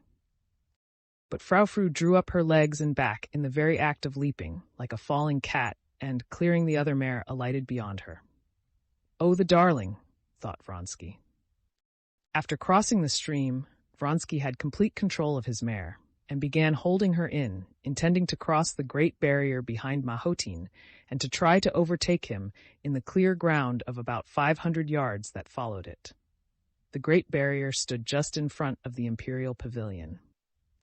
The Tsar and the whole court and crowds of people were all gazing at them, at him, and Mahotin a length ahead of him, as they drew near the devil, as the solid barrier was called. Vronsky was aware of those eyes fastened upon him from all sides, but he saw nothing except the ears and neck of his own mare, the ground racing to meet him, and the back and white legs of Gladiator beating time swiftly before him, and keeping always the same distance ahead. Gladiator rose, with no sound of knocking against anything. With a wave of his short tail, he disappeared from Vronsky's sight. "Bravo!" cried a voice. At the same instant, under Vronsky's eyes, right before him flashed the palings of the barrier. Without the slightest change in her action, his mare flew over it. The palings vanished, and he heard only a crash behind him. The mare, excited by Gladiator's keeping ahead, had risen too soon before the barrier, and grazed it with her hind hoofs. But her pace never changed, and Vronsky, feeling a spatter of mud in his face, realized that he was once more the same distance from Gladiator. Once more he perceived in front of him the same back and short tail, and again the same swiftly moving white legs that got no further away. At the very moment when Vronsky thought that now was the time to overtake Mahotin, Frou-Frou herself, understanding his thoughts, without any incitement on his part, gained ground considerably, and began getting alongside of Mahotin on the most favorable side, close to the inner cord. Mahotin would not let her pass that side. Vronsky had hardly formed the thought that he could perhaps pass on the outer side, when Frou-Frou shifted her pace and began overtaking him on the other side. Frou-Frou's shoulder, beginning by now to be dark with sweat, was even with Gladiator's back. For a few lengths, they moved evenly. But before the obstacle they were approaching, Vronsky began working at the reins, anxious to avoid having to take the outer circle, and swiftly passed Mahotin just upon the declivity. He caught a glimpse of his mud-stained face as he flashed by. He even fancied that he smiled. Vronsky passed Mahotin, but he was immediately aware of him close upon him, and he never ceased hearing the even thudding hoofs and the rapid and still quite fresh breathing of Gladiator. The next two obstacles, the watercourse and the barrier, were easily crossed, but Vronsky began to hear the snorting and thud of Gladiator closer upon him. He urged on his mare, and to his delight felt that she easily quickened her pace, and the thud of Gladiator's hoofs was again heard at the same distance away. Vronsky was at the head of the race, just as he wanted to be, and as Cord had advised, and now he felt sure of being the winner. His excitement, his delight, and his tenderness for Frou-Frou grew keener and keener.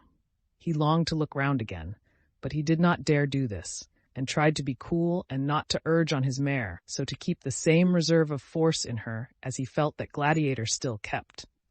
There remained only one obstacle, the most difficult. If he could cross it ahead of the others, he would come in first.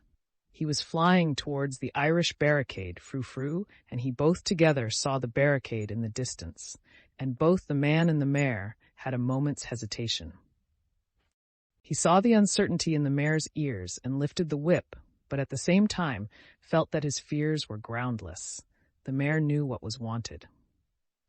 She quickened her pace and rose smoothly, just as he had fancied she would, and as she left the ground gave herself up to the force of her rush, which carried her far beyond the ditch, and with the same rhythm, without effort, with the same leg forward, Frou-Frou fell back into her pace again.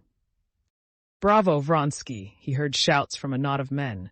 He knew they were his friends in the regiment, who were standing at the obstacle.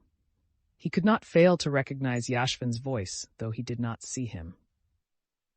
"Oh, my sweet," he said inwardly to Frou-Frou, as he listened for what was happening behind. "He's cleared it," he thought, catching the thud of Gladiator's hoofs behind him. There remained only the last ditch, filled with water and 5 feet wide. Vronsky did not even look at it, but anxious to get in a long way, first began sawing away at the reins, lifting the mare's head and letting it go in time with her paces. He felt that the mare was at her very last reserve of strength. Not her neck and shoulders merely were wet, but the sweat was standing in drops on her mane, her head, her sharp ears, and her breath came in short, sharp gasps. But he knew that she had strength left more than enough for the remaining 500 yards. It was only from feeling himself nearer the ground and from the peculiar smoothness of his motion that Vronsky knew how greatly the mare had quickened her pace. She flew over the ditch as though not noticing it. She flew over it like a bird, but at the same instant Vronsky, to his horror, felt that he had failed to keep up with the mare's pace, that he did not know how, made a fearful, unpardonable mistake in recovering his seat in the saddle. All at once his position had shifted, and he knew that something awful had happened. He could not yet make out what had happened when the white legs of a chestnut horse flashed by close to him, and Mahotin passed at a swift gallop. Vronsky was touching the ground with one foot, and his mare was sinking on that foot. He just had time to free his leg when she fell on one side, gasping painfully, and making vain efforts to rise with her delicate, soaking neck. She fluttered on the ground at his feet like a shot bird. The clumsy movement made by Vronsky had broken her back, but that he only knew much later. At that moment he knew only that Mahotin had flown swiftly by, while he stood staggering alone on the muddy, motionless ground, and Frou-Frou lay gasping before him, bending her head back and gazing at him with her exquisite eyes. Still unable to realize what had happened, Vronsky tugged at his mare's reins. Again she struggled all over like a fish, and her shoulders setting the saddle heaving, she rose on her front legs, but unable to lift her back. She quivered all over and again fell on her side. With a face hideous with passion, his lower jaw trembling, and his cheeks white, Vronsky kicked her with his heel in the stomach, and again fell to tugging at the rein. She did not stir, but thrusting her nose into the ground, she simply gazed at her master with her speaking eyes. "Ah, ah!" groaned Vronsky, clutching at his head. "Ah, what have I done?" he cried. "The race lost, and my fault, shameful, unpardonable, and the poor darling ruined mare. Ah, ah, what have I done?" A crowd of men, a doctor and his assistant, the officers of his regiment, ran up to him. To his misery, he felt that he was whole and unhurt. The mare had broken her back, and it was decided to shoot her. Vronsky could not answer questions, could not speak to anyone. He turned, and without picking up his cap that had fallen off, walked away from the racecourse, not knowing where he was going. He felt utterly wretched. For the first time in his life, he knew the bitterest sort of misfortune beyond remedy, and caused by his own fault. Yashvin overtook him with his cap and led him home, and half an hour later, Vronsky had regained his self-possession. But the memory of that race remained for long in his heart, the cruelest and bitterest memory of his life. Chapter 26. The external relations of Alexei Alexandrovitch and his wife had remained unchanged. The sole difference lay in the fact that he was more busily occupied than ever. As in former years, At the beginning of the spring, he had gone to a foreign watering place for the sake of his health, deranged by the winter's work that every year grew heavier. And just as always, he returned in July and at once fell to work as usual with increased energy. As usual, too, his wife had moved for the summer to a villa out of town, while he remained in Petersburg.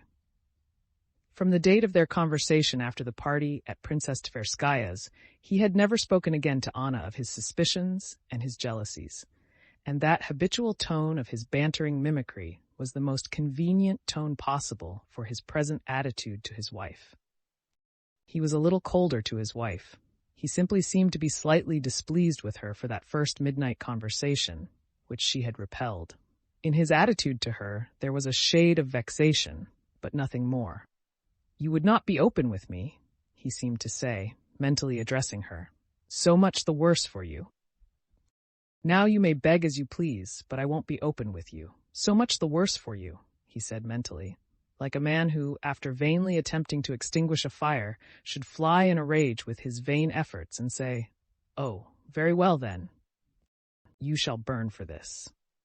This man, so subtle and astute in official life, did not realize all the senselessness of such an attitude to his wife.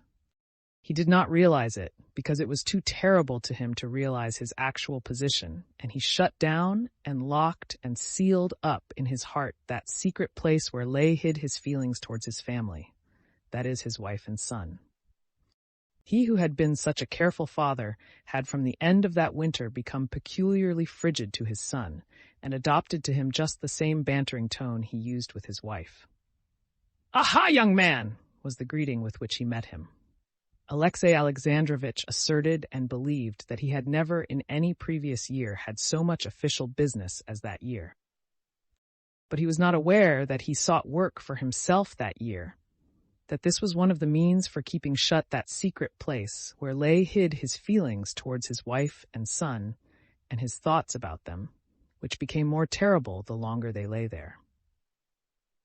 If anyone had had the right to ask Alexey Alexandrovitch what he thought of his wife's behavior, the mild and peaceable Alexey Alexandrovitch would have made no answer. But he would have been greatly angered with any man who should question him on that subject. For this reason, there positively came into Alexey Alexandrovitch's face a look of haughtiness and severity whenever anyone inquired after his wife's health. Alexey Alexandrovitch did not want to think at all about his wife's behavior, and he actually succeeded in not thinking about it at all.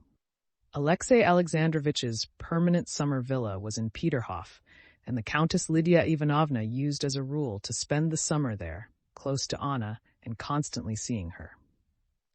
That year, Countess Lydia Ivanovna declined to settle in Peterhof, was not once at Anna Arkadyevna's, and in conversation with Alexey Alexandrovitch hinted at the unsuitability of Anna's close intimacy with Betsy and Vronsky. Alexey Alexandrovitch sternly cut her short, roundly declaring his wife to be above suspicion, and from that time began to avoid Countess Lydia Ivanovna.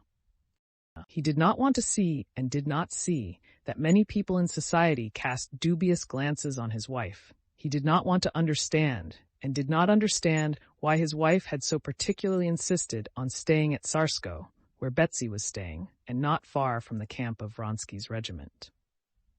He did not allow himself to think about it, and he did not think about it, but all the same though he never admitted it to himself, and had no proofs, not even suspicious evidence, in the bottom of his heart he knew beyond all doubt that he was a deceived husband, and he was profoundly miserable about it. How often during those 8 years of happy life with his wife, Alexey Alexandrovitch, had looked at other men's faithless wives and other deceived husbands, and asked himself, how can people descend to that? How is it they don't put an end to such a hideous position? But now, when the misfortune had come upon himself, he was so far from thinking of putting an end to the position that he would not recognize it at all, would not recognize it just because it was too awful, too unnatural. Since his return from abroad, Alexey Alexandrovitch had twice been at their country villa. Once he dined there, another time he spent the evening there with a party of friends, but he had not once stayed the night there, as it had been his habit to do in previous years. The day of the races had been a very busy day for Alexey Alexandrovitch, but when mentally sketching out the day in the morning, he made up his mind to go to their country house to see his wife immediately after dinner, and from there to the races, which all the court were to witness, and at which he was bound to be present. He was going to see his wife, because he had determined to see her once a week to keep up appearances. And besides, on that day, as it was the 15th, he had to give his wife some money for her expenses, according to their usual arrangement. With his habitual control over his thoughts, though he thought all this about his wife, he did not let his thoughts stray further in regard to her. That morning was a very full one for Alexey Alexandrovitch. The evening before, Countess Lydia Ivanovna had sent him a pamphlet by a celebrated traveler in China who was staying in Petersburg, and with it she enclosed a note begging him to see the traveler himself, as he was an extremely interesting person from various points of view and likely to be useful. Alexey Alexandrovitch had not had time to read the pamphlet through in the evening and finished it in the morning. Then people began arriving with petitions, and there came the reports, interviews, appointments, dismissals, apportionment of rewards, pensions, grants, notes, the workaday round, as Alexey Alexandrovitch called it, that always took up so much time. Then there was private business of his own, a visit from the doctor and the steward who managed his property. The steward did not take up much time. He simply gave Alexey Alexandrovitch the money he needed, together with a brief statement of the position of his affairs, which was not altogether satisfactory, as it had happened that during that year, owing to increased expenses, more had been paid out than usual, and there was a deficit. But the doctor, a celebrated Petersburg doctor, who was an intimate acquaintance of Alexey Alexandrovitch, took up a great deal of time. Alexey Alexandrovitch had not expected him that day, and was surprised at his visit, and still more so when the doctor questioned him very carefully about his health, listened to his breathing, and tapped at his liver. Alexey Alexandrovitch did not know that his friend Lydia Ivanovna, noticing that he was not as well as usual that year, had begged the doctor to go and examine him.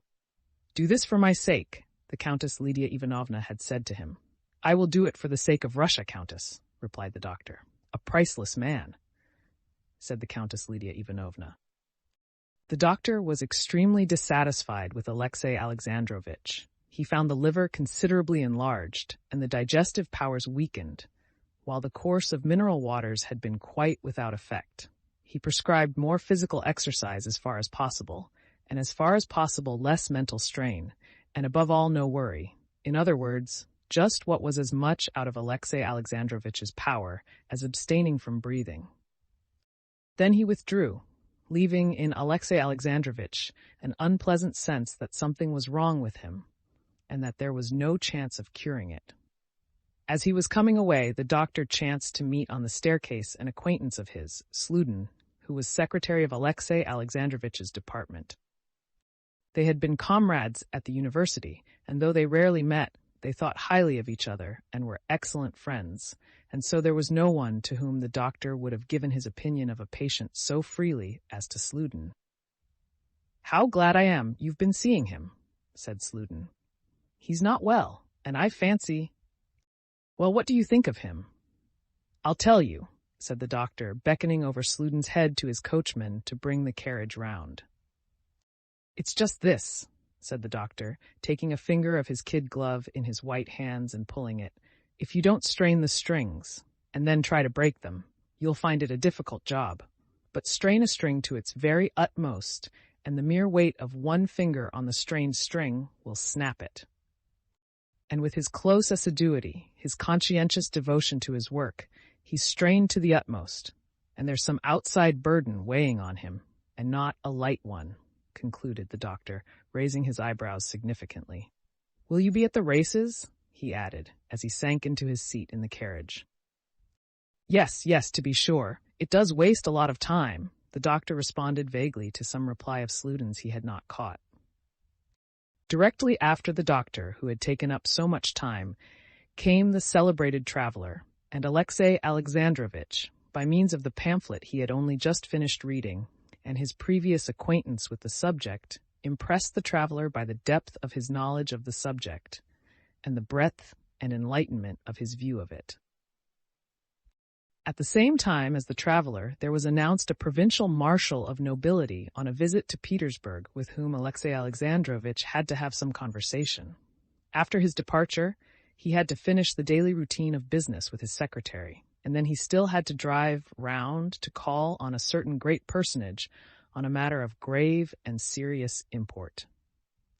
Alexey Alexandrovitch only just managed to be back by 5 o'clock, his dinner hour, and after dining with his secretary, he invited him to drive with him to his country villa and to the races. Though he did not acknowledge it to himself, Alexey Alexandrovitch always tried nowadays to secure the presence of a third person in his interviews with his wife. Chapter 27. Anna was upstairs, standing before the looking-glass, and, with Anushka's assistance, pinning the last ribbon on her gown when she heard carriage wheels crunching the gravel at the entrance. "It's too early for Betsy," she thought, and glancing out of the window, she caught sight of the carriage and the black hat of Alexey Alexandrovitch, and the ears that she knew so well sticking up each side of it. How unlucky! Can he be going to stay the night? She wondered, and the thought of all that might come of such a chance struck her as so awful and terrible that, without dwelling on it for a moment, she went down to meet him with a bright and radiant face. And conscious of the presence of that spirit of falsehood and deceit in herself that she had come to know of late, she abandoned herself to that spirit and began talking, hardly knowing what she was saying. "Ah, how nice of you," she said, giving her husband her hand and greeting Sludin, who was like one of the family, with a smile. "You're staying the night, I hope?" was the first word the spirit of falsehood prompted her to utter. "And now we'll go together. Only it's a pity I've promised Betsy. She's coming for me." Alexey Alexandrovitch knit his brows at Betsy's name. "Oh, I'm not going to separate the inseparables," he said in his usual bantering tone. "I'm going with Mihail Vasilyevich. I'm ordered exercise by the doctors, too. I'll walk and fancy myself at the springs again." "There's no hurry," said Anna. "Would you like tea?" she rang. "Bring in tea and tell Seryozha that Alexey Alexandrovitch is here. Well, tell me, how have you been?" "Mihail Vasilyevich, you've not been to see me before. Look how lovely it is out on the terrace," she said, turning first to one and then to the other. She spoke very simply and naturally, but too much and too fast. She was the more aware of this from noticing in the inquisitive look Mihail Vasilyevich turned on her that he was, as it were, keeping watch on her. Mihail Vasilyevich promptly went out on the terrace. She sat down beside her husband. "You don't look quite well," she said. "Yes," he said. "The doctor's been with me today and wasted an hour of my time. I feel that someone of our friends must have sent him. My health's so precious, it seems." "No, what did he say?" She questioned him about his health and what he had been doing, and tried to persuade him to take a rest and come out to her. All this she said brightly, rapidly, and with a peculiar brilliance in her eyes. But Alexey Alexandrovitch did not now attach any special significance to this tone of hers. He heard only her words and gave them only the direct sense they bore. And he answered simply, though jestingly. There was nothing remarkable in all this conversation, but never after could Anna recall this brief scene without an agonizing pang of shame. Seryozha came in preceded by his governess. If Alexey Alexandrovitch had allowed himself to observe, he would have noticed the timid and bewildered eyes with which Seryozha glanced first at his father and then at his mother. But he would not see anything, and he did not see it. "Ah, the young man. He's grown. Really, he's getting quite a man. How are you, young man?" And he gave his hand to the scared child. Seryozha had been shy of his father before, and now, ever since Alexey Alexandrovitch had taken to calling him young man, and since that insoluble question had occurred to him whether Vronsky were a friend or a foe, he avoided his father.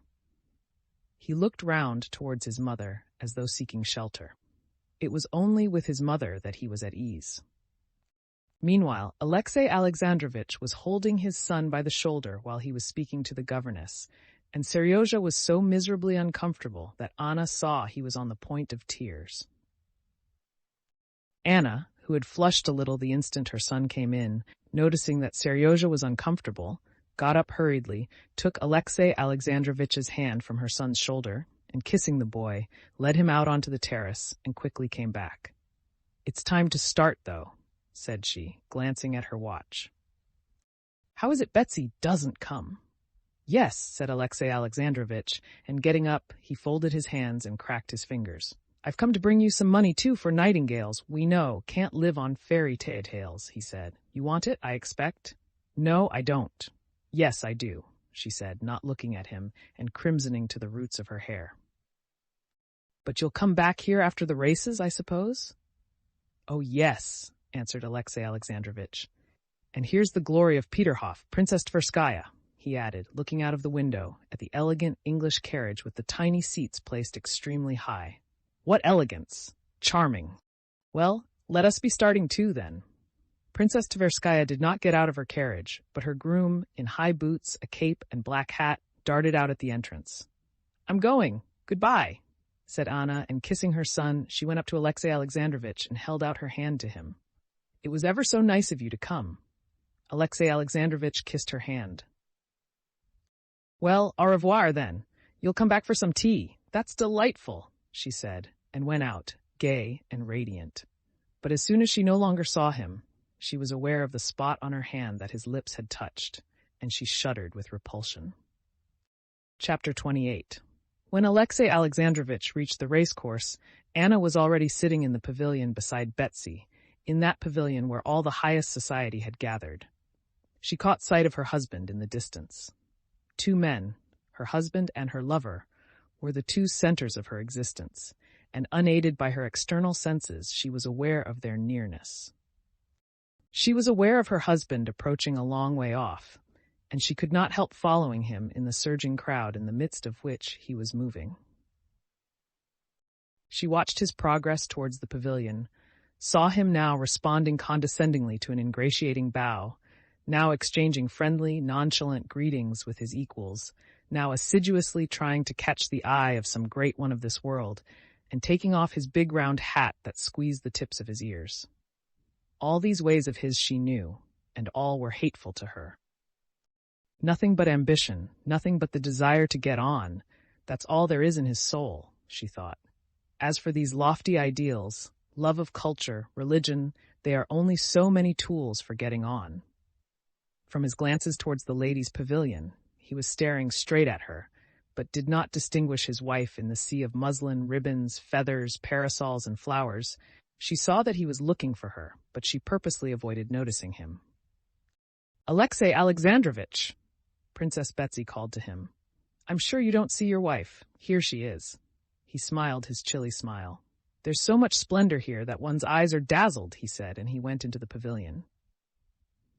He smiled to his wife, as a man should smile on meeting his wife after only just parting from her, and greeted the princess and other acquaintances, giving to each what was due, that is to say, jesting with the ladies, and dealing out friendly greetings among the men. Below, near the pavilion, was standing an adjutant general, of whom Alexey Alexandrovich had a high opinion, noted for his intelligence and culture. Alexey Alexandrovich entered into conversation with him. There was an interval between the races, and so nothing hindered conversation. The adjutant general expressed his disapproval of races. Alexey Alexandrovich replied, defending them. Anna heard his high, measured tones, not losing one word, and every word struck her as false and stabbed her ears with pain. When the 3-mile steeplechase was beginning, she bent forward and gazed with fixed eyes at Vronsky as he went up to his horse and mounted, and at the same time she heard that loathsome, never-ceasing voice of her husband. She was in an agony of terror for Vronsky, but a still greater agony was the never-ceasing, as it seemed to her, stream of her husband's shrill voice with its familiar intonations. "I'm a wicked woman, a lost woman," she thought, "but I don't like lying. I can't endure falsehood. While as for him, her husband, it's the breath of his life. Falsehood. He knows all about it, he sees it all. What does he care if he can talk so calmly? If he were to kill me, if he were to kill Vronsky, I might respect him. No, all he wants is falsehood and propriety."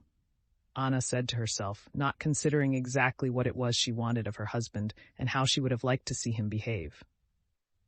She did not understand either that Alexei Alexandrovich's peculiar loquacity that day, so exasperating to her, was merely the expression of his inward distress and uneasiness. As a child that has been hurt skips about, putting all his muscles into movement to drown the pain, in the same way Alexei Alexandrovich needed mental exercise to drown the thoughts of his wife that in her presence and in Vronsky's, and with the continual iteration of his name, would force themselves on his attention. And it was as natural for him to talk well and cleverly as it is natural for a child to skip about. He was saying, danger in the races of officers of cavalrymen is an essential element in the race.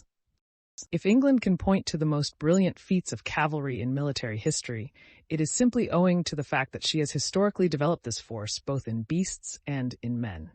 Sport has, in my opinion, a great value, and as is always the case, we see nothing but what is most superficial. It's not superficial, said Princess Tverskaya. One of the officers, they say, has broken 2 ribs. Alexei Alexandrovich smiled his smile, which uncovered his teeth, but revealed nothing more. We'll admit, Princess, that that's not superficial, he said, but internal.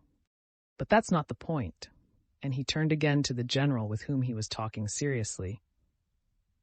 We mustn't forget that those who are taking part in the race are military men who have chosen that career, and one must allow that every calling has its disagreeable side.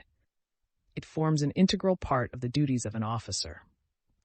Low sports, such as prize fighting or Spanish bullfights, are a sign of barbarity, but specialized trials of skill are a sign of development. No, I shan't come another time. It's too upsetting, said Princess Betsy. Isn't it, Anna? It is upsetting, but one can't tear oneself away, said another lady. If I'd been a Roman woman, I should never have missed a single circus. Anna said nothing, and keeping her opera glass up, gazed always at the same spot. At that moment, a tall general walked through the pavilion. Breaking off what he was saying, Alexei Alexandrovich got up hurriedly, though with dignity, and bowed low to the general. You're not racing? The officer asked, chaffing him. My race is a harder one, Alexei Alexandrovich responded deferentially. And though the answer meant nothing, the general looked as though he had heard a witty remark from a witty man, and fully relished la pointe de la sauce. There are 2 aspects, Alexei Alexandrovich resumed, those who take part and those who look on, and love for such spectacles is an unmistakable proof of a low degree of development in the spectator, I admit, but— Princess Bets, sounded Stepan Arkadyevitch's voice from below, addressing Betsy. Who's your favorite? Anna and I are for Kuzovlev, replied Betsy. I'm for Vronsky. A pair of gloves? Done. But it is a pretty sight, isn't it? Alexei Alexandrovich paused while there was talking about him, but he began again directly. I admit that manly sports do not, he was continuing. But at that moment the racers started and all conversation ceased. Alexei Alexandrovich too was silent, and everyone stood up and turned towards the stream. Alexei Alexandrovich took no interest in the race, and so he did not watch the racers, but fell listlessly to scanning the spectators with his weary eyes. His eyes rested upon Anna. Her face was white and set. She was obviously seeing nothing and no one but one man. Her hand had convulsively clutched her fan, and she held her breath. He looked at her and hastily turned away, scrutinizing other faces. But here's this lady too, and others very much moved as well. It's very natural, Alexei Alexandrovich told himself. He tried not to look at her, but unconsciously his eyes were drawn to her. He examined that face again, trying not to read what was so plainly written on it, and against his own will, with horror read on it what he did not want to know. The first fall, Kuzovlev's, at the stream, agitated everyone, but Alexei Alexandrovich saw distinctly on Anna's pale, triumphant face that the man she was watching had not fallen. When, after Mahotin and Vronsky had cleared the worst barrier, the next officer had been thrown straight on his head at it and fatally injured, and a shudder of horror passed over the whole public, Alexei Alexandrovich saw that Anna did not even notice it, and had some difficulty in realizing what they were talking of about her. But more and more often, and with greater persistence, he watched her. Anna, wholly engrossed as she was with the race, became aware of her husband's cold eyes fixed upon her from one side. She glanced round for an instant, looked inquiringly at him, and with a slight frown turned away again. "Ah, I don't care," she seemed to say to him, and she did not once glance at him again. The race was an unlucky one, and of the 17 officers who rode in it, more than half were thrown and hurt. Towards the end of the race, everyone was in a state of agitation, which was intensified by the fact that the Tsar was displeased. Chapter 29. Everyone was loudly expressing disapprobation. Everyone was repeating a phrase someone had uttered. "The lions and gladiators will be the next thing," and everyone was feeling horrified, so that when Vronsky fell to the ground and Anna moaned aloud, there was nothing very out of the way in it. But afterwards a change came over Anna's face, which really was beyond decorum. She utterly lost her head. She began fluttering like a caged bird. At one moment would have got up and moved away. At the next turned to Betsy. Let us go, she said. But Betsy did not hear her. She was bending down, talking to a general who had come up to her. Alexey Alexandrovitch went up to Anna and courteously offered her his arm. Let us go, if you like, he said in French, but Anna was listening to the general and did not notice her husband. He's broken his leg too, so they say, the general was saying. This is beyond everything. Without answering her husband, Anna lifted her opera glass and gazed towards the place where Vronsky had fallen.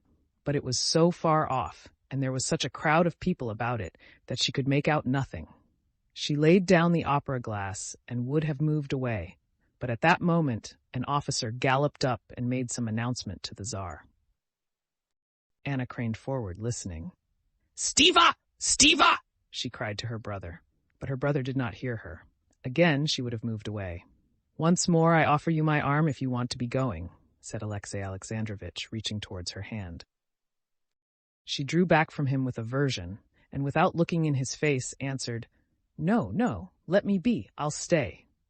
She saw now that from the place of Vronsky's accident, an officer was running across the course towards the pavilion.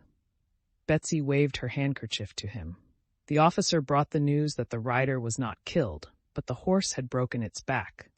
On hearing this, Anna sat down hurriedly and hid her face in her fan. Alexey Alexandrovitch saw that she was weeping and could not control her tears, nor even the sobs that were shaking her bosom. Alexey Alexandrovitch stood so as to screen her, giving her time to recover herself. "For the third time I offer you my arm," he said to her after a little time, turning to her. Anna gazed at him and did not know what to say. Princess Betsy came to her rescue.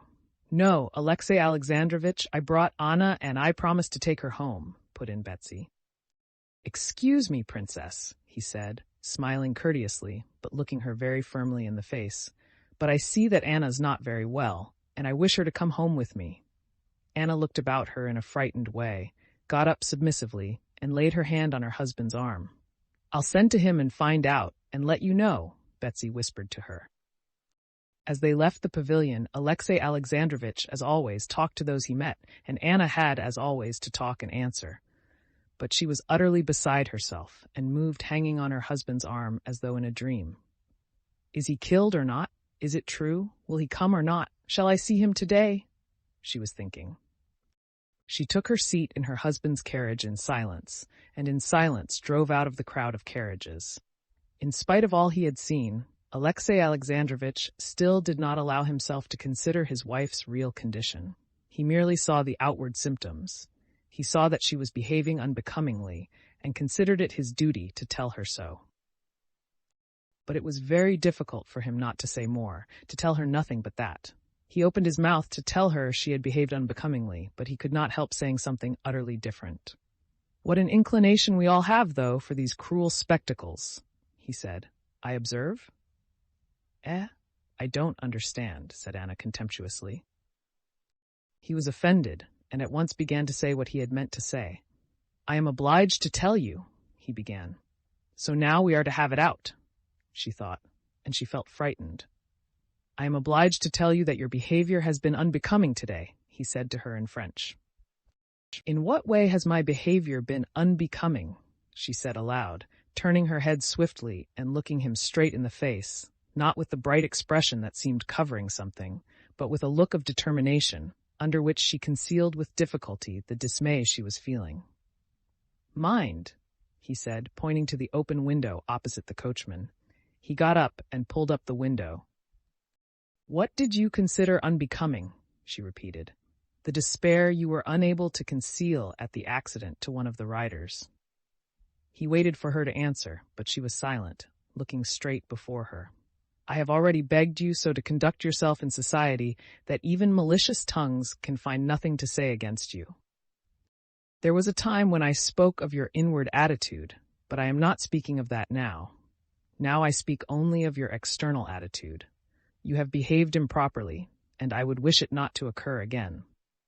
She did not hear half of what he was saying. She felt panic-stricken before him, and was thinking whether it was true that Vronsky was not killed. Was it of him they were speaking when they said the rider was unhurt, but the horse had broken its back? She merely smiled with a pretense of irony when he finished, and made no reply, because she had not heard what he said. Alexey Alexandrovitch had begun to speak boldly, but as he realized plainly what he was speaking of, the dismay she was feeling infected him too. He saw the smile, and a strange misapprehension came over him. "She is smiling at my suspicions. Yes, she will tell me directly what she told me before, that there is no foundation for my suspicions, that it's absurd." At that moment, when the revelation of everything was hanging over him, there was nothing he expected so much as that she would answer mockingly, as before, that his suspicions were absurd and utterly groundless. So terrible to him was what he knew that now he was ready to believe anything. But the expression of her face, scared and gloomy, did not now promise even deception. "Possibly I was mistaken," said he. "If so, I beg your pardon." "No, you were not mistaken," she said deliberately, looking desperately into his cold face. "You were not mistaken." "I was, and I could not help being in despair. I hear you, but I am thinking of him. I love him. I am his mistress. I can't bear you. I'm afraid of you, and I hate you. You can do what you like to me." And dropping back into the corner of the carriage, she broke into sobs, hiding her face in her hands. Alexey Alexandrovitch did not stir, and kept looking straight before him, but his whole face suddenly bore the solemn rigidity of the dead, and his expression did not change during the whole time of the drive home. On reaching the house, he turned his head to her, still with the same expression. "Very well, but I expect a strict observance of the external forms of propriety till such time," his voice shook, "as I may take measures to secure my honor and communicate them to you." He got out first and helped her to get out. Before the servants, he pressed her hand, took his seat in the carriage, and drove back to Petersburg. Immediately afterwards, a footman came from Princess Betsy and brought Anna a note. "I sent to Alexei to find out how he is, and he writes me he is quite well and unhurt, but in despair." "So he will be here," she thought. "What a good thing I told him all." She glanced at her watch. She had still 3 hours to wait, and the memories of their last meeting set her blood in flame. "My God, how light it is! It's dreadful, but I do love to see his face, and I do love this fantastic light. My husband! Oh, yes. Well, thank God. Everything's over with him." Chapter 30. In the little German watering place to which the Shtcherbatskys had betaken themselves, as in all places indeed where people are gathered together, the usual process, as it were, of the crystallization of society went on, assigning to each member of that society a definite and unalterable place. Just as the particle of water in frost, definitely and unalterably, takes the special form of the crystal of snow, so each new person that arrived at the springs was at once placed in his special place. First Shtcherbatsky, samt Gemahlin und Tochter, by the apartments they took, and from their name and from the friends they made, were immediately crystallized into a definite place marked out for them. There was visiting the watering place that year a real German Fürstin, in consequence of which the crystallizing process went on more vigorously than ever. Princess Shtcherbatskaya wished, above everything, to present her daughter to this German princess, and the day after their arrival she duly performed this rite. Kitty made a low and graceful curtsy in the very simple, that is to say, very elegant frock that had been ordered her from Paris. The German princess said, "I hope the roses will soon come back to this pretty little face." And for the Shcherbatskys, certain definite lines of existence were at once laid down from which there was no departing. The Shcherbatskys made the acquaintance, too, of the family of an English lady somebody, and of a German countess and her son, wounded in the last war, and of a learned Swede, and of M. Canute and his sister. But yet, inevitably, the Shcherbatskys were thrown most into the society of a Moscow lady, Maria Yevgenyevna Rtishcheva, and her daughter, whom Kitty disliked because she had fallen ill, like herself, over a love affair, and a Moscow colonel whom Kitty had known from childhood and always seen in uniform and epaulettes, and who now, with his little eyes and his open neck and flowered cravat, was uncommonly ridiculous and tedious, because there was no getting rid of him. When all this was so firmly established, Kitty began to be very much bored, especially as the prince went away to Carlsbad, and she was left alone with her mother. She took no interest in the people she knew, feeling that nothing fresh would come of them. Her chief mental interest in the watering place consisted in watching and making theories about the people she did not know. It was characteristic of Kitty that she always imagined everything in people in the most favorable light possible, especially so in those she did not know. And now, as she made surmises as to who people were, what were their relations to one another, and what they were like, Kitty endowed them with the most marvelous and noble characters, and found confirmation of her idea in her observations. Of these people, the one that attracted her most was a Russian girl who had come to the watering place with an invalid Russian lady, Madame Stahl, as everyone called her. Madame Stahl belonged to the highest society, but she was so ill that she could not walk, and only on exceptionally fine days made her appearance at the springs in an invalid carriage. But it was not so much from ill health as from pride, so Princess Shcherbatskaya interpreted it, that Madame Stahl had not made the acquaintance of anyone among the Russians there. The Russian girl looked after Madame Stahl, and besides that, she was, as Kitty observed, on friendly terms with all the invalids who were seriously ill, and there were many of them at the springs, and looked after them in the most natural way. This Russian girl was not, as Kitty gathered, related to Madame Stahl, nor was she a paid attendant. Madame Stahl called her Varenka, and other people called her Mademoiselle Varenka. Apart from the interest Kitty took in this girl's relations with Madame Stahl and with other unknown persons, Kitty, as often happened, felt an inexplicable attraction to Mademoiselle Varenka, and was aware when their eyes met that she too liked her. Of Mademoiselle Varenka, one would not say that she had passed her first youth, but she was, as it were, a creature without youth. She might have been taken for 19 or for 30.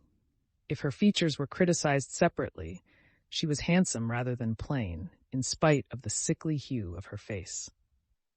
She would have been a good figure, too, if it had not been for her extreme thinness and the size of her head, which was too large for her medium height. But she was not likely to be attractive to men. She was like a fine flower, already past its bloom and without fragrance, though the petals were still unwithered. Moreover, she would have been unattractive to men also from the lack of just what Kitty had too much of the suppressed fire of vitality and the consciousness of her own attractiveness. She always seemed absorbed in work about which there could be no doubt, and so it seemed she could not take interest in anything outside it. It was just this contrast with her own position that was for Kitty the great attraction of Mademoiselle Varenka. Kitty felt that in her manner of life, she would find an example of what she was now so painfully seeking: interest in life, a dignity in life, apart from the worldly relations of girls with men, which so revolted Kitty and appeared to her now as a shameful hawking about of goods in search of a purchaser. The more attentively Kitty watched her unknown friend, the more convinced she was this girl was the perfect creature she fancied her, and the more eagerly she wished to make her acquaintance. The two girls used to meet several times a day, and every time they met, Kitty's eyes said, "Who are you? What are you? Are you really the exquisite creature I imagine you to be? But for goodness sake don't suppose, her eyes added, that I would force my acquaintance on you. I simply admire you and like you. I like you too, and you're very, very sweet. And I should like you better still, if I had time, answered the eyes of the unknown girl. Kitty saw indeed that she was always busy. Either she was taking the children of a Russian family home from the springs, or fetching a shawl for a sick lady and wrapping her up in it, or trying to interest an irritable invalid, or selecting and buying cakes for tea for someone. Soon after the arrival of the Strabatskys, there appeared in the morning crowd at the springs 2 persons who attracted universal and unfavorable attention. These were a tall man with a stooping figure and huge hands in an old coat too short for him, with black, simple, and yet terrible eyes, and a pock-marked, kind-looking woman, very badly and tastelessly dressed. Recognizing these persons as Russians, Kitty had already in her imagination begun constructing a delightful and touching romance about them. But the princess, having ascertained from the visitors' list that this was Nikolay Levin and Maria Nikolaevna, explained to Kitty what a bad man this Levin was, and all her fancies about these 2 people vanished. Not so much from what her mother told her, as from the fact that it was Konstantin's brother. This pair suddenly seemed to Kitty intensely unpleasant. This Levin, with his continual twitching of his head, aroused in her now an irrepressible feeling of disgust. It seemed to her that his big, terrible eyes, which persistently pursued her, expressed a feeling of hatred and contempt, and she tried to avoid meeting him. Chapter 31. It was a wet day. It had been raining all the morning, and the invalids, with their parasols, had flocked into the arcades. Kitty was walking there with her mother and the Moscow colonel, smart and jaunty in his European coat, bought ready-made at Frankfurt. They were walking on one side of the arcade, trying to avoid Levin, who was walking on the other side. Varenka, in her dark dress, in a black hat with a turned-down brim, was walking up and down the whole length of the arcade with a blind Frenchwoman, and, every time she met Kitty, they exchanged friendly glances. "Mamma, couldn't I speak to her?" said Kitty, watching her unknown friend, and noticing that she was going up to the spring, and that they might come there together. "Oh, if you want to so much, I'll find out about her first, and make her acquaintance myself," answered her mother. "What do you see in her out of the way? A companion, she must be. If you like, I'll make acquaintance with Madame Stahl. I used to know her belle sœur," added the princess, lifting her head haughtily. Kitty knew that the princess was offended that Madame Stahl had seemed to avoid making her acquaintance. Kitty did not insist. "How wonderfully sweet she is," she said, gazing at Varenka just as she handed a glass to the Frenchwoman. "Look how natural and sweet it all is. It's so funny to see your engagements," said the princess. "No, we'd better go back," she added, noticing Levin coming towards them with his companion and a German doctor, to whom he was talking very noisily and angrily. They turned to go back, when suddenly they heard, not noisy talk, but shouting. Levin, stopping short, was shouting at the doctor, and the doctor, too, was excited. A crowd gathered about them. The princess and Kitty beat a hasty retreat, while the colonel joined the crowd to find out what was the matter. A few minutes later, the colonel overtook them. "What was it?" inquired the princess. "Scandalous and disgraceful," answered the colonel. "The one thing to be dreaded is meeting Russians abroad." That tall gentleman was abusing the doctor, flinging all sorts of insults at him because he wasn't treating him quite as he liked, and he began waving his stick at him. "It's simply a scandal." "Oh, how unpleasant," said the princess. "Well, and how did it end?" Luckily, at that point, the one in the mushroom hat intervened. "A Russian lady, I think she is," said the colonel. "Mademoiselle Varenka?" asked Kitty. Yes. She came to the rescue before anyone. She took the man by the arm and led him away." "There, Mamma," said Kitty, "you wonder that I'm enthusiastic about her." The next day, as she watched her unknown friend, Kitty noticed that Mademoiselle Varenka was already on the same terms with Levin and his companion as with her other protégé.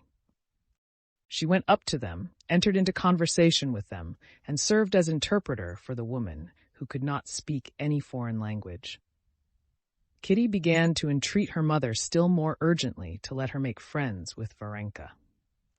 And, disagreeable as it was to the princess to seem to take the first step in wishing to make the acquaintance of Madame Stahl, who thought fit to give herself airs, she made inquiries about Varenka, and, having ascertained particulars about her tending to prove that there could be no harm though little good in the acquaintance, she herself approached Varenka and made acquaintance with her.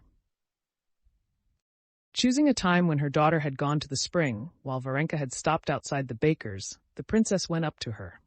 "Allow me to make your acquaintance," she said with her dignified smile. "My daughter has lost her heart to you," she said. "Possibly you do not know me. I am." "That feeling is more than reciprocal, princess," Varenka answered hurriedly. "What a good deed you did yesterday to our poor compatriot," said the princess. Varenka flushed a little. "I don't remember. I don't think I did anything," she said. "Why, you saved that Levin from disagreeable consequences." "Yes, sa compagne called me, and I tried to pacify him. He's very ill, and was dissatisfied with the doctor. I'm used to looking after such invalids." "Yes, I've heard you live at Mentone with your aunt, I think, Madame Stahl. I used to know her belle sœur." "No, she's not my aunt. I call her Mamma, but I am not related to her. I was brought up by her," answered Varenka, flushing a little again. This was so simply said, and so sweet was the truthful and candid expression of her face, that the princess saw why Kitty had taken such a fancy to Varenka. "Well, and what's this Levin going to do?" asked the princess. "He's going away," answered Varenka. At that instant, Kitty came up from the spring beaming with delight that her mother had become acquainted with her unknown friend. "Well, see, Kitty, your intense desire to make friends with Mademoiselle." "Varenka," Varenka put in smiling. "That's what everyone calls me." Kitty blushed with pleasure, and slowly, without speaking, pressed her new friend's hand, which did not respond to her pressure, but lay motionless in her hand. The hand did not respond to her pressure, but the face of Mademoiselle Varenka glowed with a soft, glad, though rather mournful smile, that showed large but handsome teeth. "I have long wished for this too," she said. "But you are so busy." "Oh no, I'm not at all busy," answered Varenka, but at that moment she had to leave her new friends, because two little Russian girls, children of an invalid, ran up to her. "Varenka, Mamma's calling," they cried, and Varenka went after them. Chapter 32. The particulars which the princess had learned in regard to Varenka's past and her relations with Madame Stahl were as follows. Madame Stahl, of whom some people said that she had worried her husband out of his life, while others said it was he who had made her wretched by his immoral behavior, had always been a woman of weak health and enthusiastic temperament.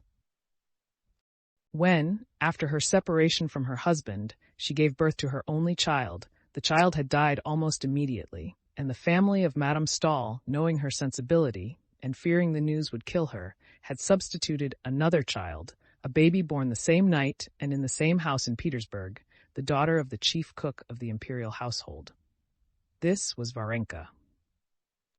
Madame Stahl learned later on that Varenka was not her own child, but she went on bringing her up, especially as very soon afterwards Varenka had not a relation of her own living. Madame Stahl had now been living more than 10 years continuously abroad, in the south, never leaving her couch. And some people said that Madame Stahl had made her social position as a philanthropic, highly religious woman. Other people said she really was at heart the highly ethical being, living for nothing but the good of her fellow creatures, which she represented herself to be. No one knew what her faith was, Catholic, Protestant, or Orthodox. But one fact was indubitable. She was in amicable relations with the highest dignitaries of all the churches and sects. Varenka lived with her all the while abroad, and everyone who knew Madame Stahl knew and liked Mademoiselle Varenka, as everyone called her. Having learned all these facts, the princess found nothing to object to in her daughter's intimacy with Varenka, more especially as Varenka's breeding and education were of the best. She spoke French and English extremely well, and what was of the most weight, brought a message from Madame Stahl expressing her regret that she was prevented by her ill health from making the acquaintance of the princess. After getting to know Varenka, Kitty became more and more fascinated by her friend, and every day she discovered new virtues in her. The princess, hearing that Varenka had a good voice, asked her to come and sing to them in the evening. Kitty plays, and we have a piano. Not a good one, it's true. But you will give us so much pleasure, said the princess with her affected smile, which Kitty disliked particularly just then, because she noticed that Varenka had no inclination to sing. Varenka came, however, in the evening and brought a roll of music with her. The princess had invited Marya Yevgenyevna and her daughter and the colonel. Varenka seemed quite unaffected by there being persons present she did not know, and she went directly to the piano. She could not accompany herself, but she could sing music at sight very well. Kitty, who played well, accompanied her. "You have an extraordinary talent," the princess said to her after Varenka had sung the first song extremely well. Marya Yevgenyevna and her daughter expressed their thanks and admiration. "Look," said the colonel, looking out of the window, "what an audience has collected to listen to you." There actually was quite a considerable crowd under the windows. "I am very glad it gives you pleasure," Varenka answered simply. Kitty looked with pride at her friend. She was enchanted by her talent and her voice and her face, but most of all by her manner, by the way Varenka obviously thought nothing of her singing and was quite unmoved by their praises. She seemed only to be asking, "Am I to sing again, or is that enough?" "If it had been I," thought Kitty, "how proud I should have been. How delighted I should have been to see that crowd under the windows." But she's utterly unmoved by it. Her only motive is to avoid refusing and to please Mama. What is there in her? What is it gives her the power to look down on everything, to be calm independently of everything? How I should like to know it and to learn it of her, thought Kitty, gazing into her serene face. The princess asked Varenka to sing again, and Varenka sang another song, also smoothly, distinctly, and well, standing erect at the piano and beating time on it with her thin, dark-skinned hand. The next song in the book was an Italian one. Kitty played the opening bars and looked round at Varenka. "Let's skip that," said Varenka, flushing a little. Kitty let her eyes rest on Varenka's face with a look of dismay and inquiry. "Very well, the next one," she said hurriedly, turning over the pages and at once feeling that there was something connected with the song. "No," answered Varenka with a smile, laying her hand on the music. "No, let's have that one." And she sang it just as quietly, as coolly, and as well as the others. When she had finished, they all thanked her again and went off to tea. Kitty and Varenka went out into the little garden that adjoined the house. "Am I right that you have some reminiscences connected with that song?" said Kitty. "Don't tell me," she added hastily. "Only say if I'm right." "No, why not? I'll tell you simply," said Varenka, and without waiting for a reply, she went on. "Yes, it brings up memories, once painful ones. I cared for someone once, and I used to sing him that song." Kitty, with big, wide-open eyes, gazed silently, sympathetically at Varenka. "I cared for him, and he cared for me, but his mother did not wish it, and he married another girl. He's living now not far from us, and I see him sometimes." "You didn't think I had a love story, too," she said, and there was a faint gleam in her handsome face of that fire which Kitty felt must once have glowed all over her. "I didn't think so? Why, if I were a man, I could never care for anyone else after knowing you. Only I can't understand how he could, to please his mother, forget you and make you unhappy. He had no heart. Oh no, he's a very good man, and I'm not unhappy. Quite the contrary, I'm very happy. Well, so we shan't be singing any more now," she added, turning towards the house. "How good you are! How good you are!" cried Kitty, and stopping her, she kissed her. "If I could only be even a little like you." "Why should you be like anyone? You're nice as you are," said Varenka, smiling her gentle, weary smile. "No, I'm not nice at all. Come, tell me." "Stop a minute, let's sit down," said Kitty, making her sit down again beside her. "Tell me, isn't it humiliating to think that a man has disdained your love, that he hasn't cared for it?" "But he didn't disdain it. I believe he cared for me, but he was a dutiful son." "Yes, but if it hadn't been on account of his mother, if it had been his own doing," said Kitty, feeling she was giving away her secret, and that her face, burning with the flush of shame, had betrayed her already. In that case, he would have done wrong, and I should not have regretted him, answered Varenka, evidently realizing that they were now talking not of her, but of Kitty. But the humiliation, said Kitty. The humiliation one can never forget, she said, remembering her look at the last ball during the pause in the music. Where is the humiliation? Why, you did nothing wrong. Worse than wrong, shameful. Varenka shook her head and laid her hand on Kitty's hand. Why? What is there shameful? She said. You didn't tell a man who didn't care for you that you loved him, did you? Of course not. I never said a word, but he knew it. No, there are looks, there are ways. I can't forget it if I live 100 years. Why so? I don't understand. The whole point is whether you love him now or not, said Varenka, who called everything by its name. I hate him. I can't forgive myself. Why? What for? The shame, the humiliation. Oh, if everyone were as sensitive as you are, said Varenka. There isn't a girl who hasn't been through the same, and it's all so unimportant. Why, what is important? Said Kitty, looking into her face with inquisitive wonder. Oh, there's so much that's important, said Varenka, smiling. Why, what? Oh, so much that's more important, answered Varenka, not knowing what to say. But at that instant they heard the princess's voice from the window. Kitty, it's cold. Either get a shawl or come indoors. It really is time to go in, said Varenka, getting up. I have to go on to Madame Berthe's. She asked me to. Kitty held her by the hand, and with passionate curiosity and entreaty her eyes asked her, What is it? What is this of such importance that gives you such tranquillity? You know, tell me. But Varenka did not even know what Kitty's eyes were asking her. She merely thought that she had to go to see Madame Berthe too that evening, and to make haste home in time for Maman's tea at 12 o'clock. She went indoors, collected her music, and saying goodbye to everyone, was about to go. Allow me to see you home, said the colonel. Yes, how can you go alone at night like this? Chimed in the princess. Anyway, I'll send Parasha. Kitty saw that Varenka could hardly restrain a smile at the idea that she needed an escort. No, I always go about alone, and nothing ever happens to me, she said, taking her hat. And kissing Kitty once more, without saying what was important, she stepped out courageously, with the music under her arm, and vanished into the twilight of the summer night, bearing away with her her secret of what was important, and what gave her the calm and dignity so much to be envied. Chapter 33. Kitty made the acquaintance of Madame Stahl too, and this acquaintance, together with her friendship with Varenka, did not merely exercise a great influence on her, it also comforted her in her mental distress. She found this comfort through a completely new world being opened to her by means of this acquaintance, a world having nothing in common with her past, an exalted, noble world, from the height of which she could contemplate her past calmly.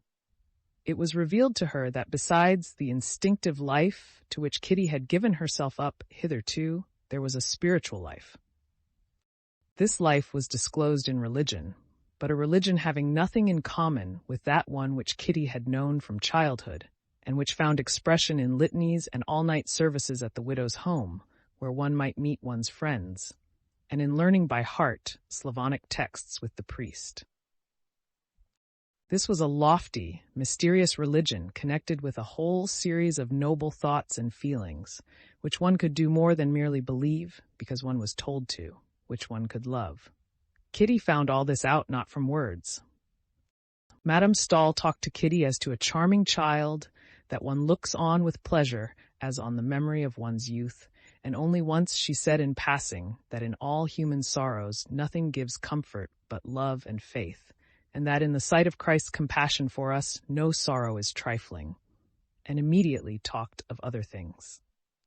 But in every gesture of Madame Stahl, in every word, in every heavenly, as Kitty called it, look, and above all, in the whole story of her life, which she heard from Varenka, Kitty recognized that something that was important, of which, till then, she had known nothing. Yet, elevated as Madame Stahl's character was, touching as was her story, and exalted and moving as was her speech, Kitty could not help detecting in her some traits which perplexed her. She noticed that when questioning her about her family, Madame Stahl had smiled contemptuously, which was not in accord with Christian meekness. She noticed, too, that when she had found a Catholic priest with her, Madame Stahl had studiously kept her face in the shadow of the lampshade and had smiled in a peculiar way. Trivial as these two observations were, they perplexed her, and she had her doubts as to Madame Stahl. But on the other hand, Varenka, alone in the world, without friends or relations, with a melancholy disappointment in the past, desiring nothing, regretting nothing, was just that perfection of which Kitty dared hardly dream. In Varenka she realized that one has but to forget oneself and love others, and one will be calm, happy, and noble. And that was what Kitty longed to be.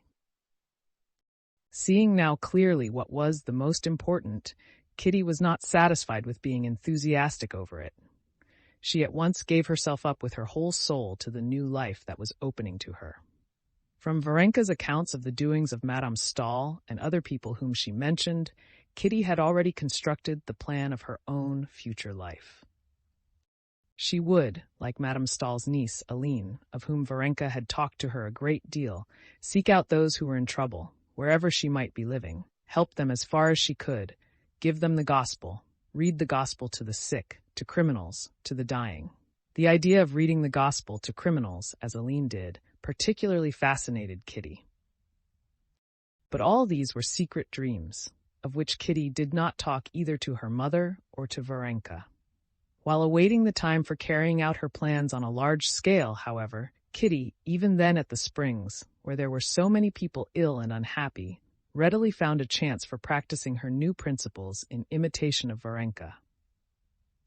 At first, the princess noticed nothing but that Kitty was much under the influence of her engouement, as she called it, for Madame Stahl, and still more for Varenka. She saw that Kitty did not merely imitate Varenka in her conduct, but unconsciously imitated her in her manner of walking, of talking, of blinking her eyes. But later on, the princess noticed that, apart from this adoration, some kind of serious spiritual change was taking place in her daughter. The princess saw that in the evenings, Kitty read a French testament that Madame Stahl had given her, a thing she had never done before, that she avoided society acquaintances and associated with the sick people who were under Varenka's protection, and especially one poor family, that of a sick painter, Petrov. Kitty was unmistakably proud of playing the part of a sister of mercy in that family.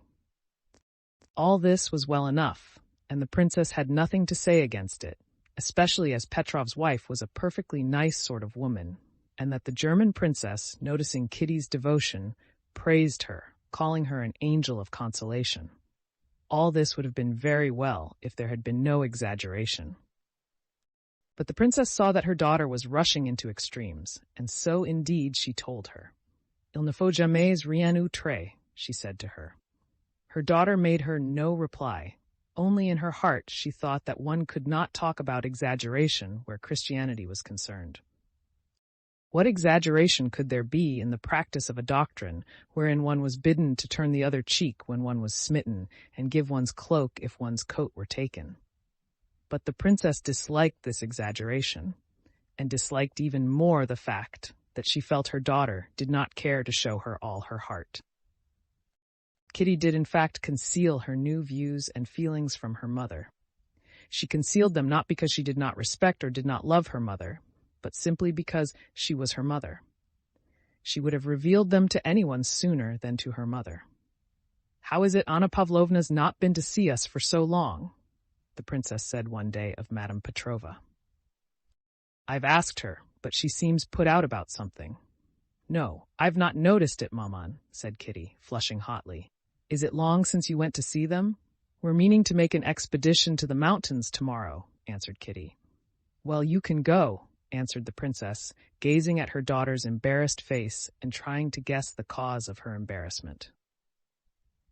That day Varenka came to dinner and told them that Anna Pavlovna had changed her mind and given up the expedition for the morrow, and the princess noticed again that Kitty reddened. "Kitty, haven't you had some misunderstanding with the Petrovs?" said the princess, when they were left alone. "Why has she given up sending the children and coming to see us?" Kitty answered that nothing had happened between them, and that she could not tell why Anna Pavlovna seemed displeased with her. Kitty answered perfectly truly. She did not know the reason Anna Pavlovna had changed to her, but she guessed it. She guessed at something which she could not tell her mother, which she did not put into words to herself. It was one of those things which one knows, but which one can never speak of even to oneself. So terrible and shameful would it be to be mistaken. Again and again she went over in her memory all her relations with the family. She remembered the simple delight expressed on the round, good-humored face of Anna Pavlovna at their meetings. She remembered their secret confabulations about the invalid, their plots to draw him away from the work which was forbidden him, and to get him out of doors, the devotion of the youngest boy, who used to call her "my kitty," and would not go to bed without her.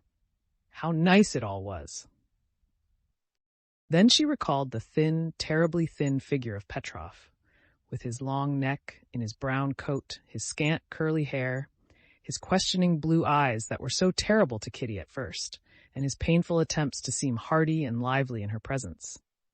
She recalled the efforts she had made at first to overcome the repugnance she felt for him, as for all consumptive people, and the pains it had cost her to think of things to say to him.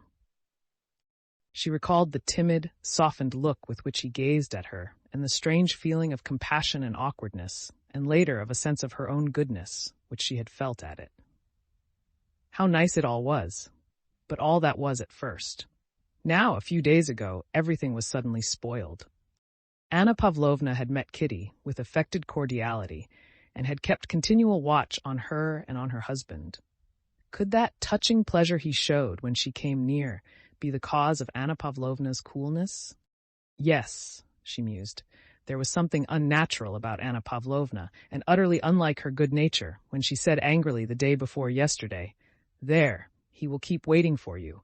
He wouldn't drink his coffee without you, though he's grown so dreadfully weak." Yes, perhaps, too, she didn't like it when I gave him the rug. It was all so simple, but he took it so awkwardly, and was so long thanking me that I felt awkward too. And then that portrait of me he did so well, and most of all that look of confusion and tenderness. Yes, yes, that's it, Kitty repeated to herself with horror. No, it can't be, it oughtn't to be. He's so much to be pitied, she said to herself directly after. This doubt poisoned the charm of her new life. Chapter 34. Before the end of the course of drinking the waters, Prince Cherbatsky, who had gone on from Carlsbad to Baden and Kissingen to Russian friends, to get a breath of Russian air, as he said, came back to his wife and daughter. The views of the prince and of the princess on life abroad were completely opposed. The princess thought everything delightful, and in spite of her established position in Russian society, she tried abroad to be like a European fashionable lady, which she was not, for the simple reason that she was a typical Russian gentlewoman, and so she was affected, which did not altogether suit her. The prince, on the contrary, thought everything foreign detestable, got sick of European life, kept to his Russian habits, and purposely tried to show himself abroad less European than he was in reality. The prince returned thinner, with the skin hanging in loose bags on his cheeks, but in the most cheerful frame of mind. His good humor was even greater when he saw Kitty completely recovered. The news of Kitty's friendship with Madame Stahl and Varenka, and the reports the princess gave him of some kind of change she had noticed in Kitty, troubled the prince and aroused his habitual feeling of jealousy of everything that drew his daughter away from him, and a dread that his daughter might have got out of the reach of his influence into regions inaccessible to him. But these unpleasant matters were all drowned in the sea of kindliness and good humor which was always within him, and more so than ever since his course of Carlsbad waters. The day after his arrival, the prince, in his long overcoat, with his Russian wrinkles and baggy cheeks propped up by a starched collar, set off with his daughter to the spring in the greatest good humor. It was a lovely morning. The bright, cheerful houses with their little gardens, the sight of the red-faced, red-armed, beer-drinking German waitresses working away merrily did the heart good. But the nearer they got to the springs, the oftener they met sick people, and their appearance seemed more pitiable than ever among the everyday conditions of prosperous German life. Kitty was no longer struck by this contrast. The bright sun, The brilliant green of the foliage, the strains of the music were for her the natural setting of all these familiar faces, with their changes to greater emaciation or to convalescence, for which she watched. But to the prince the brightness and gaiety of the June morning, and the sound of the orchestra playing a gay waltz then in fashion, and above all, the appearance of the healthy attendants, seemed something unseemly and monstrous, in conjunction with these slowly moving, dying figures gathered together from all parts of Europe. In spite of his feeling of pride, and as it were, of the return of youth, with his favorite daughter on his arm, he felt awkward, and almost ashamed of his vigorous step and his sturdy, stout limbs. He felt almost like a man not dressed in a crowd. "Present me to your new friends," he said to his daughter, squeezing her hand with his elbow. "I like even your horrid Soden for making you so well again. Only it's melancholy, very melancholy here. Who's that?" Kitty mentioned the names of all the people they met, with some of whom she was acquainted and some not. At the entrance of the garden, they met the blind lady, Madame Berthe, with her guide, and the prince was delighted to see the old Frenchwoman's face light up when she heard Kitty's voice. She at once began talking to him with French exaggerated politeness, applauding him for having such a delightful daughter, extolling Kitty to the skies before her face, and calling her a treasure, a pearl, and a consoling angel. "Well, she's the second angel then," said the prince, smiling. "She calls Mademoiselle Varenka angel number 1. "Oh, Mademoiselle Varenka, she's a real angel, allez," Madame Berthe assented. In the arcade, they met Varenka herself. She was walking rapidly towards them, carrying an elegant red bag. "Here is Papa come," Kitty said to her. Varenka made, simply and naturally as she did everything, a movement between a bow and a curtsy, and immediately began talking to the prince, without shyness, naturally, as she talked to everyone. "Of course I know you very well," the prince said to her with a smile, in which Kitty detected with joy that her father liked her friend. "Where are you off to in such haste?" "Mamma's here," she said, turning to Kitty. "She has not slept all night, and the doctor advised her to go out. I'm taking her work." "So that's angel number 1?" said the prince when Varenka had gone on. Kitty saw that her father had meant to make fun of Varenka, but that he could not do it because he liked her. "Come, so we shall see all your friends," he went on, "even Madame Stahl, if she deigns to recognize me." "Why, did you know her, Papa?" Kitty asked apprehensively, catching the gleam of irony that kindled in the prince's eyes at the mention of Madame Stahl. "I used to know her husband, and her too a little, before she joined the Pietists." "What is a Pietist, Papa?" asked Kitty, dismayed to find that what she prized so highly in Madame Stahl had a name. "I don't quite know myself. I only know that she thanks God for everything, for every misfortune, and thanks God, too, that her husband died. And that's rather droll, as they didn't get on together." "Who's that? What a piteous face," he asked, noticing a sick man of medium height, sitting on a bench, wearing a brown overcoat and white trousers that fell in strange folds about his long, fleshless legs. This man lifted his straw hat, showed his scanty curly hair and high forehead, painfully reddened by the pressure of the hat. "That's Petrov, an artist," answered Kitty, blushing. "And that's his wife," she added, indicating Anna Pavlovna, who, as though on purpose, at the very instant they approached, walked away after a child that had run off along a path. "Poor fellow, and what a nice face he has," said the prince. "Why don't you go up to him?" "He wanted to speak to you." "Well, let us go then," said Kitty, turning round resolutely. "How are you feeling today?" she asked Petrov. Petrov got up, leaning on his stick, and looked shyly at the prince. "This is my daughter," said the prince. "Let me introduce myself." The painter bowed and smiled, showing his strangely dazzling white teeth. "We expected you yesterday, Princess," he said to Kitty. He staggered as he said this, and then repeated the motion, trying to make it seem as if it had been intentional. "I meant to come, but Varenka said that Anna Pavlovna sent word you were not going." "Not going," said Petrov, blushing and immediately beginning to cough, and his eyes sought his wife.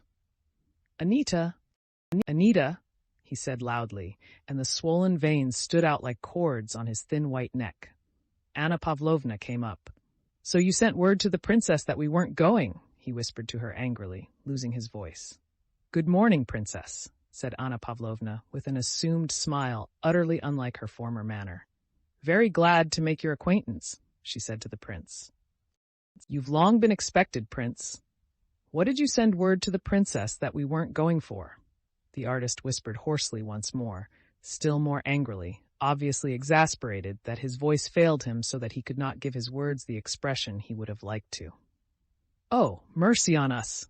I thought we weren't going," his wife answered crossly. "What, when?" He coughed and waved his hand. The prince took off his hat and moved away with his daughter. "Ah!" he sighed deeply. "Oh, poor things!" "Yes, Papa," answered Kitty. "And you must know they've 3 children, no servant, and scarcely any means.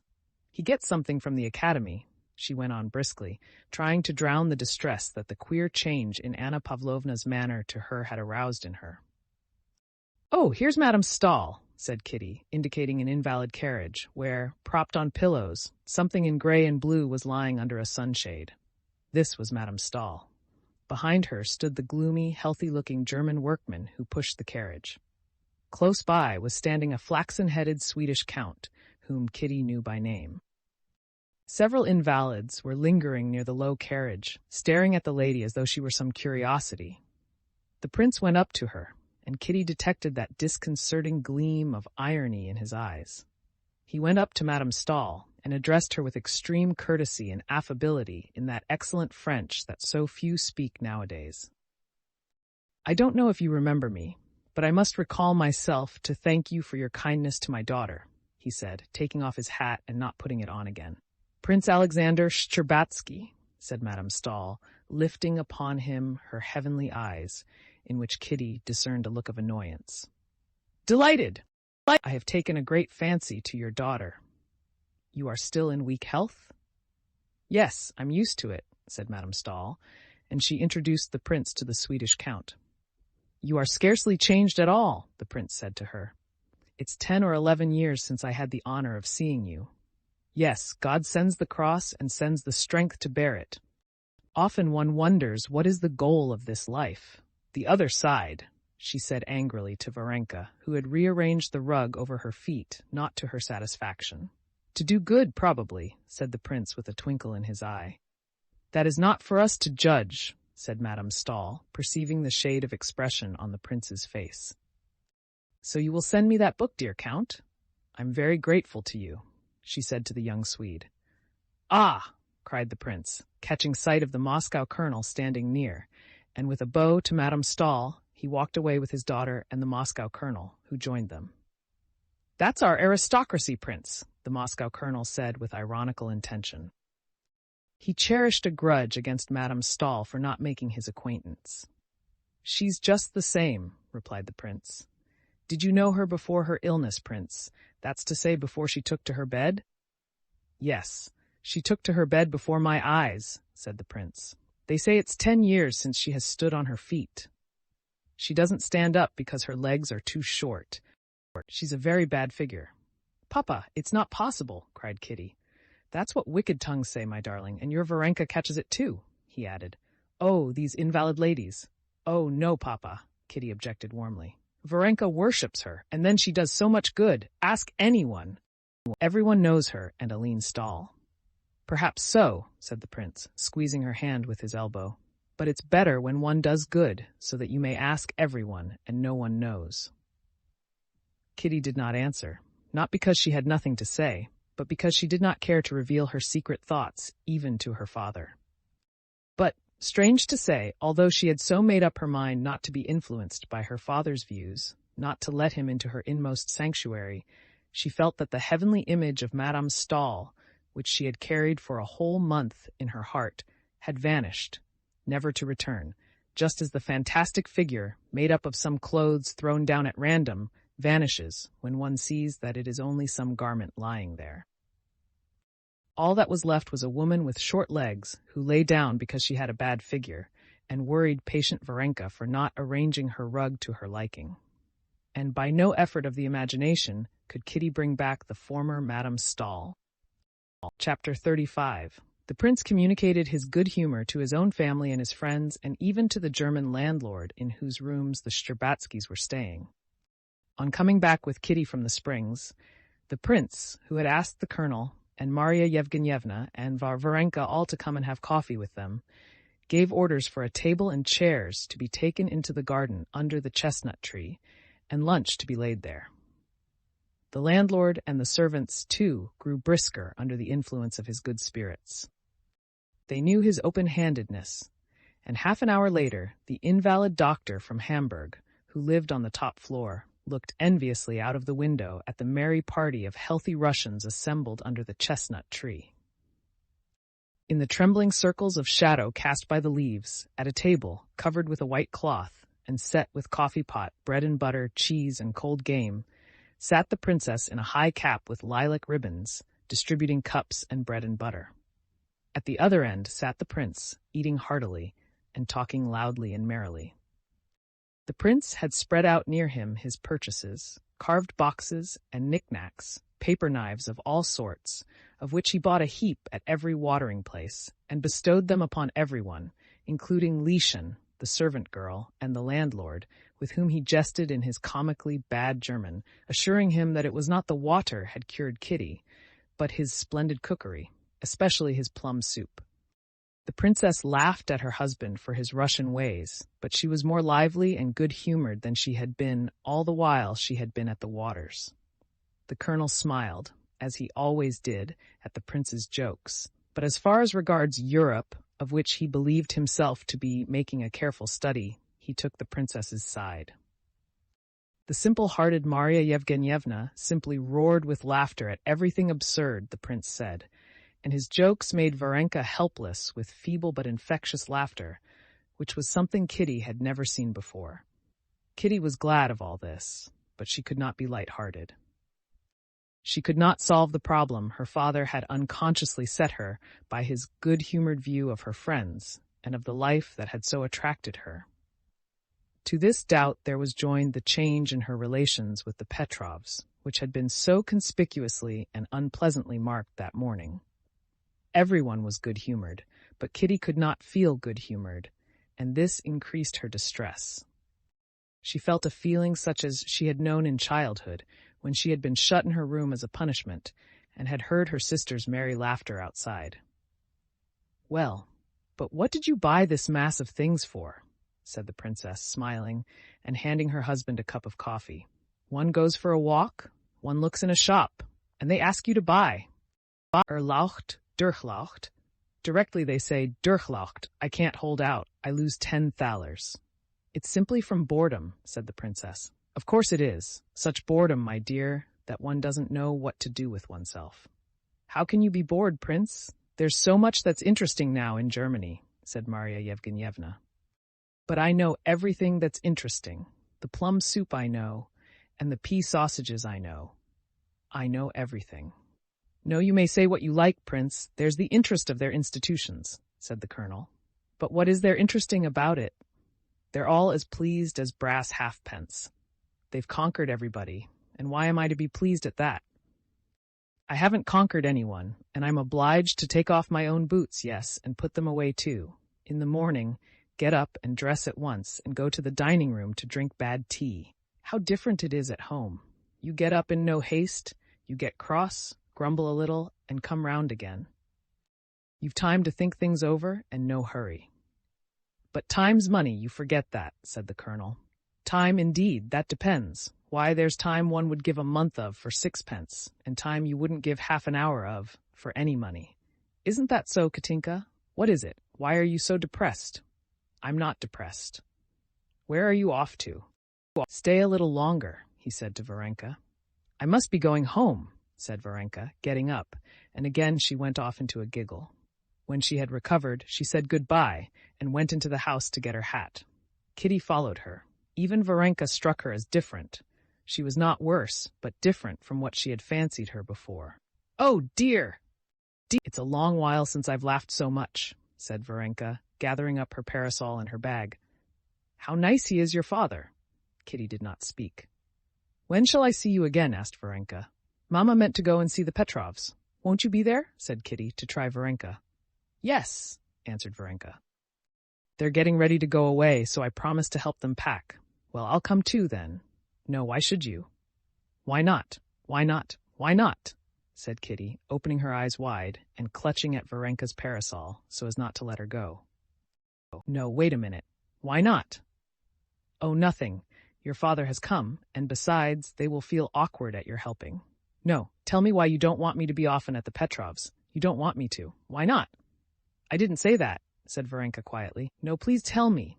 Tell you everything, asked Varenka. Everything, everything, Kitty assented.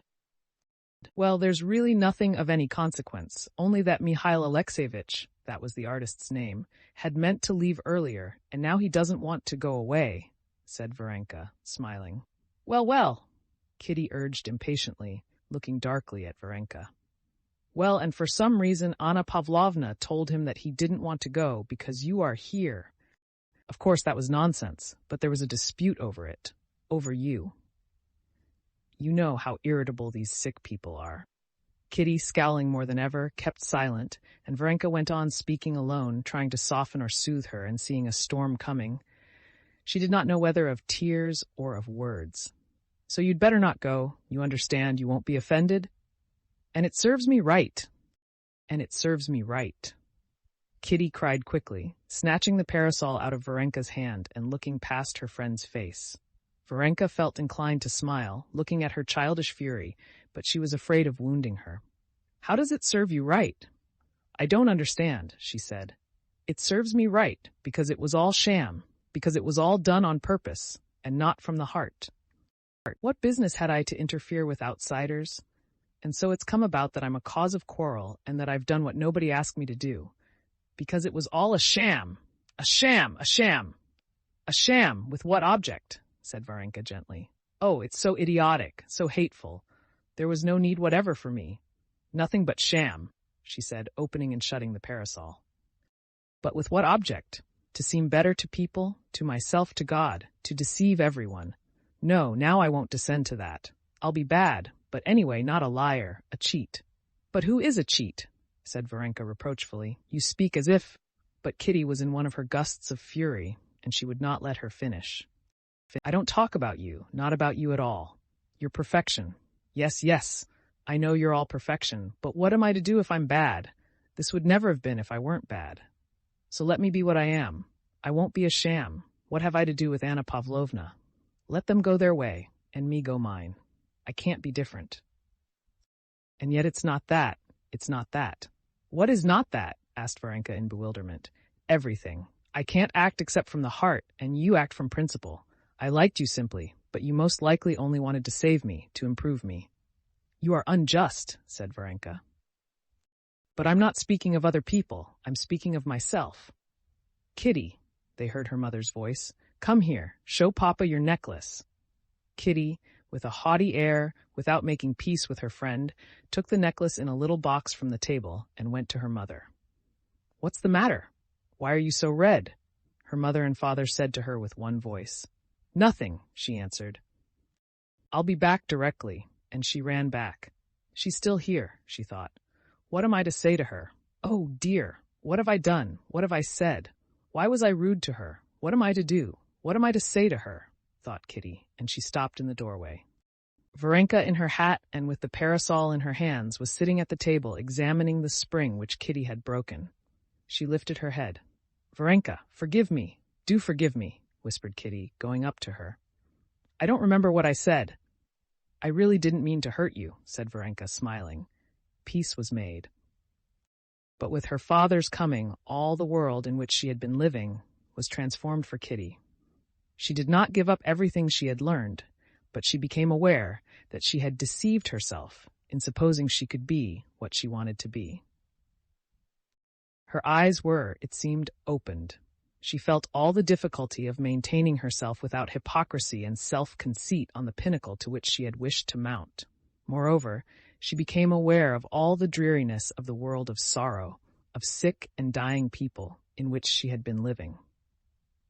The efforts she had made to like it seemed to her intolerable, and she felt a longing to get back quickly into the fresh air, to Russia, to Ergushovo, where, as she knew from letters, her sister Dolly had already gone with her children. But her affection for Varenka did not wane. As she said goodbye, Kitty begged her to come to them in Russia. "I'll come when you get married," said Varenka. "I shall never marry." "Well, then, I shall never come." "Well, then, I shall be married simply for that." "Mind now, remember your promise," said Kitty. The doctor's prediction was fulfilled. Kitty returned home to Russia cured. She was not so gay and thoughtless as before, but she was serene. Her Moscow troubles had become a memory to her. Part 3. Chapter 1. Sergei Ivanovich Kuznetsov wanted a rest from mental work, and instead of going abroad as he usually did, he came towards the end of May to stay in the country with his brother.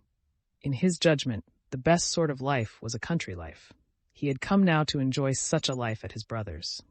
Konstantin Levin was very glad to have him, especially as he did not expect his brother Nikolay that summer. But in spite of his affection and respect for Sergei Ivanovich, Konstantin Levin was uncomfortable with his brother in the country. It made him uncomfortable, and it positively annoyed him to see his brother's attitude to the country. To Konstantin Levin, the country was the background of life, that is, of pleasures, endeavors, labor. To Sergei Ivanovich, the country meant on one hand rest from work, on the other a valuable antidote to the corrupt influences of town, which he took with satisfaction and a sense of its utility. To Konstantin Levin, the country was good first because it afforded a field for labor, of the usefulness of which there could be no doubt. To Sergei Ivanovich, the country was particularly good, because there it was possible and fitting to do nothing. Moreover, Sergei Ivanovich's attitude to the peasants rather piqued Konstantin. Sergei Ivanovich used to say that he knew and liked the peasantry, and he often talked to the peasants, which he knew how to do without affectation or condescension, and from every such conversation he would deduce general conclusions in favor of the peasantry and in confirmation of his knowing them. Konstantin Levin did not like such an attitude to the peasants. To Konstantin, the peasant was simply the chief partner in their common labor, and in spite of all the respect and the love, almost like that of kinship, he had for the peasant, sucked in probably, as he said himself, with the milk of his peasant nurse. Still, as a fellow worker with him, while sometimes enthusiastic over the vigor, gentleness, and justice of these men, he was very often, when their common labors called for other qualities, exasperated with the peasant for his carelessness, lack of method, drunkenness, and lying. If he had been asked whether he liked or didn't like the peasants, Konstantin Levin would have been absolutely at a loss what to reply. He liked and did not like the peasants, just as he liked and did not like men in general. Of course, being a good-hearted man, he liked men rather than he disliked them, and so too with the peasants. But like or dislike the people as something apart, he could not only because he lived with the people, and all his interests were bound up with theirs, but also because he regarded himself as a part of the people, did not see any special qualities or failings distinguishing himself and the people, and could not contrast himself with them. Moreover, although he had lived so long in the closest relations with the peasants, as farmer and arbitrator, and what was more, as adviser, the peasants trusted him, and for 30 miles round they would come to ask his advice. He had no definite views of the people, and would have been as much at a loss to answer the question whether he knew the people as the question whether he liked them. For him to say he knew the peasantry would have been the same as to say he knew men. He was continually watching and getting to know people of all sorts, and among them peasants, whom he regarded as good and interesting people, and he was continually observing new points in them, altering his former views of them and forming new ones. With Sergei Ivanovich, it was quite the contrary. Just as he liked and praised a country life in comparison with the life he did not like, so too he liked the peasantry in contradistinction to the class of men he did not like, and so too he knew the peasantry as something distinct from and opposed to men generally. In his methodical brain there were distinctly formulated certain aspects of peasant life, deduced partly from that life itself, but chiefly from contrast with other modes of life. He never changed his opinion of the peasantry and his sympathetic attitude towards them. In the discussions that arose between the brothers on their views of the peasantry, Sergei Ivanovich always got the better of his brother, precisely because Sergei Ivanovich had definite ideas about the peasant, his character, his qualities, and his tastes. Konstantin Levin had no definite and unalterable idea on the subject, and so in their arguments, Konstantin was readily convicted of contradicting himself. In Sergei Ivanovich's eyes, his younger brother was a capital fellow, with his heart in the right place, as he expressed it in French, but with a mind which, though fairly quick, was too much influenced by the impressions of the moment, and consequently filled with contradictions. With all the condescension of an elder brother, he sometimes explained to him the true import of things, but he derived little satisfaction from arguing with him, because he got the better of him too easily. Konstantin Levin regarded his brother as a man of immense intellect and culture, as generous in the highest sense of the word, and possessed of a special faculty for working for the public good. But in the depths of his heart, the older he became, and the more intimately he knew his brother, the more and more frequently the thought struck him that this faculty of working for the public good, of which he felt himself utterly devoid, was possibly not so much a quality as a lack of something, not a lack of good, honest, noble desires and tastes, but a lack of vital force, of what is called heart, of that impulse which drives a man to choose someone out of the innumerable paths of life and to care only for that one. The better he knew his brother, the more he noticed that Sergei Ivanovich and many other people who worked for the public welfare were not led by an impulse of the heart to care for the public good, but reasoned from intellectual considerations that it was a right thing to take interest in public affairs, and consequently took interest in them. Levin was confirmed in this generalization by observing that his brother did not take questions affecting the public welfare or the question of the immortality of the soul a bit more to heart than he did chess problems, or the ingenious construction of a new machine. Besides this, Konstantin Levin was not at his ease with his brother, because in summer in the country, Levin was continually busy with work on the land, and the long summer day was not long enough for him to get through all he had to do, while Sergei Ivanovich was taking a holiday. But though he was taking a holiday now, that is to say, he was doing no writing, he was so used to intellectual activity that he liked to put into concise and eloquent shape the ideas that occurred to him, and liked to have someone to listen to him. His most usual and natural listener was his brother. And so, in spite of the friendliness and directness of their relations, Konstantin felt an awkwardness in leaving him alone. Sergei Ivanovich liked to stretch himself on the grass in the sun, and to lie so, basking and chatting lazily. "You wouldn't believe," he would say to his brother, "what a pleasure this rural laziness is to me. Not an idea in one's brain, as empty as a drum." But Konstantin Levin found it dull sitting and listening to him, especially when he knew that while he was away, they would be carting dung onto the fields, not plowed ready for it, and heaping it all up anyhow, and would not screw the shares in the plows, but would let them come off, and then say that the new plows were a silly invention, and there was nothing like the old Andreevna plow, and so on. "Come, you've done enough trudging about in the heat," Sergei Ivanovich would say to him. "No, I must just run round to the counting-house for a minute," Levin would answer, and he would run off to the fields. Chapter 2. Early in June it happened that Agafea Mihailovna, the old nurse and housekeeper, in carrying to the cellar a jar of mushrooms she had just pickled, slipped, fell, and sprained her wrist. The district doctor, a talkative young medical student who had just finished his studies, came to see her.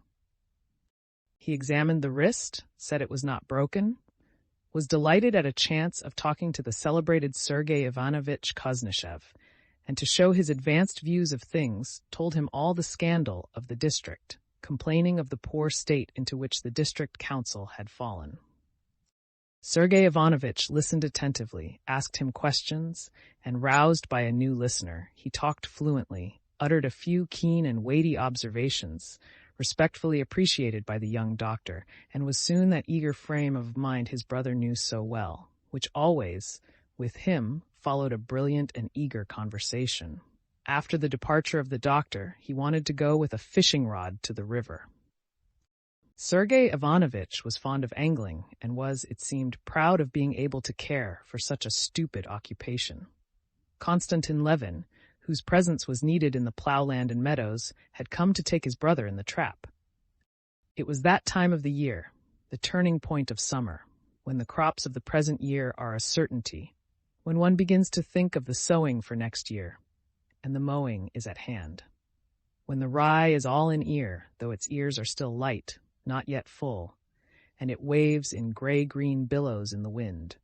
When the green oats, with tufts of yellow grass scattered here and there among it, droop irregularly over the late-sown fields. When the early buckwheat is already out and hiding the ground. When the fallow lands, trodden hard as stone by the cattle, are half plowed over, with paths left untouched by the plow.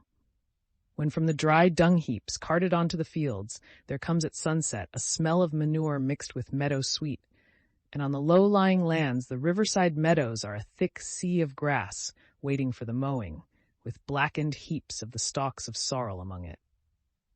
It was the time when there comes a brief pause in the toil of the fields before the beginning of the labors of harvest, every year recurring, every year straining every nerve of the peasants. The crop was a splendid one, and bright, hot summer days had set in with short, dewy nights. The brothers had to drive through the woods to reach the meadows.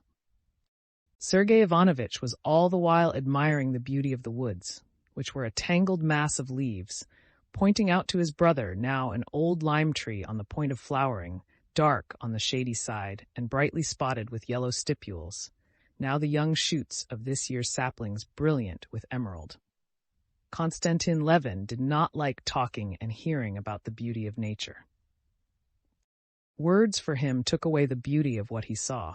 He assented to what his brother said, but he could not help beginning to think of other things. When they came out of the woods, all his attention was engrossed by the view of the fallow land on the upland, in parts yellow with grass, in parts trampled and checkered with furrows, in parts dotted with ridges of dung, and in parts even plowed. A string of carts was moving across it. Levin counted the carts, and was pleased that all that were wanted had been brought. And at the sight of the meadows, his thoughts passed to the mowing. He always felt something special moving him to the quick at the haymaking.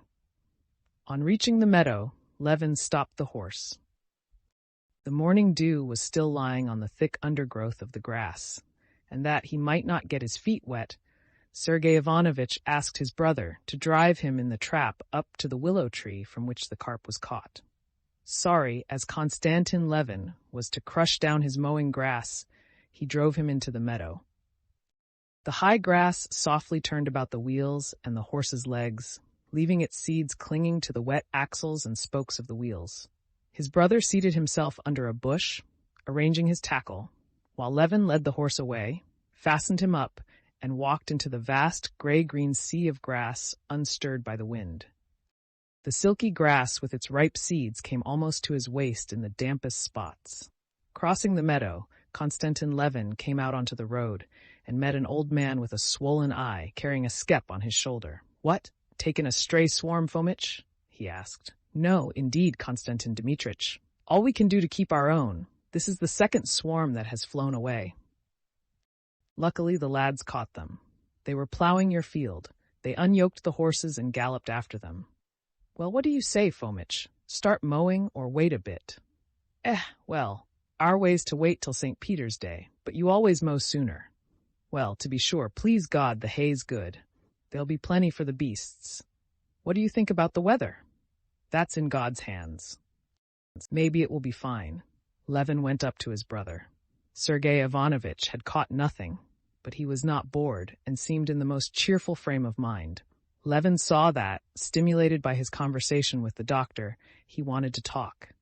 Levin, on the other hand, would have liked to get home as soon as possible to give orders about getting together the mowers for next day, and to set at rest his doubts about the mowing, which greatly absorbed him.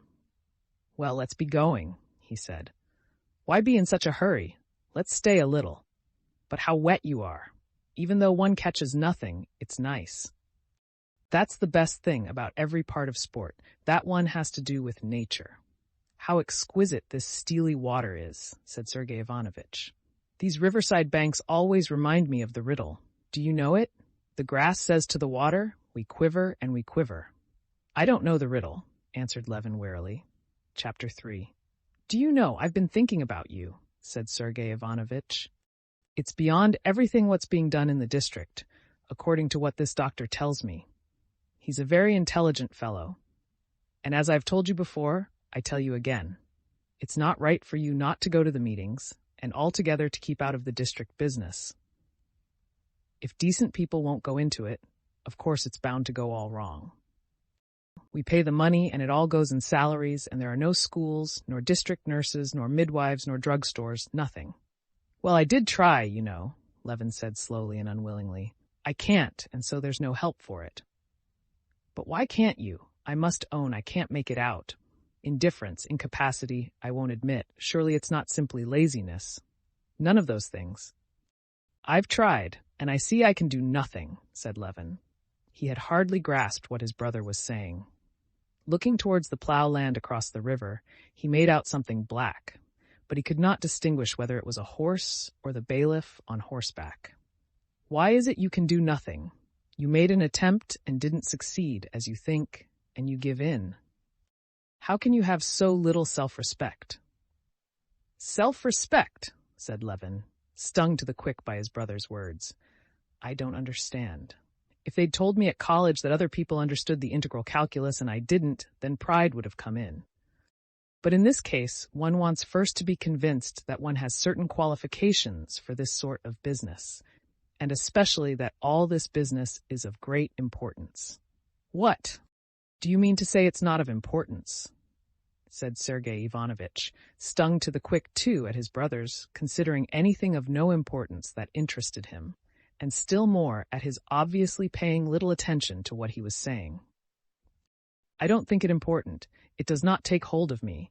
I can't help it, answered Levin, making out that what he saw was the bailiff, and that the bailiff seemed to be letting the peasants go off the ploughed land. They were turning the plough over. Can they have finished ploughing? He wondered. Come, really, though, said the elder brother, with a frown on his handsome, clever face. There's a limit to everything. It's very well to be original and genuine, and to dislike everything conventional. I know all about that. But really, what you're saying either has no meaning, or it has a very wrong meaning. How can you think it a matter of no importance whether the peasant, whom you love as you assert— I never did assert it, thought Konstantin Levin— dies without help? The ignorant peasant women starve the children, and the people stagnate in darkness and are helpless in the hands of every village clerk, while you have at your disposal a means of helping them, and don't help them because to your mind it's of no importance. And Sergei Ivanovich put before him the alternative. Either you are so undeveloped that you can't see all that you can do, or you won't sacrifice your ease, your vanity, or whatever it is, to do it. Konstantin Levin felt that there was no course open to him but to submit or to confess to a lack of zeal for the public good, and this mortified him and hurt his feelings. It's both, he said resolutely. I don't see that it was possible. What? Was it impossible if the money were properly laid out to provide medical aid? Impossible, as it seems to me. For the 3,000 square miles of our district, what with our thaws and the storms and the work in the fields, I don't see how it is possible to provide medical aid all over. And besides, I don't believe in medicine. Oh, well, that's unfair. I can quote to you thousands of instances, but the schools anyway. Why have schools? What do you mean? Can there be two opinions of the advantage of education? If it's a good thing for you, it's a good thing for everyone. Konstantin Levin felt himself morally pinned against a wall, and so he got hot and unconsciously blurted out the chief cause of his indifference to public business. Perhaps it may all be very good, but why should I worry myself about establishing dispensaries which I shall never make use of, and schools to which I shall never send my children, to which even the peasants don't want to send their children, and to which I've no very firm faith that they ought to send them," said he. Sergei Ivanovitch was for a minute surprised at this unexpected view of the subject, but he promptly made a new plan of attack. He was silent for a little, drew out a hook, threw it in again, and turned to his brother, smiling. "Come, now. In the first place, the dispensary is needed. We ourselves sent for the district doctor for Agafea Mihailovna." "Oh, well, but I fancy her wrist will never be straight again."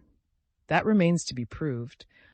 Next, the peasant who can read and write is as a workman of more use and value to you."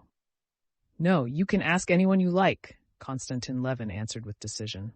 "The man that can read and write is much inferior as a workman, and mending the high roads is an impossibility, and as soon as they put up bridges, they're stolen."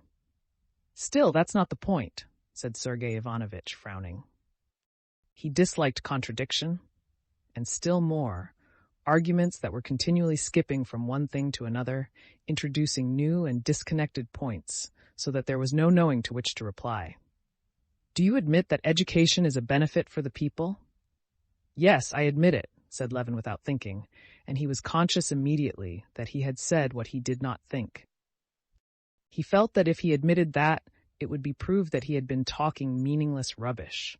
How it would be proved he could not tell, but he knew that this would inevitably be logically proved to him, and he awaited the proofs. The argument turned out to be far simpler than he had expected.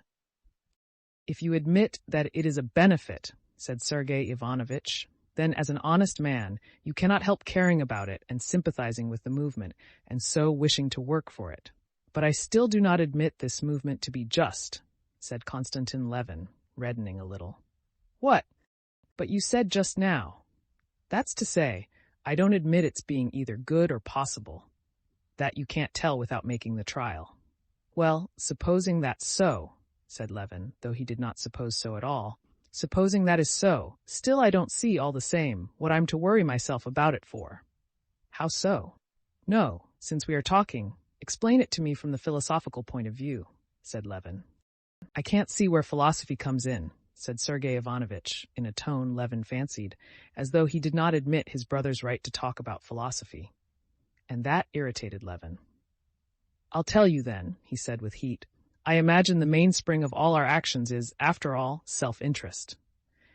Now in the local institutions I, as a nobleman, see nothing that could conduce to my prosperity, and the roads are not better and could not be better. My horses carry me well enough over bad ones. Doctors and dispensaries are no use to me. An arbitrator of disputes is no use to me. I never appeal to him and never shall appeal to him. The schools are no good to me, but positively harmful, as I told you. For me, the district institutions simply mean the liability to pay 4 halfpenny for every 3 acres, to drive into the town, sleep with bugs, and listen to all sorts of idiocy and loathsomeness. And self-interest offers me no inducement." "Excuse me," Sergei Ivanovitch interposed with a smile. "Self-interest did not induce us to work for the emancipation of the serfs, but we did work for it." "No," Konstantin Levin broke in with still greater heat. "The emancipation of the serfs was a different matter. Their self-interest did come in. One longed to throw off that yoke that crushed us, all decent people among us. But to be a town councillor and discuss how many dustmen are needed and how chimneys shall be constructed in the town in which I don't live, to serve on a jury and try a peasant who's stolen a flitch of bacon, and listen for 6 hours at a stretch to all sorts of jabber from the counsel for the defense and the prosecution, and the president cross-examining my old half-witted Alyoshka, do you admit, prisoner in the dock, the fact of the removal of the bacon? Eh?" Konstantin Levin had warmed to his subject and began mimicking the president and the half-witted Alyoshka. It seemed to him that it was all to the point. But Sergei Ivanovitch shrugged his shoulders. "Well, what do you mean to say, then?" "I simply mean to say that those rights that touch me, my interest, I shall always defend to the best of my ability. That when they made raids on us students and the police read our letters, I was ready to defend those rights to the utmost, to defend my rights to education and freedom. I can understand compulsory military service, which affects my children, my brothers, and myself. I am ready to deliberate on what concerns me, but deliberating on how to spend 40,000 rubles of district council money or judging the half-witted Alyoshka, I don't understand, and I can't do it. Konstantin Levin spoke as though the floodgates of his speech had burst open. Sergei Ivanovich smiled. But tomorrow it'll be your turn to be tried. Would it have suited your tastes better to be tried in the old criminal tribunal? I'm not going to be tried. I shan't murder anybody, and I've no need of it. Well, I tell you what, he went on, flying off again to a subject quite beside the point. Our district self-government and all the rest of it, it's just like the birch branches we stick in the ground on Trinity Day, for instance, to look like a copse which has grown up of itself in Europe, and I can't gush over these birch branches and believe in them. Sergei Ivanovich merely shrugged his shoulders, as though to express his wonder how the birch branches had come into their argument at that point, though he did really understand at once what his brother meant. "Excuse me, but you know one really can't argue in that way," he observed. But Konstantin Levin wanted to justify himself for the failing, of which he was conscious, of lack of zeal for the public welfare, and he went on. "I imagine," he said, "that no sort of activity is likely to be lasting if it is not founded on self-interest. That's a universal principle, a philosophical principle," he said, repeating the word philosophical with determination, as though wishing to show that he had as much right as anyone else to talk of philosophy. Sergei Ivanovich smiled. He, too, has a philosophy of his own at the service of his natural tendencies, he thought. "Come, you'd better let philosophy alone," he said. "The chief problem of the philosophy of all ages consists just in finding the indispensable connection which exists between individual and social interests. But that's not to the point. What is to the point is a correction I must make in your comparison. The birches are not simply stuck in, but some are sown and some are planted, and one must deal carefully with them. It's only those peoples that have an intuitive sense of what's of importance and significance in their institutions, and know how to value them, that have a future before them. It's only those peoples that one can truly call historical." And Sergei Ivanovich carried the subject into the regions of philosophical history where Konstantin Levin could not follow him, and showed him all the incorrectness of his view. "As for your dislike of it, excuse my saying so, that's simply our Russian sloth and old serf owners' ways, and I'm convinced that in you it's a temporary error and will pass." Konstantin was silent. He felt himself vanquished on all sides, but he felt at the same time that what he wanted to say was unintelligible to his brother. Only he could not make up his mind whether it was unintelligible because he was not capable of expressing his meaning clearly, or because his brother would not or could not understand him. But he did not pursue the speculation, and without replying, he fell to musing on a quite different and personal matter. Sergei Ivanovich wound up the last line, untied the horse, and they drove off. Chapter 4.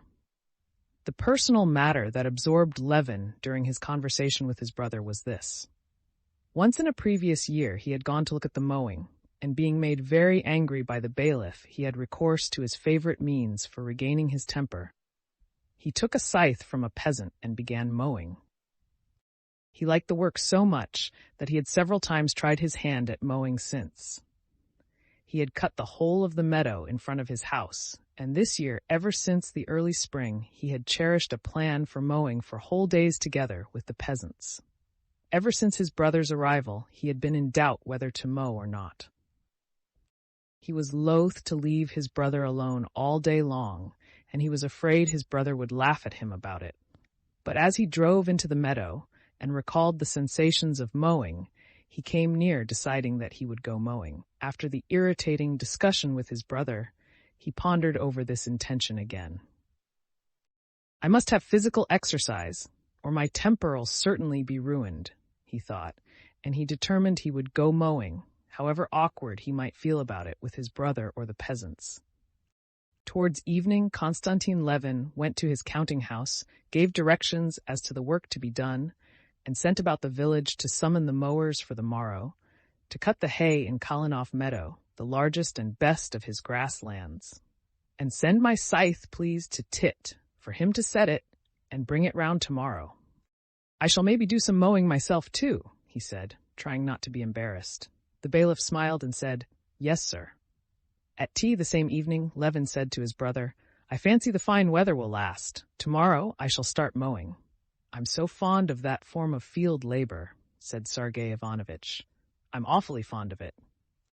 I sometimes mow myself with the peasants, and tomorrow I want to try mowing the whole day. Sergei Ivanovitch lifted his head and looked with interest at his brother. How do you mean? Just like one of the peasants, all day long. Yes, it's very pleasant, said Levin. It's splendid as exercise, only you'll hardly be able to stand it, said Sergei Ivanovitch without a shade of irony. I've tried it. It's hard work at first, but you get into it. I dare say I shall manage to keep it up. Really, what an idea. But tell me, how do the peasants look at it? I suppose they laugh in their sleeves at their masters being such a queer fish? No, I don't think so, but it's so delightful, and at the same time such hard work, that one has no time to think about it. But how will you do about dining with them? To send you a bottle of Lafitte and roast turkey out there would be a little awkward. No, I'll simply come home at the time of their noonday rest. Next morning, Konstantin Levin got up earlier than usual, but he was detained giving directions on the farm, and when he reached the mowing grass, the mowers were already at their second row. From the uplands, he could get a view of the shaded, cut part of the meadow below, with its grayish ridges of cut grass and the black heaps of coats taken off by the mowers at the place from which they had started cutting. Gradually, as he rode towards the meadow, the peasants came into sight, some in coats, some in their shirts mowing, one behind another in a long string, swinging their scythes differently. He counted 42 of them. They were mowing slowly over the uneven, low-lying parts of the meadow, where there had been an old dam. Levin recognized some of his own men. Here was old Yermil in a very long white smock, bending forward to swing a scythe. There was a young fellow, Vaska, who had been a coachman of Levin's, taking every row with a wide sweep. Here, too, was Tit, Levin's preceptor in the art of mowing, a thin little peasant. He was in front of all, and cut his wide row without bending, as though playing with the scythe.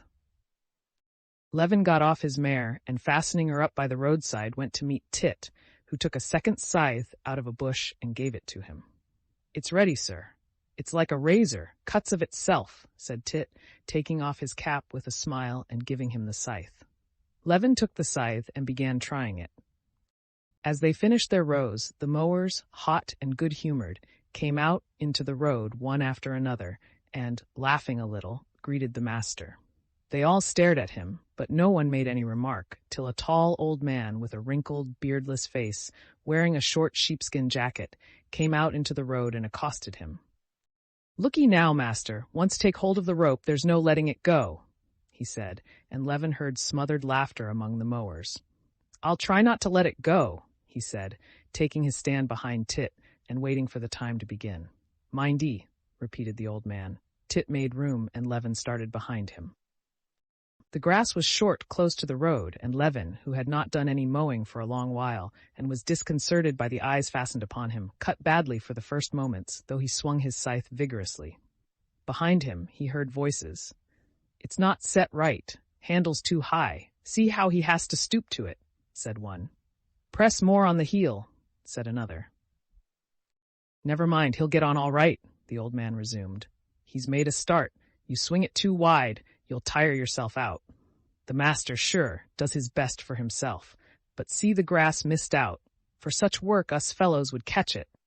The grass became softer, and Levin, listening without answering, followed Tit, trying to do the best he could. They moved 100 paces.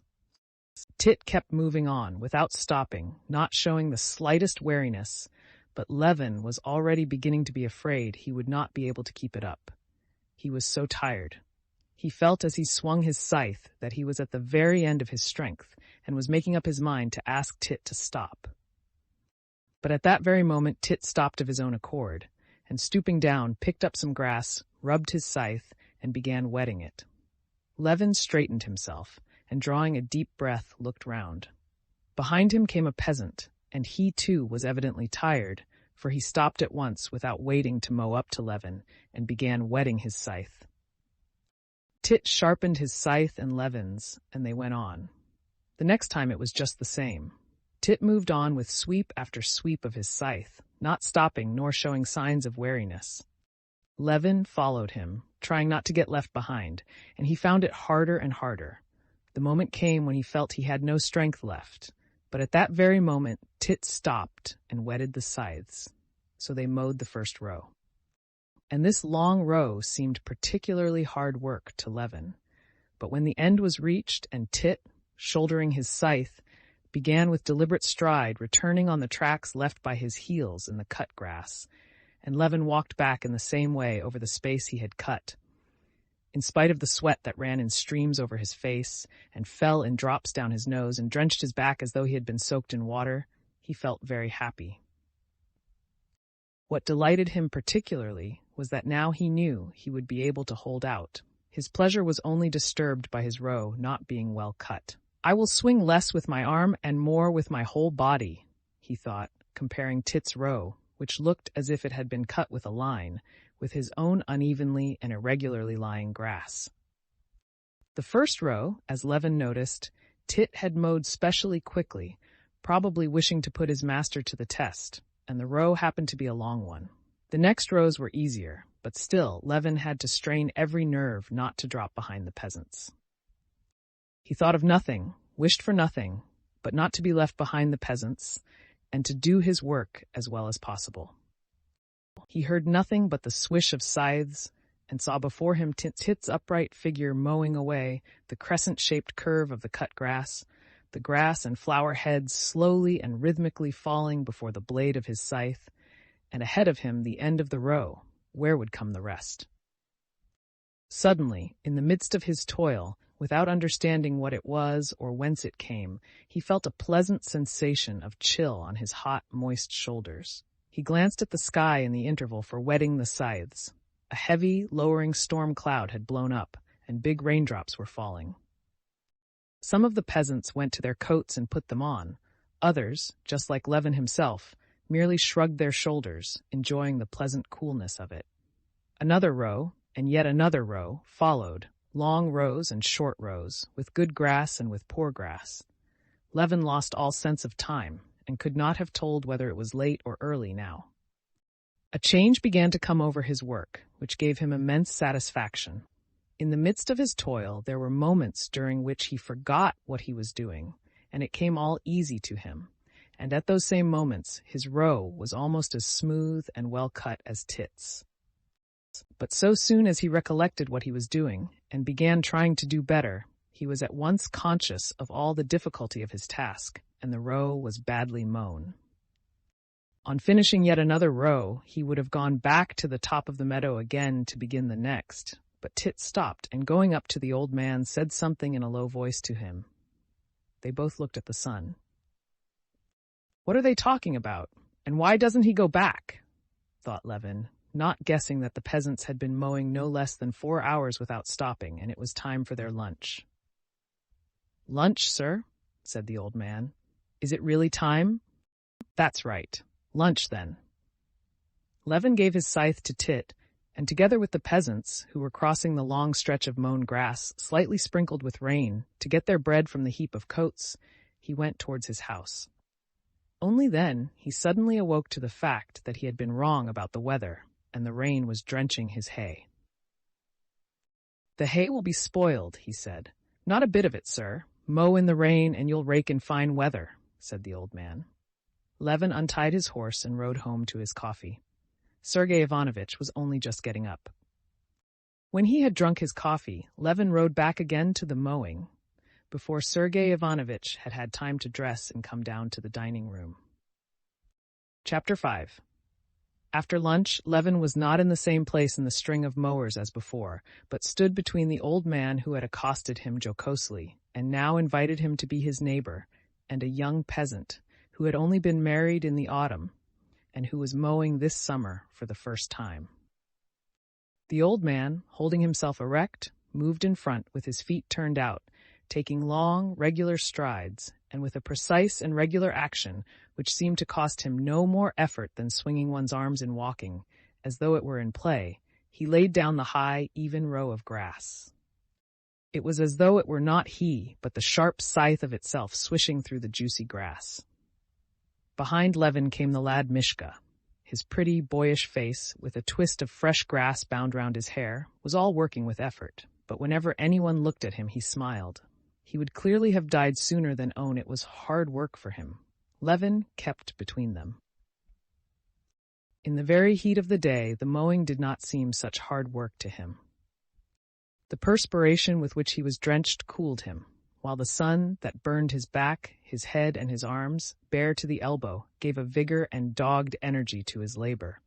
And more often now came those moments of unconsciousness, when it was possible not to think what one was doing. The scythe cut of itself. These were happy moments. Still more delightful were the moments when they reached the stream where the rows ended, and the old man rubbed his scythe with the wet, thick grass, rinsed its blade in the fresh water of the stream, ladled out a little in a tin dipper, and offered Levin a drink. "What do you say to my home brew, eh? Good, eh?" said he, winking. And truly Levin had never drunk any liquor so good as this warm water with green bits floating in it, and a taste of rust from the tin dipper. And immediately after this came the delicious, slow saunter, with his hand on the scythe, during which he could wipe away the streaming sweat, take deep breaths of air, and look about at the long string of mowers and at what was happening around in the forest and the country. The longer Levin mowed, the oftener he felt the moments of unconsciousness in which it seemed not his hands that swung the scythe, but the scythe mowing of itself, a body full of life and consciousness of its own. And as though by magic, without thinking of it, the work turned out regular and well finished of itself. These were the most blissful moments. It was only hard work when he had to break off the motion which had become unconscious, and to think, when he had to mow round a hillock or a tuft of sorrel. The old man did this easily. When a hillock came, he changed his action, and at one time with the heel, and at another with the tip of his scythe, clipped the hillock round both sides with short strokes. And while he did this, he kept looking about and watching what came into his view.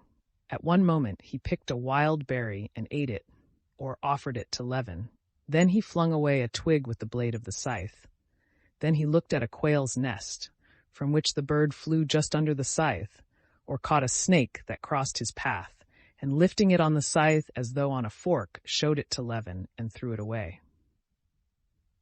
For both Levin and the young peasant behind him, such changes of position were difficult. Both of them, repeating over and over again the same strained movement, were in a perfect frenzy of toil, and were incapable of shifting their position and at the same time watching what was before them.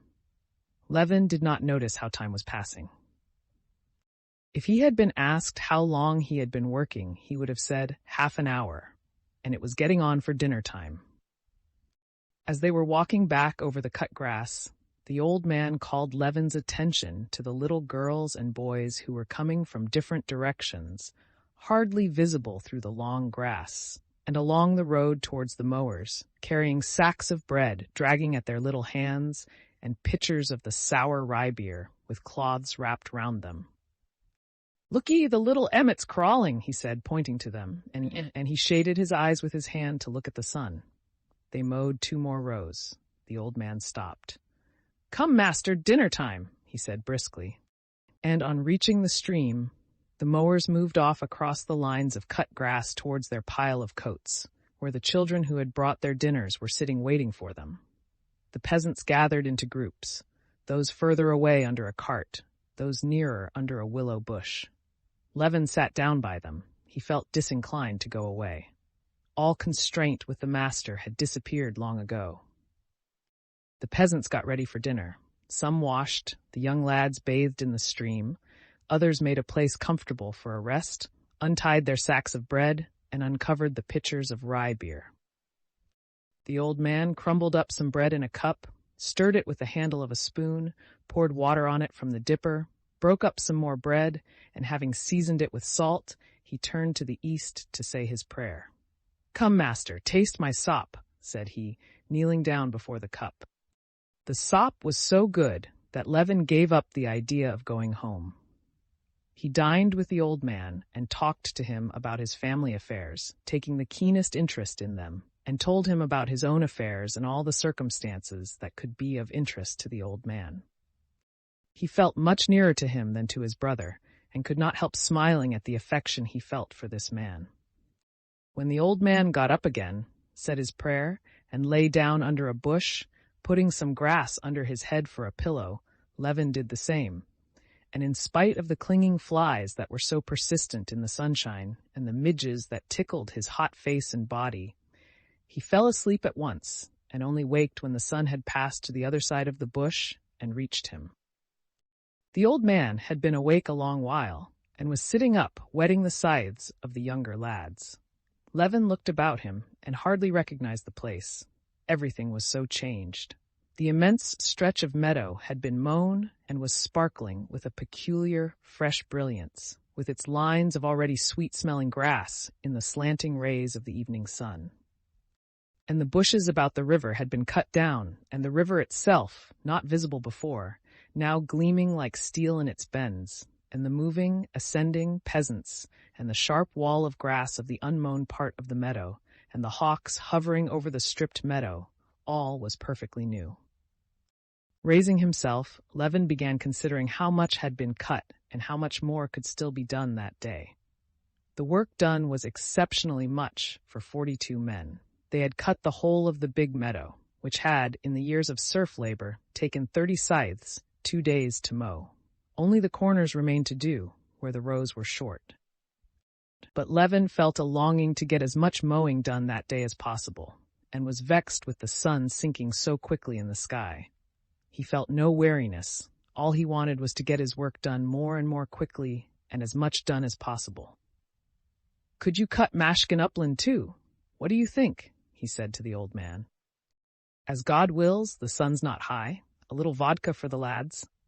At the afternoon rest, when they were sitting down again, and those who smoked had lighted their pipes, the old man told the men that Mashkin upland's to be cut. There'll be some vodka. "Why not cut it? Come on, Tit. We'll look sharp. We can eat at night." "Come on," cried voices, and eating up their bread, the mowers went back to work. "Come, lads, keep it up," said Tit, and ran on ahead almost at a trot. Get along," said the old man, hurrying after him and easily overtaking him. "I'll mow you down. Look out!" And young and old mowed away as though they were racing with one another. But however fast they worked, they did not spoil the grass, and the rows were laid just as neatly and exactly. The little piece left uncut in the corner was mown in 5 minutes. The last of the mowers were just ending their rows, while the foremost snatched up their coats onto their shoulders and crossed the road towards Mashkin upland. The sun was already sinking into the trees when they went with their jingling dippers into the wooded ravine of Mashkin upland. The grass was up to their waists in the middle of the hollow, soft, tender, and feathery, spotted here and there among the trees with wild heart's ease. After a brief consultation, whether to take the rows lengthwise or diagonally, Prohor Yermolin, also a renowned mower, a huge black-haired peasant, went on ahead. He went up to the top, turned back again and started mowing, and they all proceeded to form in line behind him, going downhill through the hollow and uphill right up to the edge of the forest. The sun sank behind the forest. The dew was falling by now. The mowers were in the sun only on the hillside, but below, where a mist was rising, and on the opposite side, they mowed into the fresh, dewy shade. The work went rapidly. The grass cut with a juicy sound, and was at once laid in high, fragrant rows. The mowers from all sides, brought closer together in the short row, kept urging one another on to the sound of jingling dippers and clanging scythes, and the hiss of the whetstones sharpening them, and good-humored shouts. Levin still kept between the young peasant and the old man. The old man, who had put on his short sheepskin jacket, was just as good-humored, jocose, and free in his movements. Among the trees they were continually cutting with their scythes the so-called birch mushrooms, swollen fat in the succulent grass.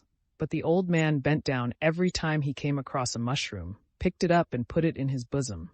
Another present for my old woman, he said as he did so. Easy as it was to mow the wet, soft grass, it was hard work going up and down the steep sides of the ravine. But this did not trouble the old man. Swinging his scythe just as ever, and moving his feet in their big plated shoes with firm, little steps, he climbed slowly up the steep place, and though his breeches hanging out below his smock and his whole frame trembled with effort, he did not miss one blade of grass or one mushroom on his way, and kept making jokes with the peasants and Levin. Levin walked after him, and often thought he must fall, as he climbed with a scythe up a steep cliff, where it would have been hard work to clamber without anything. But he climbed up and did what he had to do. He felt as though some external force were moving him. Chapter 6. Mashkin upland was mown, the last row finished. The peasants had put on their coats and were gaily trudging home. Levin got on his horse, and parting regretfully from the peasants, rode homewards. On the hillside he looked back. He could not see them in the mist that had risen from the valley. He could only hear rough, good-humored voices, laughter, and the sound of clanking scythes. Sergei Ivanovitch had long ago finished dinner, and was drinking iced lemon and water in his own room, looking through the reviews and papers which he had only just received by post, when Levin rushed into the room, talking merrily, with his wet and matted hair sticking to his forehead, and his back and chest grimed and moist. "We mowed the whole meadow. Oh, it is nice, delicious." "And how have you been getting on?" said Levin, completely forgetting the disagreeable conversation of the previous day. "Mercy, what do you look like?" said Sergei Ivanovitch, for the first moment looking round with some dissatisfaction. "And the door, do shut the door!" he cried. "You must have let in a dozen at least." Sergei Ivanovitch could not endure flies, and in his own room he never opened the window except at night and carefully kept the door shut. "Not one on my honor. But if I have, I'll catch them. You wouldn't believe what a pleasure it is. How have you spent the day?" "Very well." "But have you really been mowing the whole day? I expect you're as hungry as a wolf. Kuzma has got everything ready for you." "No, I don't feel hungry even. I had something to eat there, but I'll go and wash." "Yes, go along, and I'll come to you directly," said Sergei Ivanovitch, shaking his head as he looked at his brother.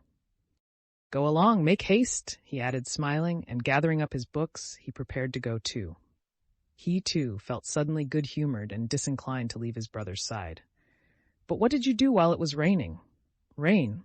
Why, there was scarcely a drop. I'll come directly. So you had a nice day too? That's first rate." And Levin went off to change his clothes. 5 minutes later, the brothers met in the dining room. Although it seemed to Levin that he was not hungry, and he sat down to dinner simply so as not to hurt Kuzma's feelings, yet when he began to eat the dinner, struck him as extraordinarily good. Sergei Ivanovitch watched him with a smile. "Oh, by the way, there's a letter for you," said he. "Kuzma, bring it down, please. And mind you shut the doors." The letter was from Oblonsky. Levin read it aloud. Oblonsky wrote to him from Petersburg. "I have had a letter from Dolly. She's at Ergushovo, and everything seems going wrong there. Do ride over and see her, please. Help her with advice. You know all about it. She will be so glad to see you. She's quite alone, poor thing. My mother-in-law and all of them are still abroad." "That's capital. I will certainly ride over to her," said Levin. "Or we'll go together. She's such a splendid woman, isn't she?" "They're not far from here, then?" 25 miles, or perhaps it is 30, but a capital road. Capital, we'll drive over." "I shall be delighted," said Sergei Ivanovitch, still smiling. The sight of his younger brother's appearance had immediately put him in a good humor. "Well, you have an appetite," he said, looking at his dark red, sunburnt face and neck bent over the plate. "Splendid. You can't imagine what an effectual remedy it is for every sort of foolishness. I want to enrich medicine with a new word, Arbeitskur." "Well, but you don't need it, I should fancy." "No, but for all sorts of nervous invalids." "Yes, it ought to be tried. I had meant to come to the mowing to look at you, but it was so unbearably hot that I got no further than the forest. I sat there a little, and went on by the forest to the village, met your old nurse, and sounded her as to the peasants' view of you. As far as I can make out, they don't approve of this." She said, "It's not a gentleman's work." Altogether, I fancy that in the people's ideas there are very clear and definite notions of certain, as they call it, gentlemanly lines of action. And they don't sanction the gentry's moving outside bounds clearly laid down in their ideas. Maybe so, but anyway, it's a pleasure such as I have never known in my life. And there's no harm in it, you know? Is there? Answered Levin. I can't help it if they don't like it, though I do believe it's all right. Eh? Altogether, pursued Sergei Ivanovitch, you're satisfied with your day? Quite satisfied. We cut the whole meadow, and such a splendid old man I made friends with there. You can't fancy how delightful he was. Well, so you're content with your day? And so am I. First I solved 2 chess problems, and one a very pretty one, a pawn opening. I'll show it you. And then I thought over our conversation yesterday. Our conversation yesterday? Said Levin, blissfully dropping his eyelids and drawing deep breaths after finishing his dinner, and absolutely incapable of recalling what their conversation yesterday was about. I think you are partly right. Our difference of opinion amounts to this, that you make the mainspring self-interest, while I suppose that interest in the common weal is bound to exist in every man of a certain degree of advancement. Possibly you are right, too, that action founded on material interest would be more desirable. You are altogether, as the French say, too prime sautière in nature.